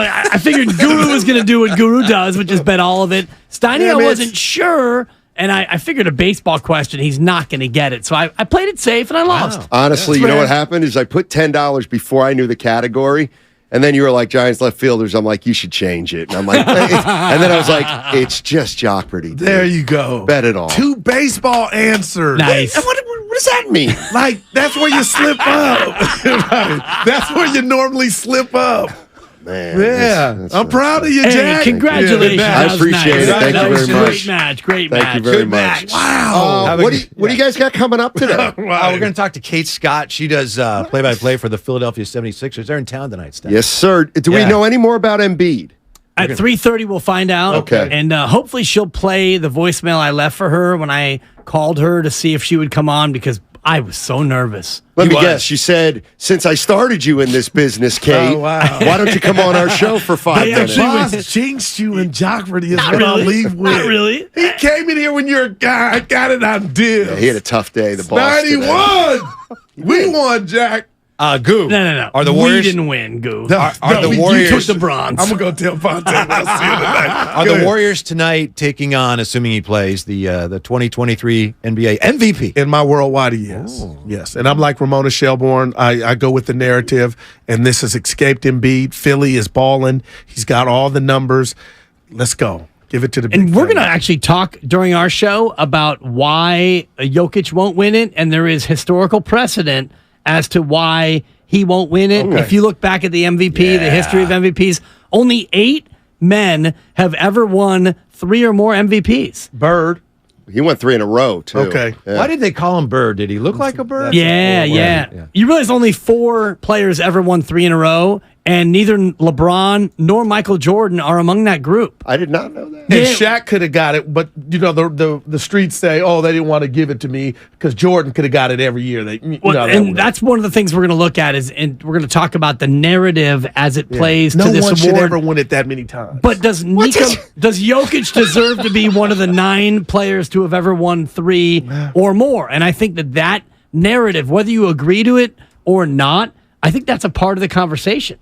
And that's, that to me is interesting because, and Steve Nash is the player who won 2 in a row. And Shaq says he stole them from. Well, the first one was so close. If you look at the vote, the second one Nash won going away, and then the third year Nash actually had a better year than he did the previous season, but they gave it to Nowitzki. See, I go with the participation trophy method. Like, no, they're all so great. Give it to Iron Man, Batman, and Aquaman. You know what I mean? Spread it out. Don't just give it to one dude when it's close. Embiid, Giannis could go. Yeah, I know you want to get out of here. How do you? He's on a high right now. How do you defend Joel Embiid tonight if you're the Warriors? What they put him at the high post. It's hard to double him. What do you do? What do you got? Nice. It's a 3 for your I'm trying to think. I mean, we see the smoke. He's checked out. You can't ask him a question. What did he ask me? Dude, he's on a high right now. Somebody interview him. Right? He's got the boss's 20 in his pocket. He's going to go get a couple of losses. I'm proud of you, man. Mickey Mantle. Dude, I know the Yankees from 1949 to 1964. That shocked me. I was like, when rooting for the Yankees was like rooting for U.S. Steel. Wow. What Guru is Peter saying Golenbach, great author. What Gu is saying is you don't know baseball. No, I know that's what That's what you're saying right He gets now. lemon booty at the end of the game is what I was saying. Oh, he does. Yeah. Oh, he does. He says it. Yeah. So even if he knew it, he would have misremembered. I'm proud of you. I don't accept That's that. the East Coast attitude. Thank you. I don't accept your proudness. Yeah. He knows baseball. Yeah. All right, guys. Well, listen, have a great weekend. Thanks. And thank you, Whitey, for doing the game. And, Of course, yeah. Anytime. And you know how I like to end the show on weekends. Go Warriors! Yeah, Willard and Dibs next. Whitey in for Willard. 95.7 The Game. They're longtime friends. Let me tell you something real quick about Dibs that I'm sure not everybody knows. And first-time partners. Hang in there, big guy. There'll be brighter days ahead. Now, these two homegrown Bay Area boys finally come together to take over sports talk. Get the hell off of my doorstep. Major League Baseball, you stink. It's Willard and Dibs on 95.7 The Game. Yeah, in for Mark Willard today, Kevin Michael, Whitey Gleason. And what a way to start this Friday, Dibs, with an edition of Jeopardy. Steiny! Wow, coming through late in a fashion we're not accustomed to seeing. Right, yeah. Normally he is a final Jeopardy, I don't want to say loser because he's a good friend of mine, but sure, he tends to get those wrong unless it doesn't matter. And then he gets it right. For him to come through when the stakes were the highest, I'm happy for him. Yeah. I'm sad for myself because, I hate losing, but... And when you had it. I did, but, ultimately, if I would have bet 10, it would have been a tie, kissing your sister, and nobody wants to do that. Right. Shout out Hurricane Gale. But, I'm happy for Steiny. He has a nice win. So, yeah, as we mentioned, we have Kate Scott today and a pretty big game for the Warriors. What a great night of basketball last night. NBA, I'm an NBA snob. And I try to always, watching college, like, we had two tremendous college basketball games. Oh, my God, college basketball. Actually, 3 if you want to count in Florida Atlantic with a second half burst over Tennessee. And we're down to the terrific 12 tonight. There's 12 teams left in the tournament. And we'll give you the update as we get closer to the opening tips, which is about an hour from now. I love the NBA. And, college basketball for me is kind of a 1 month relationship. I do watch college a little bit throughout the course of the year, but if it's January 5th, I'm not watching Iowa and Northwestern in a Big Ten, conference tournament game or conference regular season game. The NBA is kind of getting like that, though, unfortunately, to where these games in the regular season, they don't matter as much. But I have the fix for you, Whitey, and you let me know when you want me to give you the fix. Well, I was just going to say, before we get to the fix, the fact that this year it's so crowded, especially in the West, makes the regular season seem a little more important than it typically does, certainly for the Warriors right now. I know you talked to Steve Kerr yesterday, you and Mark, and he's talking about these are all playoff games, and there's a lot of truth to that. It's just in the NBA, rarely do you see everybody play. I mean, it's pro sports, so a guy's going to be hurt here or there, but it's really, really rare now to watch an NBA game in which almost all the stars are playing. Right, and it's one thing to be hurt, and that's pro sports, that's any sport, quite frankly, at any level, but when you have guys who are just sitting out because it's a November game, and when you hear Draymond Green say on his podcast, I don't get up for games in March, well, that tells the consumer that why would I want to even give a crap about this game in March or this game in April, and yet here we are in the Western Conference where everything is so packed in. These games actually do matter now. Yes. So what is your fix? My fix is to borrow from the WCC tournament, the way that they do it, to where the top 2 seeds, you get a berth all the way to the semifinals. So if you're a top 2 seed in your conference, you don't have to worry about the first round of the NBA playoffs. I kind of like that. And then, so you would take the play-in tournament, and those teams in the play-in, they would be a best of 3. So you would have 7 against 10, 8 against 9, best of 3. The winner of the 7 versus 10 would go on to take on the 3 seed in the next round. And then the winner of the 8 and 9, you would go on to take on the 4 seed. And then the 5 and the 6 would play in a best of 3 or even a best of 5. And then once they advance to the semifinals, then the top 2 seeds in each conference would then be forced to play. Now, in terms of revenue loss, those teams that get the top 2 seeds, you would just get a $10 million payout from the league. Because you're missing out on all the playoff gate. Whatever that number is, you would get paid out. And don't tell me that these pro basketball players wouldn't love to have a week off or a week and a half off or 2 weeks off. There's no rust in the NBA like there is in football. I have to confess, there was a lot of numbers there, and I may not have followed all of it, but I like it in principle. Yeah. I like the integrity. Basically, the top 2 integrity. seeds. Yeah. The top 2 seeds get a cushy ride to the Western Conference or Eastern Conference semifinals. Do you have any idea why the West this year is so bunched up, especially 4 through 11, whatever it is? I don't think we've ever seen anything quite like it. I think the play-in game is a factor. Injuries are a factor. You've got some older teams who are hanging on at the same time. Some younger teams are really just coming into their own. So there are a lot of things going on. Do you have any idea why we're seeing this unprecedented mishmash of a conference? I think it's because you've seen a lot of teams that are treating the regular season like the Warriors do, which is basically we're not that interested in it. And you know who's not this year doing that? You're right, but you know who's not doing that? Sacramento. Yeah. And I mean, Denver too. Yeah. Although Denver at home is different than Denver on the road. Denver on the road is like any other NBA team. Denver at home, they are really giving a crap about those games. And the Warriors at home have been great. Warriors on the road have been god awful. But in general, if you're on the Warriors, you're looking at this year and what's happened up to this moment right now. And it's been up and down, and yet you're still in a spot where you can still win the championship. So the first 74 games, of course, they matter some, but they don't matter like they used to matter. Yeah, we've been talking all season long on Warriors this week. JD and I do the show with JD. We'll be out at Friedman's tomorrow, of course, doing the show from nice. there I tomorrow. may come by. I love Friedman's Appliance. Yeah. It's right there amazing. in Pleasant Hill. It's incredible. But we've been so down on the Warriors because compared to last year, it's like, oh, man, they won last year and everything's down this year. But here they are with the regular season rapidly approaching its shattering conclusion. And, I mean, they could still end up 5th or even, they could end up 4th, which is where they ended up last year. Right, and they could end up 11th, which is, right? it'd be a long shot for them to fall all the way down to that point. But if they lost out, for example, which I don't think that they will, with some of the teams they still have on their schedule, they still could miss out on the play-in, or they could be in the play-in, or they could be in the playoff, and that's all great. And I love the urgency that we now have in the NBA, but think about if we had a way to build that urgency in all year long. And that's, I think, what Adam Silver and company should be looking at. Forget a midseason tournament, unless you want to say, hey, if you win the midseason tournament, then you get an automatic double bye into your conference semis. Well, then that might actually have some import in terms of teams trying. Money cannot motivate these guys any longer, unless you want to give a guy $100 million.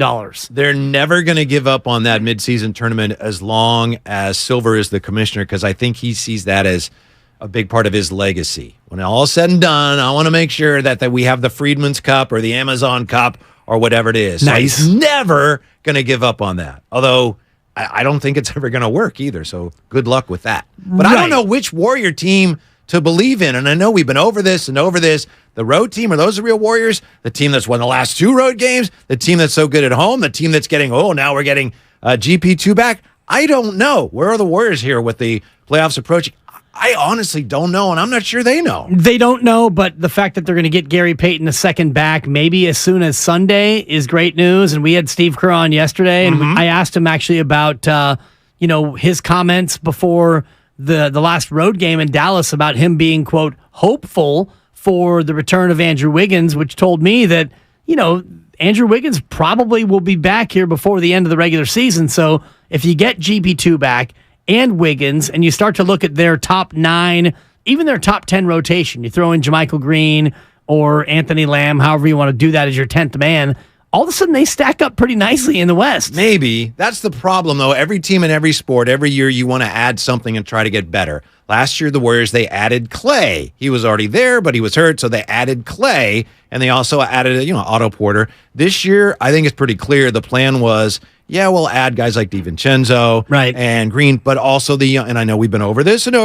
but the young players are going to improve to the point where it'll be like we're adding the young players. And other than Kuminga, that hasn't happened, so that's why they're here now, and that also opens the door to some really serious questions next year. It's like, okay, well then, what do you add? What can you possibly add? How do you get better next year, given all the luxury tax ramifications? Right. It all depends to me on Draymond Green, because if Draymond Green opts in, well, then you don't really have to add that much, in my opinion. You got GP2 under contract. You've got Poole. You've got Looney. But you're not adding. You have to add something. Yeah, right? but I think you're gonna add Patrick Baldwin Jr., who, by the way, has looked really good in spots. And you're going to add some younger players, and maybe you can add a guy in the mid-level, but you're not going to be able to add like you would want to add. If Draymond opts out... And I don't know if that's going to be good enough. But if Draymond opts out and you can't sign and trade, well, you can't replace his salary spot. So now I think you're in a spot where you'd have to do something dramatic in terms of really adding. So big game again tonight. That's the fun thing about this crazy NBA season. This game tonight, as you said, this game freaking matters. It does, but I would look at the overall NBA schedule and the NBA season and say, this is what we want more than just the last 2 weeks of the year. So how do we get that? And I think that there are ways to do it. And, I look at what the West Coast Conference does with their tournament as far as tiered seedings. The top 2 get a double bye, and I think seeds 3 and 4 get a single bye. You could do it in that fashion to where these teams actually would be playing for something. Think about Sacramento right now. They're 2 games back of Memphis. If they knew that by being the number 2 seed, they would be able to automatically get into the Western Conference semis, they might be more motivated than right now where, okay, we're 2 behind Memphis and we're 5 up on Phoenix.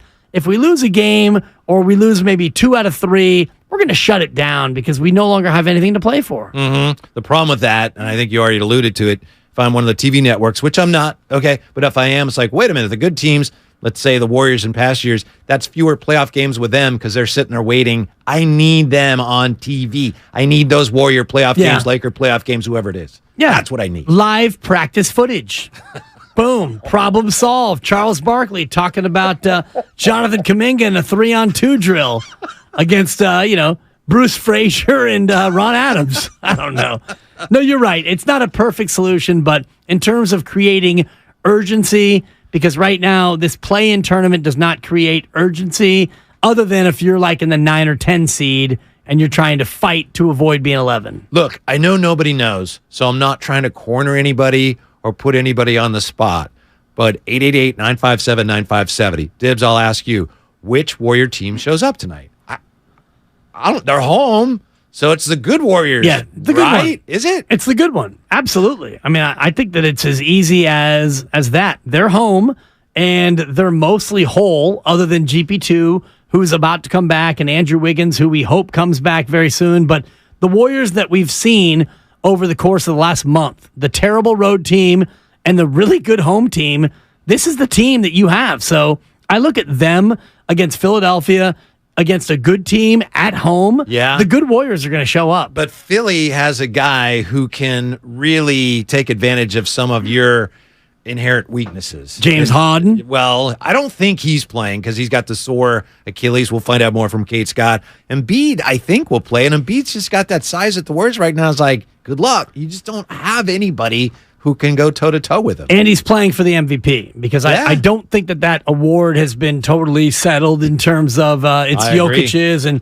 I think Embiid is still in a spot where if he pushes and Philadelphia, they're only 3 games out of being the top seed in the East and they're a half game back of Boston. So if they win their division, and they wind up with 55 wins, and he's got a signature performance over the defending champions, he could still snatch the MVP from the clutches of Nikola Jokic. So they have a lot to play for, no doubt. But I think the Warriors at home, these are the games against good teams that they've tended to win this year. Mm-hmm. Yeah, I don't know. I know it looks like, well, that'll be the good Warriors. I have no idea. Also, I have no idea how, speaking of the college basketball, as we were a moment ago, how the Dibley system is holding up this year. Oh, it's holding up very well. Is it? Yesterday Nice. was a big day for the system. Absolutely. I gave you Florida Atlantic on the money line, which was plus 180. Woo. We had Kansas State on the money line, which was only about plus 130, but they were an underdog.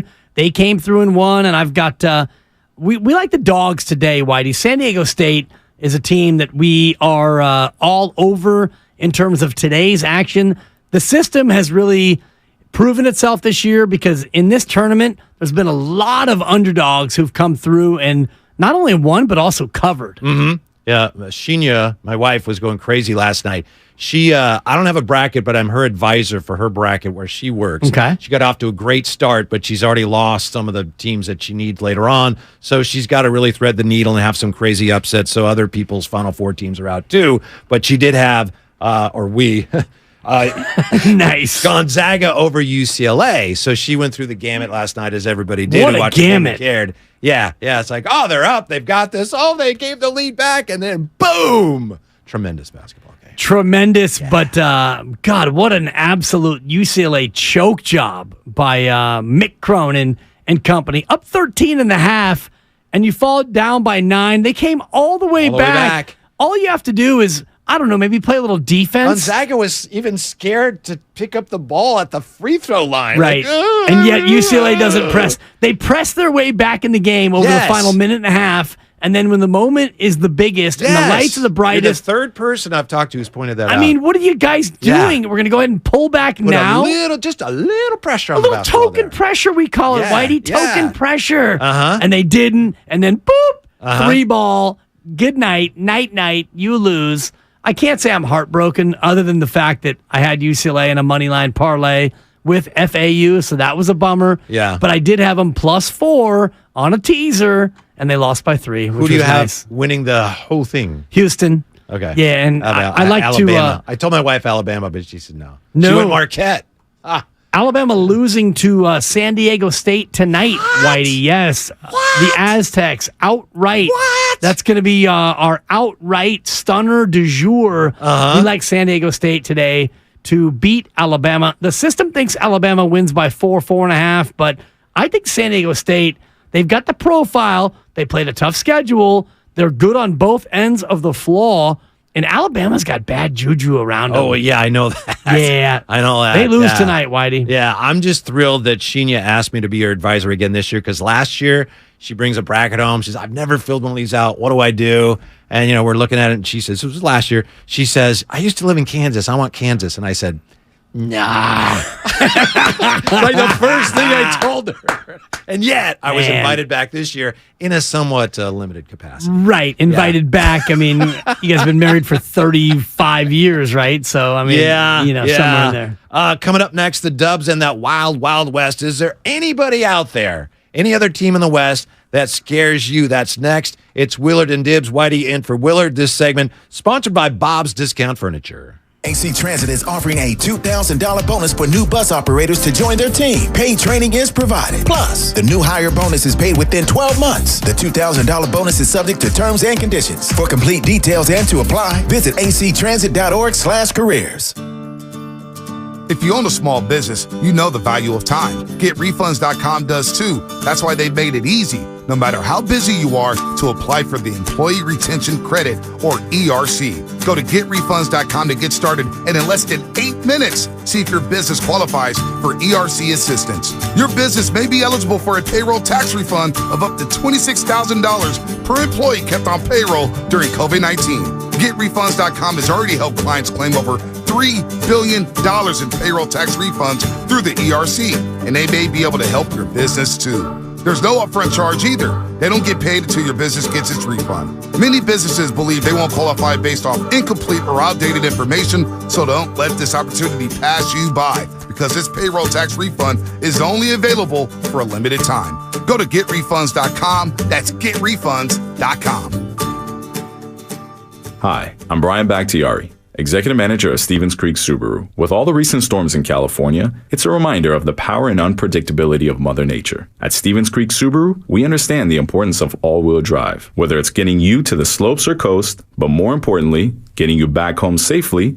No matter what the elements, there's no better place to buy your next vehicle than Stevens Creek Subaru. Subaru has been awarded the most IIHS Top Safety Pick Plus awards than any other brand since 2013, and Kelley Blue Book's most trusted brand 8 years in a row. As always, at Stevens Creek Subaru, you always get good prices, great selection, and truly exceptional service. So whether you stop in for service or to take delivery of your new Subaru, remember to stop by the Wilderness Cafe and talk to our Subaristas. It's just another reason why Stevens Creek Subaru is the Bay Area's preferred destination for all things Subaru. We're located on Stevens Creek Boulevard just off of Winchester or online at StevensCreekSubaru.com. And remember, buckle up and drive safely. U.S. Bank is ranked #1 in customer satisfaction with retail banking in California by J.D. Power. Since California is home to most award shows, we've prepared a thank you speech. To Californians everywhere, we've been proud to help you plan, budget, and save smarter. Our goal tracking and budgeting tools would have no place to shine if it weren't for you, and we can't thank you enough for that. And thank you to our real-life humans who go above and beyond for our customers every day.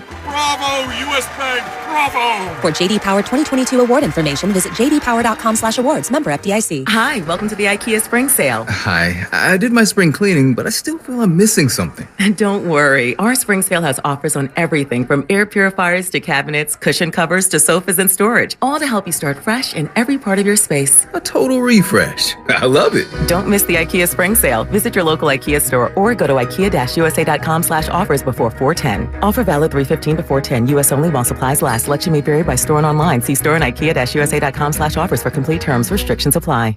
He's the best interview in the Bay Area. Dub Nation, this is Steve Kerr. Well, I think the fact that we've lost so many games that we felt like we should have won, we know we're right there. He's on every single week during the NBA season. Yeah, 100%. Steve Kerr. That is absolutely something I believe, and that's what we're working on. That's the plan. On 95.7 The Game. Presented by the Next Generation 10G Network. Only from Xfinity. The future starts now. Are you kidding me? Gas prices are up again? Somebody has to do something. Well, someone did. That's why I use Upside. Upside? What's that? It's a free app that pays you back real money for every gallon of gas or diesel you buy. I just earned 25 cents back on every gallon of this tank. Hold on. So the Upside app is free and you actually get cash back every time you use it? No strings attached? Yep, it's awesome. Check it out. It only takes a couple of minutes to sign up. Instead of just watching your dollars go into your tank, start putting money back into your wallet with the free app from Upside. With the price of gas today, it's big news and big money. To cash out of your Upside cash, just transfer it to your bank account, PayPal, or a gift card. Upside users have already earned over $200 million. Now it's your turn. Download the free Upside app and get cash back on every gallon of gas. Use promo code GOLF for an extra 25 cents per gallon on your first fill-up. That's code GOLF. Use code GOLF for an extra 25 cents per gallon back in your first fill-up. Cashback's not available in gas in New Jersey and Wisconsin. At the United States Postal Service, we're reinventing our network to help keep your business moving. With new shipping options to deliver better value, greater flexibility to conveniently reach your customers, more confident shipping with new informed delivery features, and new electric vehicles for a cleaner, brighter future. Fast, reliable, perfectly orchestrated. The United States Postal Service, delivering for America. Learn more at USPS.com/moving forward. Working hard when you'd rather be playing hard? Wishing you were clearing a level instead of clearing your inbox? Staring at spreadsheets but stuck on shattering high scores? Turn anytime into game time with Samsung Galaxy S23 Ultra. With its large screen, long-lasting battery, and our fastest processor yet, you'll be ready to battle with bosses between meetings with bosses. And even if you rage quit, it'll still be there tomorrow. Take advantage of amazing carrier offers now at Samsung.com.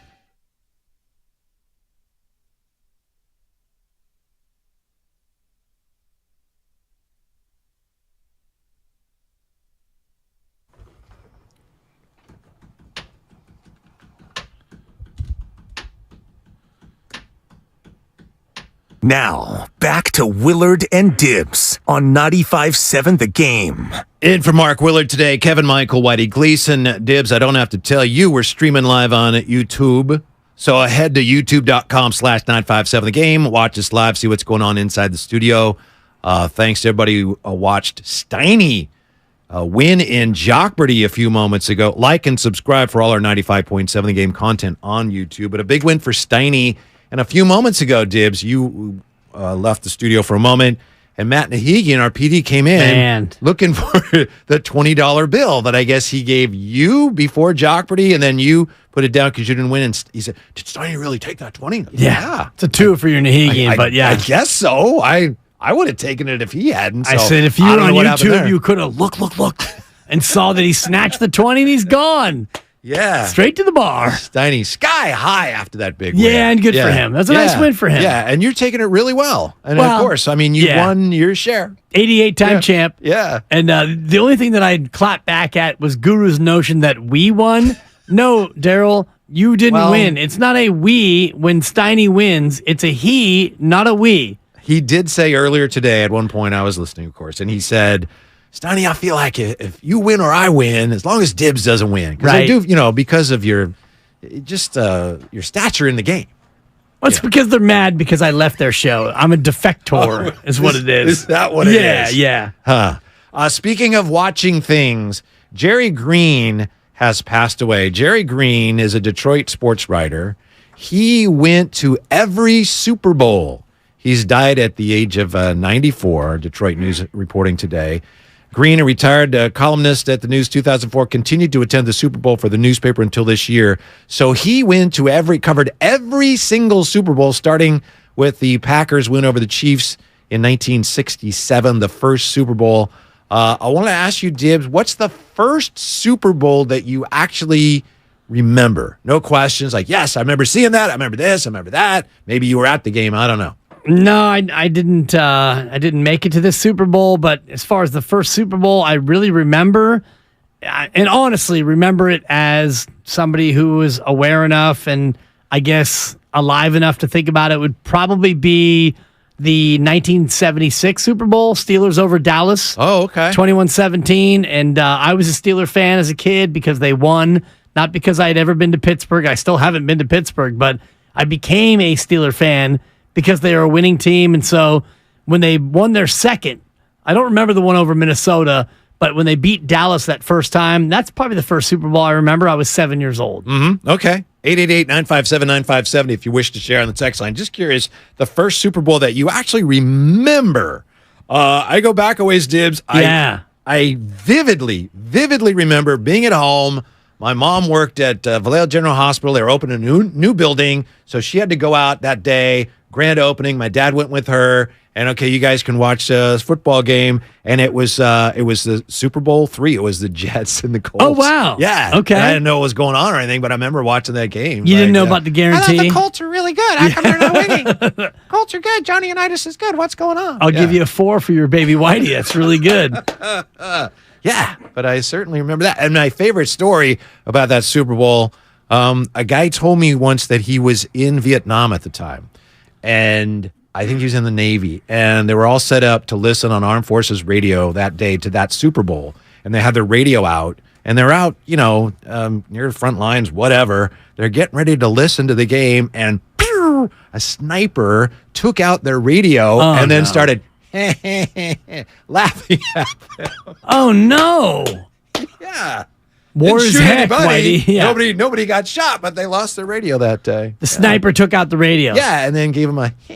And I'm sure the war got escalated accordingly immediately. Yes. That's an escalation sensation in my book. Oh, man, the Raiders losing to the Bucks, sadly, from the 925 first Super Bowl they remember. That was bad.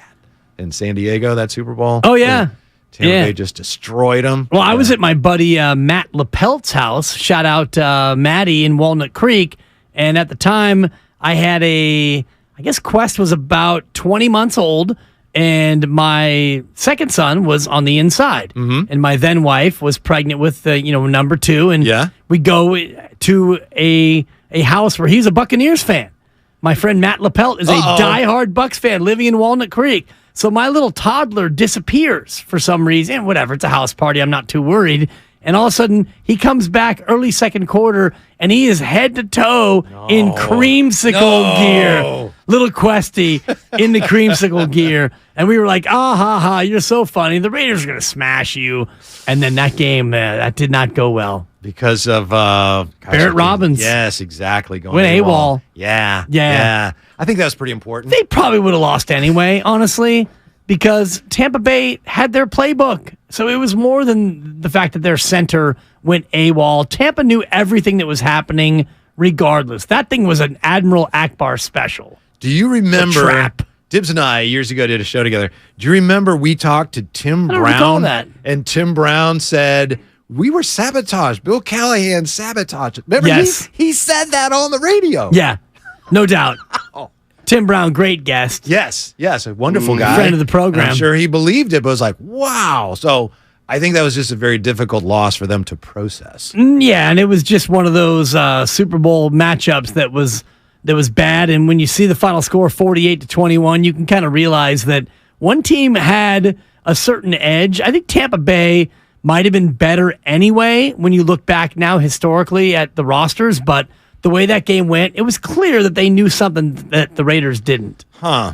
Yeah. Well, I mean, it would have helped if you had your center, the guy calling your, blocking schemes against that fierce rush. But anyway, we will never forget you. Jerry Green, Detroit sports writer, leaving us. He had covered every Super Bowl. 888-957-9570. If you want to share with us here, what's the first Super Bowl you actually remember? Now, the Warriors season continuing tonight, Dibs, as we're trying to figure out, or I'm trying to figure out which team shows up tonight. You look at these Western Conference standings, and I'm trying to remain optimistic. And one thing that makes me somewhat optimistic as far as the Warriors being relevant in the postseason, not necessarily winning a championship, but being relevant, is you look at the rest of the teams in the West, and as they're currently constituted, there's not a lot there that scares you, right? If For you look at sure. it from the Warriors standpoint, there are good teams there, but there's not like, oh my goodness, there's no juggernauts in the conference. Right No, now. even Denver, and you look at Denver as maybe the closest thing to a juggernaut. They're 19-18 on the road, so they're largely a mile-high creation. 30-6 at home.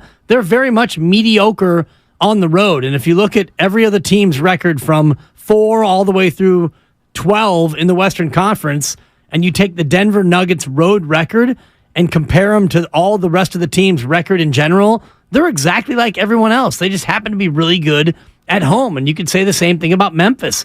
Memphis is 14-22 on the road, which is god-awful. Yep. The interesting team to me is Sacramento. Equally good at home as they are on the road, but they're wildly unproven in terms of playoff experience. Outside of Sabonis, I don't know if they have anybody who's had any playoff experience at all. Harrison Barnes, I know, does. Sure. Yeah. Certainly. But beyond that, you've got a head coach who's got experience, but by and large, you're a team that's not very experienced at all. And then you get from Phoenix all the way down to Utah, and that's just a mash of mediocrity. Mm-hmm. The Clippers are 19-18 on the road, and the Kings are 22-14, and the Nuggets are 19-18, and that's it for winning road records in the Western Conference. Sacramento, 22-14. Yeah, so you got 3 teams, and 2 of them are just a game over 500. What does that mean? It means the Warriors, if they can find any sort of rhythm here, maybe they got a shot to be a player in the postseason, but it's going to take more than just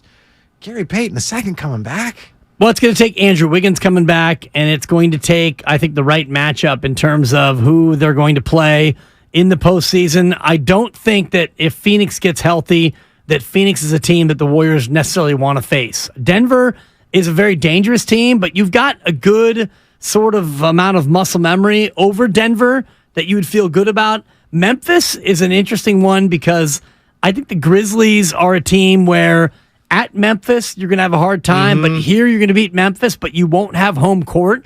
So if it comes down to a Game 7 against Memphis, and I think about, like right now, Warriors-Kings first round, if the Warriors beat the Kings and the Grizzlies... Well, I hope we get that first round series. I would love that too. Tremendous. If the Grizzlies beat whoever emerges from the play-in, and then Denver beats the other play-in team, and then Phoenix beats the Clippers. So you've got the Nuggets and the Suns, and then you've got the Grizzlies and the Warriors in the Western Conference semifinals. That, to me, is the NBA's dream right now because Phoenix and Denver, that thing could go either way. If Phoenix gets Kevin Durant back healthy, that's a very deep and dangerous team. And Denver, great at home, mediocre on the road. And I think Memphis is the exact same. So can you imagine a Game 7, Phoenix at Denver, Game 7, Warriors at Memphis? That would be a dream scenario for the NBA. Memphis last year, I thought they underperformed in the postseason, and we saw one of their flaws because they barely got through Minnesota. Right. And if you put them in the half court, if they get out, force turnovers, and get in transition, they're as good as anybody. But when they can't do that, they really struggle. And they signed Luke Kennard, hoping he can address that. But they're flawed. Phoenix, it's interesting. Kevin Durant, if he is ever healthy, which is certainly an open question, how good are they? Because I watch them now, and Devin Booker's fabulous, and the rest of them just look like they're kind of like, is KD here yet? Yeah. Whatever. And if you look at all of the Western Conference right now, over the course of the last 10, Memphis has won 7 of 10. OKC's won 7 of 10. Everybody else is 6-4, 5-5, or 4-6. So no team is playing that well. Even in the East, you don't look at any team that's been that hot except for Philadelphia coming to town, winners of 9 of 10. Kate Scott going to join us, the play-by-play voice of the radio feed, in 45 minutes. We'll ask her about why Philly's been so hot of late, but no team in the association's been red hot. But how am I supposed to believe in the Warriors, the way they've played? They won 2 in a row on the road. And the Mavericks, they finally ran into a team that right now is more dysfunctional than they are. I want to believe in the Warriors. I want to get excited, but it's like this year has been too up and down. This team is not that good. And unless Wiggins comes back and he's like, boom, I'm ready to go, I just don't see it. I want to see it. I'm looking for it, but I don't see it. You don't have to see it now. You have to see it, though, in about 3 weeks, which, you got 8 more games to go in the regular season. And if the Warriors can win just 5 of them, if they can go 43-39, they're going to be a playoff team. They won't be a play-in team. And if you look at the schedule, they still have Portland at the end of the run, and Portland likely will be in white flag mode. Damian Lillard at that point may not want to play. They're already talking about that. Exactly. And they're sitting right now 3.5 out of the 10 seed. So when you play Portland, they're going to be in give-up mode. You still have San Antonio, and we know that San Antonio has long been in give-up mode. So that's 2 wins right there. So if you're the Warriors, you just need to find 2 other wins against Minnesota, against New Orleans, and against, mostly pretty mediocre competition. Mm-hmm. The Clippers have no soul. Kawhi was great last night. No Paul George, but they beat Oklahoma City. They're just kind of, Clippers. So the Warriors, if they can tap into whatever that winning culture is here once they get into the postseason, that's an edge over some of these teams that really haven't done it before. But I don't know. I don't know if that's still a realistic hope with this team. As much as they've, floundered, and they cannot guard anybody. Right, but they can guard, I think, a lot better when they get GP2 back, which could be as soon as Sunday. And if they get Andrew Wiggins back, which hopefully will be before the end of the regular season, no official word, but Steve Kerr did say before the game on Wednesday he was, quote, hopeful about Andrew coming back. So if you add in those 2 players to your defensive rotation, GP2 and Andrew Wiggins, you already have Draymond Green, who's been called by his own coach as the best defensive player in the league.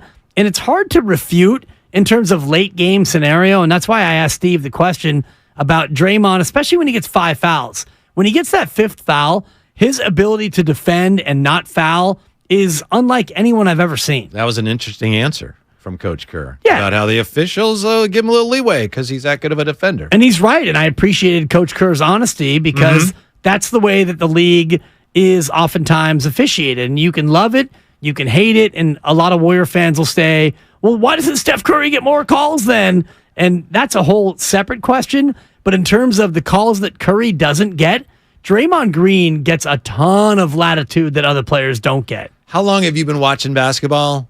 Since the probably 50 years. Okay. 50 years, yeah. And shout out Larry Fulton, early mentor when I was 4 years old.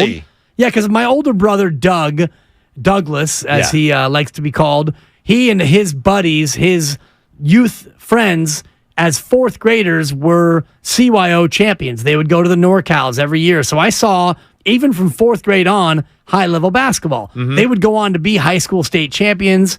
And many of them, Steve Lavin, for example, college coach, Jimmy Saya coached at USC. Dan Hunt was a star in Australia. He coached in Australia. Steve Kenilvort, drafted by the Warriors. I was around a very high-level youth basketball environment, so I've been around basketball my whole life. So in a way, you created that. Basically. That's right. I'm sure Kate will tell you that when she joins us at 3:30. Because, in this day and age, virtually every NBA player complains about every call. Right. That's a little bit of an exaggeration, but not much. That's just the way it is now. And yet, even in those conditions, Luka stands out as a complainer. I don't know how he does it. It's not just that he complains all the time. I think it's the whiny baby faces he makes and the gestures that he makes and the googly eyes, like, oh, puppy eyes. What are you doing? And the money sign for which he was fined $30,000. Did you see that? $30,000? No, he got fined $30,000 by the league for basically intimating that the refs are being paid off. Right, which was ludicrous for him to say in that game. Ludicrous. When you had one play or somebody just ran over Anthony Lamb's dribbling out of the backcourt. Can we just stop right there? Yeah. He did not get run over. He got nudged. He got knocked over from behind. The reason why he got knocked over was because he got nudged and he fell over. And this is, Mark and I got into this yesterday. He got run over from behind, Dibs. Maybe you're thinking of a different play. No, I'm thinking of the exact same play. He did not get run over. He got contacted and he happened to fall on the ground. Did he have the ball at the time? Yes. He did for a moment. Did he lose the ball? Was there an advantage gained there by whoever it was that was the knocked him over? contact significant enough? It knocked him over and he lost the ball. When Jordan Poole falls down at the first sign of a piece of wood on the floor, we all criticize Jordan Poole. This was not much different. What's Jordan Poole's favorite Michael Douglas movie? Falling Down. Yes. Thank you. It's What's a 4. His favorite Beatles song? Hey, Floor. No, If I Fell. Okay. Yeah. What else you got? Yeah, that's We're all I ready got for Jock Birdie. I would have won. God's sakes. Yeah. So anyway, for that to happen, he was not run over. He was nudged. He literally was knocked over from behind. And I know a little bit about officiating, not as much as you, but I know. Of course. Hey, is that a play on, or do you call it? Well, was there an advantage gained? Yes, the player knocked him over from behind, and he lost the ball, and his team lost possession. All right, I think that's an advantage gained there. Well, it depends on the severity of the contact. And I've looked at that play already 85 different times, and I could see why they didn't make that call. The contact was not that significant. Now, the other one that was interesting was the loose ball where Jordan Poole goes to get it. And he runs into Luka. And he runs over Luka Doncic. Now, he got to the ball first, and Luka throws his hands up like a victim, like a cardboard cutout, and Jordan Poole smashes into him, and Luka flies back, and so Luka gets the call. But we don't talk about that, Luka, do we? Yeah. Well, to me, again, I'm not an official like you, but Luka had a right to that spot on the floor. So it doesn't matter where the ball was. Luka was in his spot, and in going for the ball, Jordan Poole ran into him. So at the time, I did think that was a foul on Jordan. Interesting, because, to me, and I will always defend the officials. Yeah, I noticed that. That was kind of a bang-bang play, and I thought, for myself, maybe a play on. That was a loose ball. Yeah. Jordan Poole got to the loose ball first. Now, I could see why they called it on Jordan Poole because he was a little bit out of control. Luka Doncic was not set. Therefore, he did not have any right to that spot on the floor. Well, he was standing there. Not really. Okay. He was trying to get to laying a spot. Down? No, he was not standing there. He was on his way to being standing there. Mm-hmm. He was in motion. And a Luka in motion tends to stay in motion. In motion. Sure. I thought that would have been a play on. Okay. Let's let the boys be boys. Thank you. Well, all the crying and the hand wringing. Back to your point. The more Luka tired Doncic, Luka gets, my God, the more frustrated dude. he gets, the more it's like everybody else's fault. And in that late game scenario where the inbound pass and he goes under the hoop and he dribbles back, Draymond is completely vertical, arms up. And now there's a player who has his feet on the floor, and Luka tries to jump into him and draw it. Luka, I think, cleared him out blatantly with one arm. Yeah, it was a little bit of a clear out. Yeah. But again, in that spot, that late game scenario, you're not going to call the clear out, but you're also not going to call the foul on Draymond. Yeah. That was elite officiating. I guess you can so. say it. And it worked out. But to me, I know that one of the rules of thumb is, well, you don't call things at the end of the game. My recollection of it is that I didn't watch it as many times as you did. But Luka, he knows he's trapped at the baseline. It's like, I'm screwed. And he just shoves Draymond out of the way. Nah, you have to call that. They didn't, and it worked out. But if he shoved Draymond out of the way, then Draymond would not have been there still. He created room by clearing him out. He cleared out. Don't you get it? Enough I'm doing my Steiny. Don't you get it, Guru? Enough space to go up. Yeah. But he didn't actually clear Draymond out because Draymond actually didn't go anywhere. Well, so he created attempted just enough space to go up and miss that shot. Just enough space to miss the shot. Which was delightful. Great officiating. Yeah. It wasn't bad. And for everyone out there already... Funny that you would hold up that game as an example of great officiating. That's really curious. Well, you know what I think great officiating is? What? When it's fair. And that game was fair. Dallas could say there were calls that were clearly against us, and the Warriors could say the same thing. That's all you want. And I'm not one of these basketball fans like a certain morning show host on this station who is already clutching his comfort pillow over the fact that Tony Brothers got the assignment tonight. So we're already preparing ourselves for the worst. Just enjoy the game, bro. You're not even a basketball fan. You're a fan of the officials. In part, yeah. In part. And you know what? When I watch a game, I don't ever think about the officials. There's a call made, and I think, I don't agree with that call. And you move on. Mm-hmm. Because in a game where there are 252 points scored, and apologies to Mark Cuban and your little protest, but the fact that your team got beat on a 2-point play where you didn't play defense, the game had 252 points. This is not a soccer game where you lost 1-0 on a questionable call on a penalty kick. This was 2 points out of 252. You got to be better than that, bro. You know where Mark Cuban's silly little protest really fell flat is when, if you read his statement where he says, the PA announcer said it was our ball. Well, I learned, Dibs, years ago coaching a crucial 8th grade PAL game. The scoreboard was wrong, and we have the ball in the final moments, and I think it says it's tied, and we were maybe behind, and I'm yelling at the official, the scoreboard's wrong, and the official looks at me and like, okay. It's not his thing. So, it's not the official's fault if the scoreboard's wrong or if the PA announcer made a mistake. Correct. So when Mark Cuban says, the PA announcer said it was our ball, too bad. That's on you and your PA announcer. Exactly. That's not on the officials. I had one the other day when I was reffing high school volleyball, and the coach of one team was like, it should be 23-23. Yeah. So I come down off my stand, and I walk over to the scorebook, and the scorebook has it 23-22. The complaining coach is actually losing. Yeah. And I say, Coach, we got to go by the book. The book is all that matters. And he says, but it's 23-23. I said, show me your scorebook. Show me your scorebook, Coach. I bet he didn't have it, did he? I said, Coach, it's 23-22. And by the way, it's a yellow card for you for daring to question and my to bring authority. You off your chair, right? With my knee, Whitey, it took me a long time to get down.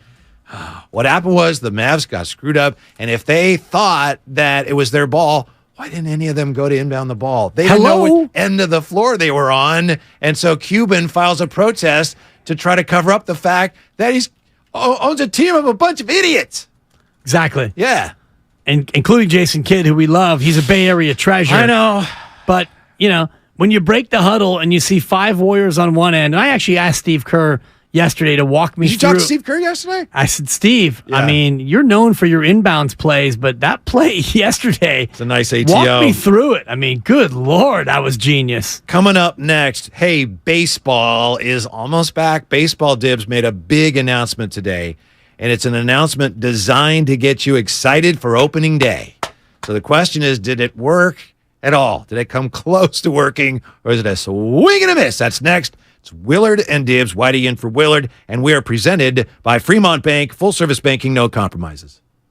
Hi, Little Bob here from Bob's Discount Furniture, here to let you know.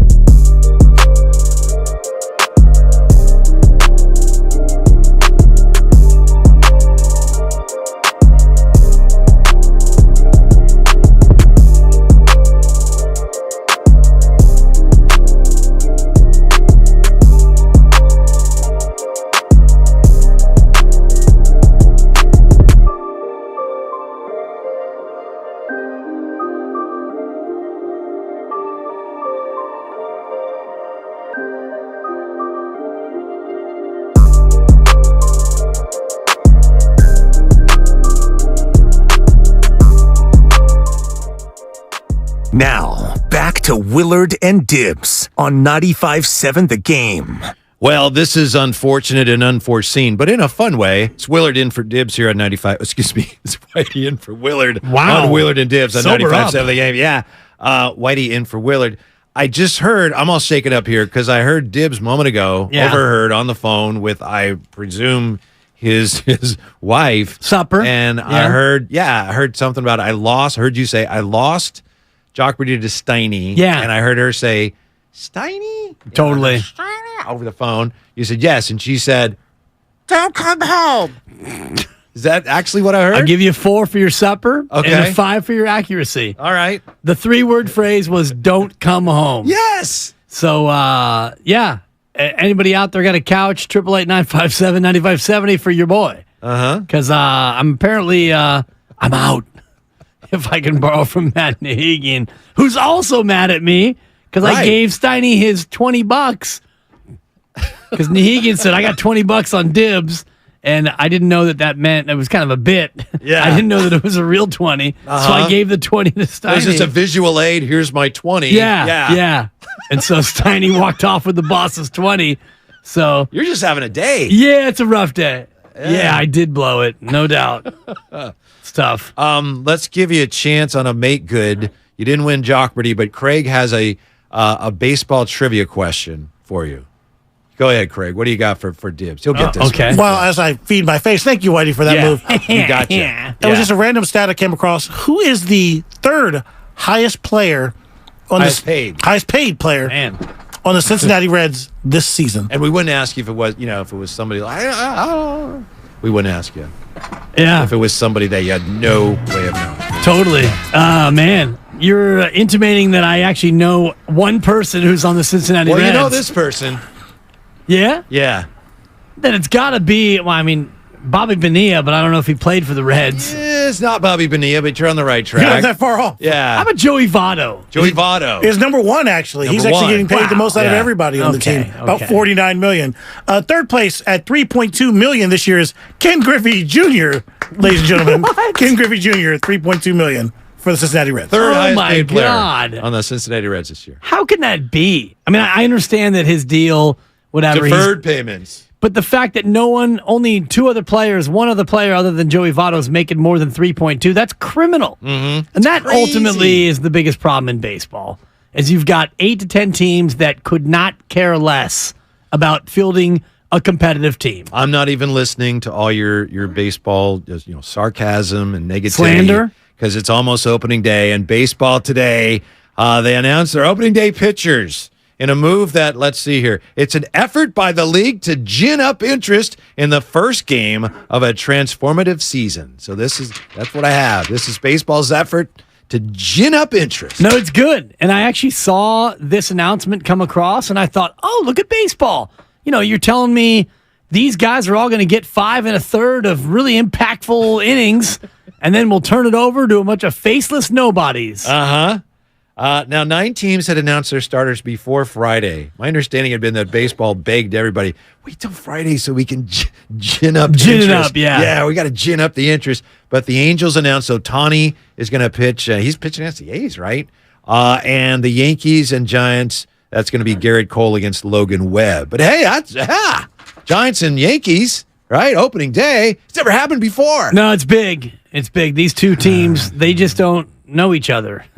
You can throw the records out, Whitey, because they're both 0-0. Yeah. Let's see. In an effort to gin up interest, Framber Valdez for the Astros against Dylan Cease of the White Sox.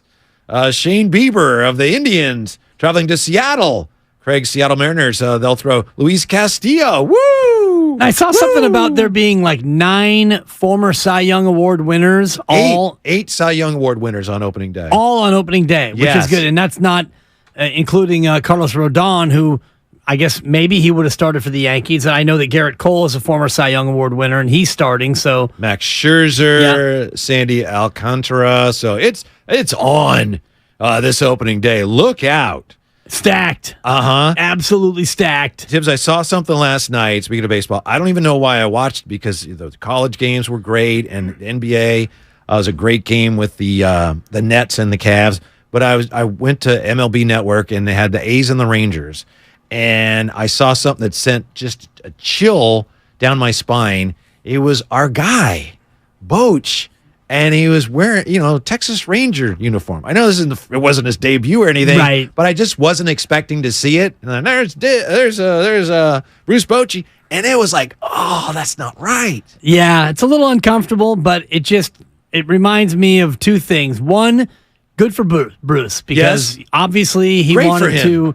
Yeah, it's great, and he's making a. How come he's still not here again? That's the other part of it, Whitey, is how come he's still not here again? Because this organization is not the same organization that he helped build into a champion in 2010, 12, and 14. And when they ran him out of town, and when they brought in the new regime, and they brought in Gabe Kapler, and good for Gabe, he's been good with the media, and they had 107 wins, and he's had a pretty good start to his career as a Giants manager. Better than I think I would have expected. Correct. And, Farhan Zaidi, I think the jury is still out, but the bigger issue for me is what this organization is feeling like it's becoming. And Mark had the tweet yesterday from Bob Nightingale that was talking about the teams with the biggest profit last year, and the Giants were number 2 in profit margin. It feels to me more like this Giants team now is about making money than making memories. True or false? Mark Willard does every show wearing Jock Peterson underwear. True. I mean, unconfirmed, but yeah. Yeah. True or false? Tommy Pham once came in and slapped Mark Willard. That's false. That's false. Yeah, that's false. Yeah, you got to have the palate cleanser. Sure. The Giants, I heard today on the Morning Roast, and I think it was Butch talking about, who's the face of the Giants? Do they need a face? They don't have one. It's like Farhan and or Gabe Kapler is like the face of the franchise right now, right? It's Logan Webb.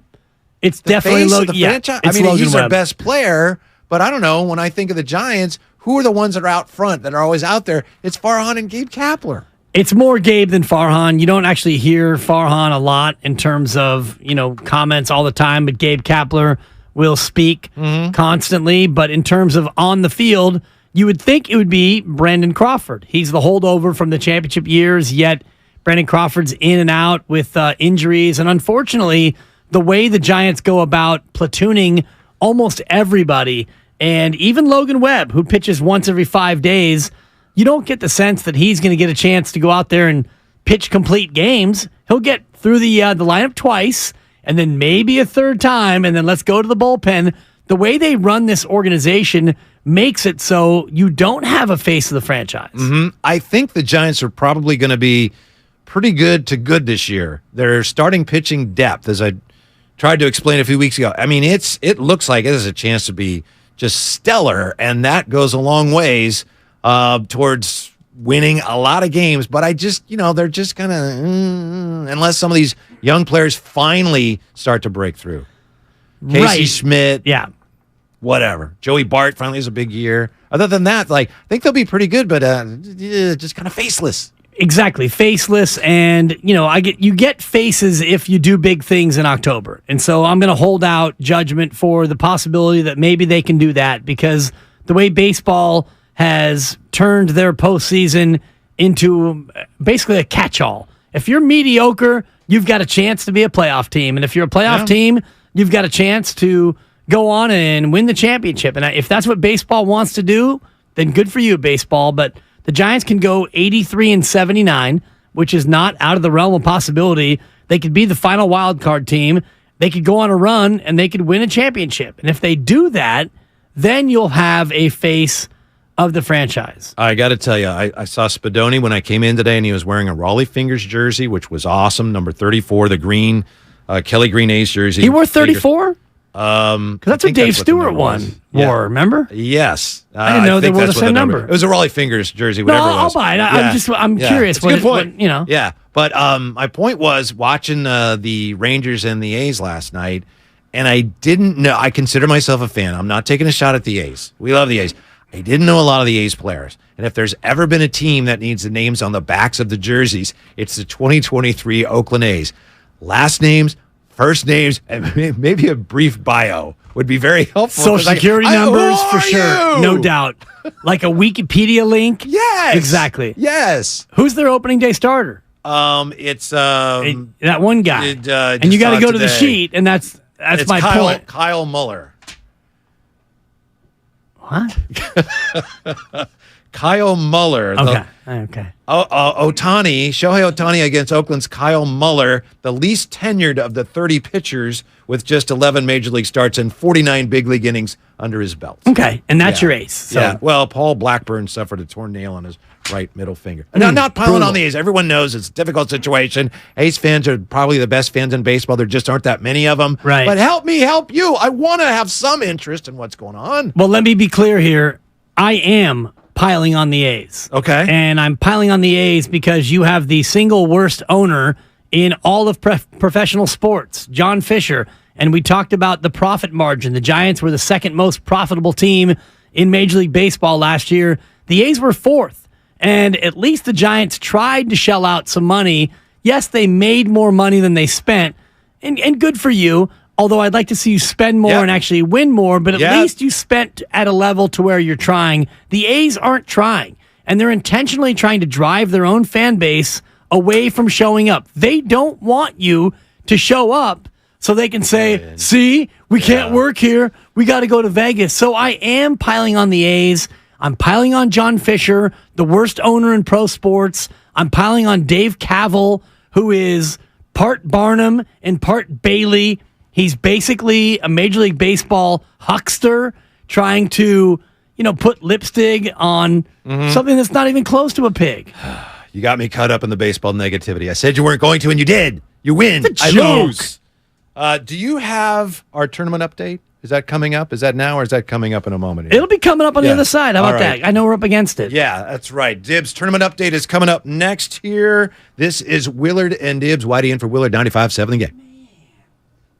Toyota, the MVP of MPG. With class-leading MPG and more hybrid models than any other brand. Toyota, let's go places. U.S. Bank is ranked number 1.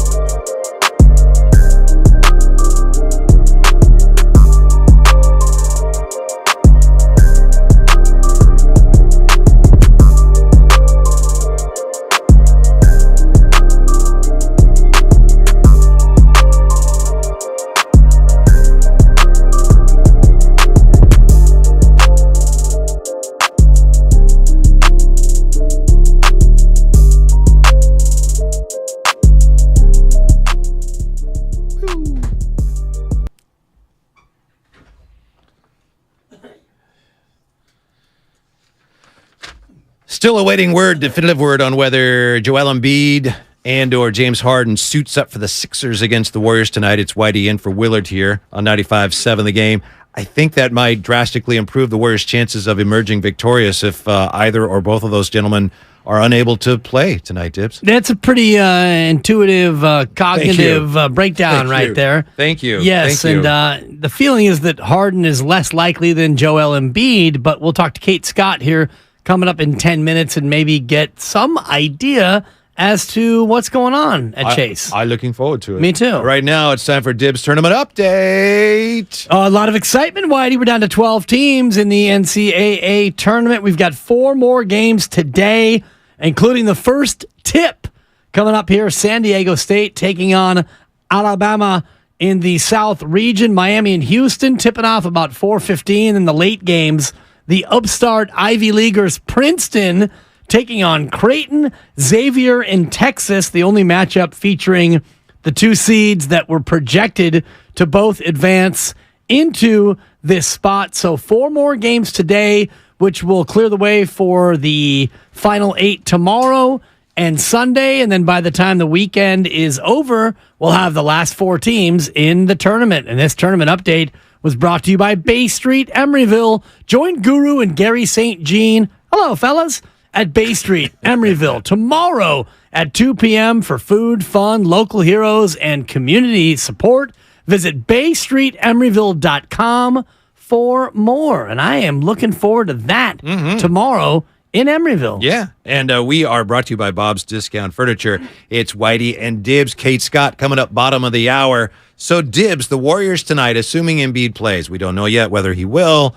If Joel Embiid plays tonight, are the Warriors tonight taking on this year's NBA Most Valuable Player Award winner? I think so, and it's not just because of voter fatigue, and I'd love to hear people's thoughts on it. 888-957-9570. I think Philadelphia and what the Eastern Conference is as opposed to the Western Conference. Philadelphia and what they've done, not only of late, they've won 9 of 10, but they've been a very good team. Joel Embiid has been knocking on that MVP door for a long time. And Nikola Jokic, he's a great player, but I think sometimes we get too fixated on individual numbers and individual accolades instead of looking at the overall impact of a player like Joel Embiid. You hear what Coach Malone says, former Warrior assistant, current head coach of the Nuggets, Michael Malone. He says, why do we, and I think Doc Rivers is with him, we should be able to talk about these MVP candidates without having to denigrate the ones that we're not in favor of.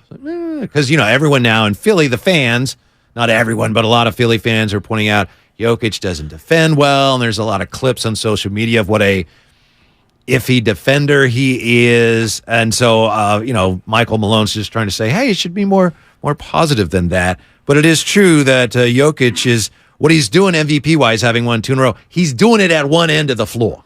No doubt. No doubt. And if you look at their teams, the record are almost identical. Philadelphia is 49-23, Denver 49-24. Jokic has played in 6 more games than Embiid. Embiid plays more minutes than Jokic does. Embiid scores a lot more points than Jokic, and he rebounds almost at the same level. The big difference is assists. Jokic is a much better passer. Amazing passer. He's a great passer. Yes. And much better than Joel Embiid is. He's a good one, though. But Embiid is not asked to do the things that Jokic does. And so a lot of times I think when it comes down to the MVP award, you've got voters who don't see these players all the time. And that's natural. If you had the players vote, it'd be the same problem. You don't have voters actually watching these guys play as often as you would like in terms of who really is the most valuable player. And basically what we're trying to decide is which player's having the best year. Because if we get into value in terms of which player is truly the most valuable for their team and all the rest of it, for me, it's Giannis Antetokounmpo. He's the most valuable player. If he doesn't play on Milwaukee, they're done. If you don't have Joel Embiid, but you do have James Harden, who, by the way, is having a great year. He's having one of the best years of his career, but nobody wants to talk about it because we think a certain thing about James Harden already.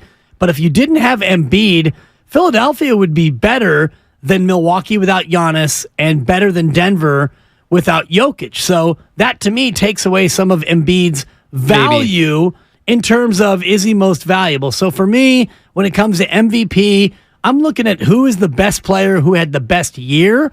And for that, I think it's Joel Embiid's award this year. Yeah, to me, you can get really at cross purposes when you start talking about, well, is he most valuable to his team? Right. I think you said it right. Nobody can be more valuable in any sport than the best player, right? The guy who plays the best. Now, it's not automatically easy that you can figure out who that is, but nobody can be more valuable than the guy who plays the best. So when people say, well, it's not the best player, it's the most valuable. How can anyone be more valuable than the best player? That doesn't make any sense. The thing that I like about Jokic is, not to get lost in numbers, but, usage rate, which is how often, how many possessions a guy gets. And Giannis is number 1 in usage rate, which he should be. He gets the ball a lot. Right. And Embiid is 3rd.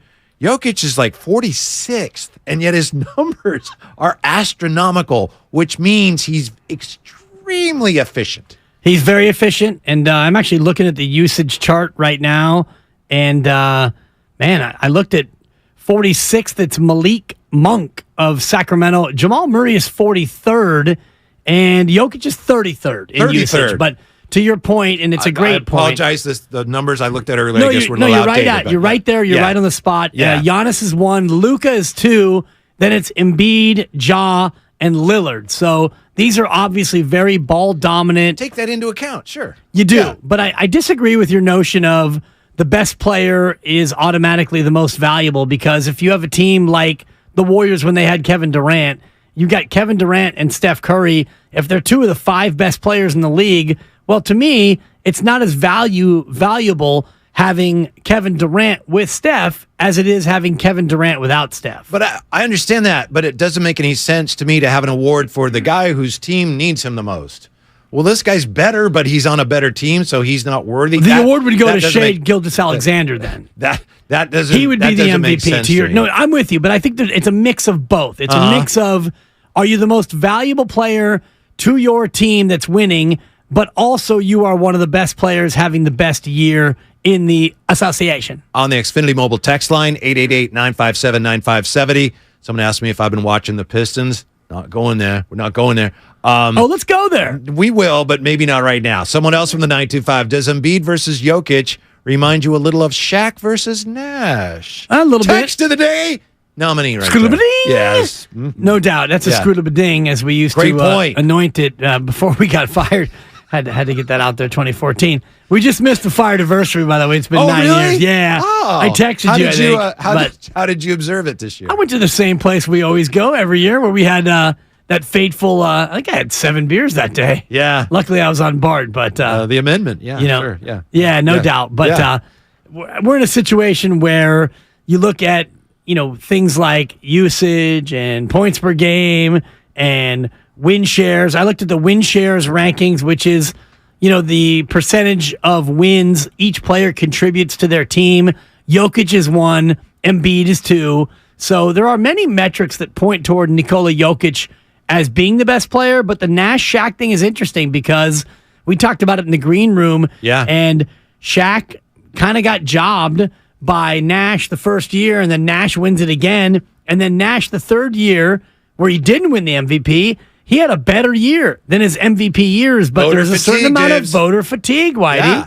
It's like it appears that in the voters' minds, they think he's already won the award, so we shouldn't give it to him again. He's not that good. And those things really shouldn't come into play. It should be a matter of who's the best player this year. You also have, and I know you talked about this with Steiny, Jokic has won 2 in a row.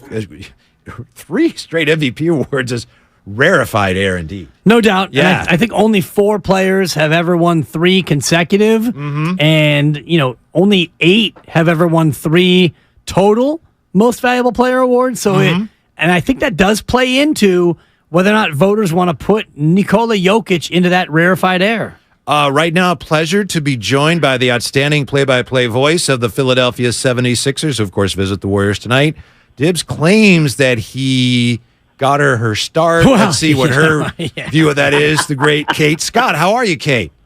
Oh, it's great to be on with you guys, Whitey, Dibbs, and yes, I am not here without Dan Dibley, continually giving up opportunities that I just then slid my way into and tried to make the most of. So Kate, thanks for having me on, guys. Thank you for that, Kate. If I could get you to say it again without Whitey laughing this time, it actually might work for my real 3, 2, and seriously though, Kate, you know I'm so proud of you, and I only take credit for you, quote unquote, because you've done so much. If you were a washout who had gone nowhere, believe me, I wouldn't take your calls, Kate. But I'm very proud. That's very sweet. She knows me. She knows better. I take pride in that. And jokes aside, Dib was a huge help to me at the start of my career. Helped me get my foot in the door in radio. When we worked together for the San Jose Earthquakes, he was always helping me, trying to figure out ways to get better and get more involved. So truly, I like to give him a hard time because that makes for better sports radio, right? Yeah. Yeah. That's nice. He never helped me. Easily claim. You're so sweet, Kate. I've been trying to stab this guy in the back for the better part of 12 years. But if you could just jump in on the discussion. It wasn't even a debate because we're talking about the MVP, Nikola Jokic and Joel Embiid, and you get to see Embiid each and every night. We don't get to see either one as up close and personal, but what are your thoughts and the thoughts of Sixers fans in terms of who deserves to be the MVP? Well, I think you guys probably have just a small idea of what you think Philly thinks of the MVP race last year and the year before and again this year. But I know it's gotten really it's gotten dark, as a lot of people have said over the last few weeks, with people just throwing shade left and right. I'm of the mind that I think it's incredible that we have a couple of dudes from the other side of the world who are big fellas in a game that Steph and the Warriors changed the last decade into a guard game. And now we've got two big dudes going toe-to-toe and blow for blow, trying to win an MVP award for now a third consecutive season. Obviously, I'm biased. I think our guy deserves it. And I think actually, I know you were talking about the voter fatigue because it's so rare that guys have won 3 in a row, right? It's like Bill Russell, Larry Bird territory, and those guys were getting to NBA Finals and winning NBA Finals when they were winning 3 in a row. And I think the worst thing that happened was that Jokic got it last year when the Nuggets were a 6th seed, because I think that was actually the year that Joel should have won, when he won the scoring title as a center for the first time since Shaq back in 2000. But both guys have somehow stepped up their game this season, and here's what puts Joel over the top for me. I think Jokic is incredible. You guys see him way more than I do, but I love the way he plays. I mean, I know Kyle Anderson's nickname is Slow-Mo in the association, but he plays at his own pace, and you're either going to try to slow him down even more than he's already slow, or you're going to lose the game.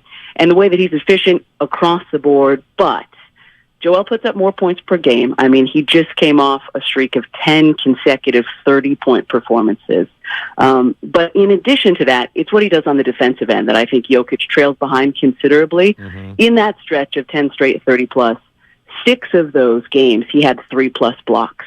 So he's not just letting guys go by and taking a possession off because he wants to score more buckets on the other end. Like, this dude anchors the defense for the Sixers, and he is their number one on the offensive end. And I think the East is the better conference this season, if, we're just breaking that down. And I think the Sixers are one of the top 3 teams. And when it comes to, if we want to go college football head-to-head, like, he blew Jokic out of the water in Philly back in January. We're going to see them again on Monday, so I'm really looking forward to that, because head-to-head matters to me. Like, if you completely outplay a guy, if you beat a team and then the rankings come out on Tuesday and that team is still 6 spots ahead of you, it's like, what? Come on! We just beat the crap out of you. How are you still ranked ahead of us? So, So I rest my case for now, but feel free to ask follow-ups if you would like. Kate Scott with us here on 95.7 The Game. This may not be fair because I know you're not on the medical staff, but do you have any information on the likelihood of Embiid, Harden playing tonight? Embiid with I know they're both listed as questionable. Yeah. I sure hope, just as a fan, that you all get to see these guys, because I flash back to when I was lucky enough to be here covering Steph a number of years ago, and we always used to say, how lucky are we that we get to see these dudes at the peak of their power, Steph and Clay and Dre. And I know they're still going strong. I know they've won 2 in a row, coming off the Road Warriors now after picking up a couple of road wins. But you just felt lucky as a sports fan, right? And after I got over my hatred of James once he came to the team last year, gave him a hard time about that, it's poetry in motion, their pick and roll. And Joel, because you don't get to see him that often, this dude is 7'2" and 280 pounds, and he has spinning fadeaways on the baseline like Kobe. I mean, he didn't play basketball until he was 15. He was a volleyball and soccer player in Cameroon. So his footwork down low, it's like Hakeem. I mean, he's got the brute force of a Patrick Ewing. If you want to go back to the 90s Knicks, like, he is just a crazy combination of some of our favorite guys to ever play the game. So it's a joy. And now that he's got the best point guard he's ever played with, who just finds him all over the court, it really is.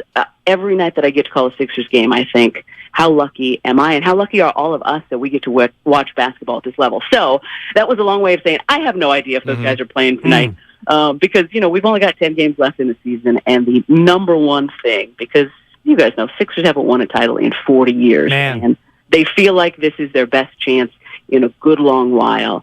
And the number one thing going into the postseason is health. I think they make at least the Eastern Conference Finals last year. I think they get past Miami if Joel isn't completely broken in the first round series up in Toronto. So I know they want to play. Like, these guys hate taking days off. I can tell you that, because I'm usually sitting right behind them on the bus, and they get pissed when they don't get to play, which I love, because I'm an old school sports fan, as you guys know. So I'm hoping they get to play. But again, first half of the back-to-back, we're headed to Phoenix right after the game tonight, play the Suns tomorrow, and then again play Denver and Jokic Monday. So I don't know, but I'm keeping my fingers crossed, because I would love for you all to get to see what I see every night. Yeah, agreed, Kate, because they're so fun to watch. And let's go back to that point guard, James Harden, who has completely changed his game. Yeah. Did Doc Rivers get to him and tell him how he needs to play, or has he just evolved into being a real true point guard? Yeah, I think he is 33 years old,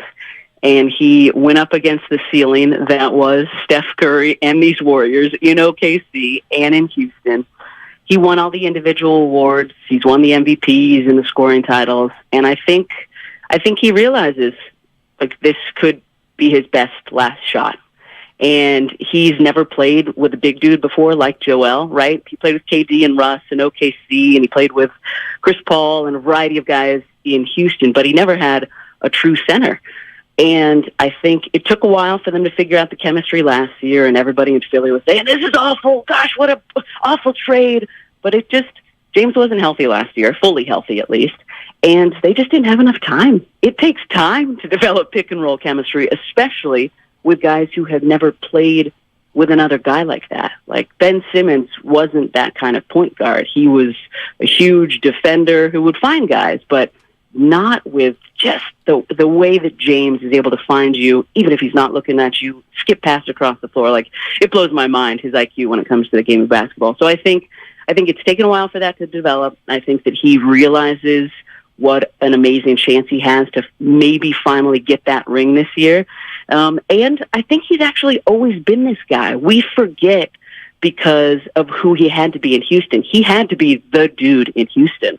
But in OKC, way back at the beginning of the last decade, he was a sixth man. He was come off the bench, find your teammates, get Russ the ball, get KD the ball. If you can hit a three every once in a while, great. But he was actually, back in the day, a point guard. So that's something I say to him all the time. Like, the fact that you have kind of ceded the scoring, unless the team needs you, to Joel and Tyrese Maxey, our third-year star, who you guys are going to love when you see him tonight. We love him, yes. He's so quick. Yeah. And such a good dude as well. But that takes a lot, right? You guys know, in any sport, to take a little bit of a step back when it comes to the stats for the success of your team. That is not an easy thing to do, especially after you've won as many individual accolades as James. So I think it's a combination of all those things. And I'm just, again, I'm grateful and happy that I get to be a small part of it. How about this, Kate Scott? Obviously, the Sixers, you played the Warriors once, and they were shorthanded. Yeah. But as you prepare for this game, and I know you follow the NBA obviously very closely, what stands out to you about where the Warriors are right now? What surprises you about where they are right now? Well, I mean, like everybody, all of us are shocked that they've yet to win 10 games on the road this season, and that the last couple of wins down in Texas were their first back-to-back road wins since the NBA Finals last year. But I will tell you this much. Out in the East, like, nobody cares about the Warriors' record. Nobody wants to face the Warriors in the postseason. Everybody, Sixers fans and team included, hope that nobody in the West sleeps on the Warriors, because if they do, you guys know that everybody's in trouble. Like, they've won so many championships. They didn't have the same motivation this year, because I think last year was we're proving it. We're proving how incredible of a team and franchise and core group we are with this championship. And how do you then refine that motivation? I don't think you can find it again until you have your back up against the wall in the postseason. So I know the Kings are having a phenomenal year. That's been super fun to watch. But if I'm the Kings, I'm really hoping the Warriors aren't in the 6th seed, and then maybe we get Memphis Golden State in the second round. I think that would be incredible. So just from all of us in the Eastern Conference, like, a little surprised that they haven't found it sooner, but still completely expect them to find it in the next week or two, and then come the postseason, unless they somehow fall into the play-in and do that one thing that you all know that they've been doing all season, turn it over too much and send the other team to the free throw line, and it's like one and done. That's the only way I could see this not working out into another long run for the Warriors. Kate, on behalf of all of us, to all of you, welcome home. Enjoy the stay. I know it's going to be brief, and just know that you always have a home here at 95.7 The Game. Oh, man. Well, it's great being on with you guys this afternoon. Shout out to everybody at the game. My last stop before I headed out to Philly. I truly wouldn't be here without you, Dibs, but everybody in the radio community in the Bay. And I worked for every single team also before I left. So shout out to Nahigian, shout out to Stacy, shout out to everybody who gave me one last shot before I headed out east. I love you all, and hope we have a great game tonight. It's like an Oscar speech right there. We're about to play you off. Woo! Take care, Kate. Thanks, Kate. Bye, guys. Voice of the Philadelphia 76ers. Kind of pro Embiid, huh? Who could have seen that coming? Wow. And she kid. I did nothing for her, dude. I tried to cut her off at the pass at every move. She was too talented. That doesn't surprise me. You know me, Whitey. Yeah. All right. Here's what's coming up next. We'll look at the latest from the what they're calling in Dallas the Cuban whistle crisis.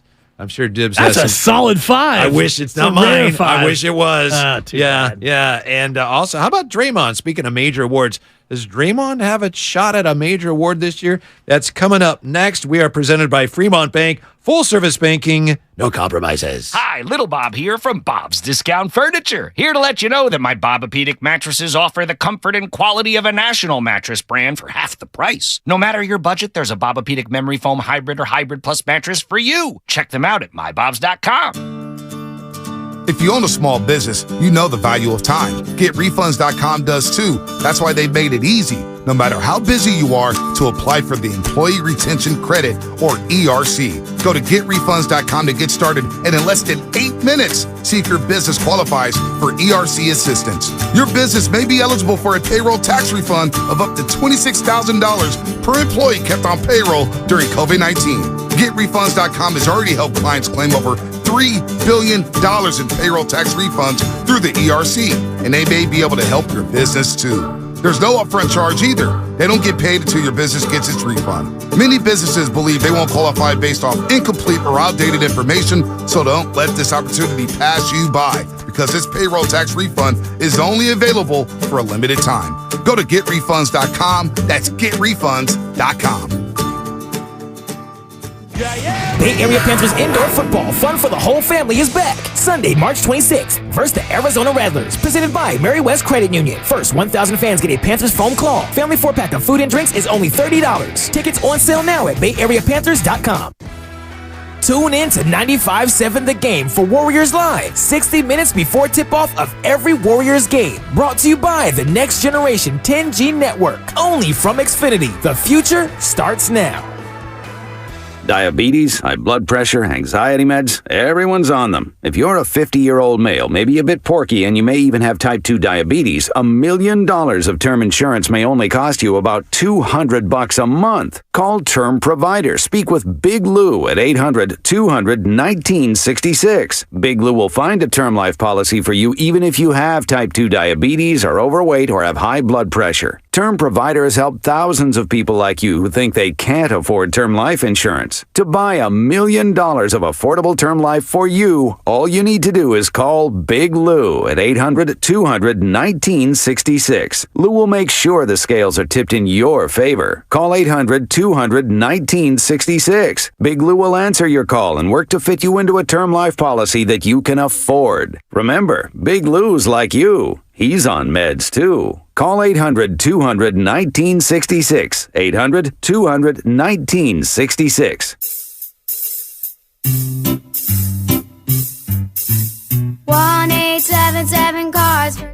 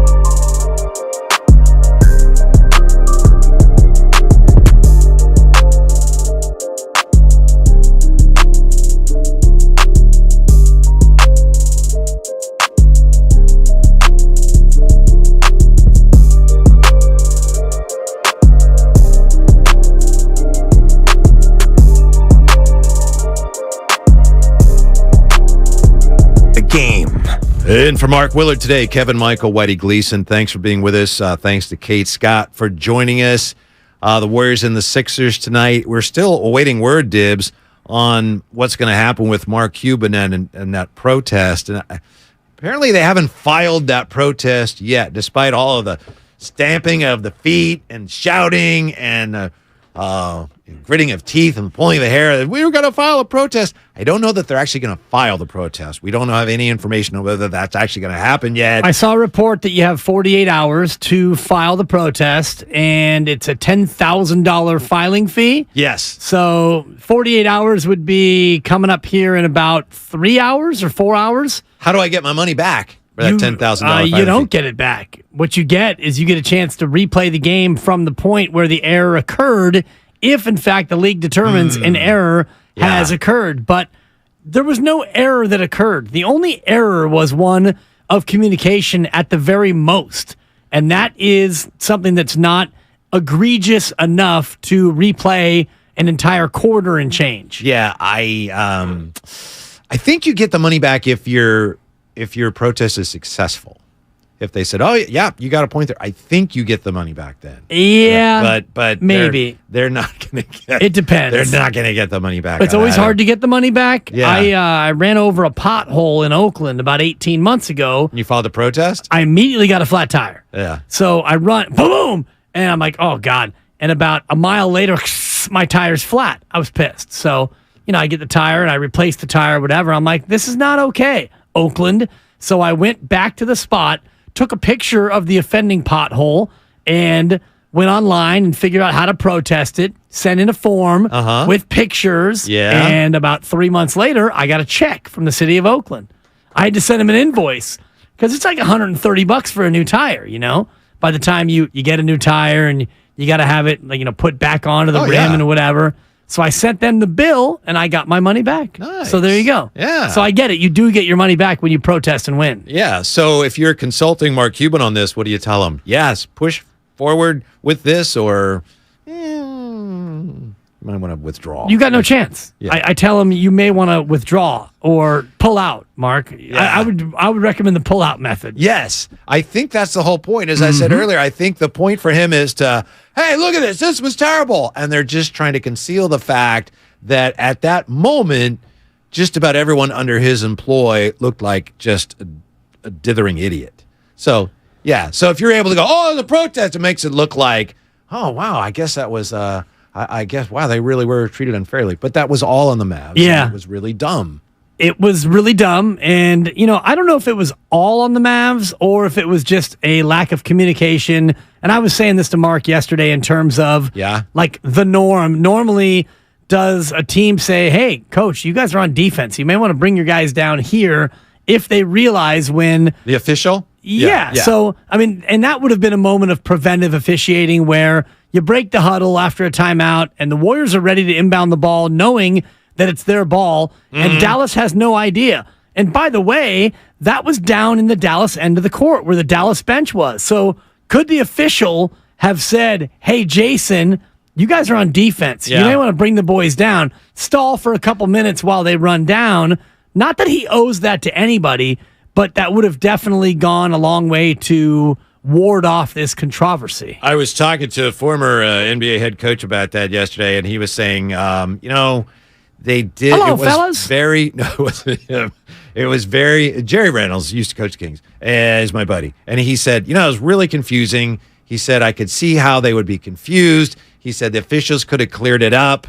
He said if it was me, I could see how maybe I would have been a little mixed up there, but ultimately, you just got to get it right. You got to know which end of the floor where the ball's coming in. That was the weird thing to me. Yes. It's like there's no way under any circumstances the ball's coming in at the other end there, no matter whose ball it is or what happened. Exactly. So no chance. That to me is what makes the whole notion of a protest ridiculous. Yeah.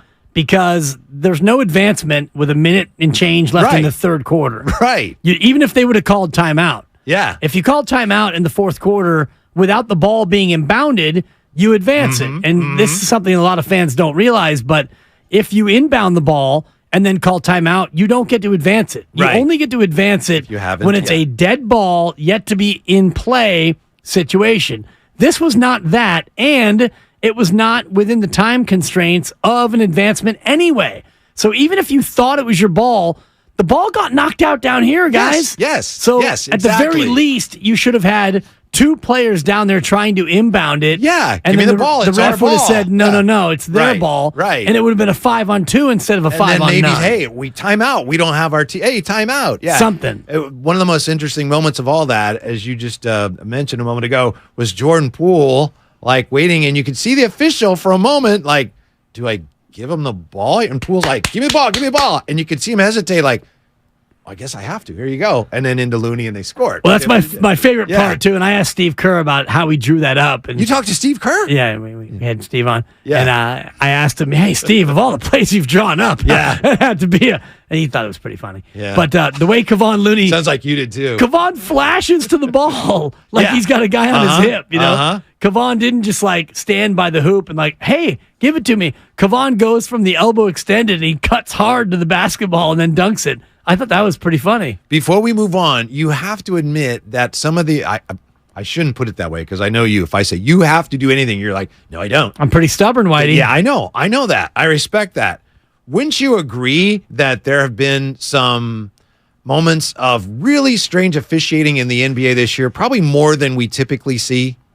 I don't know if I would say more than what we typically see, but I will say that we as a fan base, we as observers of the NBA are more hyper-focused on the officials than ever before. I wouldn't disagree. I think that all is an outgrowth of the player behavior as it pertains to the officials. Mm-hmm. And I had a chance to ask Steve Kerr this. You talked to Steve Kerr?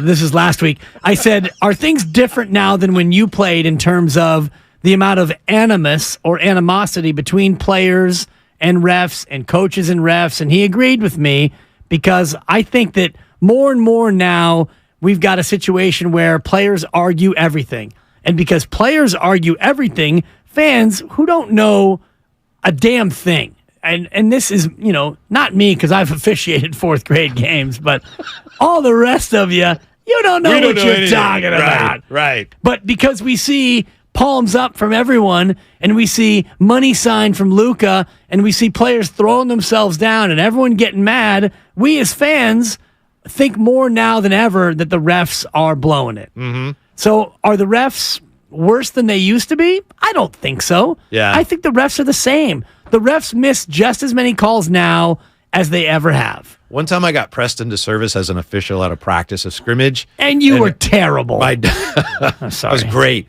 My daughter is dribbling off the floor, and a player on the other team steps in to take a charge, and down they both go. And I remember thinking, that really is the hardest call in block! That's a block! So I had to side with my daughter. Side with your daughter, yeah, exactly. There's that split second, man, that really is a hard call. I don't know what to call there. It's impossible. Yeah. And, and I think that the NBA right now is more difficult to officiate than any of the other major sports because on any trip down the court, you could call any number of probably four or five different things. You can't actually officiate the game correctly. It's impossible. It's impossible. Yeah. Virtually every screen is a moving screen. And you could look at any team that runs high pick and roll. The guy who sets the screen is moving in some way, shape, or form. Either he's moving before the screen, after the screen, during the screen, there's a hold, or the guy fighting through the pick is fighting through too aggressively. So these refs are in a spot where you got to pick and choose what you call. And a lot of times they do that based on who the player is, who's involved in the action. There was a moment this year, and it was during a Warrior game, when I realized, okay, something's just different this year with the officiating. Something's not right. And it was the Christmas game, the Warriors and the Grizzlies. And there was a play where somebody, Jaren Jackson maybe, he grabs Wiseman. Remember James Wiseman used to be on the Warriors? Do you remember him? I'm going to have to Google it. Okay. He grabs a Warrior player. That Piston guy, right? Yeah. He grabs tearing him, it up in Detroit, and they call a foul, and it's they're over the limit. So Clay goes to shoot free throws, and so Taylor Jenkins is like, whoa, hey, that's not who got fouled. And they show the replay on TNT or whatever it was, and you could see Jaren Jackson grabs Wiseman. So the official's like, okay. They get together and gotta huddle. They huddle up. They go, all right, Clay, you're shooting the free throws. And I was like, oh my goodness. What is going on? Yeah, they still got it wrong after huddling up and after the coach told them, that's the wrong guy. I don't know. It happens. I mean, it does happen. And are the referees perfect? Of course they aren't. They're not. And they make a lot of mistakes. But for me, and we talked about this earlier, it comes down to, does it feel like it's being called fair? Is it equitable? Is it fair? Is there a cross to bear for an official or a grudge? Sometimes I do see some officiating where it feels like the officials, through early foul calls on certain players, are changing the outcome of games. Mm-hmm. But again, I think it's because all of us now scrutinize the officials more than ever before. You're listening to 95.7 The Game, KGMZ, FM, and HD1 in San Francisco, always live on Twitch, YouTube, and the free Odyssey app. This, of course, is Willard and Dibs, and I'm Whitey Gleason in for Mark Willard. We were talking a brief time ago with Kate Scott and with you, about the MVP race in the NBA. Is it Embiid this year? Looks like it's going to be, right? Jokic, voter fatigue. Giannis, I don't know. He may be the MVP, but he's not going to win the award. So speaking of awards, how about Draymond's shot at Defensive Player of the Year, Dibs? Does he have a shot? He does not have a shot, no. And I think two things that about wasn't this. even hard for you. No. Well, I think you're this. right. I think about this in a couple of different ways. One, much like, when we talk about officials, the majority of the people who vote for Defensive Player of the Year, you don't know enough about defense or watching the game to really know who should be Defensive Player of the Year. So a lot of times we look at defensive metrics. Who leads the league in block shots? Well, right now it's Jaren Jackson Jr. He's blocking 3 shots a game. So he's got to be the Defensive Player of the Year, right? Because he blocks the most shots. What about steals? Well, it's A.J. Anunoby. He leads the league in steals with 2 steals a game. How's OG Anunoby doing? He's tied for the lead with A.J. Anunoby. Okay. That's a nod to Steiny. Okay, I'm sorry. I was hoping that drop would come. I apologize. But, it's a tough drop to find, but Steiny famously called him A.J. Anunoby. That's on me. I apologize. Yeah. No, it's not. It's on me for being too esoteric. Do you think the Warriors should have traded for OG? They had a shot. Apparently, they had a shot to trade for him and get him. Yeah, maybe. I don't know who they would have had to deal. I don't know if Wiseman would have been enough. Wiseman in 5 seconds. It would have been a lot. They'd have to give up. Yeah. Steals are difficult. I remember Iverson used to be among the steals leaders, but he would just overplay the passing lane, and he wasn't a very good defender, but he still had a lot of steals. Yeah. So as a fan, he's got all the steals. He must be a great defender. Well, no, that's really not true. Right. So, no, that's really not true. I think it just depends. And so you can look at any metric you want. And, if you look at defensive win shares, the number of wins contributed to a team based on the player's defense, well, that's Evan Mobley, who leads the association. Man, he's a great defender. Yeah. The reason why Draymond Green, in my opinion, is not and will not be DPOY is because he's on a team that defensively is terrible. Yeah. So is he a good defender? Yes. And he's having a good defensive year. And honestly, if I had one guy to pick defensively in the final minute of a game, I'd want Draymond Green. His defensive IQ is off the charts. And you saw what he did against Luka, playing strong, vertical, and not fouling. Even though he had 5 fouls, he still contests very hard. He understands how to play defense. He's a great defender, but when your team is this bad defensively, you don't deserve to be DPOY. By the way, Warriors Live starts at 6 p.m. tonight, and that's going to be brought to you by the Next Generation 10G network, only from Xfinity. The future starts now. That's coming up tonight, the Warriors and the 76ers. The only way I think you could make a case for Draymond, and I don't know these numbers, I think I do, but I'm not sure. I should know them.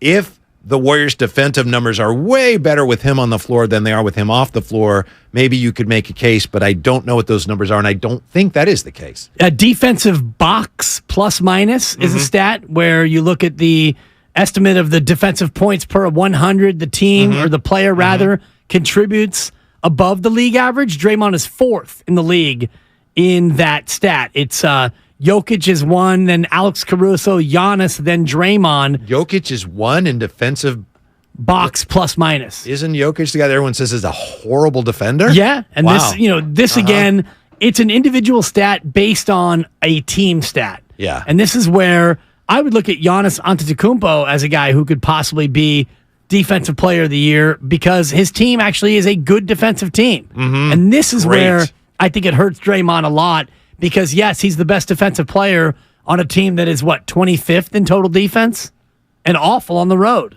From the 415, the Raptors wanted to trade Anunoby for Kuminga straight up. That is definitely not going to happen. You may be right. Perhaps you work for one of the teams. I think they were going to have to give up a lot more than just Kuminga to trade for OG Anunoby. I think so too. Yeah.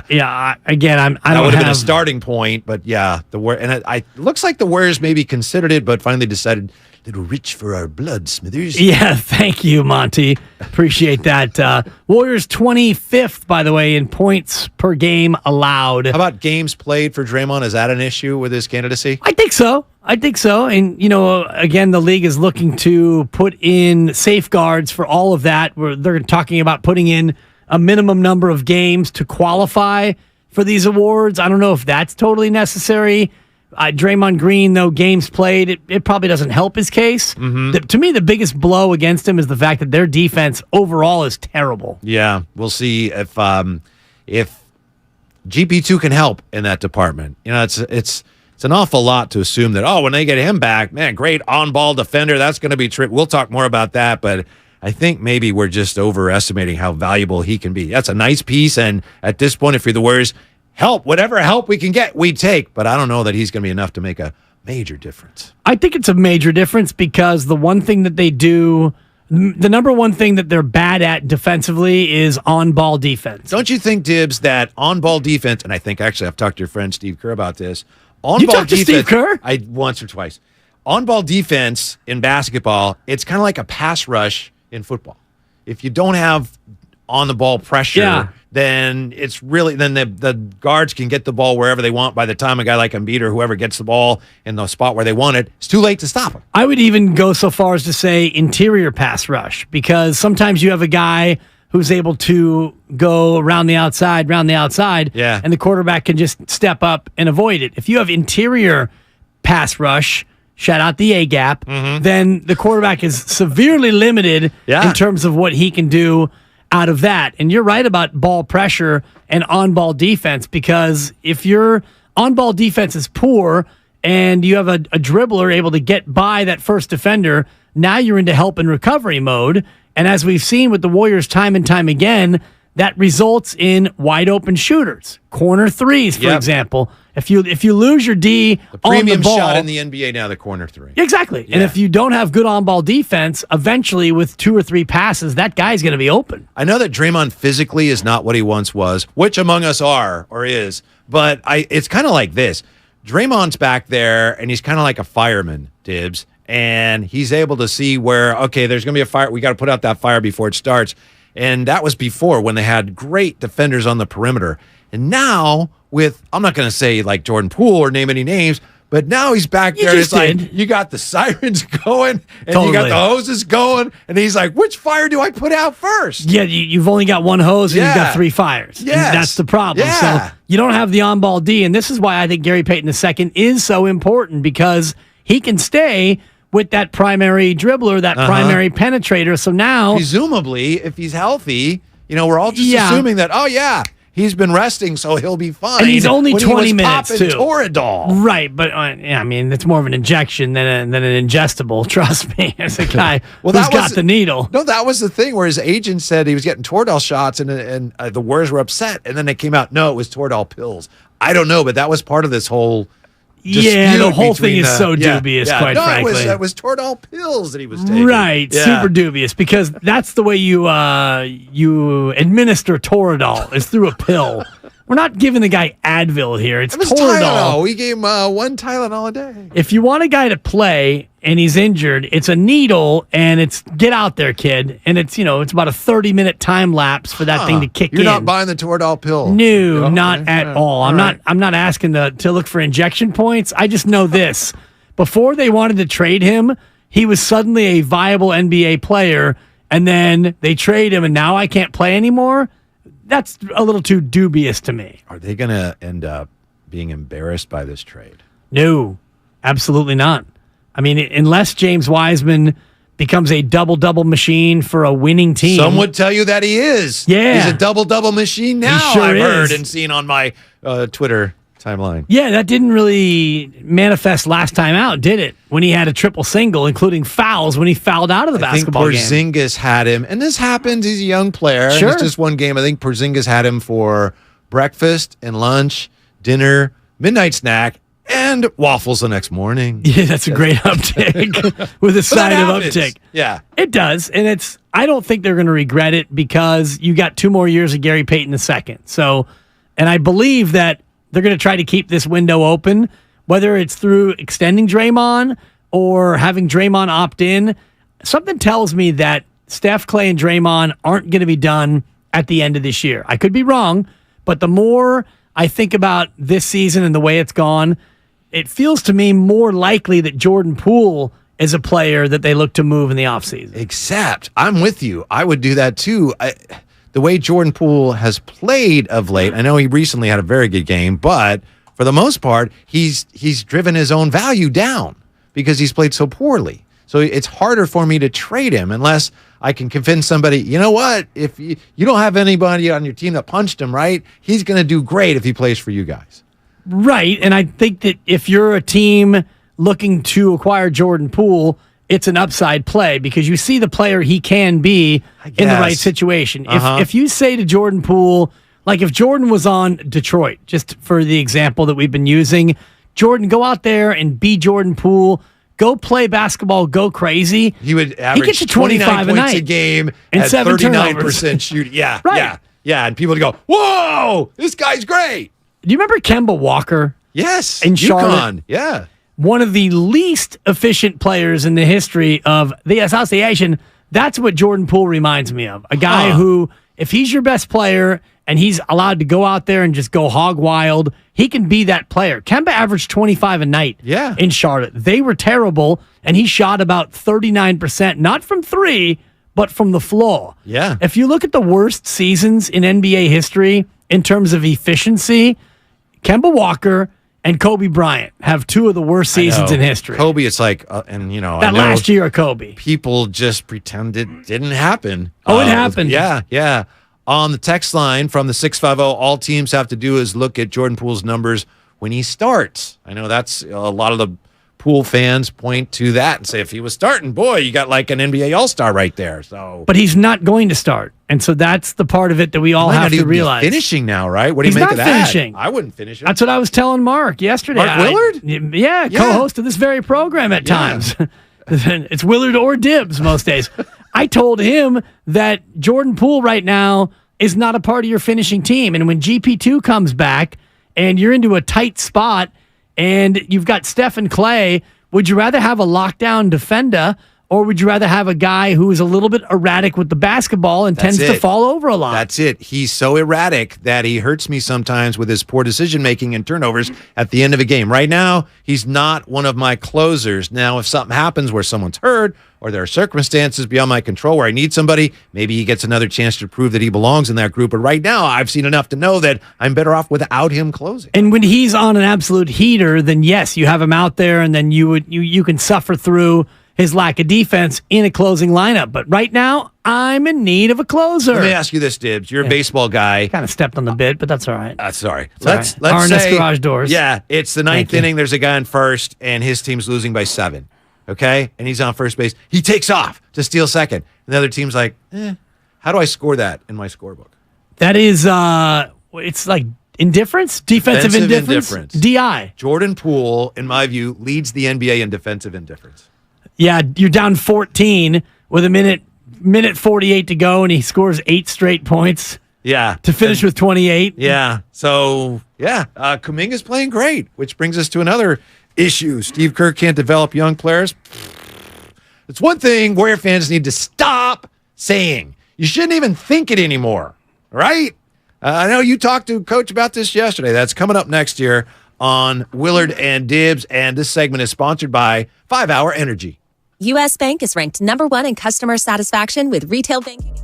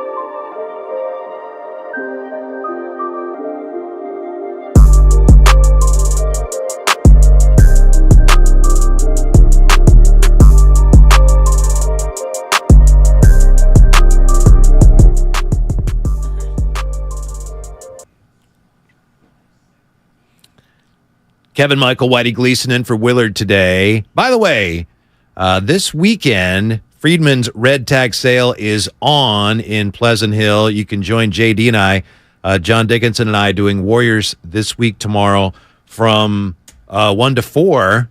And the Friedman's Red Tag Sale is going on all weekend long. 10 to 7 today, Saturday, Sunday, 10 till 5. So we'll see you out there. Friedman's is, you've been out there, Dibs. Oh, the place is incredible. I mean, it really is. Everyone says that, and you think, well, but the showroom that they have and the food that's available when they have these red tag sales, and it's a lot of fun. Plus, you get to say hi to JD. Hey, Dibs, real quick. So I've done the board 3 times for this show for them being out Friedman's, and I can always hear them smacking all the food. Is it really that good of food out there? Because I mean, it sounds good down the line, but I never get a chance to see it. So for you being my friend, is it really good out there? Is the food out there amazing? First of all, Craig, great drop-in. It's an excellent drop-in right now. And good job. The food is incredible. And not only that, but 4 words. They give you beer. They give you beer. I went there to buy a washer and dryer because you can't have one without the other. It'd be kind of stupid to have a dryer if you didn't have a washer. Yeah. We're looking for a washer-dryer. And as I'm perusing to see what set I want to get, the great salesman says, hey, you thirsty? And I looked around and I said, am I thirsty? I'm dehydrated over here. I'm parched. Goes over, pours me an ice cold IPA, and all of a sudden now I'm buying a dishwasher.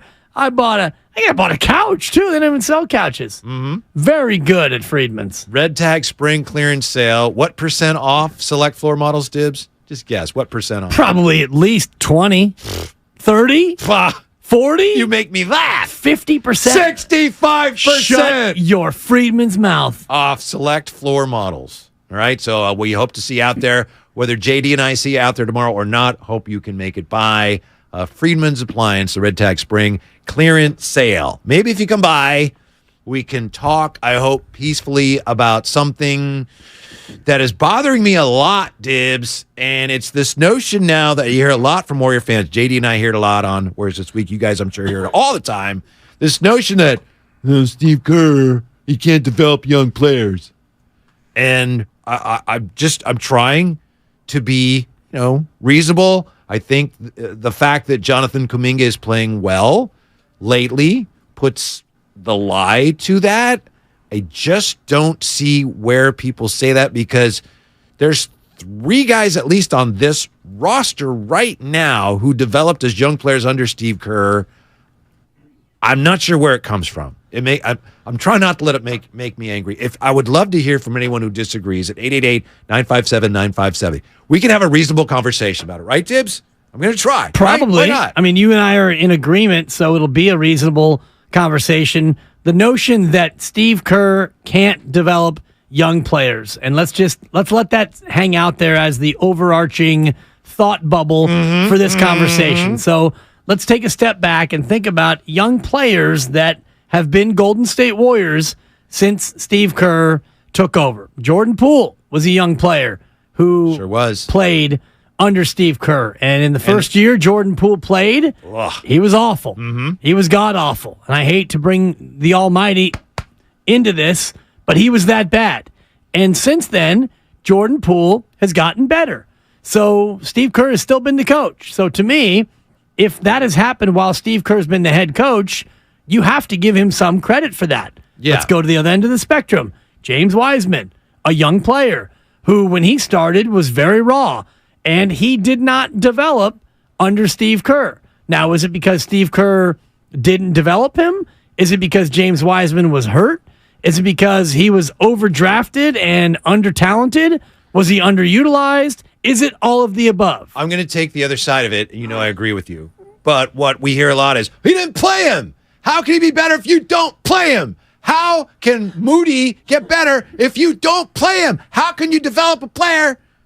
See, I get very excited about this. Yeah. How can you develop a player if you don't play him? That's what a lot of people say. Right.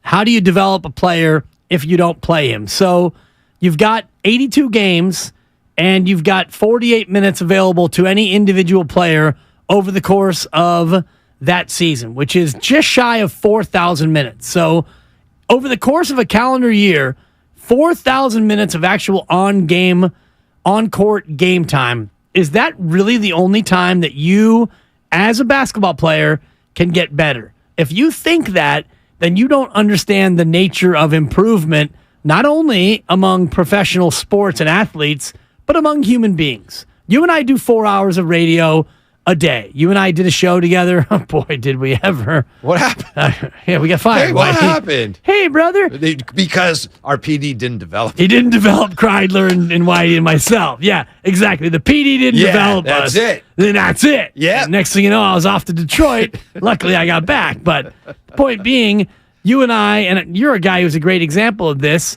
you work on your craft for more than just the 4 hours that we're on the air. You're here 2 to 3 hours before the show, and you used to stay about 2 hours after the show back when you were the lead dog in Morning Drive. So to think that just the 4-hour show is the only time where you can develop is laughable. Mm-hmm. Here's a good point from Chris. Thank you, Chris, from the 510. What about Damian Jones, Jordan Bell, Eric Paschal, Patrick McCaw, and others? All those young players didn't develop under Kerr. Fair enough. First of all, Chris, thank you again. Some people are saying he does not develop young players. And that's just wrong because there's another name that you didn't mention, Dibs. Kevon Looney was like, who's this guy? And under Steve Kerr, he's developed into a really surprisingly good player. Right. So to say that he does not develop young players, I mean, it's just wrong. To your point, Chris, I would say that a lot of those guys were drafted by the Warriors when they were having success, and they didn't have the greatest draft picks. Right. And I look at that but part of there's it. Something that's a fair point that he makes. It's a fair point, but I'm going to say it's a half a point because, and this is where I look at the individual player, the development of a young player is a two-way street. Kevon Looney's a great example. Kevon Looney got better because the staff developed him, but also because Kevon Looney worked on his game. Why is Jonathan Kuminga now suddenly a rising star? Is it because the staff finally figured out how to develop a young player, or is it because he worked his butt off? Well, the answer is both. Jordan Poole got paid $130-something million over 4 years because he got better. It wasn't because Steve Kerr finally figured out how to develop him. It's because Jordan Poole put in the work. And he all put in those, a ton. You asked he put in a ton of work. Yes, he did. And list all those guys again that Chris cited, and you tell me, Whitey and Chris, who among them went on to play elsewhere and do anything of notice? I'm trying not to get mad at no, you. I'm mad now. I know. And the name that he forgot to put on there, I'll come back at you with. Because Chris missed a player who actually did go on. He didn't get developed here, and he's gone on to have a pretty good pro career elsewhere. Okay, he mentioned, and again, Chris, we thank you, Damian Jones. Okay, what did Damian Jones ever do outside of Golden State? He took up a couple roster spots. I Did think he Sacramento win a title with the Lakers. Lakers? He might have won a title in the bubble. I'd have to check on that. You got to took up some Google roster spots. Okay. Jordan Bell. Never played. I mean, he played a little bit again, but not of any significance. Eric Paschal, who was like second team all rookie in that terrible 15-win year here. Out of the and league. Then he was just couldn't play. Patrick McCaw. Went on to win a chip with Toronto. And others. So others you'd have Chris Boucher is the one that I would say, because he's gone on to be a pretty more than a serviceable You used to always pro. talk about Jacob Evans, who was a guy that didn't pan out. Yeah. Right. Yeah. But did he go elsewhere and pan out? He did not, sir. So this is where I would look at the argument and say, at some point, it's a player issue. So if Jordan Bell goes on and goes elsewhere and becomes a great player, yeah, then the Warriors screwed it up. James Wiseman's an interesting test case. What he's doing in Detroit right now, it's cute. It's a quaint little start to his second chance in the NBA. Do you know, Dibs, already in Detroit, they're talking about issues with, we got all these bigs. We're not sure how they're going to fit because I got Bagley and they got the other center and they got Stewart and they got Wiseman and then Duran is the other who's really good. Yeah. So anyway, because they don't really care if they win, but they're already looking at it and going, yeah, we don't know how that's all going to fit together. In the meantime, we're losing and James is getting his numbers. Yeah. And I mean, James is getting great numbers. They've won one game. But the Warriors don't want any part of that. No. And if they felt like they could have developed James in time to help maybe this year or next year, they wouldn't have traded him. But they look at what they have with veterans, and they realize that James Wiseman's not ready to play and contribute right now. And Moses Moody, in their eyes, is also not ready to contribute and play. You can't have multiple guys like that. Yeah. Moses Moody just doesn't do anything very well, and they give him chances. That was the thing about Kuminga. Going back to last year, they were giving him chances, and they even started him. And Steve Kerr would say, yeah, we're going to see more of him. And then something happened, and we know that from what Draymond said, Kuminga showed up late for something or something like that happened, and then he wasn't playing. But they believed in him. They kept giving him chances. And I think Wiseman they gave a lot of chances to also. Beginning of this year, people forget this. They actually played Wiseman a lot, and he just didn't play well. I think some people actually believe that Steve Kerr didn't want him to play well. That makes no sense whatsoever. No, it's nonsense is what it is. And, Steve Kerr, a guy who's won 9 of the last 27 championships in the association, he's won a third of the NBA titles since he won his first one with the Bulls. When you think about that, and then you counterbalance that with the notion that he doesn't want to win, all this guy does is try to win championships, and he's won 9 of them. He's going for one for the thumb, the other thumb. Yeah, I guess it's fair to expect that maybe Wiseman at some point, boy, he's going to be a really good player. I still don't think so. I know it's possible, but there is also no way to avoid this. The Warriors made a huge mistake with Wiseman, one way or the other, either in drafting him or in letting him go when they did.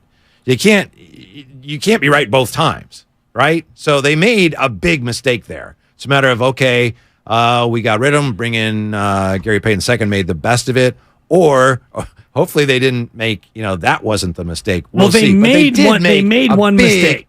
Drafting him at number 2. Yes. They made a mistake. Yes. Whether or not he goes on to be worthy of that pick, he didn't become that player for you. So you made a mistake with that pick. And you make mistakes with the second pick, it leaves a mark. Well, it should, but it hasn't, because you have a good enough team to withstand it. Think about that. It didn't leave a mark. That man played 0 minutes for you last year, and you won a championship. But you miss what you thought you'd get from him right now. And yeah, they traded him, so what do they care? But what they thought they'd get from Wiseman this year, they're not getting from anybody. And what's interesting to me, Whitey, is they thought that there was still a chance in October when they picked up James Wiseman's option.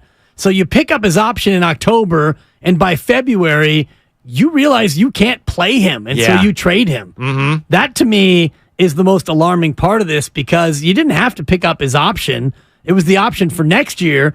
You picked it up hoping that, okay, he's healthy, he's ready to help us, and you played him a lot in those opening 10 games, and you went 3-7. He just didn't play well. And he didn't fit.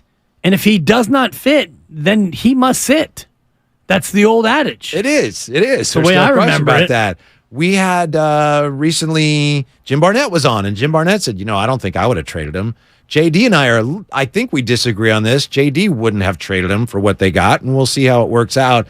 But it makes sense to me. The mistake was when they took him, and he was just so raw. But I understand why people look at the numbers and say, oh, look out. And it would be colossally embarrassing for the Warriors if James Wiseman ends up being just a good player.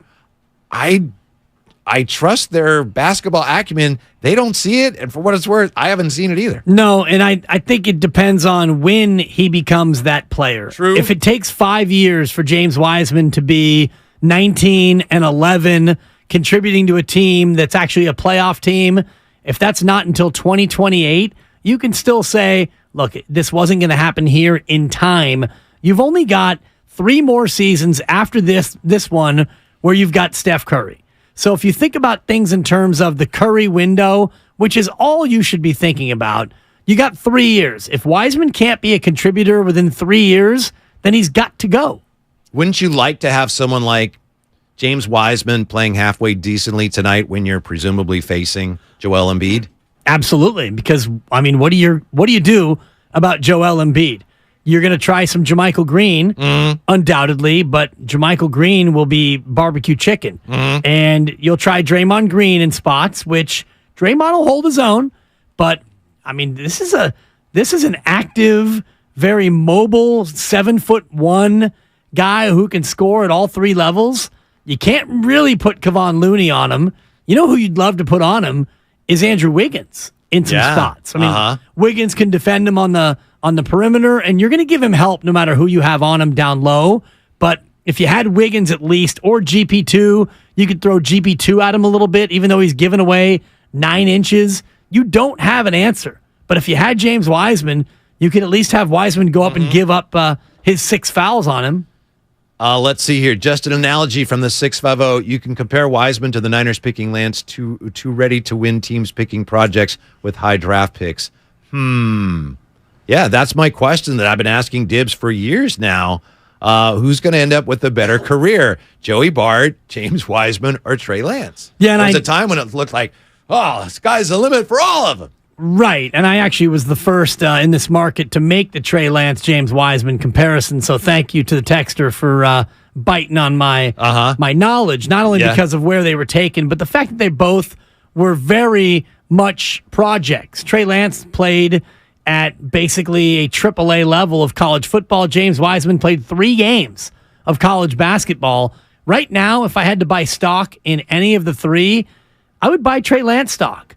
I don't know about Joey Bart. I mean, Joey Bart's got the best chance in terms of where he is right now. He's the starting catcher. Right. And he's going to be given, it looks like, the full year to sink or swim. Wiseman is stuck in Detroit. And as you mentioned, the future of their team from a big man standpoint, they've got guys who are probably going to soar ahead of them. And apparently the only team that wanted to give you anything of value for Wiseman was a team that, frankly, is not trying to win this year. What does that tell you? Yeah. Right? I mean, that's just a fact. It tells me that they're looking to give a guy a chance at 7-1, and if they can, catch lightning in a bottle. Sure. If Wiseman turns out to be what everyone was projecting him to be, and Detroit has him, then now they're loving it. Mm-hmm. But if not, they have to give up 5 seconds.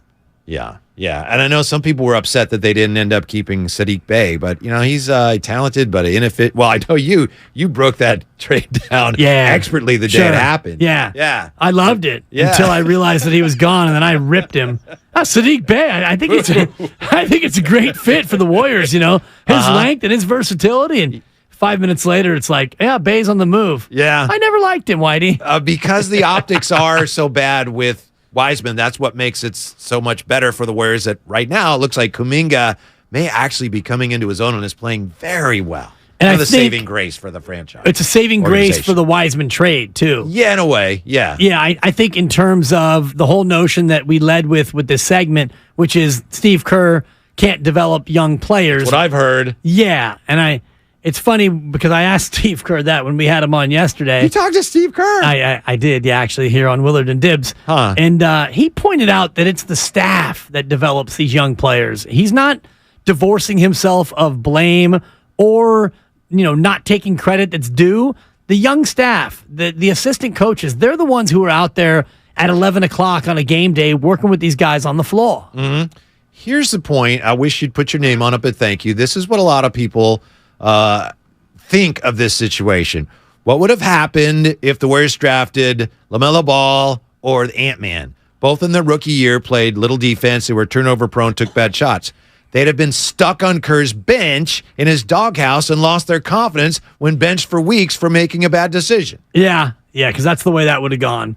First of all, you didn't have a chance to draft Ant-Man because he went number 1 overall and you were picking number 2. Right. So let's take him out of the conversation. The real interesting one is the guy who I think they should have taken, Tyrese Halliburton. That was my guy as well. It wasn't my guy. I wanted him to take Obi Toppin, but now that bless you. Well, it's funny because now that we look back, I told Willard, I'm like, from now on, I'm going to say that they should have taken Halliburton because he's clearly the best of the non-Anthony Edwards class. But I thought Obi Toppin with his... I remember you saying that. His ability to defend and rebound and...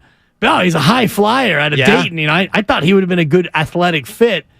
Boy, was I kind of wrong. Dibs, we have some breaking news. Do we have a breaking news sounder? We do not have breaking news. Breaking news. It's breaking and it's newsworthy. Thank you. Excellent. Via Adam Schefter, Panthers have traded kicker Zane Gonzalez to the San Francisco 49ers, per his agent. So, my opinion, Robbie Gould officially gone. That again via Adam Are you Schefter. sure they're not going to go 2 kickers? Panthers trade-in kicker Zane Gonzalez to the San Franciscan 49ers. Wow. Yeah. Zane Gonzalez is a 49er. Mm-hmm. Man. Yeah. This is where you're supposed to say, react. and I would come with this. Well, the react is, it's kind of, Robbie Gould was money. Yeah, thank you. But he got to go. Yeah. He had to go. He wanted top dollar, and the team was not willing to pay him top dollar. Just looking at the Zane Gonzalez profile, Zane Holden Fortunato Gonzalez. ZG. Didn't play last year. Did not play. Last played for Carolina in 2021. I'm guessing that he probably tore his ACL because that's what the 49ers like to, that's what they like to acquire. Injured kickers. Wow. Okay, that'd be a new one. Yeah. From the 925 San Francisco Panthers. They've had a penchant for picking up former Carolina Panthers this year. It was a significant, quote unquote, groin. Thank you, Whitey. It was a groin injury. Ouch. And this happened back in August, left his season in doubt. And turns out his season was in much doubt. He didn't kick all year. So he apparently got down, not like I get down on the dance floor. But he got down while warming up by himself. He was carted off with a right thigh groin injury, non-contact. So hopefully Zane is able to give it a go, and no word yet on what the compensation was for Gonzalez. Do you have any, I don't mean to put you on the spot, if you don't have it, we will certainly get it, any of his numbers, his history, how well he's kicked in the past for the Panthers? Yeah, well, I'm just looking at video of him collapsing. They have video of it? Yeah, sideline video. Thank you to WJZY with the official broadcast as he's kicking the ball into a net with authority. He kicks it in the net, and then he just crumbles. And just goes all Adam Morrison, huh? Yeah, basically. If you go back to 2021, he kicked in 12 games. He was 20 of 22. Only missed 1 extra point. Very accurate. All right. And 3 of 5 from 50 plus. So if healthy, 50's a new 40, says my friend Dan Dibley. Yeah, but when it comes to age, tell me about 60 being the new 50, and you can get back to me on that. Mm-hmm. I'm in 50-yard kicks. Yeah. You're still kicking 50s? You're getting close to league record territory. Yeah. Okay. My man, Kevin. We got more on Zane Gonzalez, the 49ers' newest kicker, as it becomes available. Have that coming up. Also, the return of GP2. What do you say here? Marvelous or meh? That and more next.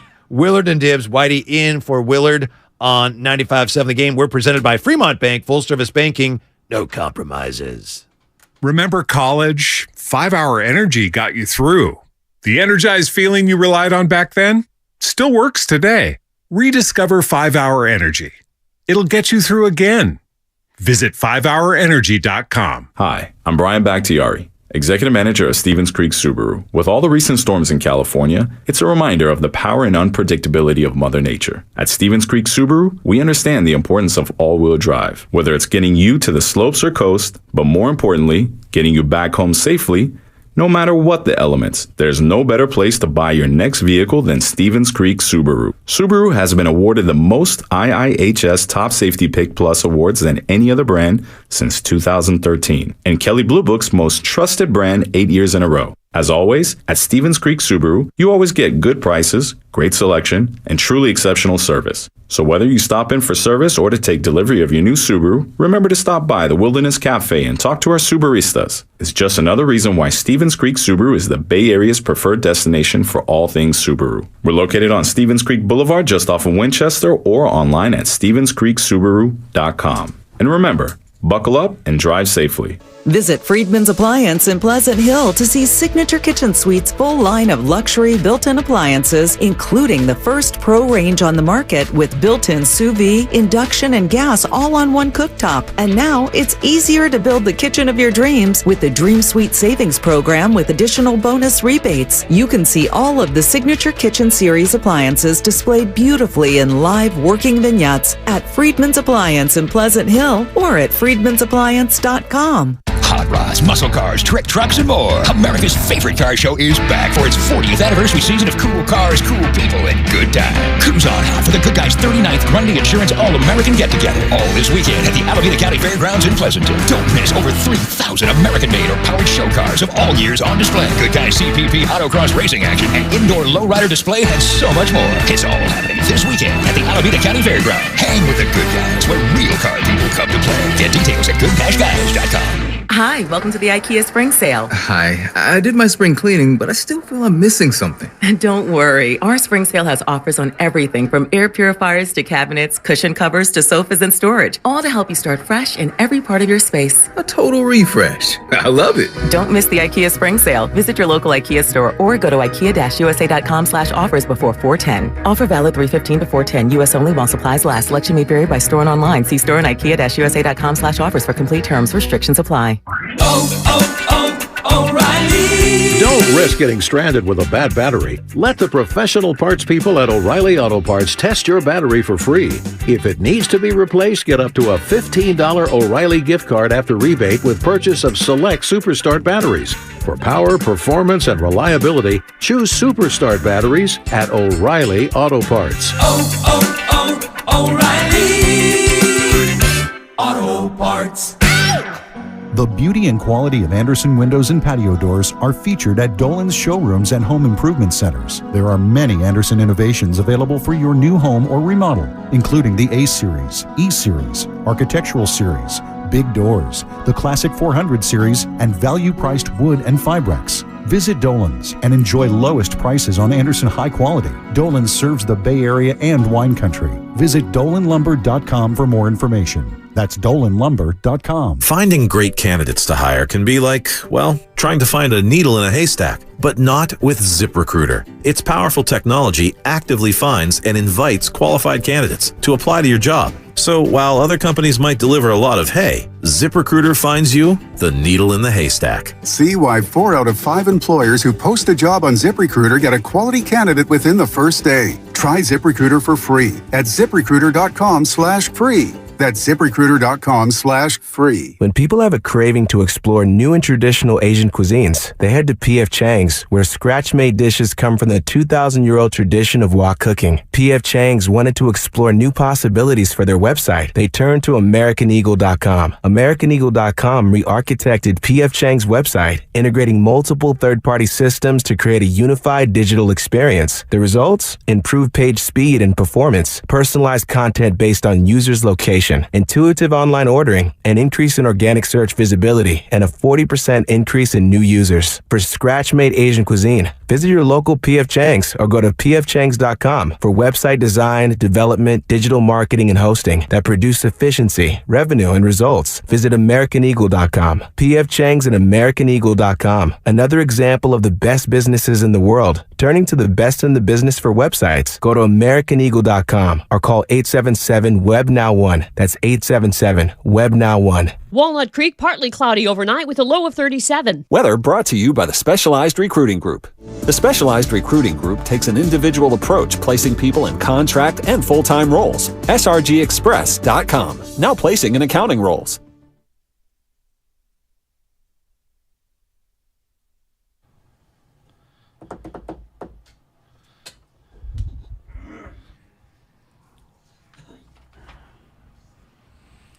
You know, baseball season right around the corner. Good time to head to the 95.7 The Game shop.com. New merchandise available, including the new I'm Only Here for the $9 Beer shirts. So you might want to check those out. That's a pretty cool idea. I mean, Hegan really came up with a good one there. He had a home run there. Yeah, he did. I sent him that. You know, I'm Only Here for the Beer is a thing, and I did the $9 beer, so I sent him a bunch of T-shirt ideas, Dibs. That was one of them. I sent him one that was like, you know, the Jack in the Box logo. It was Jock. It was a picture of a left-handed hitter, Jock, in the box with like a home plate. It was pretty good. Yeah. I sent him one like Spider in a Web with Logan Webb stats, and then Rogers that with like matching twins. And I sent him those. He's like, oh, thanks, that's great. But when I sent him, and he's been really good to me, Matt Nahegan. When I sent him that I'm Only Here for the $9 beer, he texted me right away. Can we use that? Can we use that? So yeah. So I hope it's a big seller. Check it out. No, it's a good one. And people can go to 957thegameshop.com and pick up that or a What Are You Doing shirt from Willard and Dibbs, Rat on the Table, and a whole bunch of other good ones. I was surprised you weren't wearing some today on your way in. Yeah, I probably would have, had I been gifted some gear. But well. Yeah, we're still waiting for it to come. I think that ship is still out there in the ocean somewhere, Whitey. Yeah. Yeah, still waiting for it to be offloaded. Sure, yeah. I'm only here for the $9 beer, 957thegameshop.com. Sergio Romo's doing that thing, is it this weekend, where he's going to appear in an exhibition game? I think it's tomorrow. Okay, what do you think of those things? He's going to appear as a Giant, and then he's going to retire as a Giant. I have mixed feelings. I think that it's a cool thing when a player is at a certain level and maybe they've earned that memoriam. I'm not sure if Sergio Romo has. He's a fan favorite. People love him. This guy's a former Dodger. That's right. Yeah, I mean, we're just gonna gloss over that. But if the team feels like it's appropriate and Sergio Romo wants to come back and flip that slider one last time and say goodbye, I'm not against it. They did that with JT Snow, and I think he took infield before the game, and he was saying that they came close to starting the game with him actually really at first base. I guess, yeah, to me it's it's just not necessary. It's just, if the guy's done, you had a great career, that's great. Why all the, it's kind of like a circus. But that's the way things are now. And if the player loves it and the fans love it and the team loves it, fine. I don't need it, but that's fine if it makes people feel good. And if it's an exhibition game, too, then you don't have that part of it where it's like, oh, you're giving up outs or, whatever happened to, we're playing every game. Young guy pitching there. Exactly. If it's an exhibition game, then that part of it goes away. So in that point, who really cares? If the fans are happy, then go crazy. Exactly. Go crazy, folks. Go crazy. On the text line, 888-957-9570. We've been talking about the Warriors and this notion that Steve Kerr can't develop young talent. And Dibbs and I, we bristle at that notion. But 415 says, why don't you talk about the GM constantly picking no-talent players in the draft since it's not a player development issue in your mind? Thinking, and thanks for listening, but thinking that, ha-ha, I have you, checkmate. Well, I mean, they haven't drafted especially well. I would say that. They've certainly had their hits. They've had a lot of misses, and some of that is because of where they've drafted. But you're right. I mean, other teams have drafted better players picking later than the Warriors have. I think that's a fair point. I guess, but if you want to go through, and I mean, how far back do we want to go? We don't give credit to Bob Myers for Steph Curry because he didn't draft him. And I mean, Klay Thompson and Draymond Green, Bob was an assistant, so he doesn't get credit for that either. Do we want to go back and look where they drafted? Like this year, they drafted 28th. Look at the history of players taken 28th in the first round. And last year, they had Jonathan Kuminga at number 7. Well, that looks like is a pretty good pick. It does. At number 7. Moses Moody at 14. The jury's still out. Number 14, I think, is the end of the lottery, if I'm not mistaken. So that's a pick that you feel like, Moses Moody should maybe be better than that. Wiseman is the big one. Wiseman's the one you look at right now, and you could look at it and say, that is a gigantic miss right now. But prior to that, you picked 28, 28, 30, and 30. And Kevon Looney at 30? Do we give him credit for picking Kevon Looney at 30? Pick. It's a great pick. Poole was a great pick where they got him. Exactly. Yeah. 888-957-9570. Let's go to Hayward. Dibbs, Zach is 8 years old, and he has a question for you. You up for that? Yeah. How you doing, Zach? Hey, Zach. How are you? I'm good. I got a question. Why should Jonathan Kuminga start while Andrew Wiggins is out? Okay, thanks, Zach. I think he got a great help. question. He got help with that question. I don't think so. His mom was helping him with the question. I think that he helped his mom with the question. Okay, Zach, born in 2014 or 2015, straight nailed it. And What's Zach, the first Super Bowl he remembers? Seriously, does he remember any? I mean, what cereal bowl? Thank you, Zach. Yeah, great question, Zach. And for me, the answer is no right now. And the really, an even better question, Zach, if I can, Kenny Rosenthal you. Rosenthal on 8-year-old Zach. An even better question is, should Jonathan Kuminga be finishing the games? Because a lot of us from age 8 to 88, we fixate on who starts the game. right now, Jonathan Kuminga is doing a great job coming off the bench. He has started a handful of games, but I think that you found something with this lineup of Steph, Clay, DiVincenzo, the restaurant quality of DiVincenzo, Draymond, and Kevon Looney. That, to me, is your best starting five. So Jonathan Kuminga will get his chance to start, but right now, young man, the focus is on, is he ready to finish ball games? Another part of that question, fascinating question from Zach. An even better part of the question. Mom, I don't know. I don't know. There's a whole thing now about whose question was it really? I don't want to get into It's a that. whole thing. Yeah, it's a whole thing. Wiggins is more, Wiggins we know is like a 3, and he can play a little 4, and Kuminga is becoming more of a 4. And I know I had thought he'd be more of a 3, and JD was telling me no, and I think Steiny also said no, he's more of a 4. So anyway, he's more, and these guys are interchangeable. But Kuminga is more of a 4, more of a power forward than that smaller wing like Wiggins. Yeah. I get what you're saying. And if you look at the starting lineup, I guess Draymond would be your 4, although Draymond is also your 1. And I've always, people have talked to me about Steph Curry, the best point guard, blah, blah, blah. To me, Steph Curry's he's not really the point guard. Draymond Green is the point guard. So if Draymond's the 1 on offense, Steph's the 2, Clay's the 3, and then I guess Wiggins would be the 4 when he's in there, and Looney's the 5. But Draymond defensively is really the 4, but he's also the 2. So the whole number thing with this Warrior team doesn't really work. Right. It means less than it's ever meant in the NBA, but you're right, especially with this team. From the 510. See, again, you got these people, they think, ha, I gotcha. Why no mention of Nico Mannion or Alan Smailagic? They're a bad pick. I mean, Nico Mannion's playing professionally. I don't know what Smailagic is doing, but I don't know. Yeah, well, you're right. They didn't turn out to be very you're good picks. wrong, because the Geach was not drafted by the Golden State Warriors. Right. Technically. Yeah, I mean, that's technically true. They did pick, yeah. And so we're going to bury him for Guy Santos, too, and Justinian Jessup? Well, they did bring in Smailagic. I think it was one of those things where, was it Utah drafted him? Yeah. Yeah. I think they may have drafted him for the Warriors. In terms of criticizing... We're talking second rounders, right? Right. So, and that's my point. In terms of criticizing draft picks, let's focus on 2 areas. 1, lottery picks. 2, first-round picks. Anything beyond that, second-round picks are virtually worthless in the NBA. The Warriors just got 5 of them in the Wiseman trade and didn't even blink and sent those same 5 picks to Portland. So miss me with the Nico Mannion, Justinian Jessup, Eric Paschall, Mie Oni, who played for Utah, right? Out of Yale. Okay. And going all the back, Ogden Kuzmic. Are we going to go back to Kuz? I guess we days? are. Yeah, if we don't, somebody else will. Thank you. Yeah. First round picks, Whitey.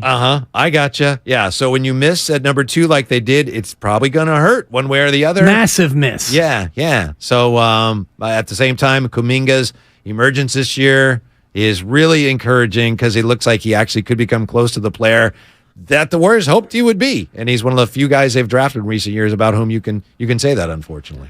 Right, and that's unfortunate, especially when you spend the high risk, high reward, Dibs. That's the thing. Yeah. And, maybe it was one of those light years moments where you thought, we're light years ahead. We're going to take a guy who has barely played, and we're going to show you that we can develop him, and he's going to be the center. Not only is he going to be a center, but he's also going to play like a small forward, and this guy's going to change basketball at 7'1", and he showed flashes early. James Wiseman looked good early on, and then he got hurt, and he came back, and then he got hurt, and then he missed a whole year, and then he came back, and it's like, man, you have not gotten any better, and it seems like you don't really fit with what we're trying to do. He fouls a lot, and he's a young player, yes, and the Warriors, you can't play young guys who aren't playing well when you're trying to win something. Well, you got to develop players. They got to play. Well, you can't let players develop when it's costing you a chance to win when you have a team that you're trying to win with. So that's well, you can if they develop in practice, and that's where you look at Jordan Poole, and he has developed off of the court in the big game and on the main stage. He forced his way onto the floor. Yeah, through practice and through becoming the kind of player that you couldn't help but play. And even at that point, Jordan Poole still, Whitey, in many spots is unplayable. I know.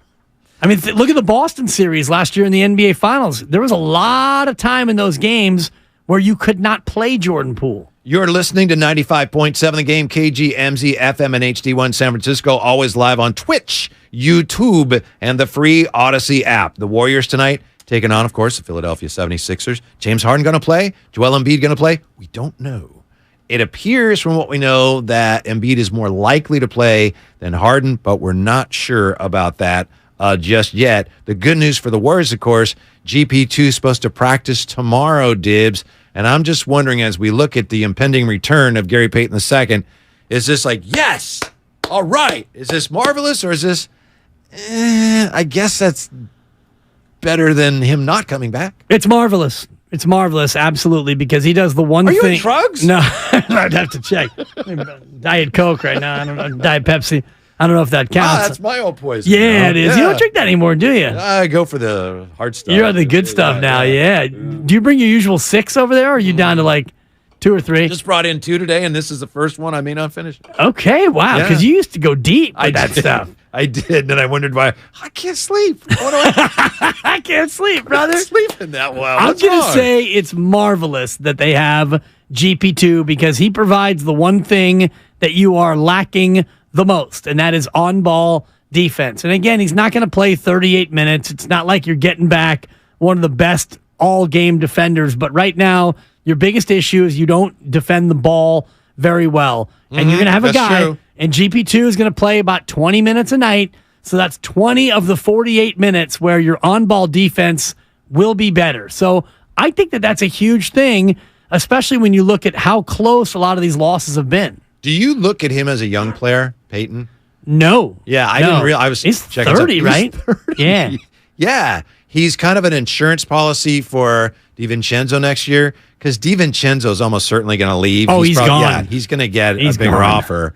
It's a 2-year deal, but he can opt out. So you figure, all right, GP2 will take that slot next year.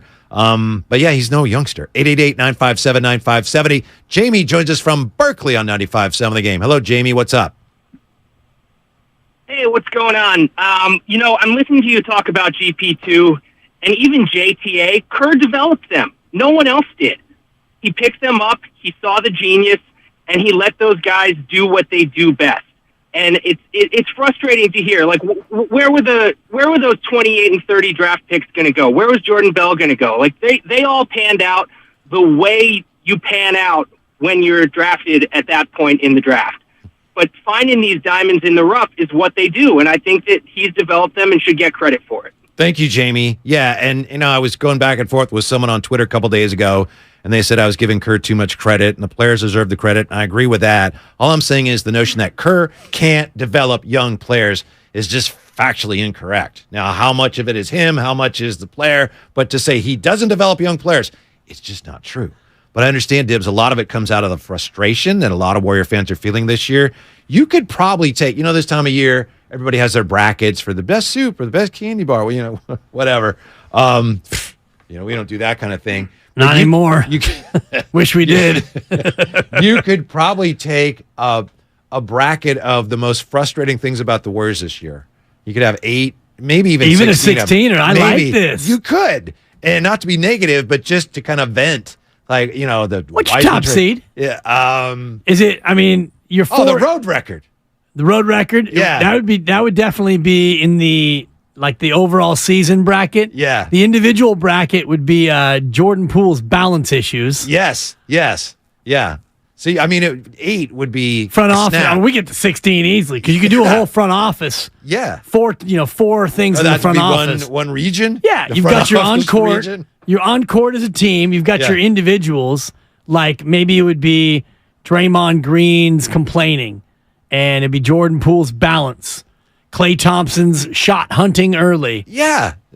And my point is the trading of Wiseman. It's like, wow, it's been a tough year for the Warriors, of course, but for their fans, it's been frustrating. Very frustrating. Yeah. Draymond giving up on a play to me would be, that's just like, no, you can't. Guys are going to make mistakes, but when you don't get the ball from Jordan Poole and you turn your back on the play and you're pouting on the court, no. Yeah, that doesn't work. The chemistry issues might be an entire thread on its own. Region. Well, We're Steph Curry like throwing the mouthpiece. And seriously, right?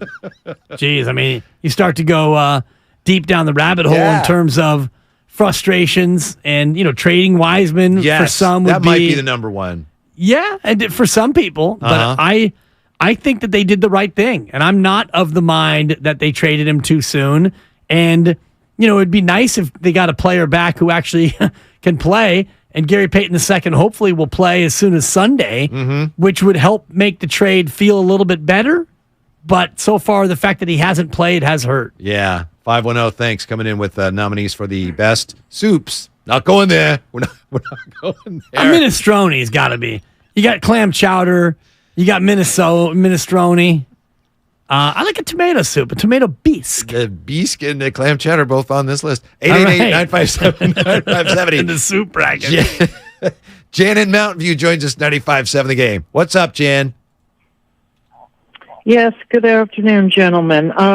I had a question about the officiating. Like the other night, I noticed that they do not call offensive fouls when Luka is jumping into another, to the opposition, or tonight, for instance, Harden.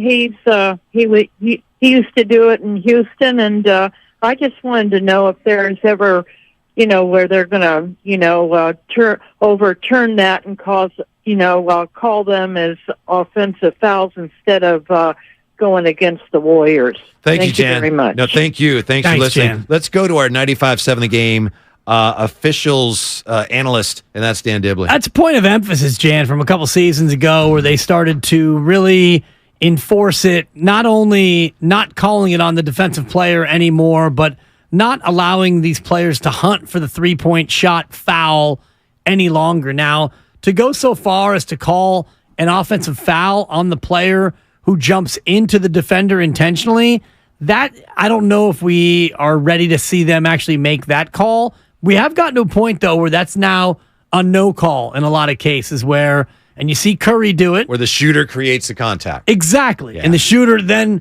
tries to shoot or throws it up and then looks at the ref with the palms up. We're getting to a point now where that's not called against the defense anymore. And I don't know if I don't want to see it get to the point where that's now an offensive foul. I don't think that serves the purpose that we're looking for. If the NBA officials, had you at a seminar, they said, "Oh, great, Dan Dibley, 95.7 The Game officiating analyst. What's the one thing?" They said, "What's the one thing we should be doing better as NBA officials?" I know you think they're doing a fabulous job, but if they asked you, "What's one area in which we can improve?" Dibs, what would you tell them? It's difficult because I think that the Stars, as it is now, are getting the benefit of the whistle more than ever before. And that's kind of what we want. We don't want to see our Stars foul out of the ball game. I would say, and this is, I guess, something more for the league, if we could roll back what is now reviewable. Because the thing that I think has hurt officiating in the NBA is that so much of what they do now is reviewable. So on a play that results in the ball being knocked out of bounds, it used to be where an official could make a call and give possession to a team based on what took place. Even though the ball may have gone off the Warriors, you're going to give the Warriors the ball because a player might have been fouled in that sequence. And you don't want to call a foul, so you're just going to give the offended team the ball. Well, nowadays you can't do that because everything's reviewable. Mm-hmm. So now you have to actually make a call. You have to call a foul in that situation. Or else you can't review it. Yeah. Exactly. So I would like to roll back some of the review, and I know they're not going to do it. In terms of what is actually called on the court, I would try to get them to just roll back some of the touch fouls. Let's allow these guys to play a little bit more physically. Every single small action. On the perimeter. But if you're inside, I mean, you can hit a guy in the back of the head with a club.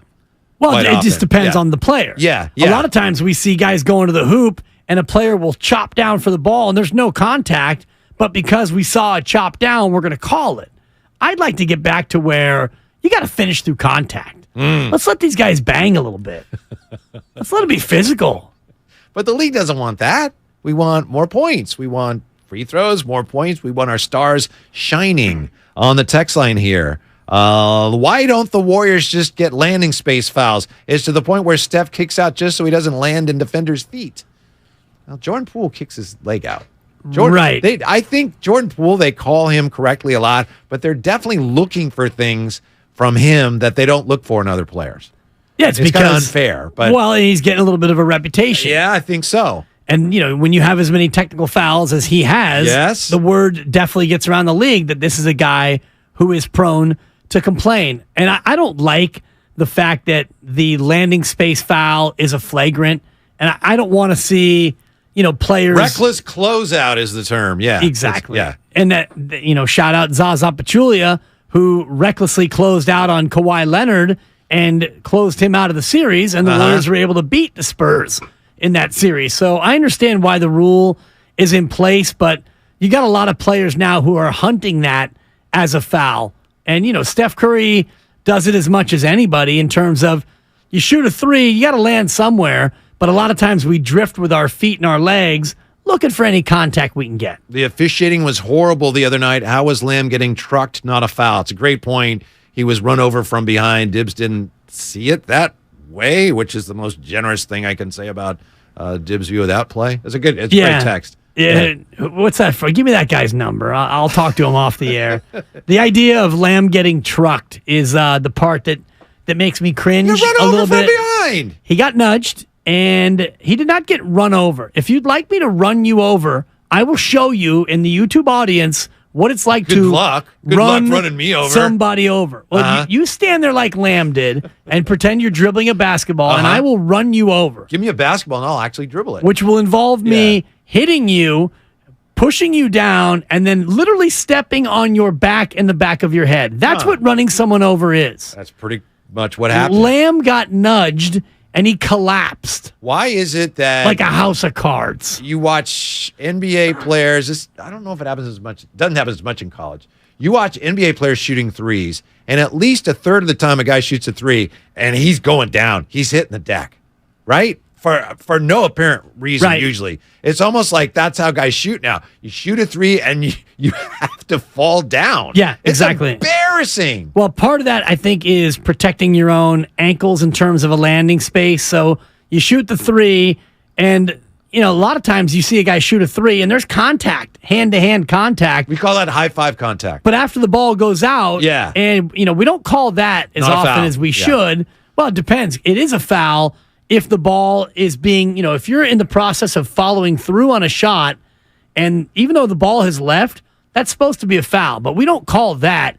We're too worried about the landing zone or the reckless closeout. Reckless closeout, yeah. But I think in terms of the three-point shooter, the three-point shot has become such a weapon now that when you're a shooter, you almost have to fall down after, hoping that you're going to get that call because it's 3 free throws. Mm-hmm. Do you think the Warriors shoot too many threes? Yes. Do you? Yeah. You should talk to your friend Steve Kerr about that. Next time we have him on, I will. Because he says it's not the number, it's the quality of the shot. If you take 10 bad three-point shots, that's too many. You take 30 good ones, it's not enough. I'll buy that from Steve Kerr. But I'll say this. If you look at the three-point shot distribution, Jordan Poole takes too many three-point shots. Jordan Poole's not a good three-point shooter. Maybe someday he will be.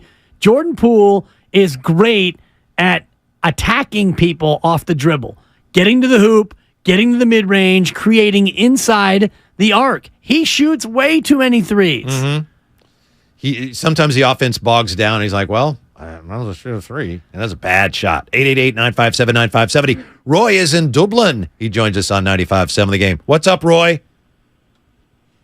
Hi. Thank you for taking my call. Welcome. I have a question for Dan. Yes. Go ahead, Roy. I'm here. The situation of the loose ball, how come the ref called an offensive foul on Jordan Poole when it is also only trying to tip the ball towards the basket? And Luka is on the act of catching the ball. It's a loose ball. And they're on collision path with each other. How come the ref called it, offensive foul on Jordan Poole? Thank you, Roy. Appreciate That's that. That's a great question, Roy, and I'm glad you asked. Yeah, you're listening to Ask the Official. Ask a ref. I love that. Roy, if I may, Roy, and this becomes a philosophical, discussion about when is a loose ball still a loose ball. Well, Now, there's a thing called a loose ball foul, for one thing. Roy. correct. So, yeah. And I believe that's what that was. When you see the referee go 2 arms out. I just thought it meant that, I'm tired. It could be. If the palms are up, then it is. That was a situation, bang, bang, play. Yeah. And I've looked at that one 71 different times. And I could see. I believe you. I could see the case where that's not a foul on Jordan Poole. But I also see a case where it is a foul on Poole. Because Poole, to me, to my naked eye that's refereed in thousands of games, he's the player who's out of control.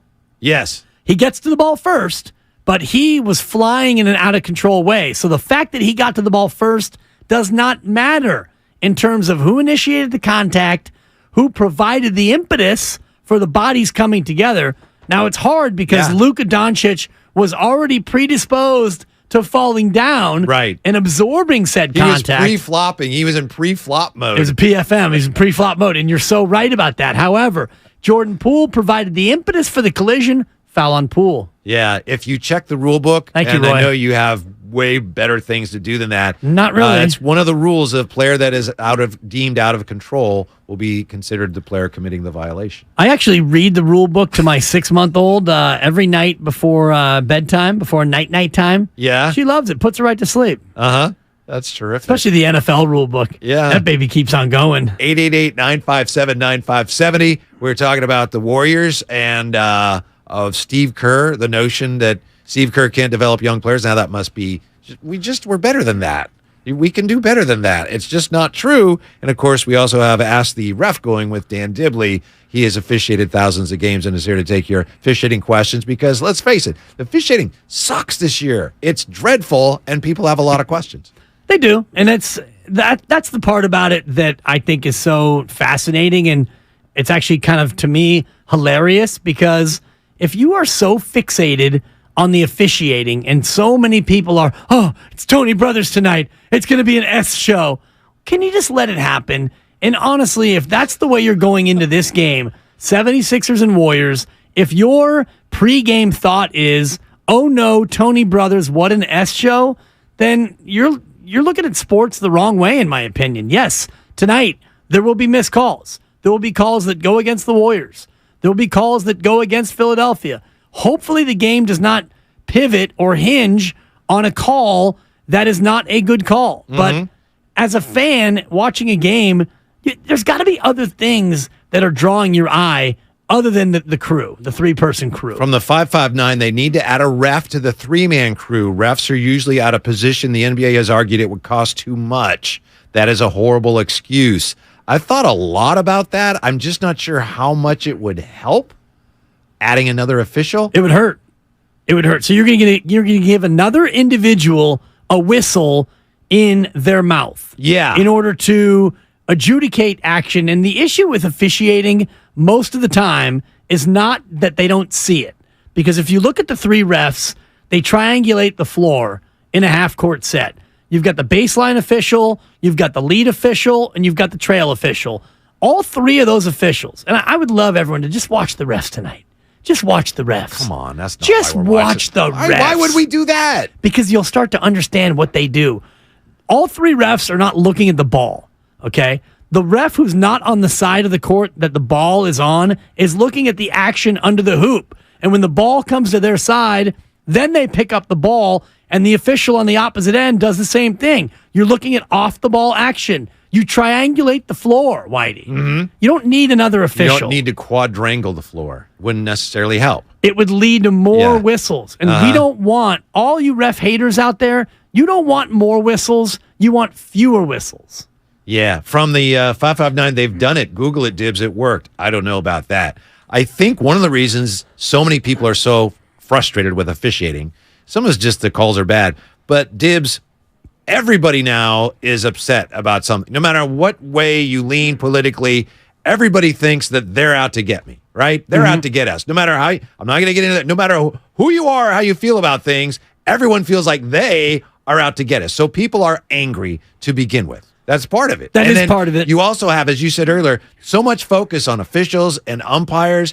Everything they do, every wrong call, there's a chance that they're going to be on, Sports Center. And I think it's a lot of pressure. And I think sometimes the officials just, they take the lump.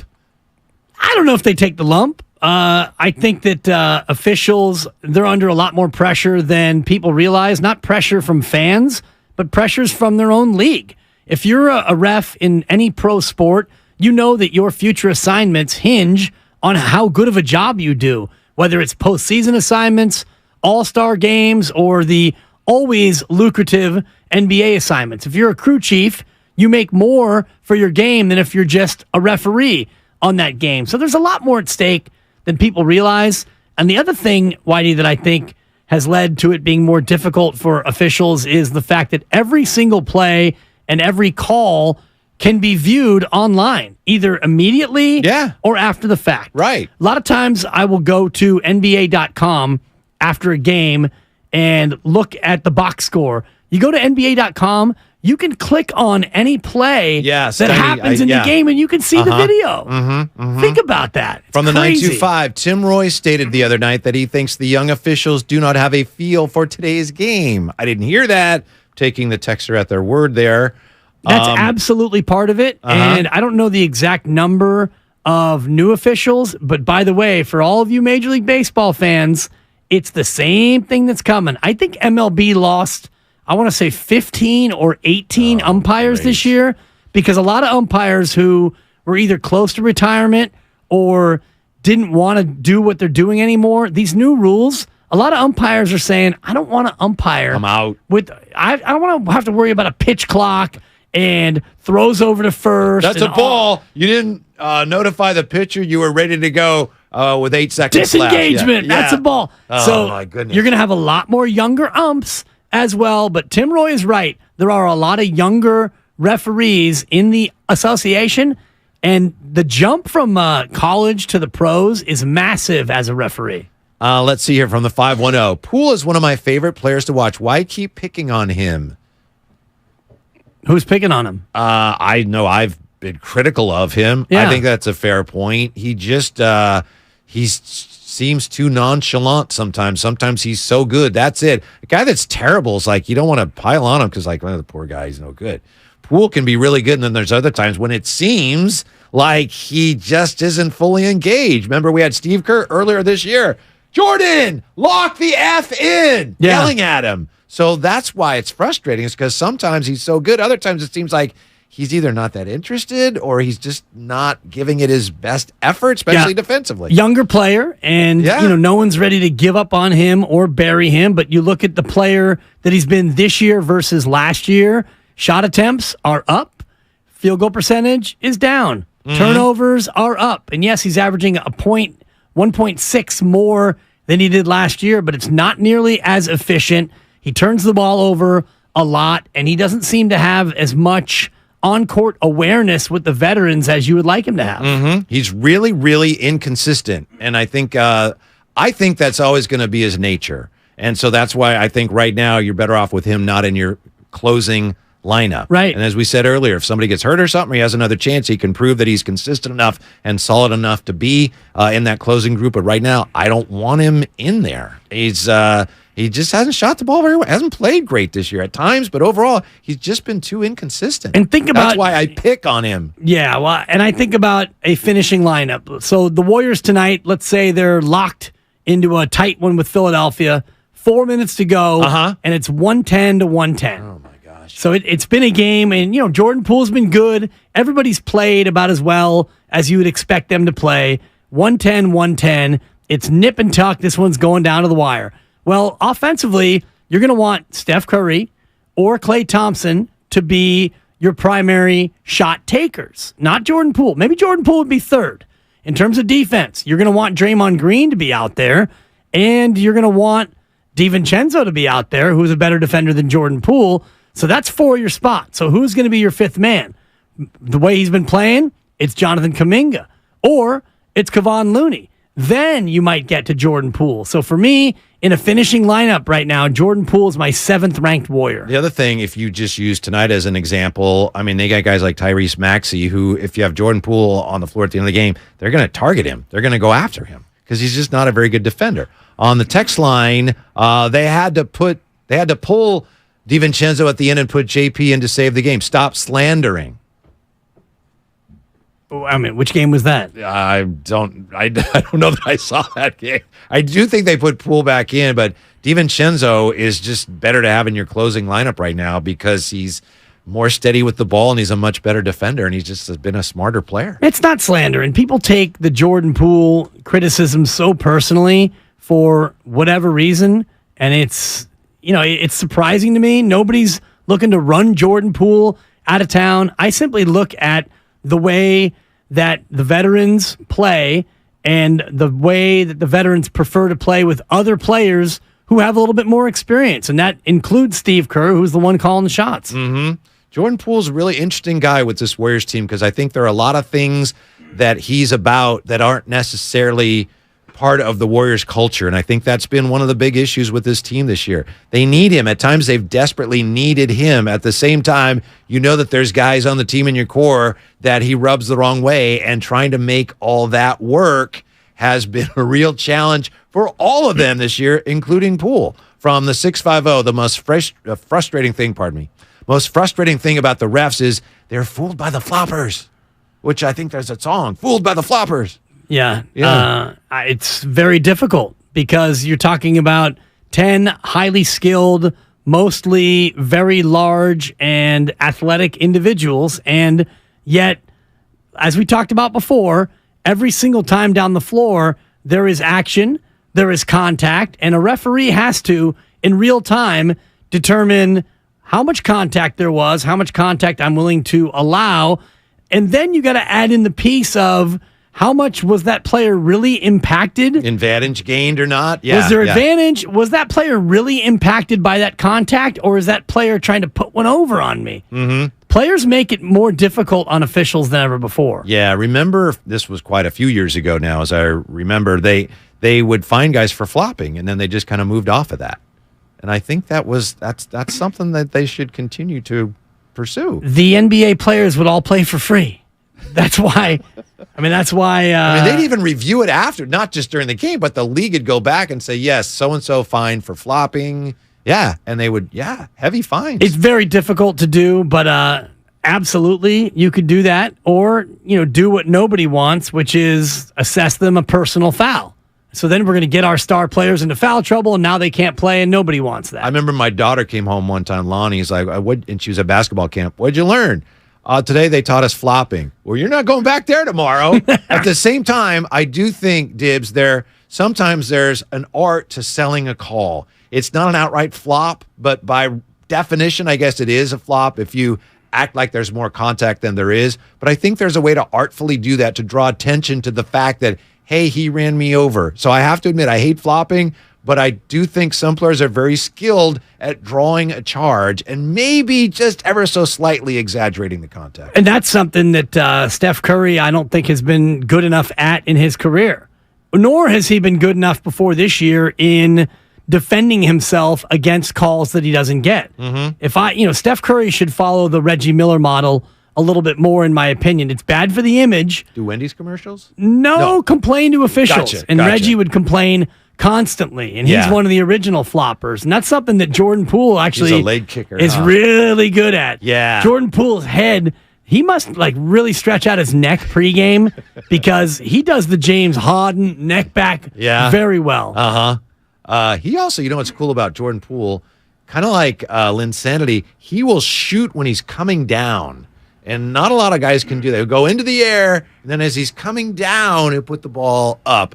And that's what leads to some of those shots where you go, whoa, 888-957-9570. Vince in San Jose joins us, 95.7 The Game. Hey, Vince, you're on with Whitey and Dibs. What's up? Hey, what's going on? That's a very interesting take on Poole's shot. Not many people notice that. Seems to have kind of a little bit of a hesitation going up, but you guys are absolutely right. He releases the ball when the momentum of his body's coming down a little bit, which is interesting. Yep. I wonder if that helps him in more of a deeper three-pointer setting, more than a couple inches off of the line. What I want to say tonight about the Warriors is, I tell you what, when I was watching the last game with Dallas, what really stood out to me was the team rebounding. That was a big, obviously there was huge storylines that other game, but another storyline was, heck, look at how the Warriors are out rebounding Dallas. And I know, we're going to be, Philadelphia is a much better rebounding team per se, but I think that the way the Warriors are playing right now, boxing out, ball movement, we got all our things loaded, baby. We're just ready to go. Thanks, Vince. I don't talk to Coach Kerr every week like Dibbs does, but the last time I was on and I got to speak to him, I asked him about defensive rebounding because the Warriors last year, their defensive rebounding numbers were really high, surprisingly high. And this year, they're like so many other numbers, mid-pack. And I asked him if that's an area in which you can improve. And he said, it's really more a byproduct of defending well. If you defend well, you're in proper position, it's easier to box out, and you get more rebounds that way. Yeah, and I also think that part of it for me is the fact that teams are shooting the ball so much better when the Warriors are on the road. I think they're shooting 8 percentage points higher from 3, so you don't have the same opportunity to rebound. And also the live ball turnover this year. I know turnovers are only up about 10%. They're up about a turnover and a half per game. But when you turn it over live ball, most often you don't get a chance to rebound because the other team's going to score on you. Yeah, which also puts more pressure on your defense.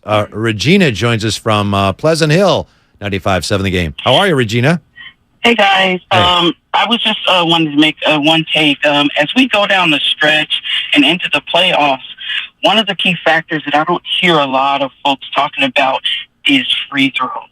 Look, these games are going to be close. These games are going to be on the line, and I was looking at some of the free throw percentages. Look, DB, Steph, Poole, and Clay are shooting over 80. Kuminga, Looney, Dre, and Green are shooting way under 80, with Kuminga at 67. Would you want him on the line? Who would you trust if it was a game-winning shot free throw? Thank you. Yeah, it's a good point, and it's just basic basketball. Last night, Dibbs, and I know Gonzaga ended up winning that game, but they had a lead. About an 8-point lead with a minute something to go, and it's like you make your free throws and you don't turn the ball over. They missed all their free throws. They turned the ball over, and then they were losing. They came back and won, but Regina's right. You got to make your free throws down the stretch, a close game. You do. I think it's less of a thing in the NBA just because if you get the lead, more often than not, you can get the ball to somebody who can shoot the ball well from the free throw line. The Warriors do have 3 of the best in the association.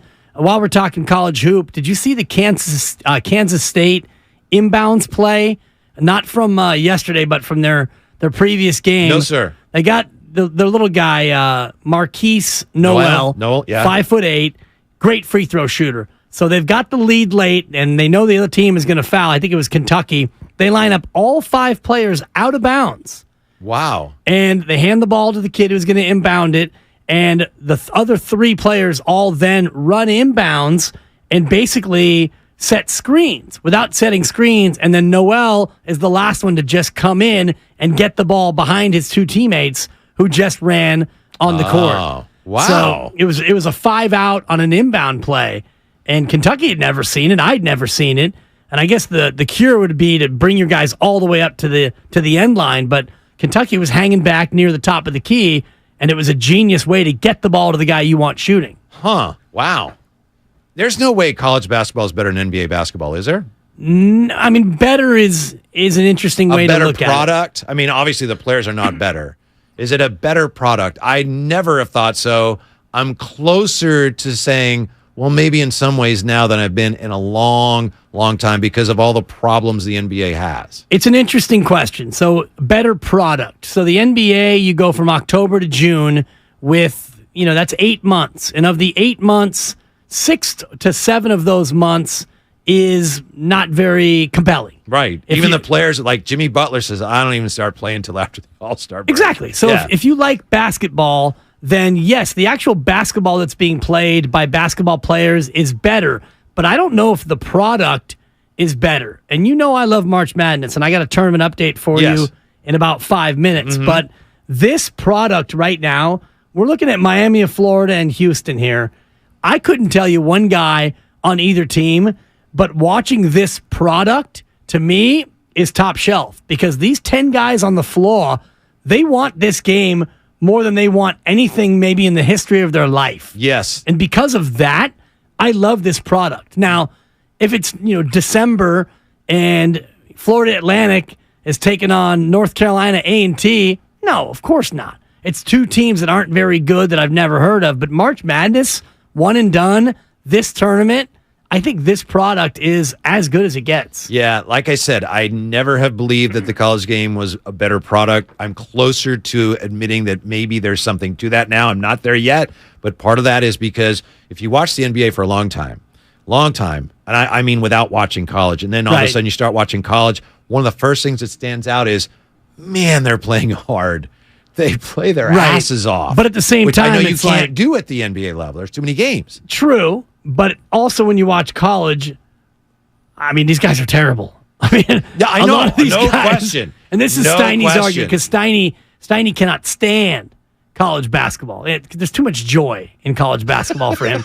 But if you watch just the raw fundamentals of the average college basketball game, most of these guys aren't very good. Right. Especially now, and if you're any good, you're not even there anymore. Right. And the Unless you're just there NBA, for we know, 1 is year. the best of the best. And, you know, you go globally. So it's two different questions to me. The basketball in the NBA, of course, is Of far course, better. there's no but debate. with load management and I mean, you look around the league and so many of these guys, it's like, is he trying tonight? Is he trying tonight? Well, he's trying right now, but maybe he's not trying later. And, he might just play 22 minutes. Mm-hmm. The passion with which the college game is played makes me more drawn to this. Now, that said, NBA playoffs, NBA finals, even if the Warriors aren't in it, I'm watching it because at that point, I know that the best in the world are actually trying. We have an update, Dibs, on the Sixers lineup tonight. Sixers and Warriors hear it right here on 95.7 The Game via Anthony Slater on, of course, they got Tweeter now. James Harden out tonight against the Warriors. He's nursing a sore Achilles tendon. Doc Rivers said that, and I wish Mock Rivers was there. Doc Rivers said Joel Embiid is fine.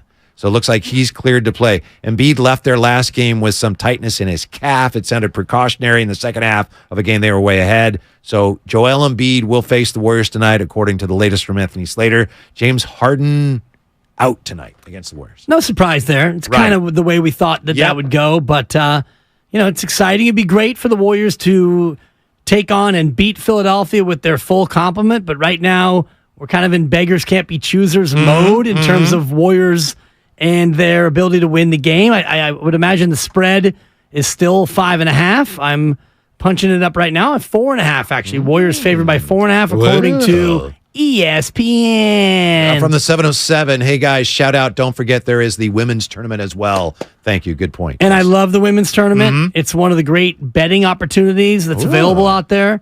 And, I've made a little chicken on this year's tourney. Don't talk about that. By the way, Detroit down 64-48. Yeah? And late second, James Wiseman. How's Jimmy doing? He's got 10 points. There you go.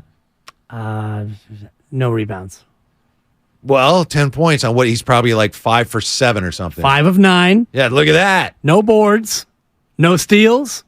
No blocks. Any fouls? He's got an assist. One PF. Okay. He's a minus 17. Yeah. Okay. The team's a minus 16, so he's only 1 point worse than the squad, as Detroit looks to be headed for another L. I appreciate that. It's probably not beneficial for us to be looking at his game by game, is it? Like, how many points? It's absolutely beneficial. Double. He had a double. He had a double. Did you guys see James Wiseman's box score? He had a double. No, and that I think that's the line of, if James Wiseman has a double, Warriors, you were wrong. If James Wiseman has a double single, Warriors, you got that one right. Yeah. So more often than not, the Warriors have gotten that trade right so far early on in the Wiseman era. What do you make of this, Dibs? And I know you have an update in just a second here. Yeah. This could be the NBA Finals preview. Warriors versus 76ers.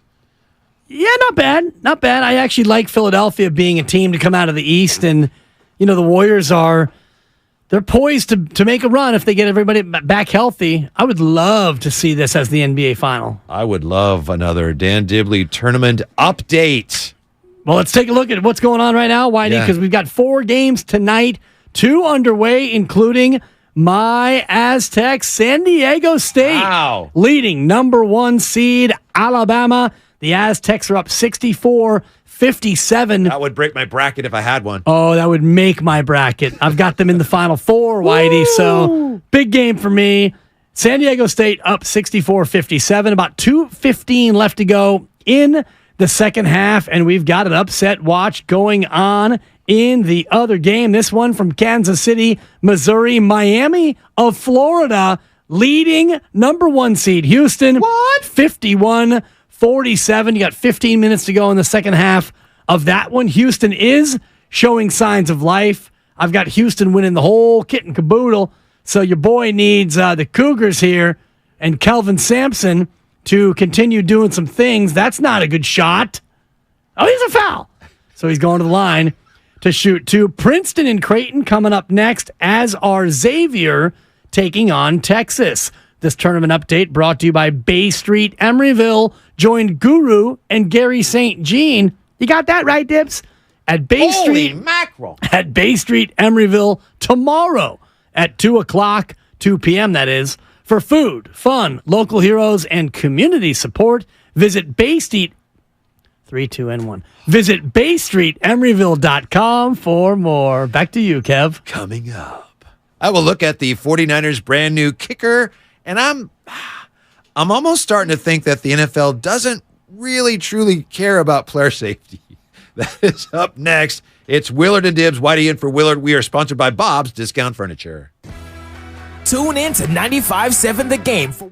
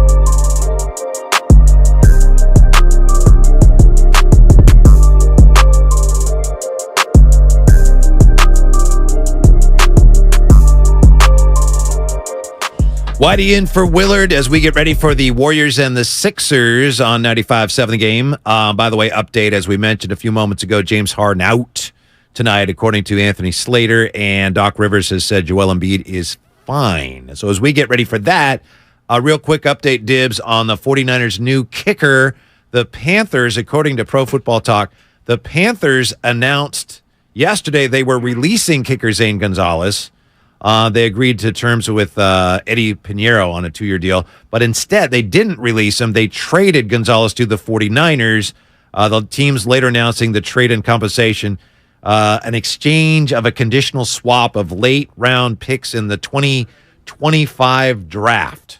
So that's the trade. None of Gonzalez' salary for 2023, $1.465 million, is guaranteed. And as you pointed out earlier, Gonzalez had a season end before it began in 2022 with a groin injury while warming up in the final preseason game. Yeah, so that's weird that they would, a little unusual. They would trade for a player who was going to be released, but apparently was not released, and so they were, I guess, that thirsty, if I may use an expression that the kids would use. Sure. They were that thirsty for Zane Gonzalez that they...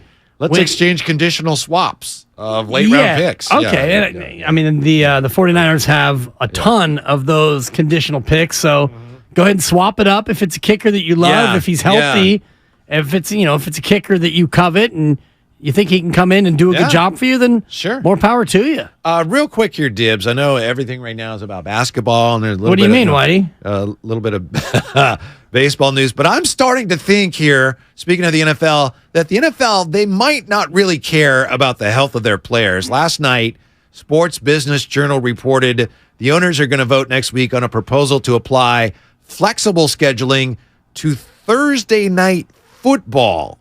The NFL did not answer the question of whether the NFL Players Association has approved that.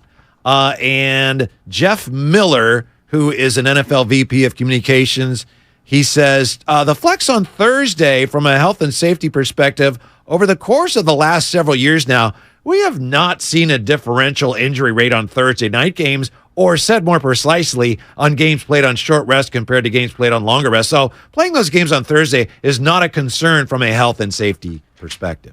That's appalling. It's absolutely appalling. I mean, the idea of Thursday night football in general. Yeah. And I would be curious to see exactly what the injury rates are.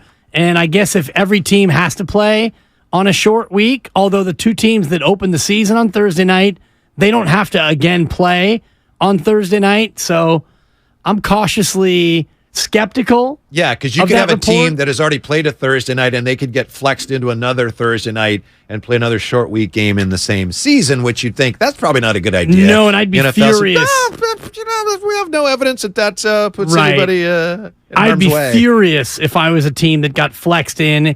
You know, if you're 10-3 and you're having a good year and all of a sudden you go from a Sunday afternoon and they'd let you know a week and a half in advance. It wouldn't just be like, hey, guys, before you go, get ready for Thursday. Just think of the feeling of dread you'd have if someone mentioned, we could get flexed into that Thursday next week. Yeah, that's not right. It's one thing to flex into a Sunday night. You go from a Sunday day to a Sunday night, fine. I get that. That is not the flex moment of the day right there. No, it sure wouldn't be. And this to me is appalling, and I cannot imagine that the players' union would allow this to happen. Everything okay? Everything's fine. I think I'm just making sure that my meter. Someone's getting a ticket, not me. You should be in fine shape with your meter. Yeah, it looks like. The 1 meter. Houston's down 14. That's not good, but the Aztecs, ba-da-ba-da-da-da. Yeah, they're looking pretty good. Yeah. So if the Warriors can win tonight against the beardless Sixers, that would be 3 in a row, and everything's so tight in the standings right now that just one win, let alone 3 in a row, improves your prospects dramatically. If they can go 4-4 from here on out, they're in the playoffs, in my opinion. And, I think going 4-4 would be a disappointment considering you've got we've already given up Portland still to come. Yeah. We are tanking San Antonio. Minnesota and New Orleans. Big game with Minnesota, Yeah, but New Orleans is a team that they can defend a little bit. They're a little bit of turmoil, though. These home games, you should win 2 of the 3. You got 4 games at home, right? You should win 3 of these next 4. Mm-hmm. And then, Everything and then else is you gravy. can coast a little bit. Yeah, it's gravy time. What's the highest you think how high do you think they will finish? I think that they will 6? finish 6. Yeah. And I asked Steve yesterday when we had him on. Kerr? Yeah, I said, have you guys thought at all about, maybe trying to maneuver and, if it comes down to that? And he said, we're not in a spot yet to where we can, Thank you, JT. Great job. Thank you, Craig. Yeah, Tips are the boys. best. Yeah. Love Thanks you, for having Whites. me. Yeah. What's coming up in the game is brought to you by Fremont Bank. Warriors Live with John Dickinson, a full hour of Warriors talk leading up to tonight's game against the 76ers. And all that is coming up next. Cards issued by Celtic Bank, member FDIC. Are you the decision maker in your company? Consider this. For the first time in decades, there's a better option for a corporate card and spend management platform. Meet Ramp, the only corporate card and spend management system designed to help you spend less money so you can make more. Most corporate credit cards offer points as incentives, but those points amount to less than their worth in real cash value. Ramp's business cards offer you cash back, real money in your pocket. Plus, you control who spends what with each vendor. And Ramp's software collects and verifies receipts automatically, which means you'll stop wasteful spending and close your books in hours instead of days. Businesses that use Ramp add up to 3.5% to their bottom line the first year. If you're a decision maker, adding Ramp could be one of the best decisions you've ever made. And now get $250 when you join Ramp for free. Just go to ramp.com/sports. Ramp.com/sports. ramp.com/sports. On this product, I've lost 45 pounds in 45 days. A pound a day. I started feeling the product on the second day I took it. I owe you guys my life is how I feel about it. That's great, Jack. Losing 45 pounds in 45 days. About 2.5 weeks into it, noticed a huge difference. I feel like I'm 20 again. I weighed about 325 when I started taking it, and I've already dropped 20 pounds. I feel great again. Congratulations, TJ, on losing 20 pounds in 20 days. Guys, would you like to experience similar results? Then try Ultramax T, which effectively targets and eliminates belly fat, increases testosterone, and boosts energy. And if you're overeating, Ultramax T can help stop unhealthy cravings, making it even easier for you to lose belly fat. Go to andro400.com and order Ultramax T today and get free shipping. andro400.com. That's andro400.com. Do you have 3 ex-wives and your current trophy wife wants a life insurance policy 3 times the size of the policies you had to purchase for your previous mistakes? If so, you need to call Big Lou at Term Provider, 800-200-1966. Big Lou is intimately familiar with your problems, and if you're 50 or 60 years old and in reasonably good health, a $1 million policy should only cost about $100 to $200 per month. Big Lou may have a solution for your previous policies as well. You may even save enough money to lighten the load on your new $1 million policy. Remember, call Big Lou. He's like you, except he's only on number 2. Call Term Provider at 800-200-1966. That's 800-200-1966 for $1 million in term life insurance that you can live with. Call Big Lou at 800-200-1966. 800-200-1966. Every piece of land has a story. For the Caggianos, it's keeping their yard pristine with a John Deere Z530MC track mower, because it's not just a yard, it's a gathering place. Work and play kind of meld together for us. They run a brewery, harvest their own hops, and keep things tidy for their guests. People say, what are you? Are you a farmer or a brewer? So I say, I'm a farmer brewer. When you love what you do, it's not really work. Run with us on a Z530M mower and start telling your story. Learn more at johndeere.com/radio. Parents, are you tired of helping put your kids' shoes on? They're squirming, watching cartoons, anything but helping. Luckily, it's Skechers to the rescue. Introducing new hands-free Skechers slip-ins. Footwear you can just get your kids to step into and their shoes are on. You don't need to bend over. You don't need to sit on the floor and try to wrangle them on. And they're available in all types of Skechers styles with and without laces, and most are machine washable. Find Skechers slip-ins for kids or mom and dad at a Skechers store, Skechers.com, or wherever stylish shoes are sold. Whether you own a local business or a global one, you know that these days, generating growth is a challenge. By teaming with Bank of America, you'll not just stay ahead of the curve, you'll move it.